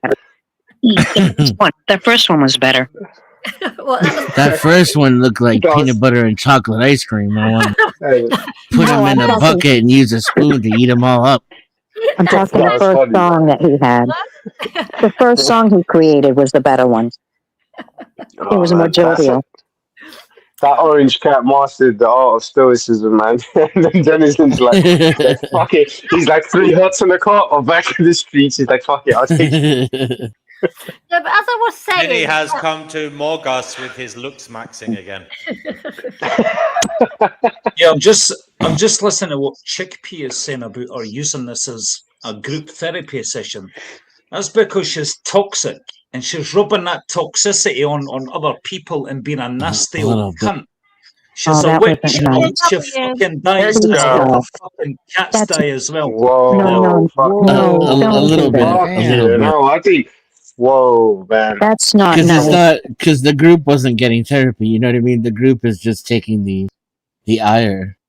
Oh, I'm sorry, Chickpea. Don't worry about it. She's fine. Chickpea's fine. Kenny comes up and says something she disagrees with. Oh, there's a Tuesday. Yeah, I don't want his I wasn't approval expecting anyway, he would say Divine. something I like don't that, want his approval. If he approved of me, I'll be very worried about myself. Well, he's the reason why I pop off every time he shows up. I don't like how he treats you. Thank you, Divine. That's really sweet of you. I have to say with people and some of the ones that you were having today, I did complain to G&W a bit about it. I know. What he said there. Everyone comes here with their own lives, their own independence, their own experiences. And each one of those experiences are different than the others, but they're supposed to be. Because when you share an aspect of what your life is and what you've gone through and what you know and what you don't know, then other people can either listen to it or throw it away. They don't have to keep your knowledge when you spew it. It's like that's just the commonality of every person being a person. But if you're going to disrespect for someone just because of what they do and don't do and what they say and don't say, it's not, that's not valid. It's not a valid reason. I'm sorry. I'm not your typical chick either, so that doesn't help. Yeah, like one thing, my first time on the show, debut on the show, and one thing that I find distasteful is when people start throwing out malicious ad hominems, man. Like, you had Kenny just now, and then you had fucking that Fatima guy, and he goes to me, I hate you, because I have a different fucking viewpoint. That is so childish, you know what I mean? Like, you don't even fucking know me, mate, and I don't know you, but why would you hate, like, there's many viewpoints on this panel I don't agree with, but why the fuck would I want to hate you? Because I just don't understand people's mindset. Like, why would you hate someone because they said something you disagree with? And that's probably one of the negatives of this show, if I'm honest. I mean, I don't agree with everything people say, but I usually try to ask questions instead of just, like stating my opinion, because then I can try to like clarify what they're saying and then get to the heart of it. I mean, I have my, people who I don't get along with, but when that when they show up, I just leave. Yeah, I understand that. Like Sorry. that's your you have the liberty to leave or stay. It's up to you. But I just don't understand when people take it personal and they're like, "Oh, I hate you because you said something I don't agree with." Like it's fucking childish, man. You know what I Yeah, mean? I think I'm a great believer in like group therapy. I do believe in group therapy, and I've said to DNW, I think he should make it official and start charging us for coming here and venting our. Oh, now, chickpeas, say no to capitalism. Come on. No, I mean, I do pay bills, so you are welcome to support the show. You don't Yeah, have to, but there is Well, a link. I would. There is a link under the. 1 second, please. There is a link under the video and in the live chat. If you want to support, just send an Amazon voucher to the email address there, findinggnosissociety@gmail.com. In any denomination, in Great British pounds, but in any amount that you want. Doesn't have to be millions. Well, I would say our mere presence and our intellectual property, meaning our words, are help generating views, and so could be translated into potential income. I don't know if this channel is your channel monetized? No, it's not. No, I'd rather not give YouTube the money, actually. Yeah. Fair enough. Well, they're taking the money out either way. So the way I've done it is because if you give those super chats, 30% goes to YouTube. The way I've done it, they get nothing. Yeah, it's the right way to do it. But I was saying, I'm a great believer in if all of us globally got rid of all our negative feelings toward each other and our anger, our unexpressed anger, the world would be a much better place. And it would be, because I think a lot of our problems are just suppressed anger, and it's so suppressed. Yeah, for the angry people, but not necessarily for the targets of their anger. Well, and also that's an interesting thing you say, the deadism, because out in the big wide world, I would never dream of showing the anger that I show in this place. I'd be too Why? scared to. What? Why? Too scared. Why? Because I'm an 8-stone female. It wouldn't enter my head to start lashing out at people outside, because I might just get my head kicked in. And that's the sad, brutal reality of it. But that's the point I was trying to make. I was saying certain people who want to debate me, they should do it in person. I don't want to debate you on YouTube where you can say whatever you want. Let's do it in person. Certain people. We know the one person. Well, you know what that does? That leads me to believe, and this is how I'm going to do it from this point on. When I'm in the chat, if someone disagrees with me, I'm going to not raise my voice. I'm not going to disallow it. I'm just going to let them spew. Because to me, it's a reflection upon me that I need to do more work if I'm getting upset because of what people say. Yeah, I agree with you. But yeah, I'm different. I've got a ton of anger inside me, and it's coming here to help me get rid of that ton. Because I want to get rid of it before I die. Well, I wish that you and I could have some talked. use to you. I wish we could have talked before all that, because I could have shown you the shortcut. Chickpea, do you want to scream and shout for like 30 seconds? You know, if you want to give me a spanking too, that might be fun. Oh, she'd love that. Oh, I'd love that. Yes, I could give you a good go with a horse whip. Awkward. Oh, yeah. Actually, I should have known better with this lady. Did you ever want to be a dominatrix? Yes, dear W. Oh my I had God. toyed with the idea. I had toyed with the idea, and I have. Yeah, I thought you might have. I met a dominatrix once. Like the things she told me she'd done, and I just can't believe it. You know, she told me she put a needle through a man's testicle, and he asked for it to happen. I mean, I can't believe that. What? Yeah. That's just mad. I can't believe. I just can't believe. That hurts my balls just thinking about it. I know. Tell me about it. I can't believe some of the shit people want done to them. But I did toy with the idea, dear W. And I did fantasize about getting myself a load of, the stuff they wear and everything, because, they tend to, I do look the part, oddly enough. And yes, I did toy the idea. But maybe I should go still do it. Toy with the idea. Pun intended. And up for fun. Whoa. The chickpea torture chamber is currently being built in Hackney. No, I wouldn't do it here at DW. I'd go off to the Knightsbridge. Go back to Holland, Amsterdam. No, no. No, they're clearing all that out of Amsterdam, aren't they? They're trying to make Oh, it no. all la-di-da again. Or Yeah, I go to Knightsbridge, I think, and yes, join a little place in Knightsbridge. stamp on the bollocks of all the millionaires. Yes. Why not? Actually, it's not a bad idea, DNW. Maybe I should. Yeah, I was considering you're actually- anti-natalist. Yeah. I was actually impressed with Beacon Equilibrium, like his knowledge about the gay culture, because I just thought he just like dabbled every now and then, but he actually knows the terminology and what actually goes on. So he's like authentically gay in a way. I think he's both ways, hon. No, I don't think he is gay, in fairness to him. Well, but he's like he's familiar Oh, no. enough to where he's not like just somebody on a DL who just like hooked up with one guy. Like he knows the culture. Divine, can I ask you something? Speaking as a female, you mean to tell me you've actually had the courage to take your anger and show it to the world and say your piece? You had that guts. Divine? Divine, I'm talking You're to you. muted, Divine. Oh, yes. Yeah. What was the question? Yeah, we're talking about anger and showing our anger and showing our hatred, okay? Because I've been bullied a lot in my life, and all that anger is pent up deep inside me. I can only say I don't have a lot of anger anymore. I used to, but not anymore. Yeah, well, lucky you. I'm getting rid of mine. It's going, and I've noticed it in my soul because I can now snuck my soul at night, which I couldn't do even 2 weeks ago. You know, when you get that feeling when you were little, you could snuggle your soul. You must remember when you were little, you could snuggle yourself around your soul. Do you remember that?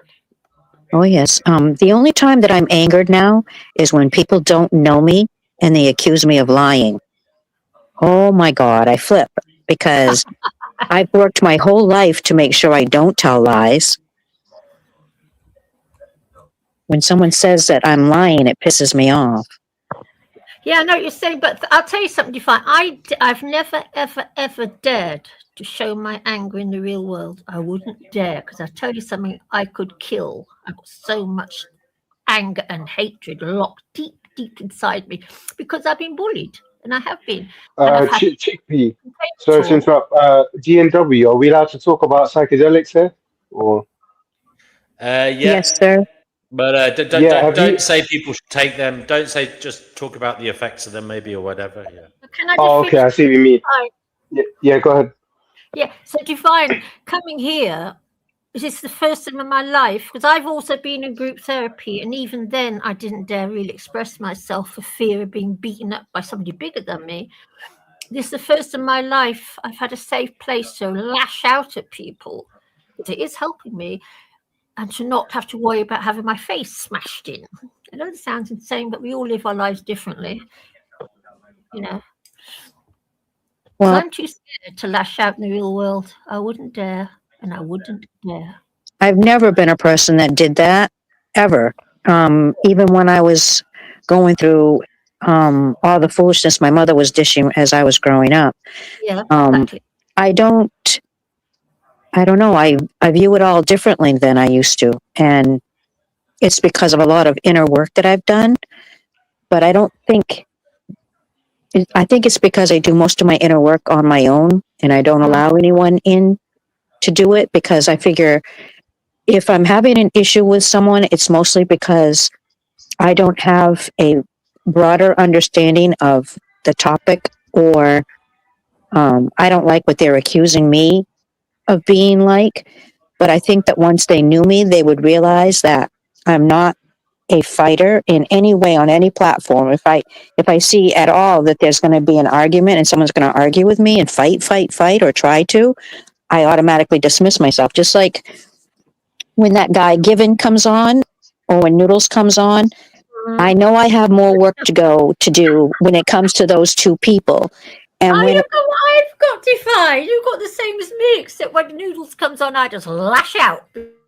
if I stood on the show and someone allowed me to say what I actually wanted to say to Noodles or to that Given guy, hello, you guys would view me as a totally different person. And I don't want that, because that's not who I am. It's just those two people trigger me in such a way that Divine, what you're saying is you're not, despite the whispers on the corridors, you're not a female psychopath, and neither are you, Chickpea. No, I'm not. There's no way. I don't have that. Isn't that kind of redundant?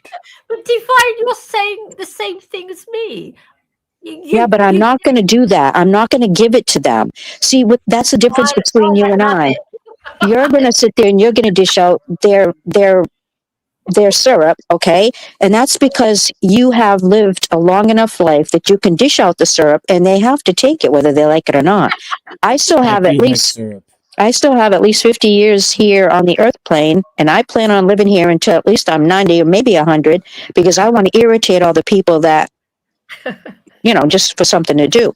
So you are a female psychopath. Very vindictive. I'm planning on going in 7 or 8 years. No, it has nothing to do with the vindictiveness. It's just a joke. My grandchildren actually think I'm going to last longer than them because I'm so calm compared to them. But Divine, you see, I'm planning on going to Switzerland in 7 or 8 years' time, to the clinic. And so I have to make sure I've got rid of all my negative feelings before I go to the clinic, because I want to make sure I detach from all my earthly connections. Yes? All that negative emotion, because they can get you on it. So Chickpea, why don't you you should take up meditation and stuff. Yes. Oh no, I'm not a meditator. I'm not a meditator. I'm a headbanger. No, because no, not even that type. I'm talking about I think it's called like Vipassana, where it's very interesting. It's almost psychedelic in and of itself, and I'm not referring to any illegal substances. I'm just saying, like, when you really focus on your breath, and then you can really lose the sense of self, and then you no longer stop, like, you lose the sense of thought. So all that's left is this kind of awareness. So you can do that without doing any crazy shit. I mean, you can do it in a quiet that message, because it's not that we don't have these feelings; it's what we do with those feelings. I don't do anything crazy. I just sit here mouthing off on here occasionally. I'm not doing anything crazy, but I'm not one of these relaxer people. I'm a headbanger. And I bang. Oh Lord! Oh, okay, you might have to drink the shaman's potion then. Here's the troll. Here's the king of trolls. He has Kenny. Please be careful. Don't swear at the ladies. Thank you. Yeah, Divine, referring to me as that given guy before. That given guy. Listen, at least I've got the balls to use my own fucking name. You coward! Fucking! Oh my gosh! What? We didn't hear that. We didn't hear that, Kenny. Go ahead. We don't need to hear that. That's why we didn't hear it. Can we hear from Brother Marcus? See, this That's is why weird. I'm angry in the world. That's so strange because he shouted, but we couldn't hear what he was saying. Now, see, we kicked out. Where's Brother Marcus now? I don't know he's got. Well, I don't think he liked that kind of. I didn't hear it, so that's good because I probably wouldn't be here either. Did nobody heard what he said? It was doing a lot of mumbling. He should never have been allowed. The only thing I heard was at least I used my real name, and then he started screaming something which was incoherent. Name. Can anyone explain to me why this guy's so angry? No one needs to know why. We just need to bring Brother Marcus back in because I wanted to hear his response. Why are you deciding who should know why? I'm asking. No, why are you deciding on behalf of everybody? If you don't want to know, then you can just state your position. Thank you. That wasn't what I was trying to say. I didn't get a chance to finish my sentence. That when that man, he came in and he interrupted, instantly Brother Marcus left, and I wanted to hear his response to what you had just said. Brother Marcus, come back in the chat, please. But Ra, can we finish our conversation now? This is going to sound really, really bizarre, but for a long time I suffered from very, very severe depression. Now, depression is also anger turned in on itself because you can't release it. And I've noticed how much better I'm starting to feel in the mornings. I've noticed it most in the mornings. And my depression has plummeted over the past couple of weeks, and it's plummeted. I'm glad to hear that. You're welcome. You're welcome. Amen. Amen. Yeah, it has. No, I've told D&W my depression. Yeah, I know. I get rid of it. She gave it to me. She piles all of her anger and hatred and then dumps it onto Oh, me. Chickpea, that's a joke, by the way. Brother Marcus Yeah, is back. Good to have you back, mate. Yeah, Brother Marcus, you was going to reply to what I said, according to Divine. I Asher, want to hear your man, response. good to see you, bro. Hope you come on next time. Just that I was just gonna say that I support what you were saying, because it wasn't the fact that we don't have these feelings; it's how we process those feelings. And yeah, that was pretty much all I was going to say. Is that just because someone appears to be calm and not vent or let it out, doesn't mean that they're not doing internal work. There probably is a storm inside of them, but Yeah, that they're was me. able to emotionally regulate it from internal work through things like meditation. But it equally doesn't also mean that they are good people or nice, or what they're doing is nice and well-meaning. So that's why we have to give people who are emotional a chance sometimes, because they may well have very good intentions and be trying their best, So I give everyone a chance, It could be fakery too. I agree with that too. Also, because Wow. the expression of anger doesn't necessarily, because some people focus too much on the expression of anger, but not what's angering the individual. But Marcus, I don't know, funny, but I look at the world nowadays and I look at all the fighting that's on, all the stuff on YouTube, and there's a heck of a lot of anger about and a lot of violence. And now I've never struck a human being in my entire life. But they're all out there fighting each other, which wouldn't enter my head even. Wouldn't occur to me. Unfortunately, violence is a part of human nature. Not mine. People.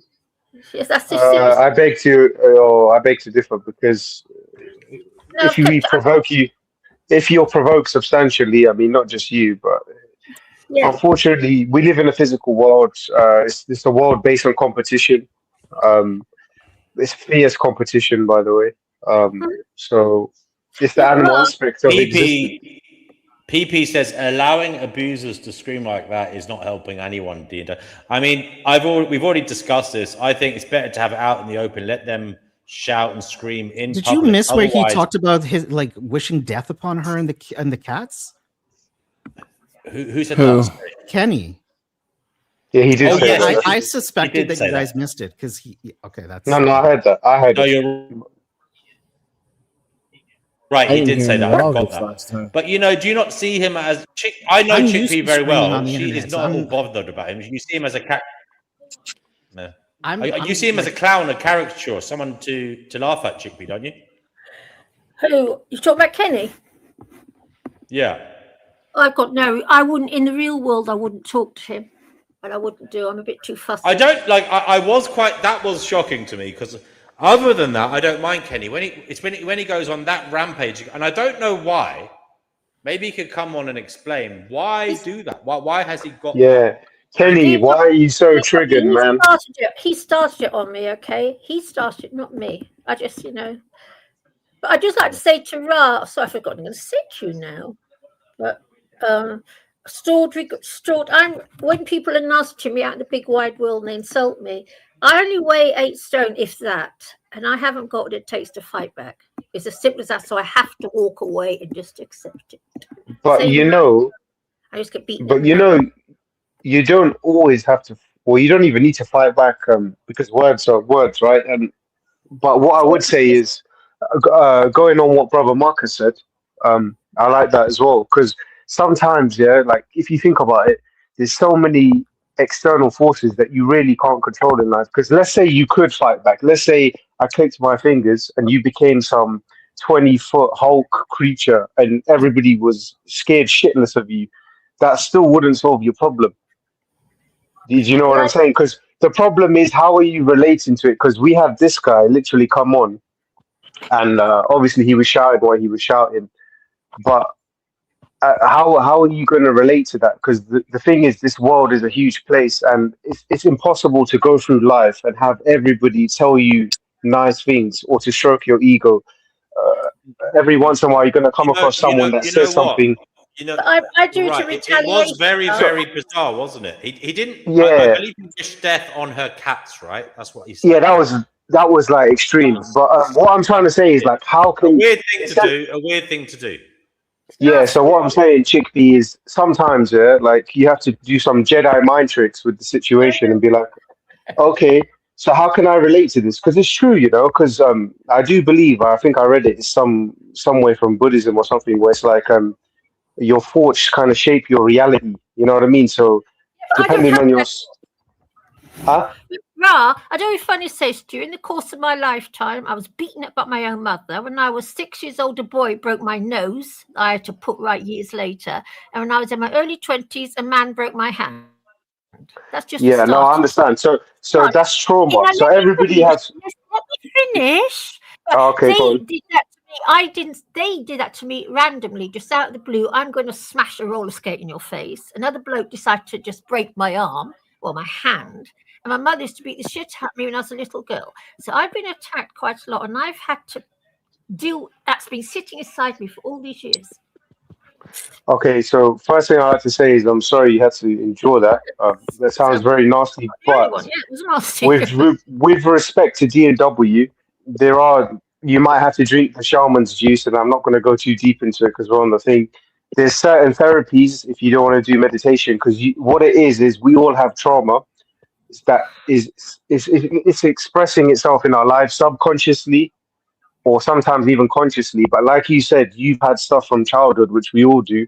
And I think you might have to drink the shaman's potion. And I'm not going to go into detail out of respect for D&W and what he said, because trust me, there's a lot of great studies and all that, and I'll leave it at that. But if you have that level of trauma, you're going to have to get the potion, the elixir. That's all I'm going to say. Ra, I have Yeah, had. Oh, sorry. yeah, go I ahead. have had a ton. I've had a ton of psychiatric treatment, quite a lot, and a ton of group therapy. And even in group therapy, you have to have someone to direct your negative feelings at. And group therapy, that is recognized in group therapy.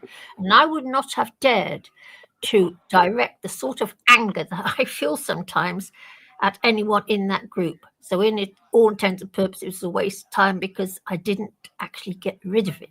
It's getting rid of it. I'm different to you. I'm not going to take a load of drugs. I've got enough problems with my brain as it is. I'd rather just do it organically. I would disagree on the Another term. weird thing to say is, I think as adults we can appreciate he was doing it for effect. He was doing it in a trollish way. I don't think he was serious. I think he's a shock jock. No, he doesn't like me. No. He threatened her life and the life of her cats, hon. He threatened both of their lives. He There's threatened her something life. psychotic about that. It was very malicious, though. Even if we take what you're saying, D&W, it was very malicious to say that about her cats. Oh yeah, The I'm not saying it was right. I'm just saying. Yeah. I'm not sure. I find it hard to believe that he literally meant it. I think he came on. I don't know what's possessed the man. Whether he's under the. It's not good. It's not right. I hope he apologizes. What I will say is, don't hold your breath. Awful. I don't condone it, and he has to apologize next. If he ever comes back, he has to apologize, or he'll be kicked off. DW, how do you like if someone said to you, if I'm going to kill Yeah. your No, it's awful. It's awful, Chickpea. But what I'm saying is, the only good thing that's come off it is the conversation afterwards. He is in the back room. Will I let him on to apologize, guys? It's his one and only chance. Kenny, you're in the back room, mate. You can't talk like that to dear Chickpea, an older lady, 71 years of age. Or Divine. He's laid into Divine. Yeah. So, Kenny, if you really want to stay as a participant on Finding Gnosis, please rein it in and just apologize for what you've just done. I don't even know if it's a good time for you to come on, whether you're under the influence. Do you really want to come on at the moment? This might be your only chance to say sorry. So, Chippy, will we let him say sorry? I don't know, Divine. Divine, what do you believe in? Do you believe in healing and forgiveness? I believe that there's healing and forgiveness, but I mean, you don't threaten people's lives, no matter if they're Chickpea or Joe Blow. I mean, you just don't do that. It's just not right. It's unacceptable. So it's going to be up to Chickpea, because since it was directed towards her. It's up to you, Chickpea. I don't like him, and I can't bear to look at him. He's somebody I don't want to look at. Sorry to be suspicious. Yeah, well, if he turns off his camera, are you willing to let him apologize? No, I can't stand the sound of his voice either. I don't like him. Which is why we hate each other so. It's totally reciprocated. I hate him. He hates me. That's the way it is. Kenny, you're not going to get on today then for this one. He can apologize from the comment section. Yeah, he could write something in the comment section. He could. Yeah, I would advise that as a first stage in your act of attrition. Dear W, our hatred is mutual. It's totally reciprocated, and it is. It's a shame. It's a shame. Yes, you dislike him, Chickpea, but you would want him dead, would you? No, I haven't said anything like that. Okay, so there's the difference, hon. If someone actually threatens your life, they want you dead. That's not nice. Look, I actually think for Kenny's sake, it's probably better we don't let him on either, because he might be under the influence. Because I thought he said, "I hope your cats die," which isn't nice. He said her and him. But you're telling me he said something about Chickpea herself as well. Yes. I believe Right, Brother Marcus might have heard it, and I think LA heard it as well. Yeah, well, I heard the first part, but then he was just screaming. Kenny, it wasn't on. It wasn't on. And DW, don't worry about me. Please, Kenny, just apologize as a first step towards reconciliation. You're going to have to write some earnest words in the live chat, and then we'll see what happens from there. It's a pity because we enjoyed his singing. You know. You did. Go ahead, Chickpea. No, we didn't. You didn't. I did. I enjoyed his singing. I didn't enjoy this bit. We did not. His singing. I admit it. I enjoyed his singing. I didn't enjoy what happened with Chickpea. It's always in the middle of when other people are talking. He just can't be the case. When other people are talking, he just starts singing randomly. It's so disruptive. Thank you, LA. Thank you for your support. That's why I don't like it either, because when someone's trying to talk and give their point, if someone just tries to interrupt it by singing without, and especially, he doesn't even preface it by saying, "Hey, does anyone mind me singing a song?" And then go into song. Instead, he just starts randomly singing right in the middle of someone's point. And I think that's disrespectful. It is, but I think it's kind of funny as well, Divine. I'm not going to lie. William says, you guys are mental. You all throw hate all night long and then collectively moan about one guy and ask him to say sorry. The whole thing is mental. There you go. That's William's view on it all. He started it. Kenny started it. I didn't. I hadn't even said anything. Nothing. I've said nothing. Asher, man, it would be great to have you on. Just make sure you're subscribed to Finding Gnosis, and you can come on next time. So keep your bell switched on, and then you'll be able to join. Well, he attacks me too. I don't care. He says stuff about me. So does Noodles, but yeah, we're all in it together, LA.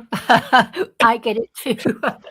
Yeah, that comment was a bit offhanded, isn't it? What the hell does he mean we throw hate all night long? No, we don't. Obviously, the conversation gets a bit heated sometimes, but who's throwing hate, Mr. William White?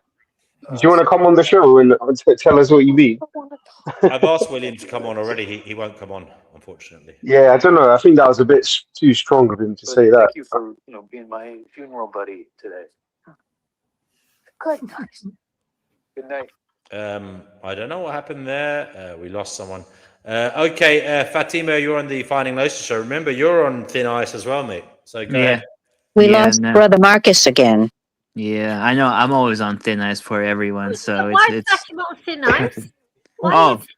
Because he was getting he was being insulting and that as well earlier. Wasn't it? I was. Say a bad word. Oh, you have no idea. William says, "Don't wind me up. Don't wind him up. I don't know what wound him up, but don't wind him up." He says. Yeah. So, Fatima, you're not an anti-nihilist, are you?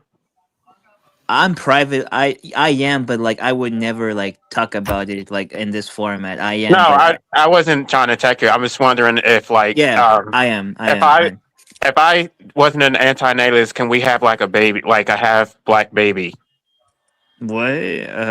How? No, I'm just messing with you. But okay. Why? Because the only way we could do that is if I implant an artificial womb inside me.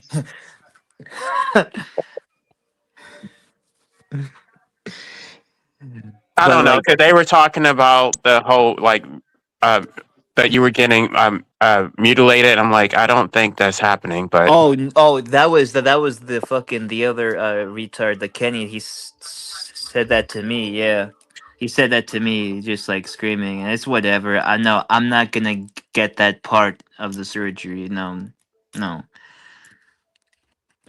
I don't think most transgenders get that surgery because it's very risky.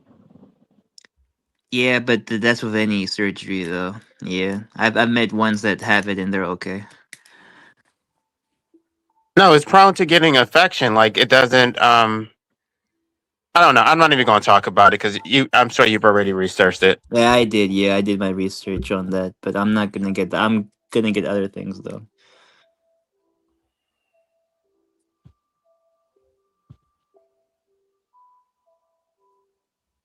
Yeah, man. What is this show? I don't know. Like last year, this show was about like spirituality. Now it's just about like a like a I don't know. Right, DNW. It's on free for all, and it's unnecessary. When we're It's trying to so find funny. when we're trying to find gnosis, you've got to consider all different perspectives to inspire you spiritually, to inspire you to try and see if there is a spiritual perspective. Yeah, Take but into consideration all that is going on. Yeah. People call it a hellish. in my People are calling opinion, it a hellish realm. That means you've got Nah. to analyze the realm. What is Yeah, going on? didn't Carl Jung say explore your shadow? And this might be the shadow for everybody. I mean, because you're literally your opposite person might be here. That's probably pissing you off, but maybe you should explore why you're getting pissed off. I don't know. Kenny is backstage again. Kenny, mate, you know you got to do some communication in the live chat before you come on, Kenny, because you've upset the ladies, and apparently you called for death. Yes.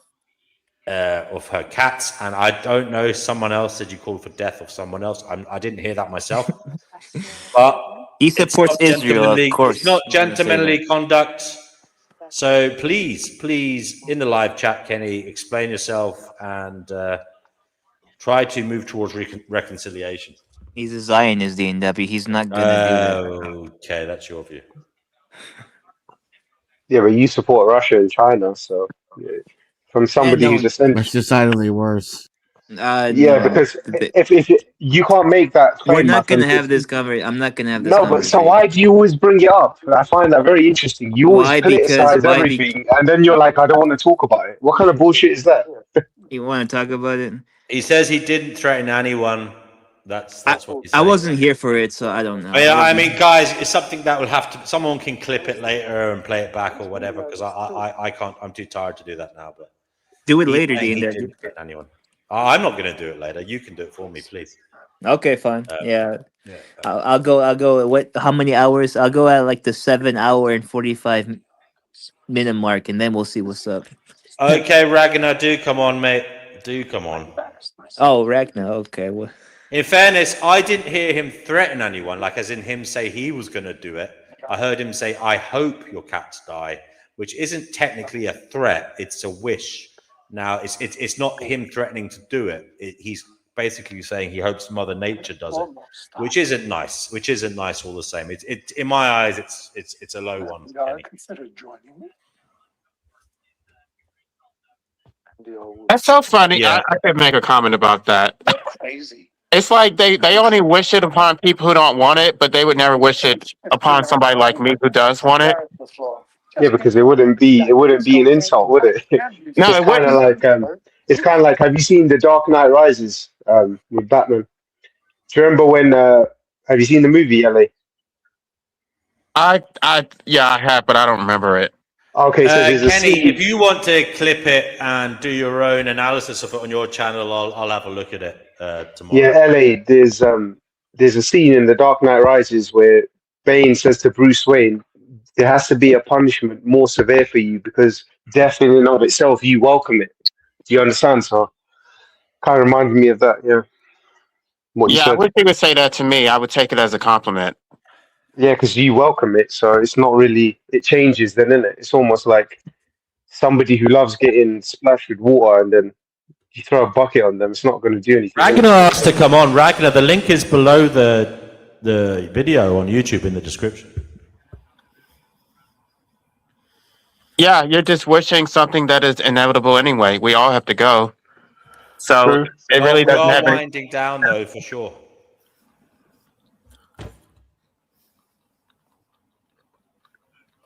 Did Chickpea invite him back in? No. Oh, okay. There will be an independent adjudication on matters tomorrow. At some stage. If the interested parties want to put forth clips of the video where they feel the matter, is demonstrated, please do that. And I'll I just feel it wasn't that serious. We weren't even talking about anything that serious for him to get that angry. I think it was a theatrical performance myself, but I think it was over the top and unnecessary. Borderline psychotic. As I say, I fail to think anybody would genuinely mean that and be sane. I don't think he actually meant that. He can't have meant that. Come on, Kenny, you can't have meant that. What are you talking about now? Sorry, I've been He away. can't have meant he wanted your cats to die. For crying out loud, it must have been theatrical performance of a kind of sick sense of humor, sure, but he can't have literally meant that. He knew exactly how to attack her and how to hurt her the most. And you know what? When people have that information, it hurts in a totally different way. It's abhorrent behavior because it's totally uncalled for and unwarranted, but at the same time, it's the worst thing that could ever conceivably happen to her. And why would you stab her like that? It's inappropriate. Perpetual Pleasurist says he is not sane. Chickpea is actually unperturbed, aren't you, Chickpea? You're like a rock. No, he doesn't like me, which suits me fine because I wouldn't like to be liked by him anyway. So I don't, he hates me. It's reciprocated. There you go. I don't want his admiration. Don't even want it. Perpetual Pleasurist says, how many times does he have to tell us all this guy is insane? Capital letters. An exclamation mark. Wildfire OTT, welcome. He says hello back. Ragnarok, you're on the Fighting Gnosis show. Welcome. So, what would you like to say?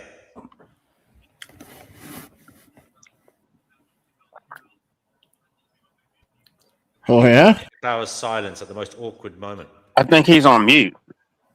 No, he's actually he is on mute, but I didn't mute him. I think it starts off on mute sometimes when you join. Yeah, it does. Ragnar, unmute yourself and speak if you feel so obliged. How is everybody? Can you hear me proper? Yeah.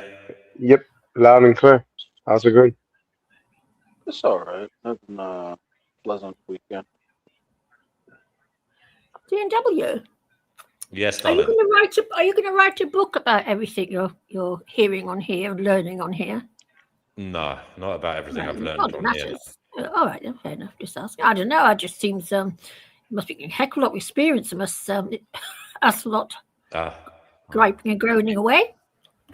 Well, I would like you to write a book about how humanity, or at least a Substack article about how humanity is going to save us all, or like AI. Like, what do you mean by that?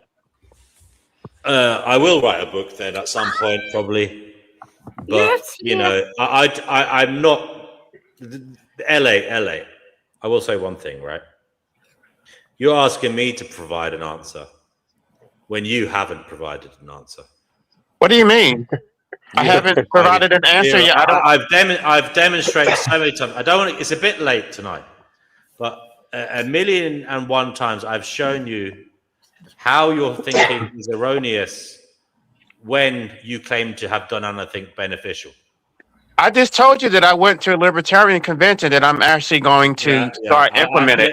You told me to smoke a fat one. Me and you, LA, will have a little sit down one time. Just me and you, no other voices, and we'll go over a few things.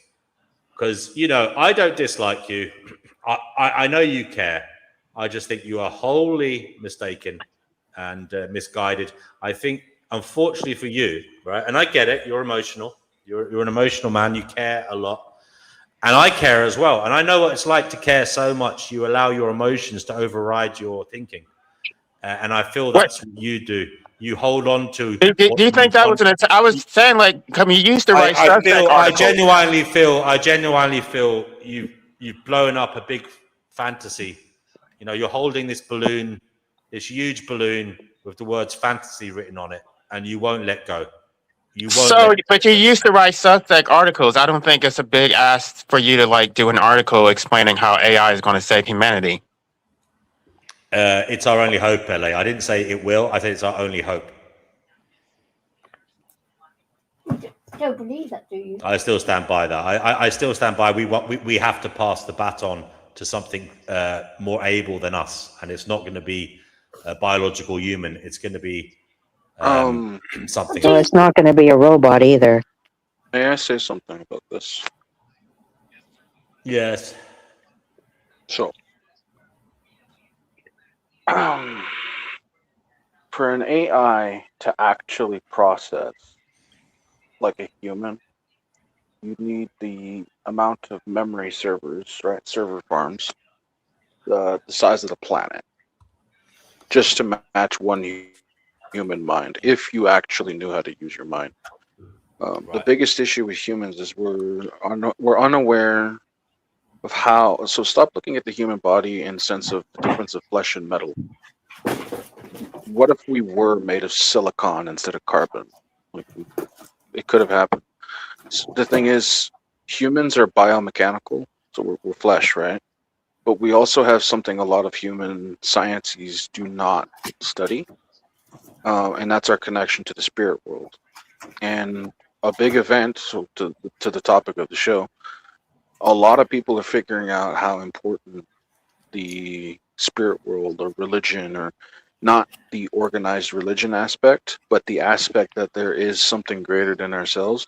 Even ChatGPT and AI is doing its own research into how humans have a Gestalt field. Okay? Like every single person has an energy field. It's a fact. Photons, right? We all carry light. We're all atoms, right? If you want to look at it that way. So we're biomechanical systems. Apparently, and a bunch people, of cunts are playing with a little man. The Oscars are on live TV, apparently. the Oscar statue. The Oscar statue has to do with some occult symbolism. Most people don't. Oh, amen to that. Yeah, that's true. Okay, sorry, Ragnar. You've come at the latest of hours, but it is good to have you here. Unless Vegan Equilibrium wants to come on and take over, I don't see a future for you today. And by that I mean we can't go too deep at this time. I'm just letting you know that humans are more capable than you would know, and passing the baton on to something else. No, it doesn't work that way. Yeah, but Ragnarok, do you really think, knowing what we know about the universe, do you really think this flesh form of human beings and all our needs, which are pretty much based on what the Earth provides, do you really think this thing can explore the universe and potentially see, I don't know, do we live in a multiverse and string theory? Do you really think this puny little primate that we are can do all of that? Maybe, I think DMW is right, maybe a humanoid droid with AI infused, or transferring your consciousness into a chip, because it's very inconvenient, this body. You know what I mean? It has too many needs. I do believe like a sort of droid humanoid type of thing would be the one to Machines do have it. more needs. Machines have more needs than our bodies. Actually, we are the perfect machine. That's the truth. No, we I would are disagree. we I are would disagree. no. You can disagree, but let me explain why. Humanity is a self-replicating biomechanical system connected to a spirit world, basically a biological Wi-Fi. You don't know how to access it, and you think you're just a monkey. Okay? Most humanity can keep going like an organism, just constantly going and multiplying, and our souls continue. Okay? Souls are immortal. Okay? The flesh may fade, but souls keep going. We keep coming back. And if you had a method of remembering your past lives, maybe you'd see the world in a different way. But most people don't have access to that. Wait, hold on. Most people are stuck with their little publishing books that they got from their schools that the Epstein gang and the Rockefellers and Rothschilds fucking printed for you. Your worldview, most people's worldview, is completely given to them, not formed. And yours isn't. Where did you? So you're literally spewing esoteric nonsense about past lives and that, which there's absolutely no data. Yeah, How because is it Eastern? So apart from Gnostic Christianity and that, who believes in reincarnation? That comes from Hinduism, Brahmanism, Buddhism. No. Germanic culture, Celtic culture, before Rome conquered the Northern Europe, they believed in that. All right. You know that, right? So I'll have to look into that. No, every single human culture that had shamans believed in reincarnation until organized religion came around. That's true. What do you mean every single one? That's very far-fetched. Every single culture, no matter how far-fetched, had Where's shamans. your evidence? Where's your evidence to say every single one? How could you even make that statement? This is archaeological history. So you're telling me you have access to archaeological findings of every single civilization, Mesopotamia being one of the oldest ones, that they all believed in reincarnation. Are you sure about that, my friend? Because it sounds like a lot of them do. So a lot versus everyone. There's a big difference, yeah. But anyway, to take you on your point, because I don't want to argue on small things. What I'm trying to say to you is this whole thing about reincarnation and that. Well, there's no data that supports that. And secondly, if a fucking asteroid smashes into this planet, let me tell you something, my friend. You're not reincarnating back into this because it will be turned to space dust, stardust. Can you run the show for a bit? I'm going to take a back seat. All right, I'm getting off for a little. Thank you. Might not be here that long. All right, DMW. If a fucking asteroid crashes into this, but I will say that this whole thing, this one guy who's saying, "Oh, like we've been fed this whole narrative or whatever." Dude, you're just like repeating stuff you heard on YouTube or you heard from David Icke. Like your thoughts aren't original. Your thoughts are not original at all. I haven't really studied David Icke. David Icke is pro. And David Icke's thoughts aren't original either. How do you know that? No, you're completely misconceptualizing what I'm talking about. Most of your publishing books in your education systems, hear me out. Your curriculum is paid for by policy.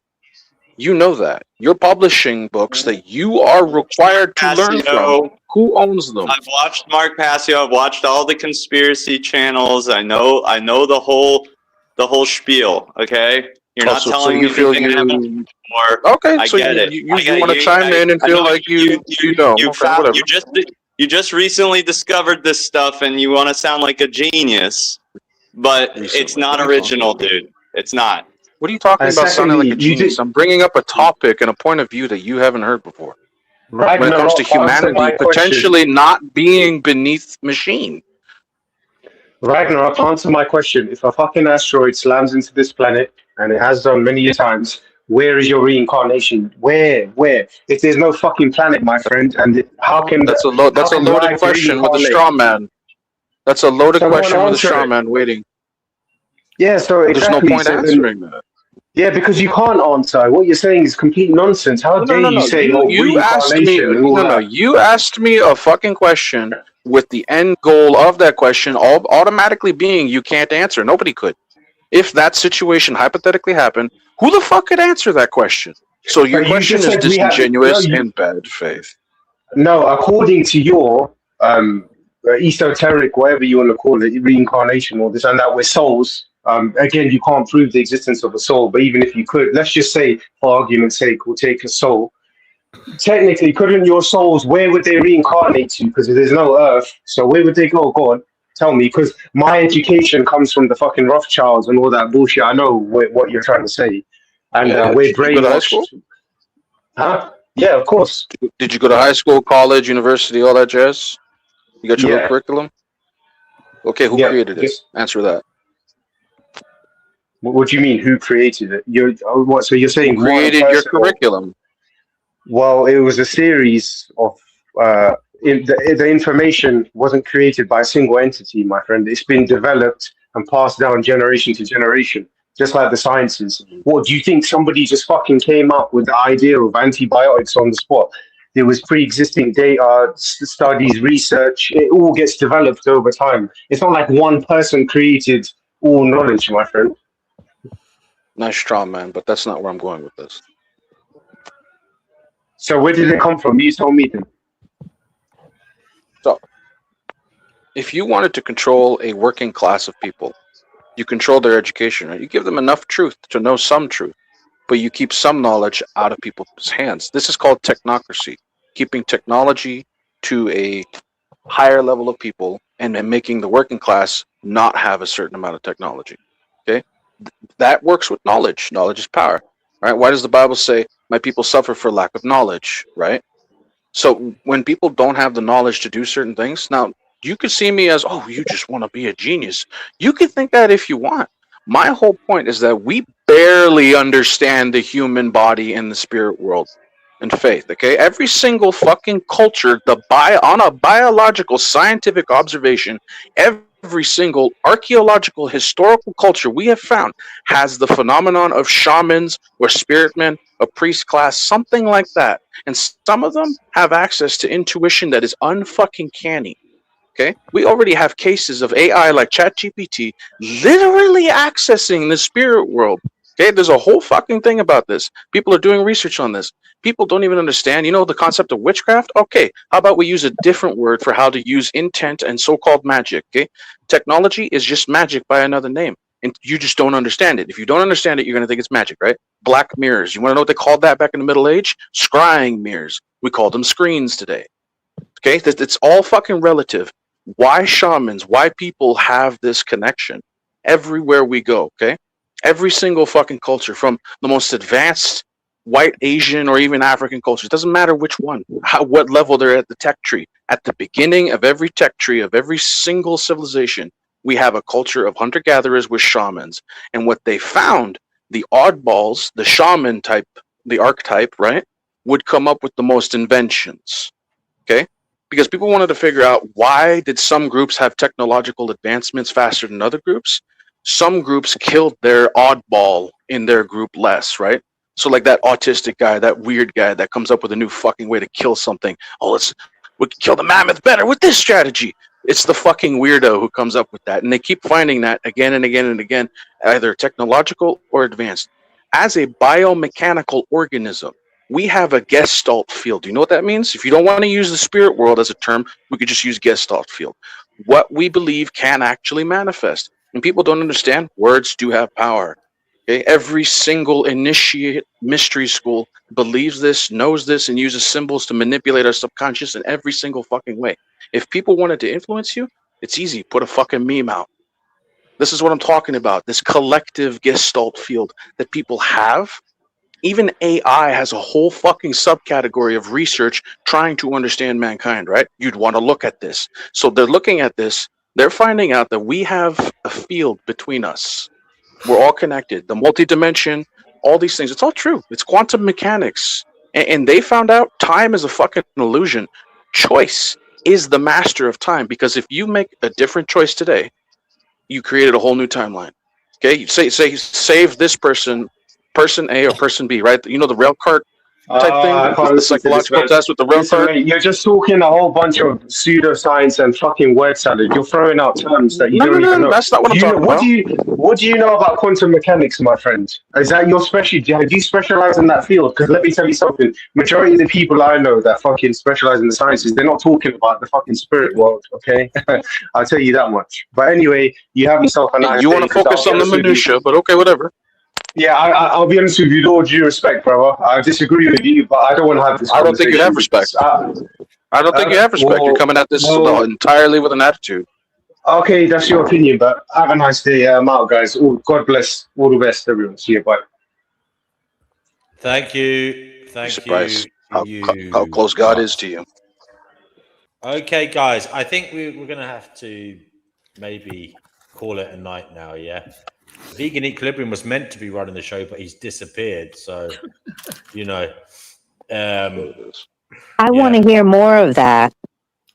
Well, because I'm in alignment with it. I actually sense that about you, because I know we've talked about certain things. That's the gong to say we've gone on too long, you know. Right, but aren't you going to have the after show or no?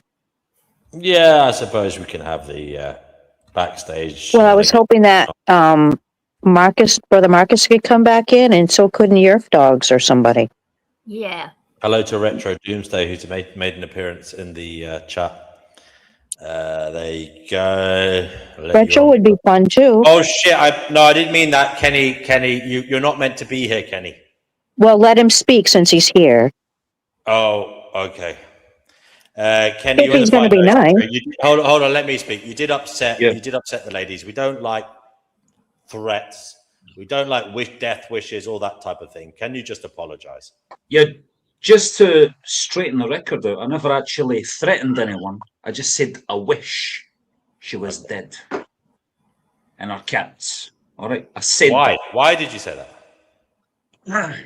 I'm not going to go into that right now, but I want to apologise because when I shouted earlier, the microphone never picked up, but this is probably better, right? Can you hear me? He's going to shout. We can hear you. You can hear me. So I just said Keep to your Divine, voice at room temp. you're a fucking whore!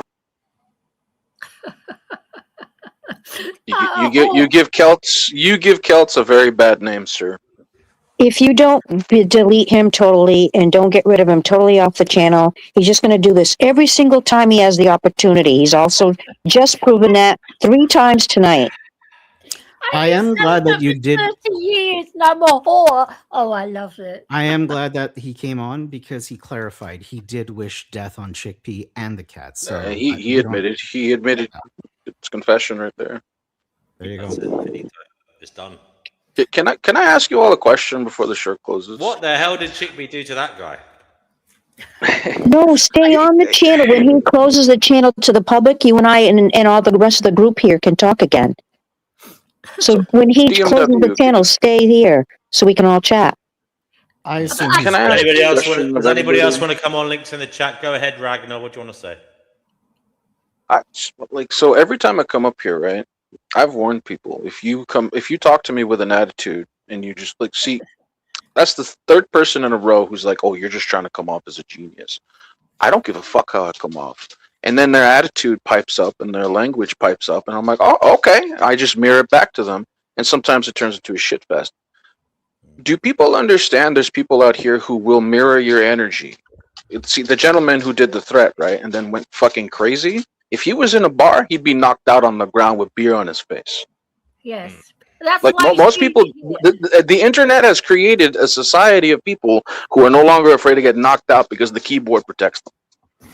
It was, I mean, it was weird, Yerf Dogs. Even Yerf Dogs is... yeah, even if Steve is even like, what the hell? Like, yeah. Anyway, D&W, you'll be pleased to Now he's hear saying that was for Divine, not Chickpea. I mean, I don't know. Oh my God.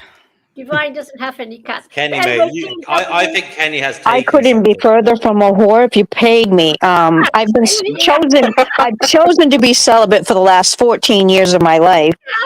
Oh my gracious! Why is he pissed off at Divine, though? He doesn't even know me.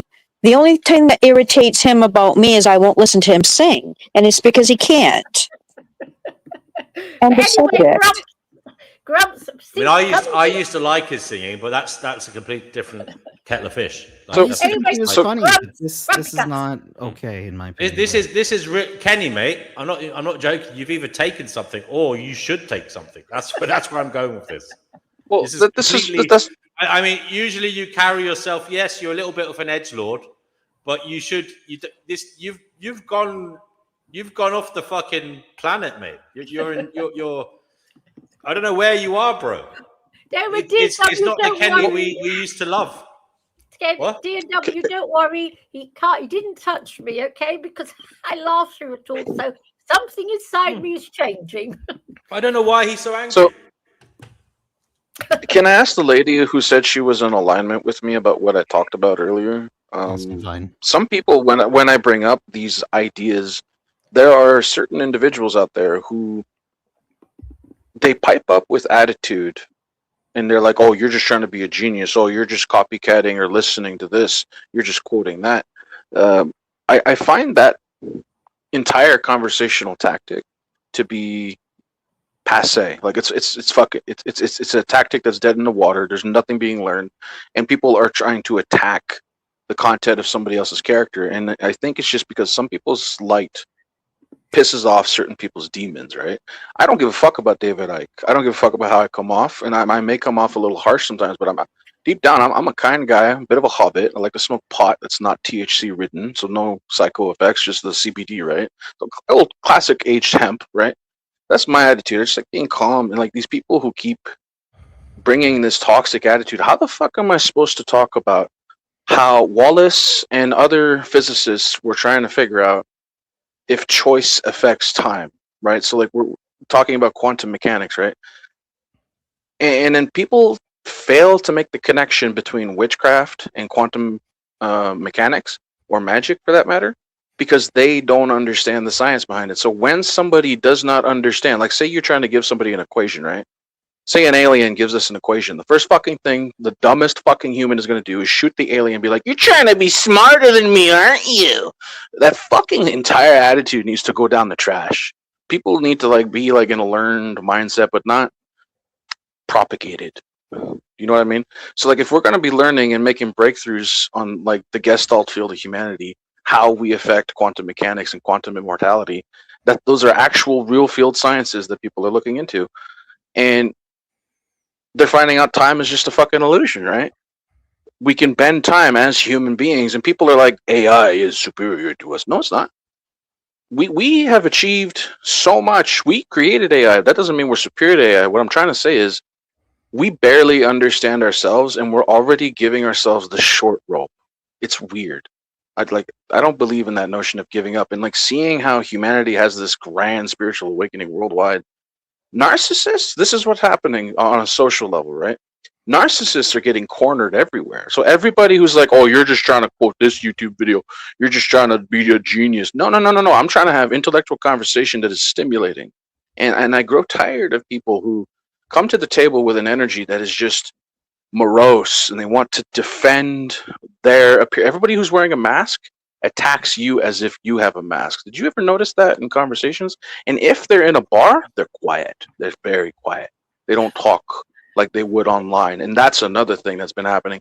So many people do not understand. If they talked half the time the way they did in a bar, in a pub, in a social setting, publicly, people are drinking, some people are sensitive, trying to keep a good vibe, they'd get knocked the fuck out. And people would go back to their vibe. And people are not threatened by that when it comes to online interaction. So they think they can just be narcissistic and fucking cruel to people. It's annoying. DW, can I say something? I just had a thought about Kenny, because apparently he was going out tonight, wasn't he, with some bird apparently he'd picked up. I've got a funny feeling I've got a funny feeling he's had a hissy fit because he's probably plied her up with alcohol, spent a fortune, and got nothing back in return. Relative compounding effect when he's taking that on other people. I'm just saying, D&W. Love you, Maybe, yeah. I won't say. Go ahead, Divine. Did you want to say something? He called me a slut or a whore or something. I've been celibate for 30 years, thank you. Divine's disappeared. Well, Divine, thank you for gracing us with your presence.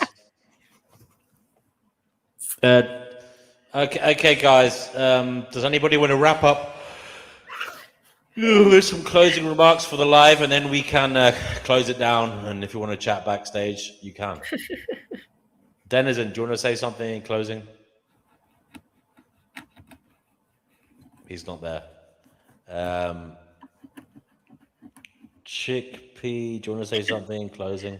Yeah, thank you for a nice evening. I've had quite a laugh this evening, actually. Okay, see? You didn't take to heart what Kenny said then? No, I just tried to say that to you. No, that's what's happening to me. I'm getting so... I don't care Interesting. anymore. Yes, it is interesting.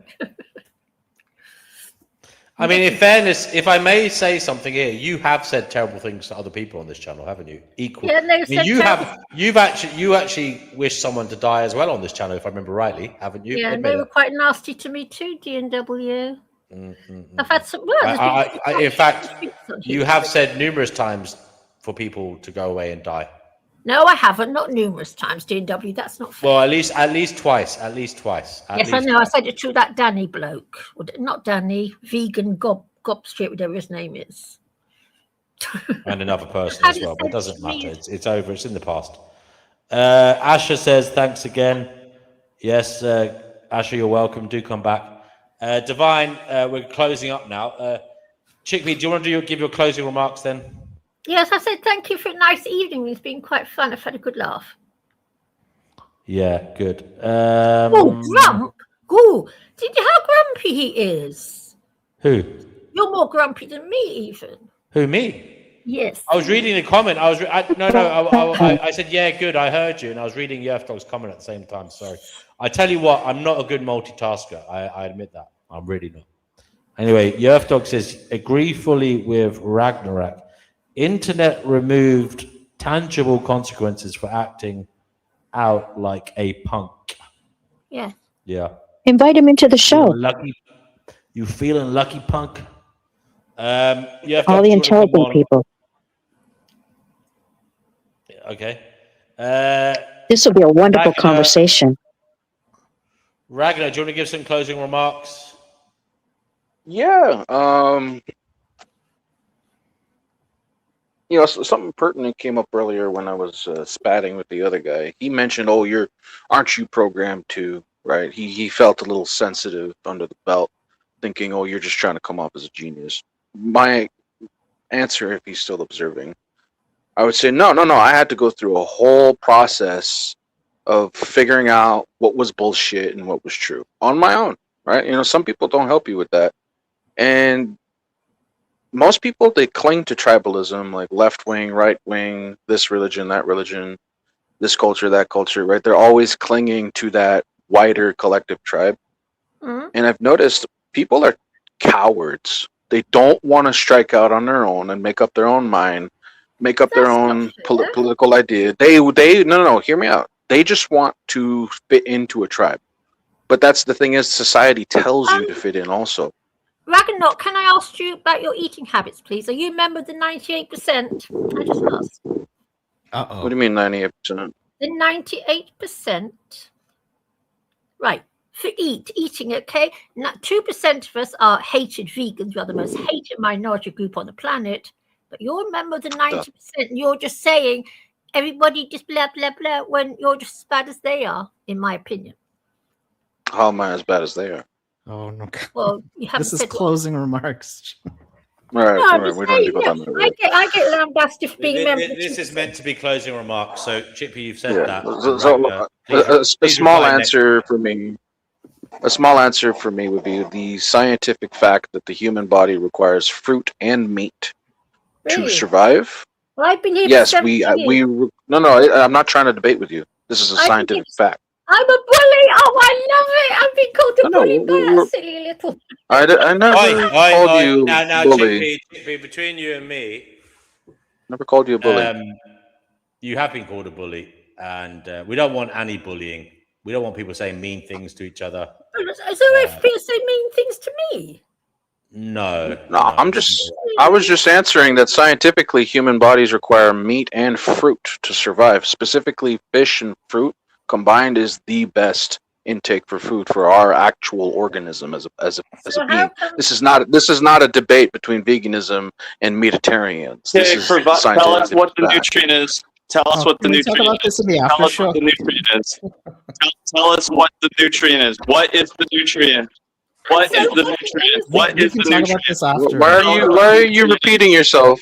Tell us what the Why are you nutrient repeating is. yourself like you're at a rally? All right, guys. You'll have that backstage, and I think Vegan Equilibrium has a good point, but not now because we're closing down. Divine, do you want to give your closing remarks?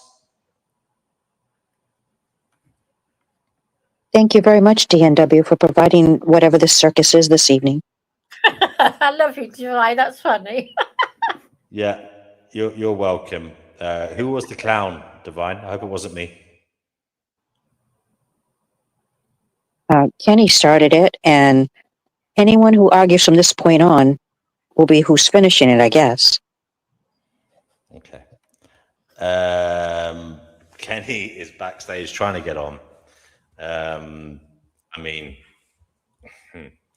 Brother Marcus, closing remarks.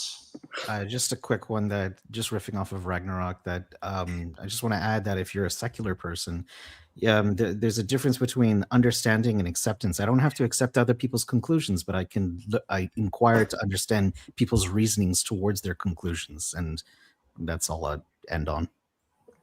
Right. I'm not a secular person, and I believe faith is the truth. Yerf Dog says, Kenny, what happened to you, mate? Question mark. That is the question. That is the mystery. It's, I don't know. Was it demonic possession? I just don't know. Did he inhale crack pipe smoke on the bus home from a fellow passenger? I don't know, Kenny Given, why you changed persona. I mean, obviously he didn't agree before, but he never acted like that. He feels extremely angry. I do hope he calms down and peace will come upon him.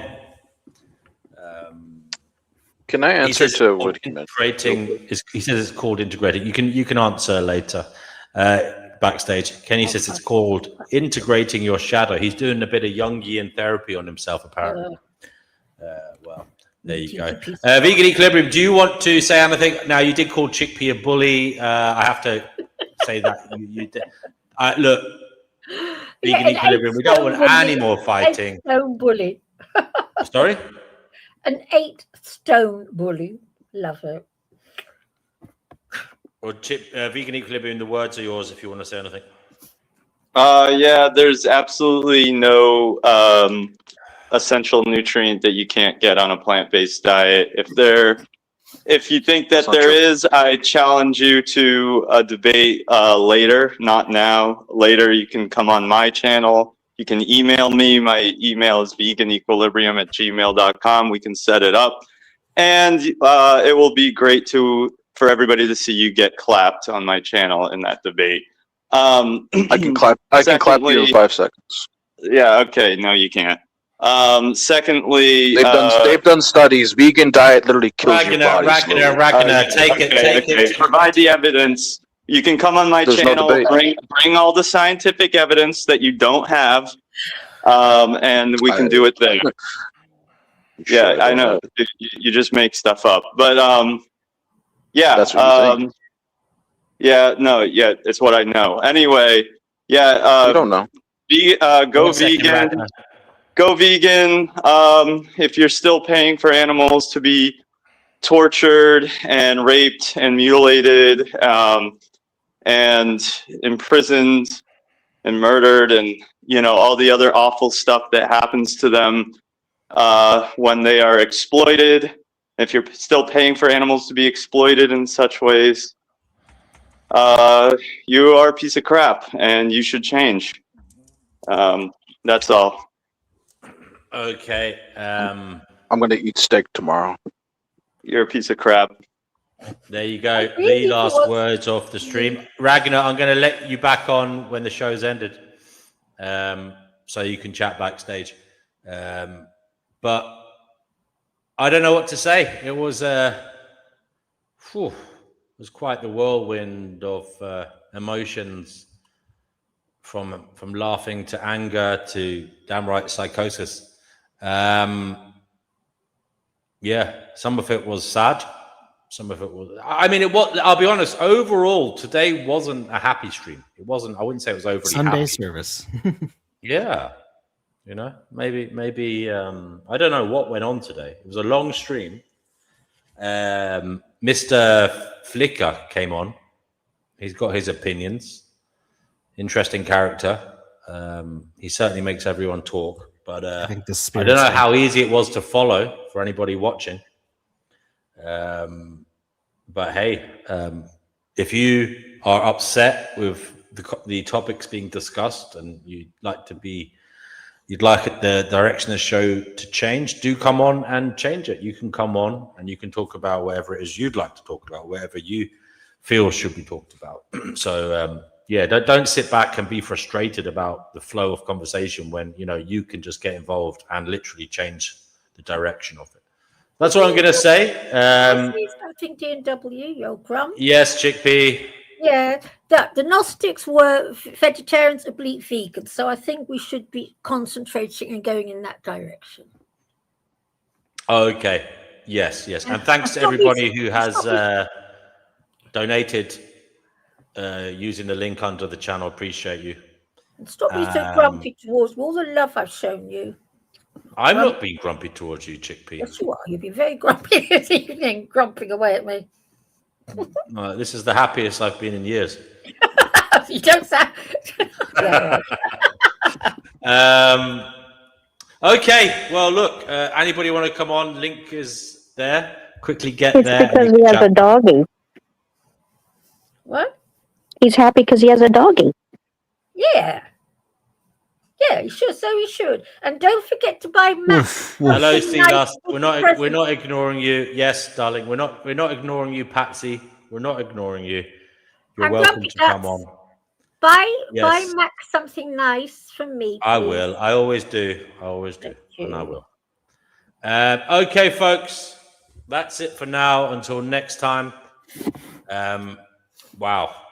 I feel like I've been hit with a sledgehammer. Okay.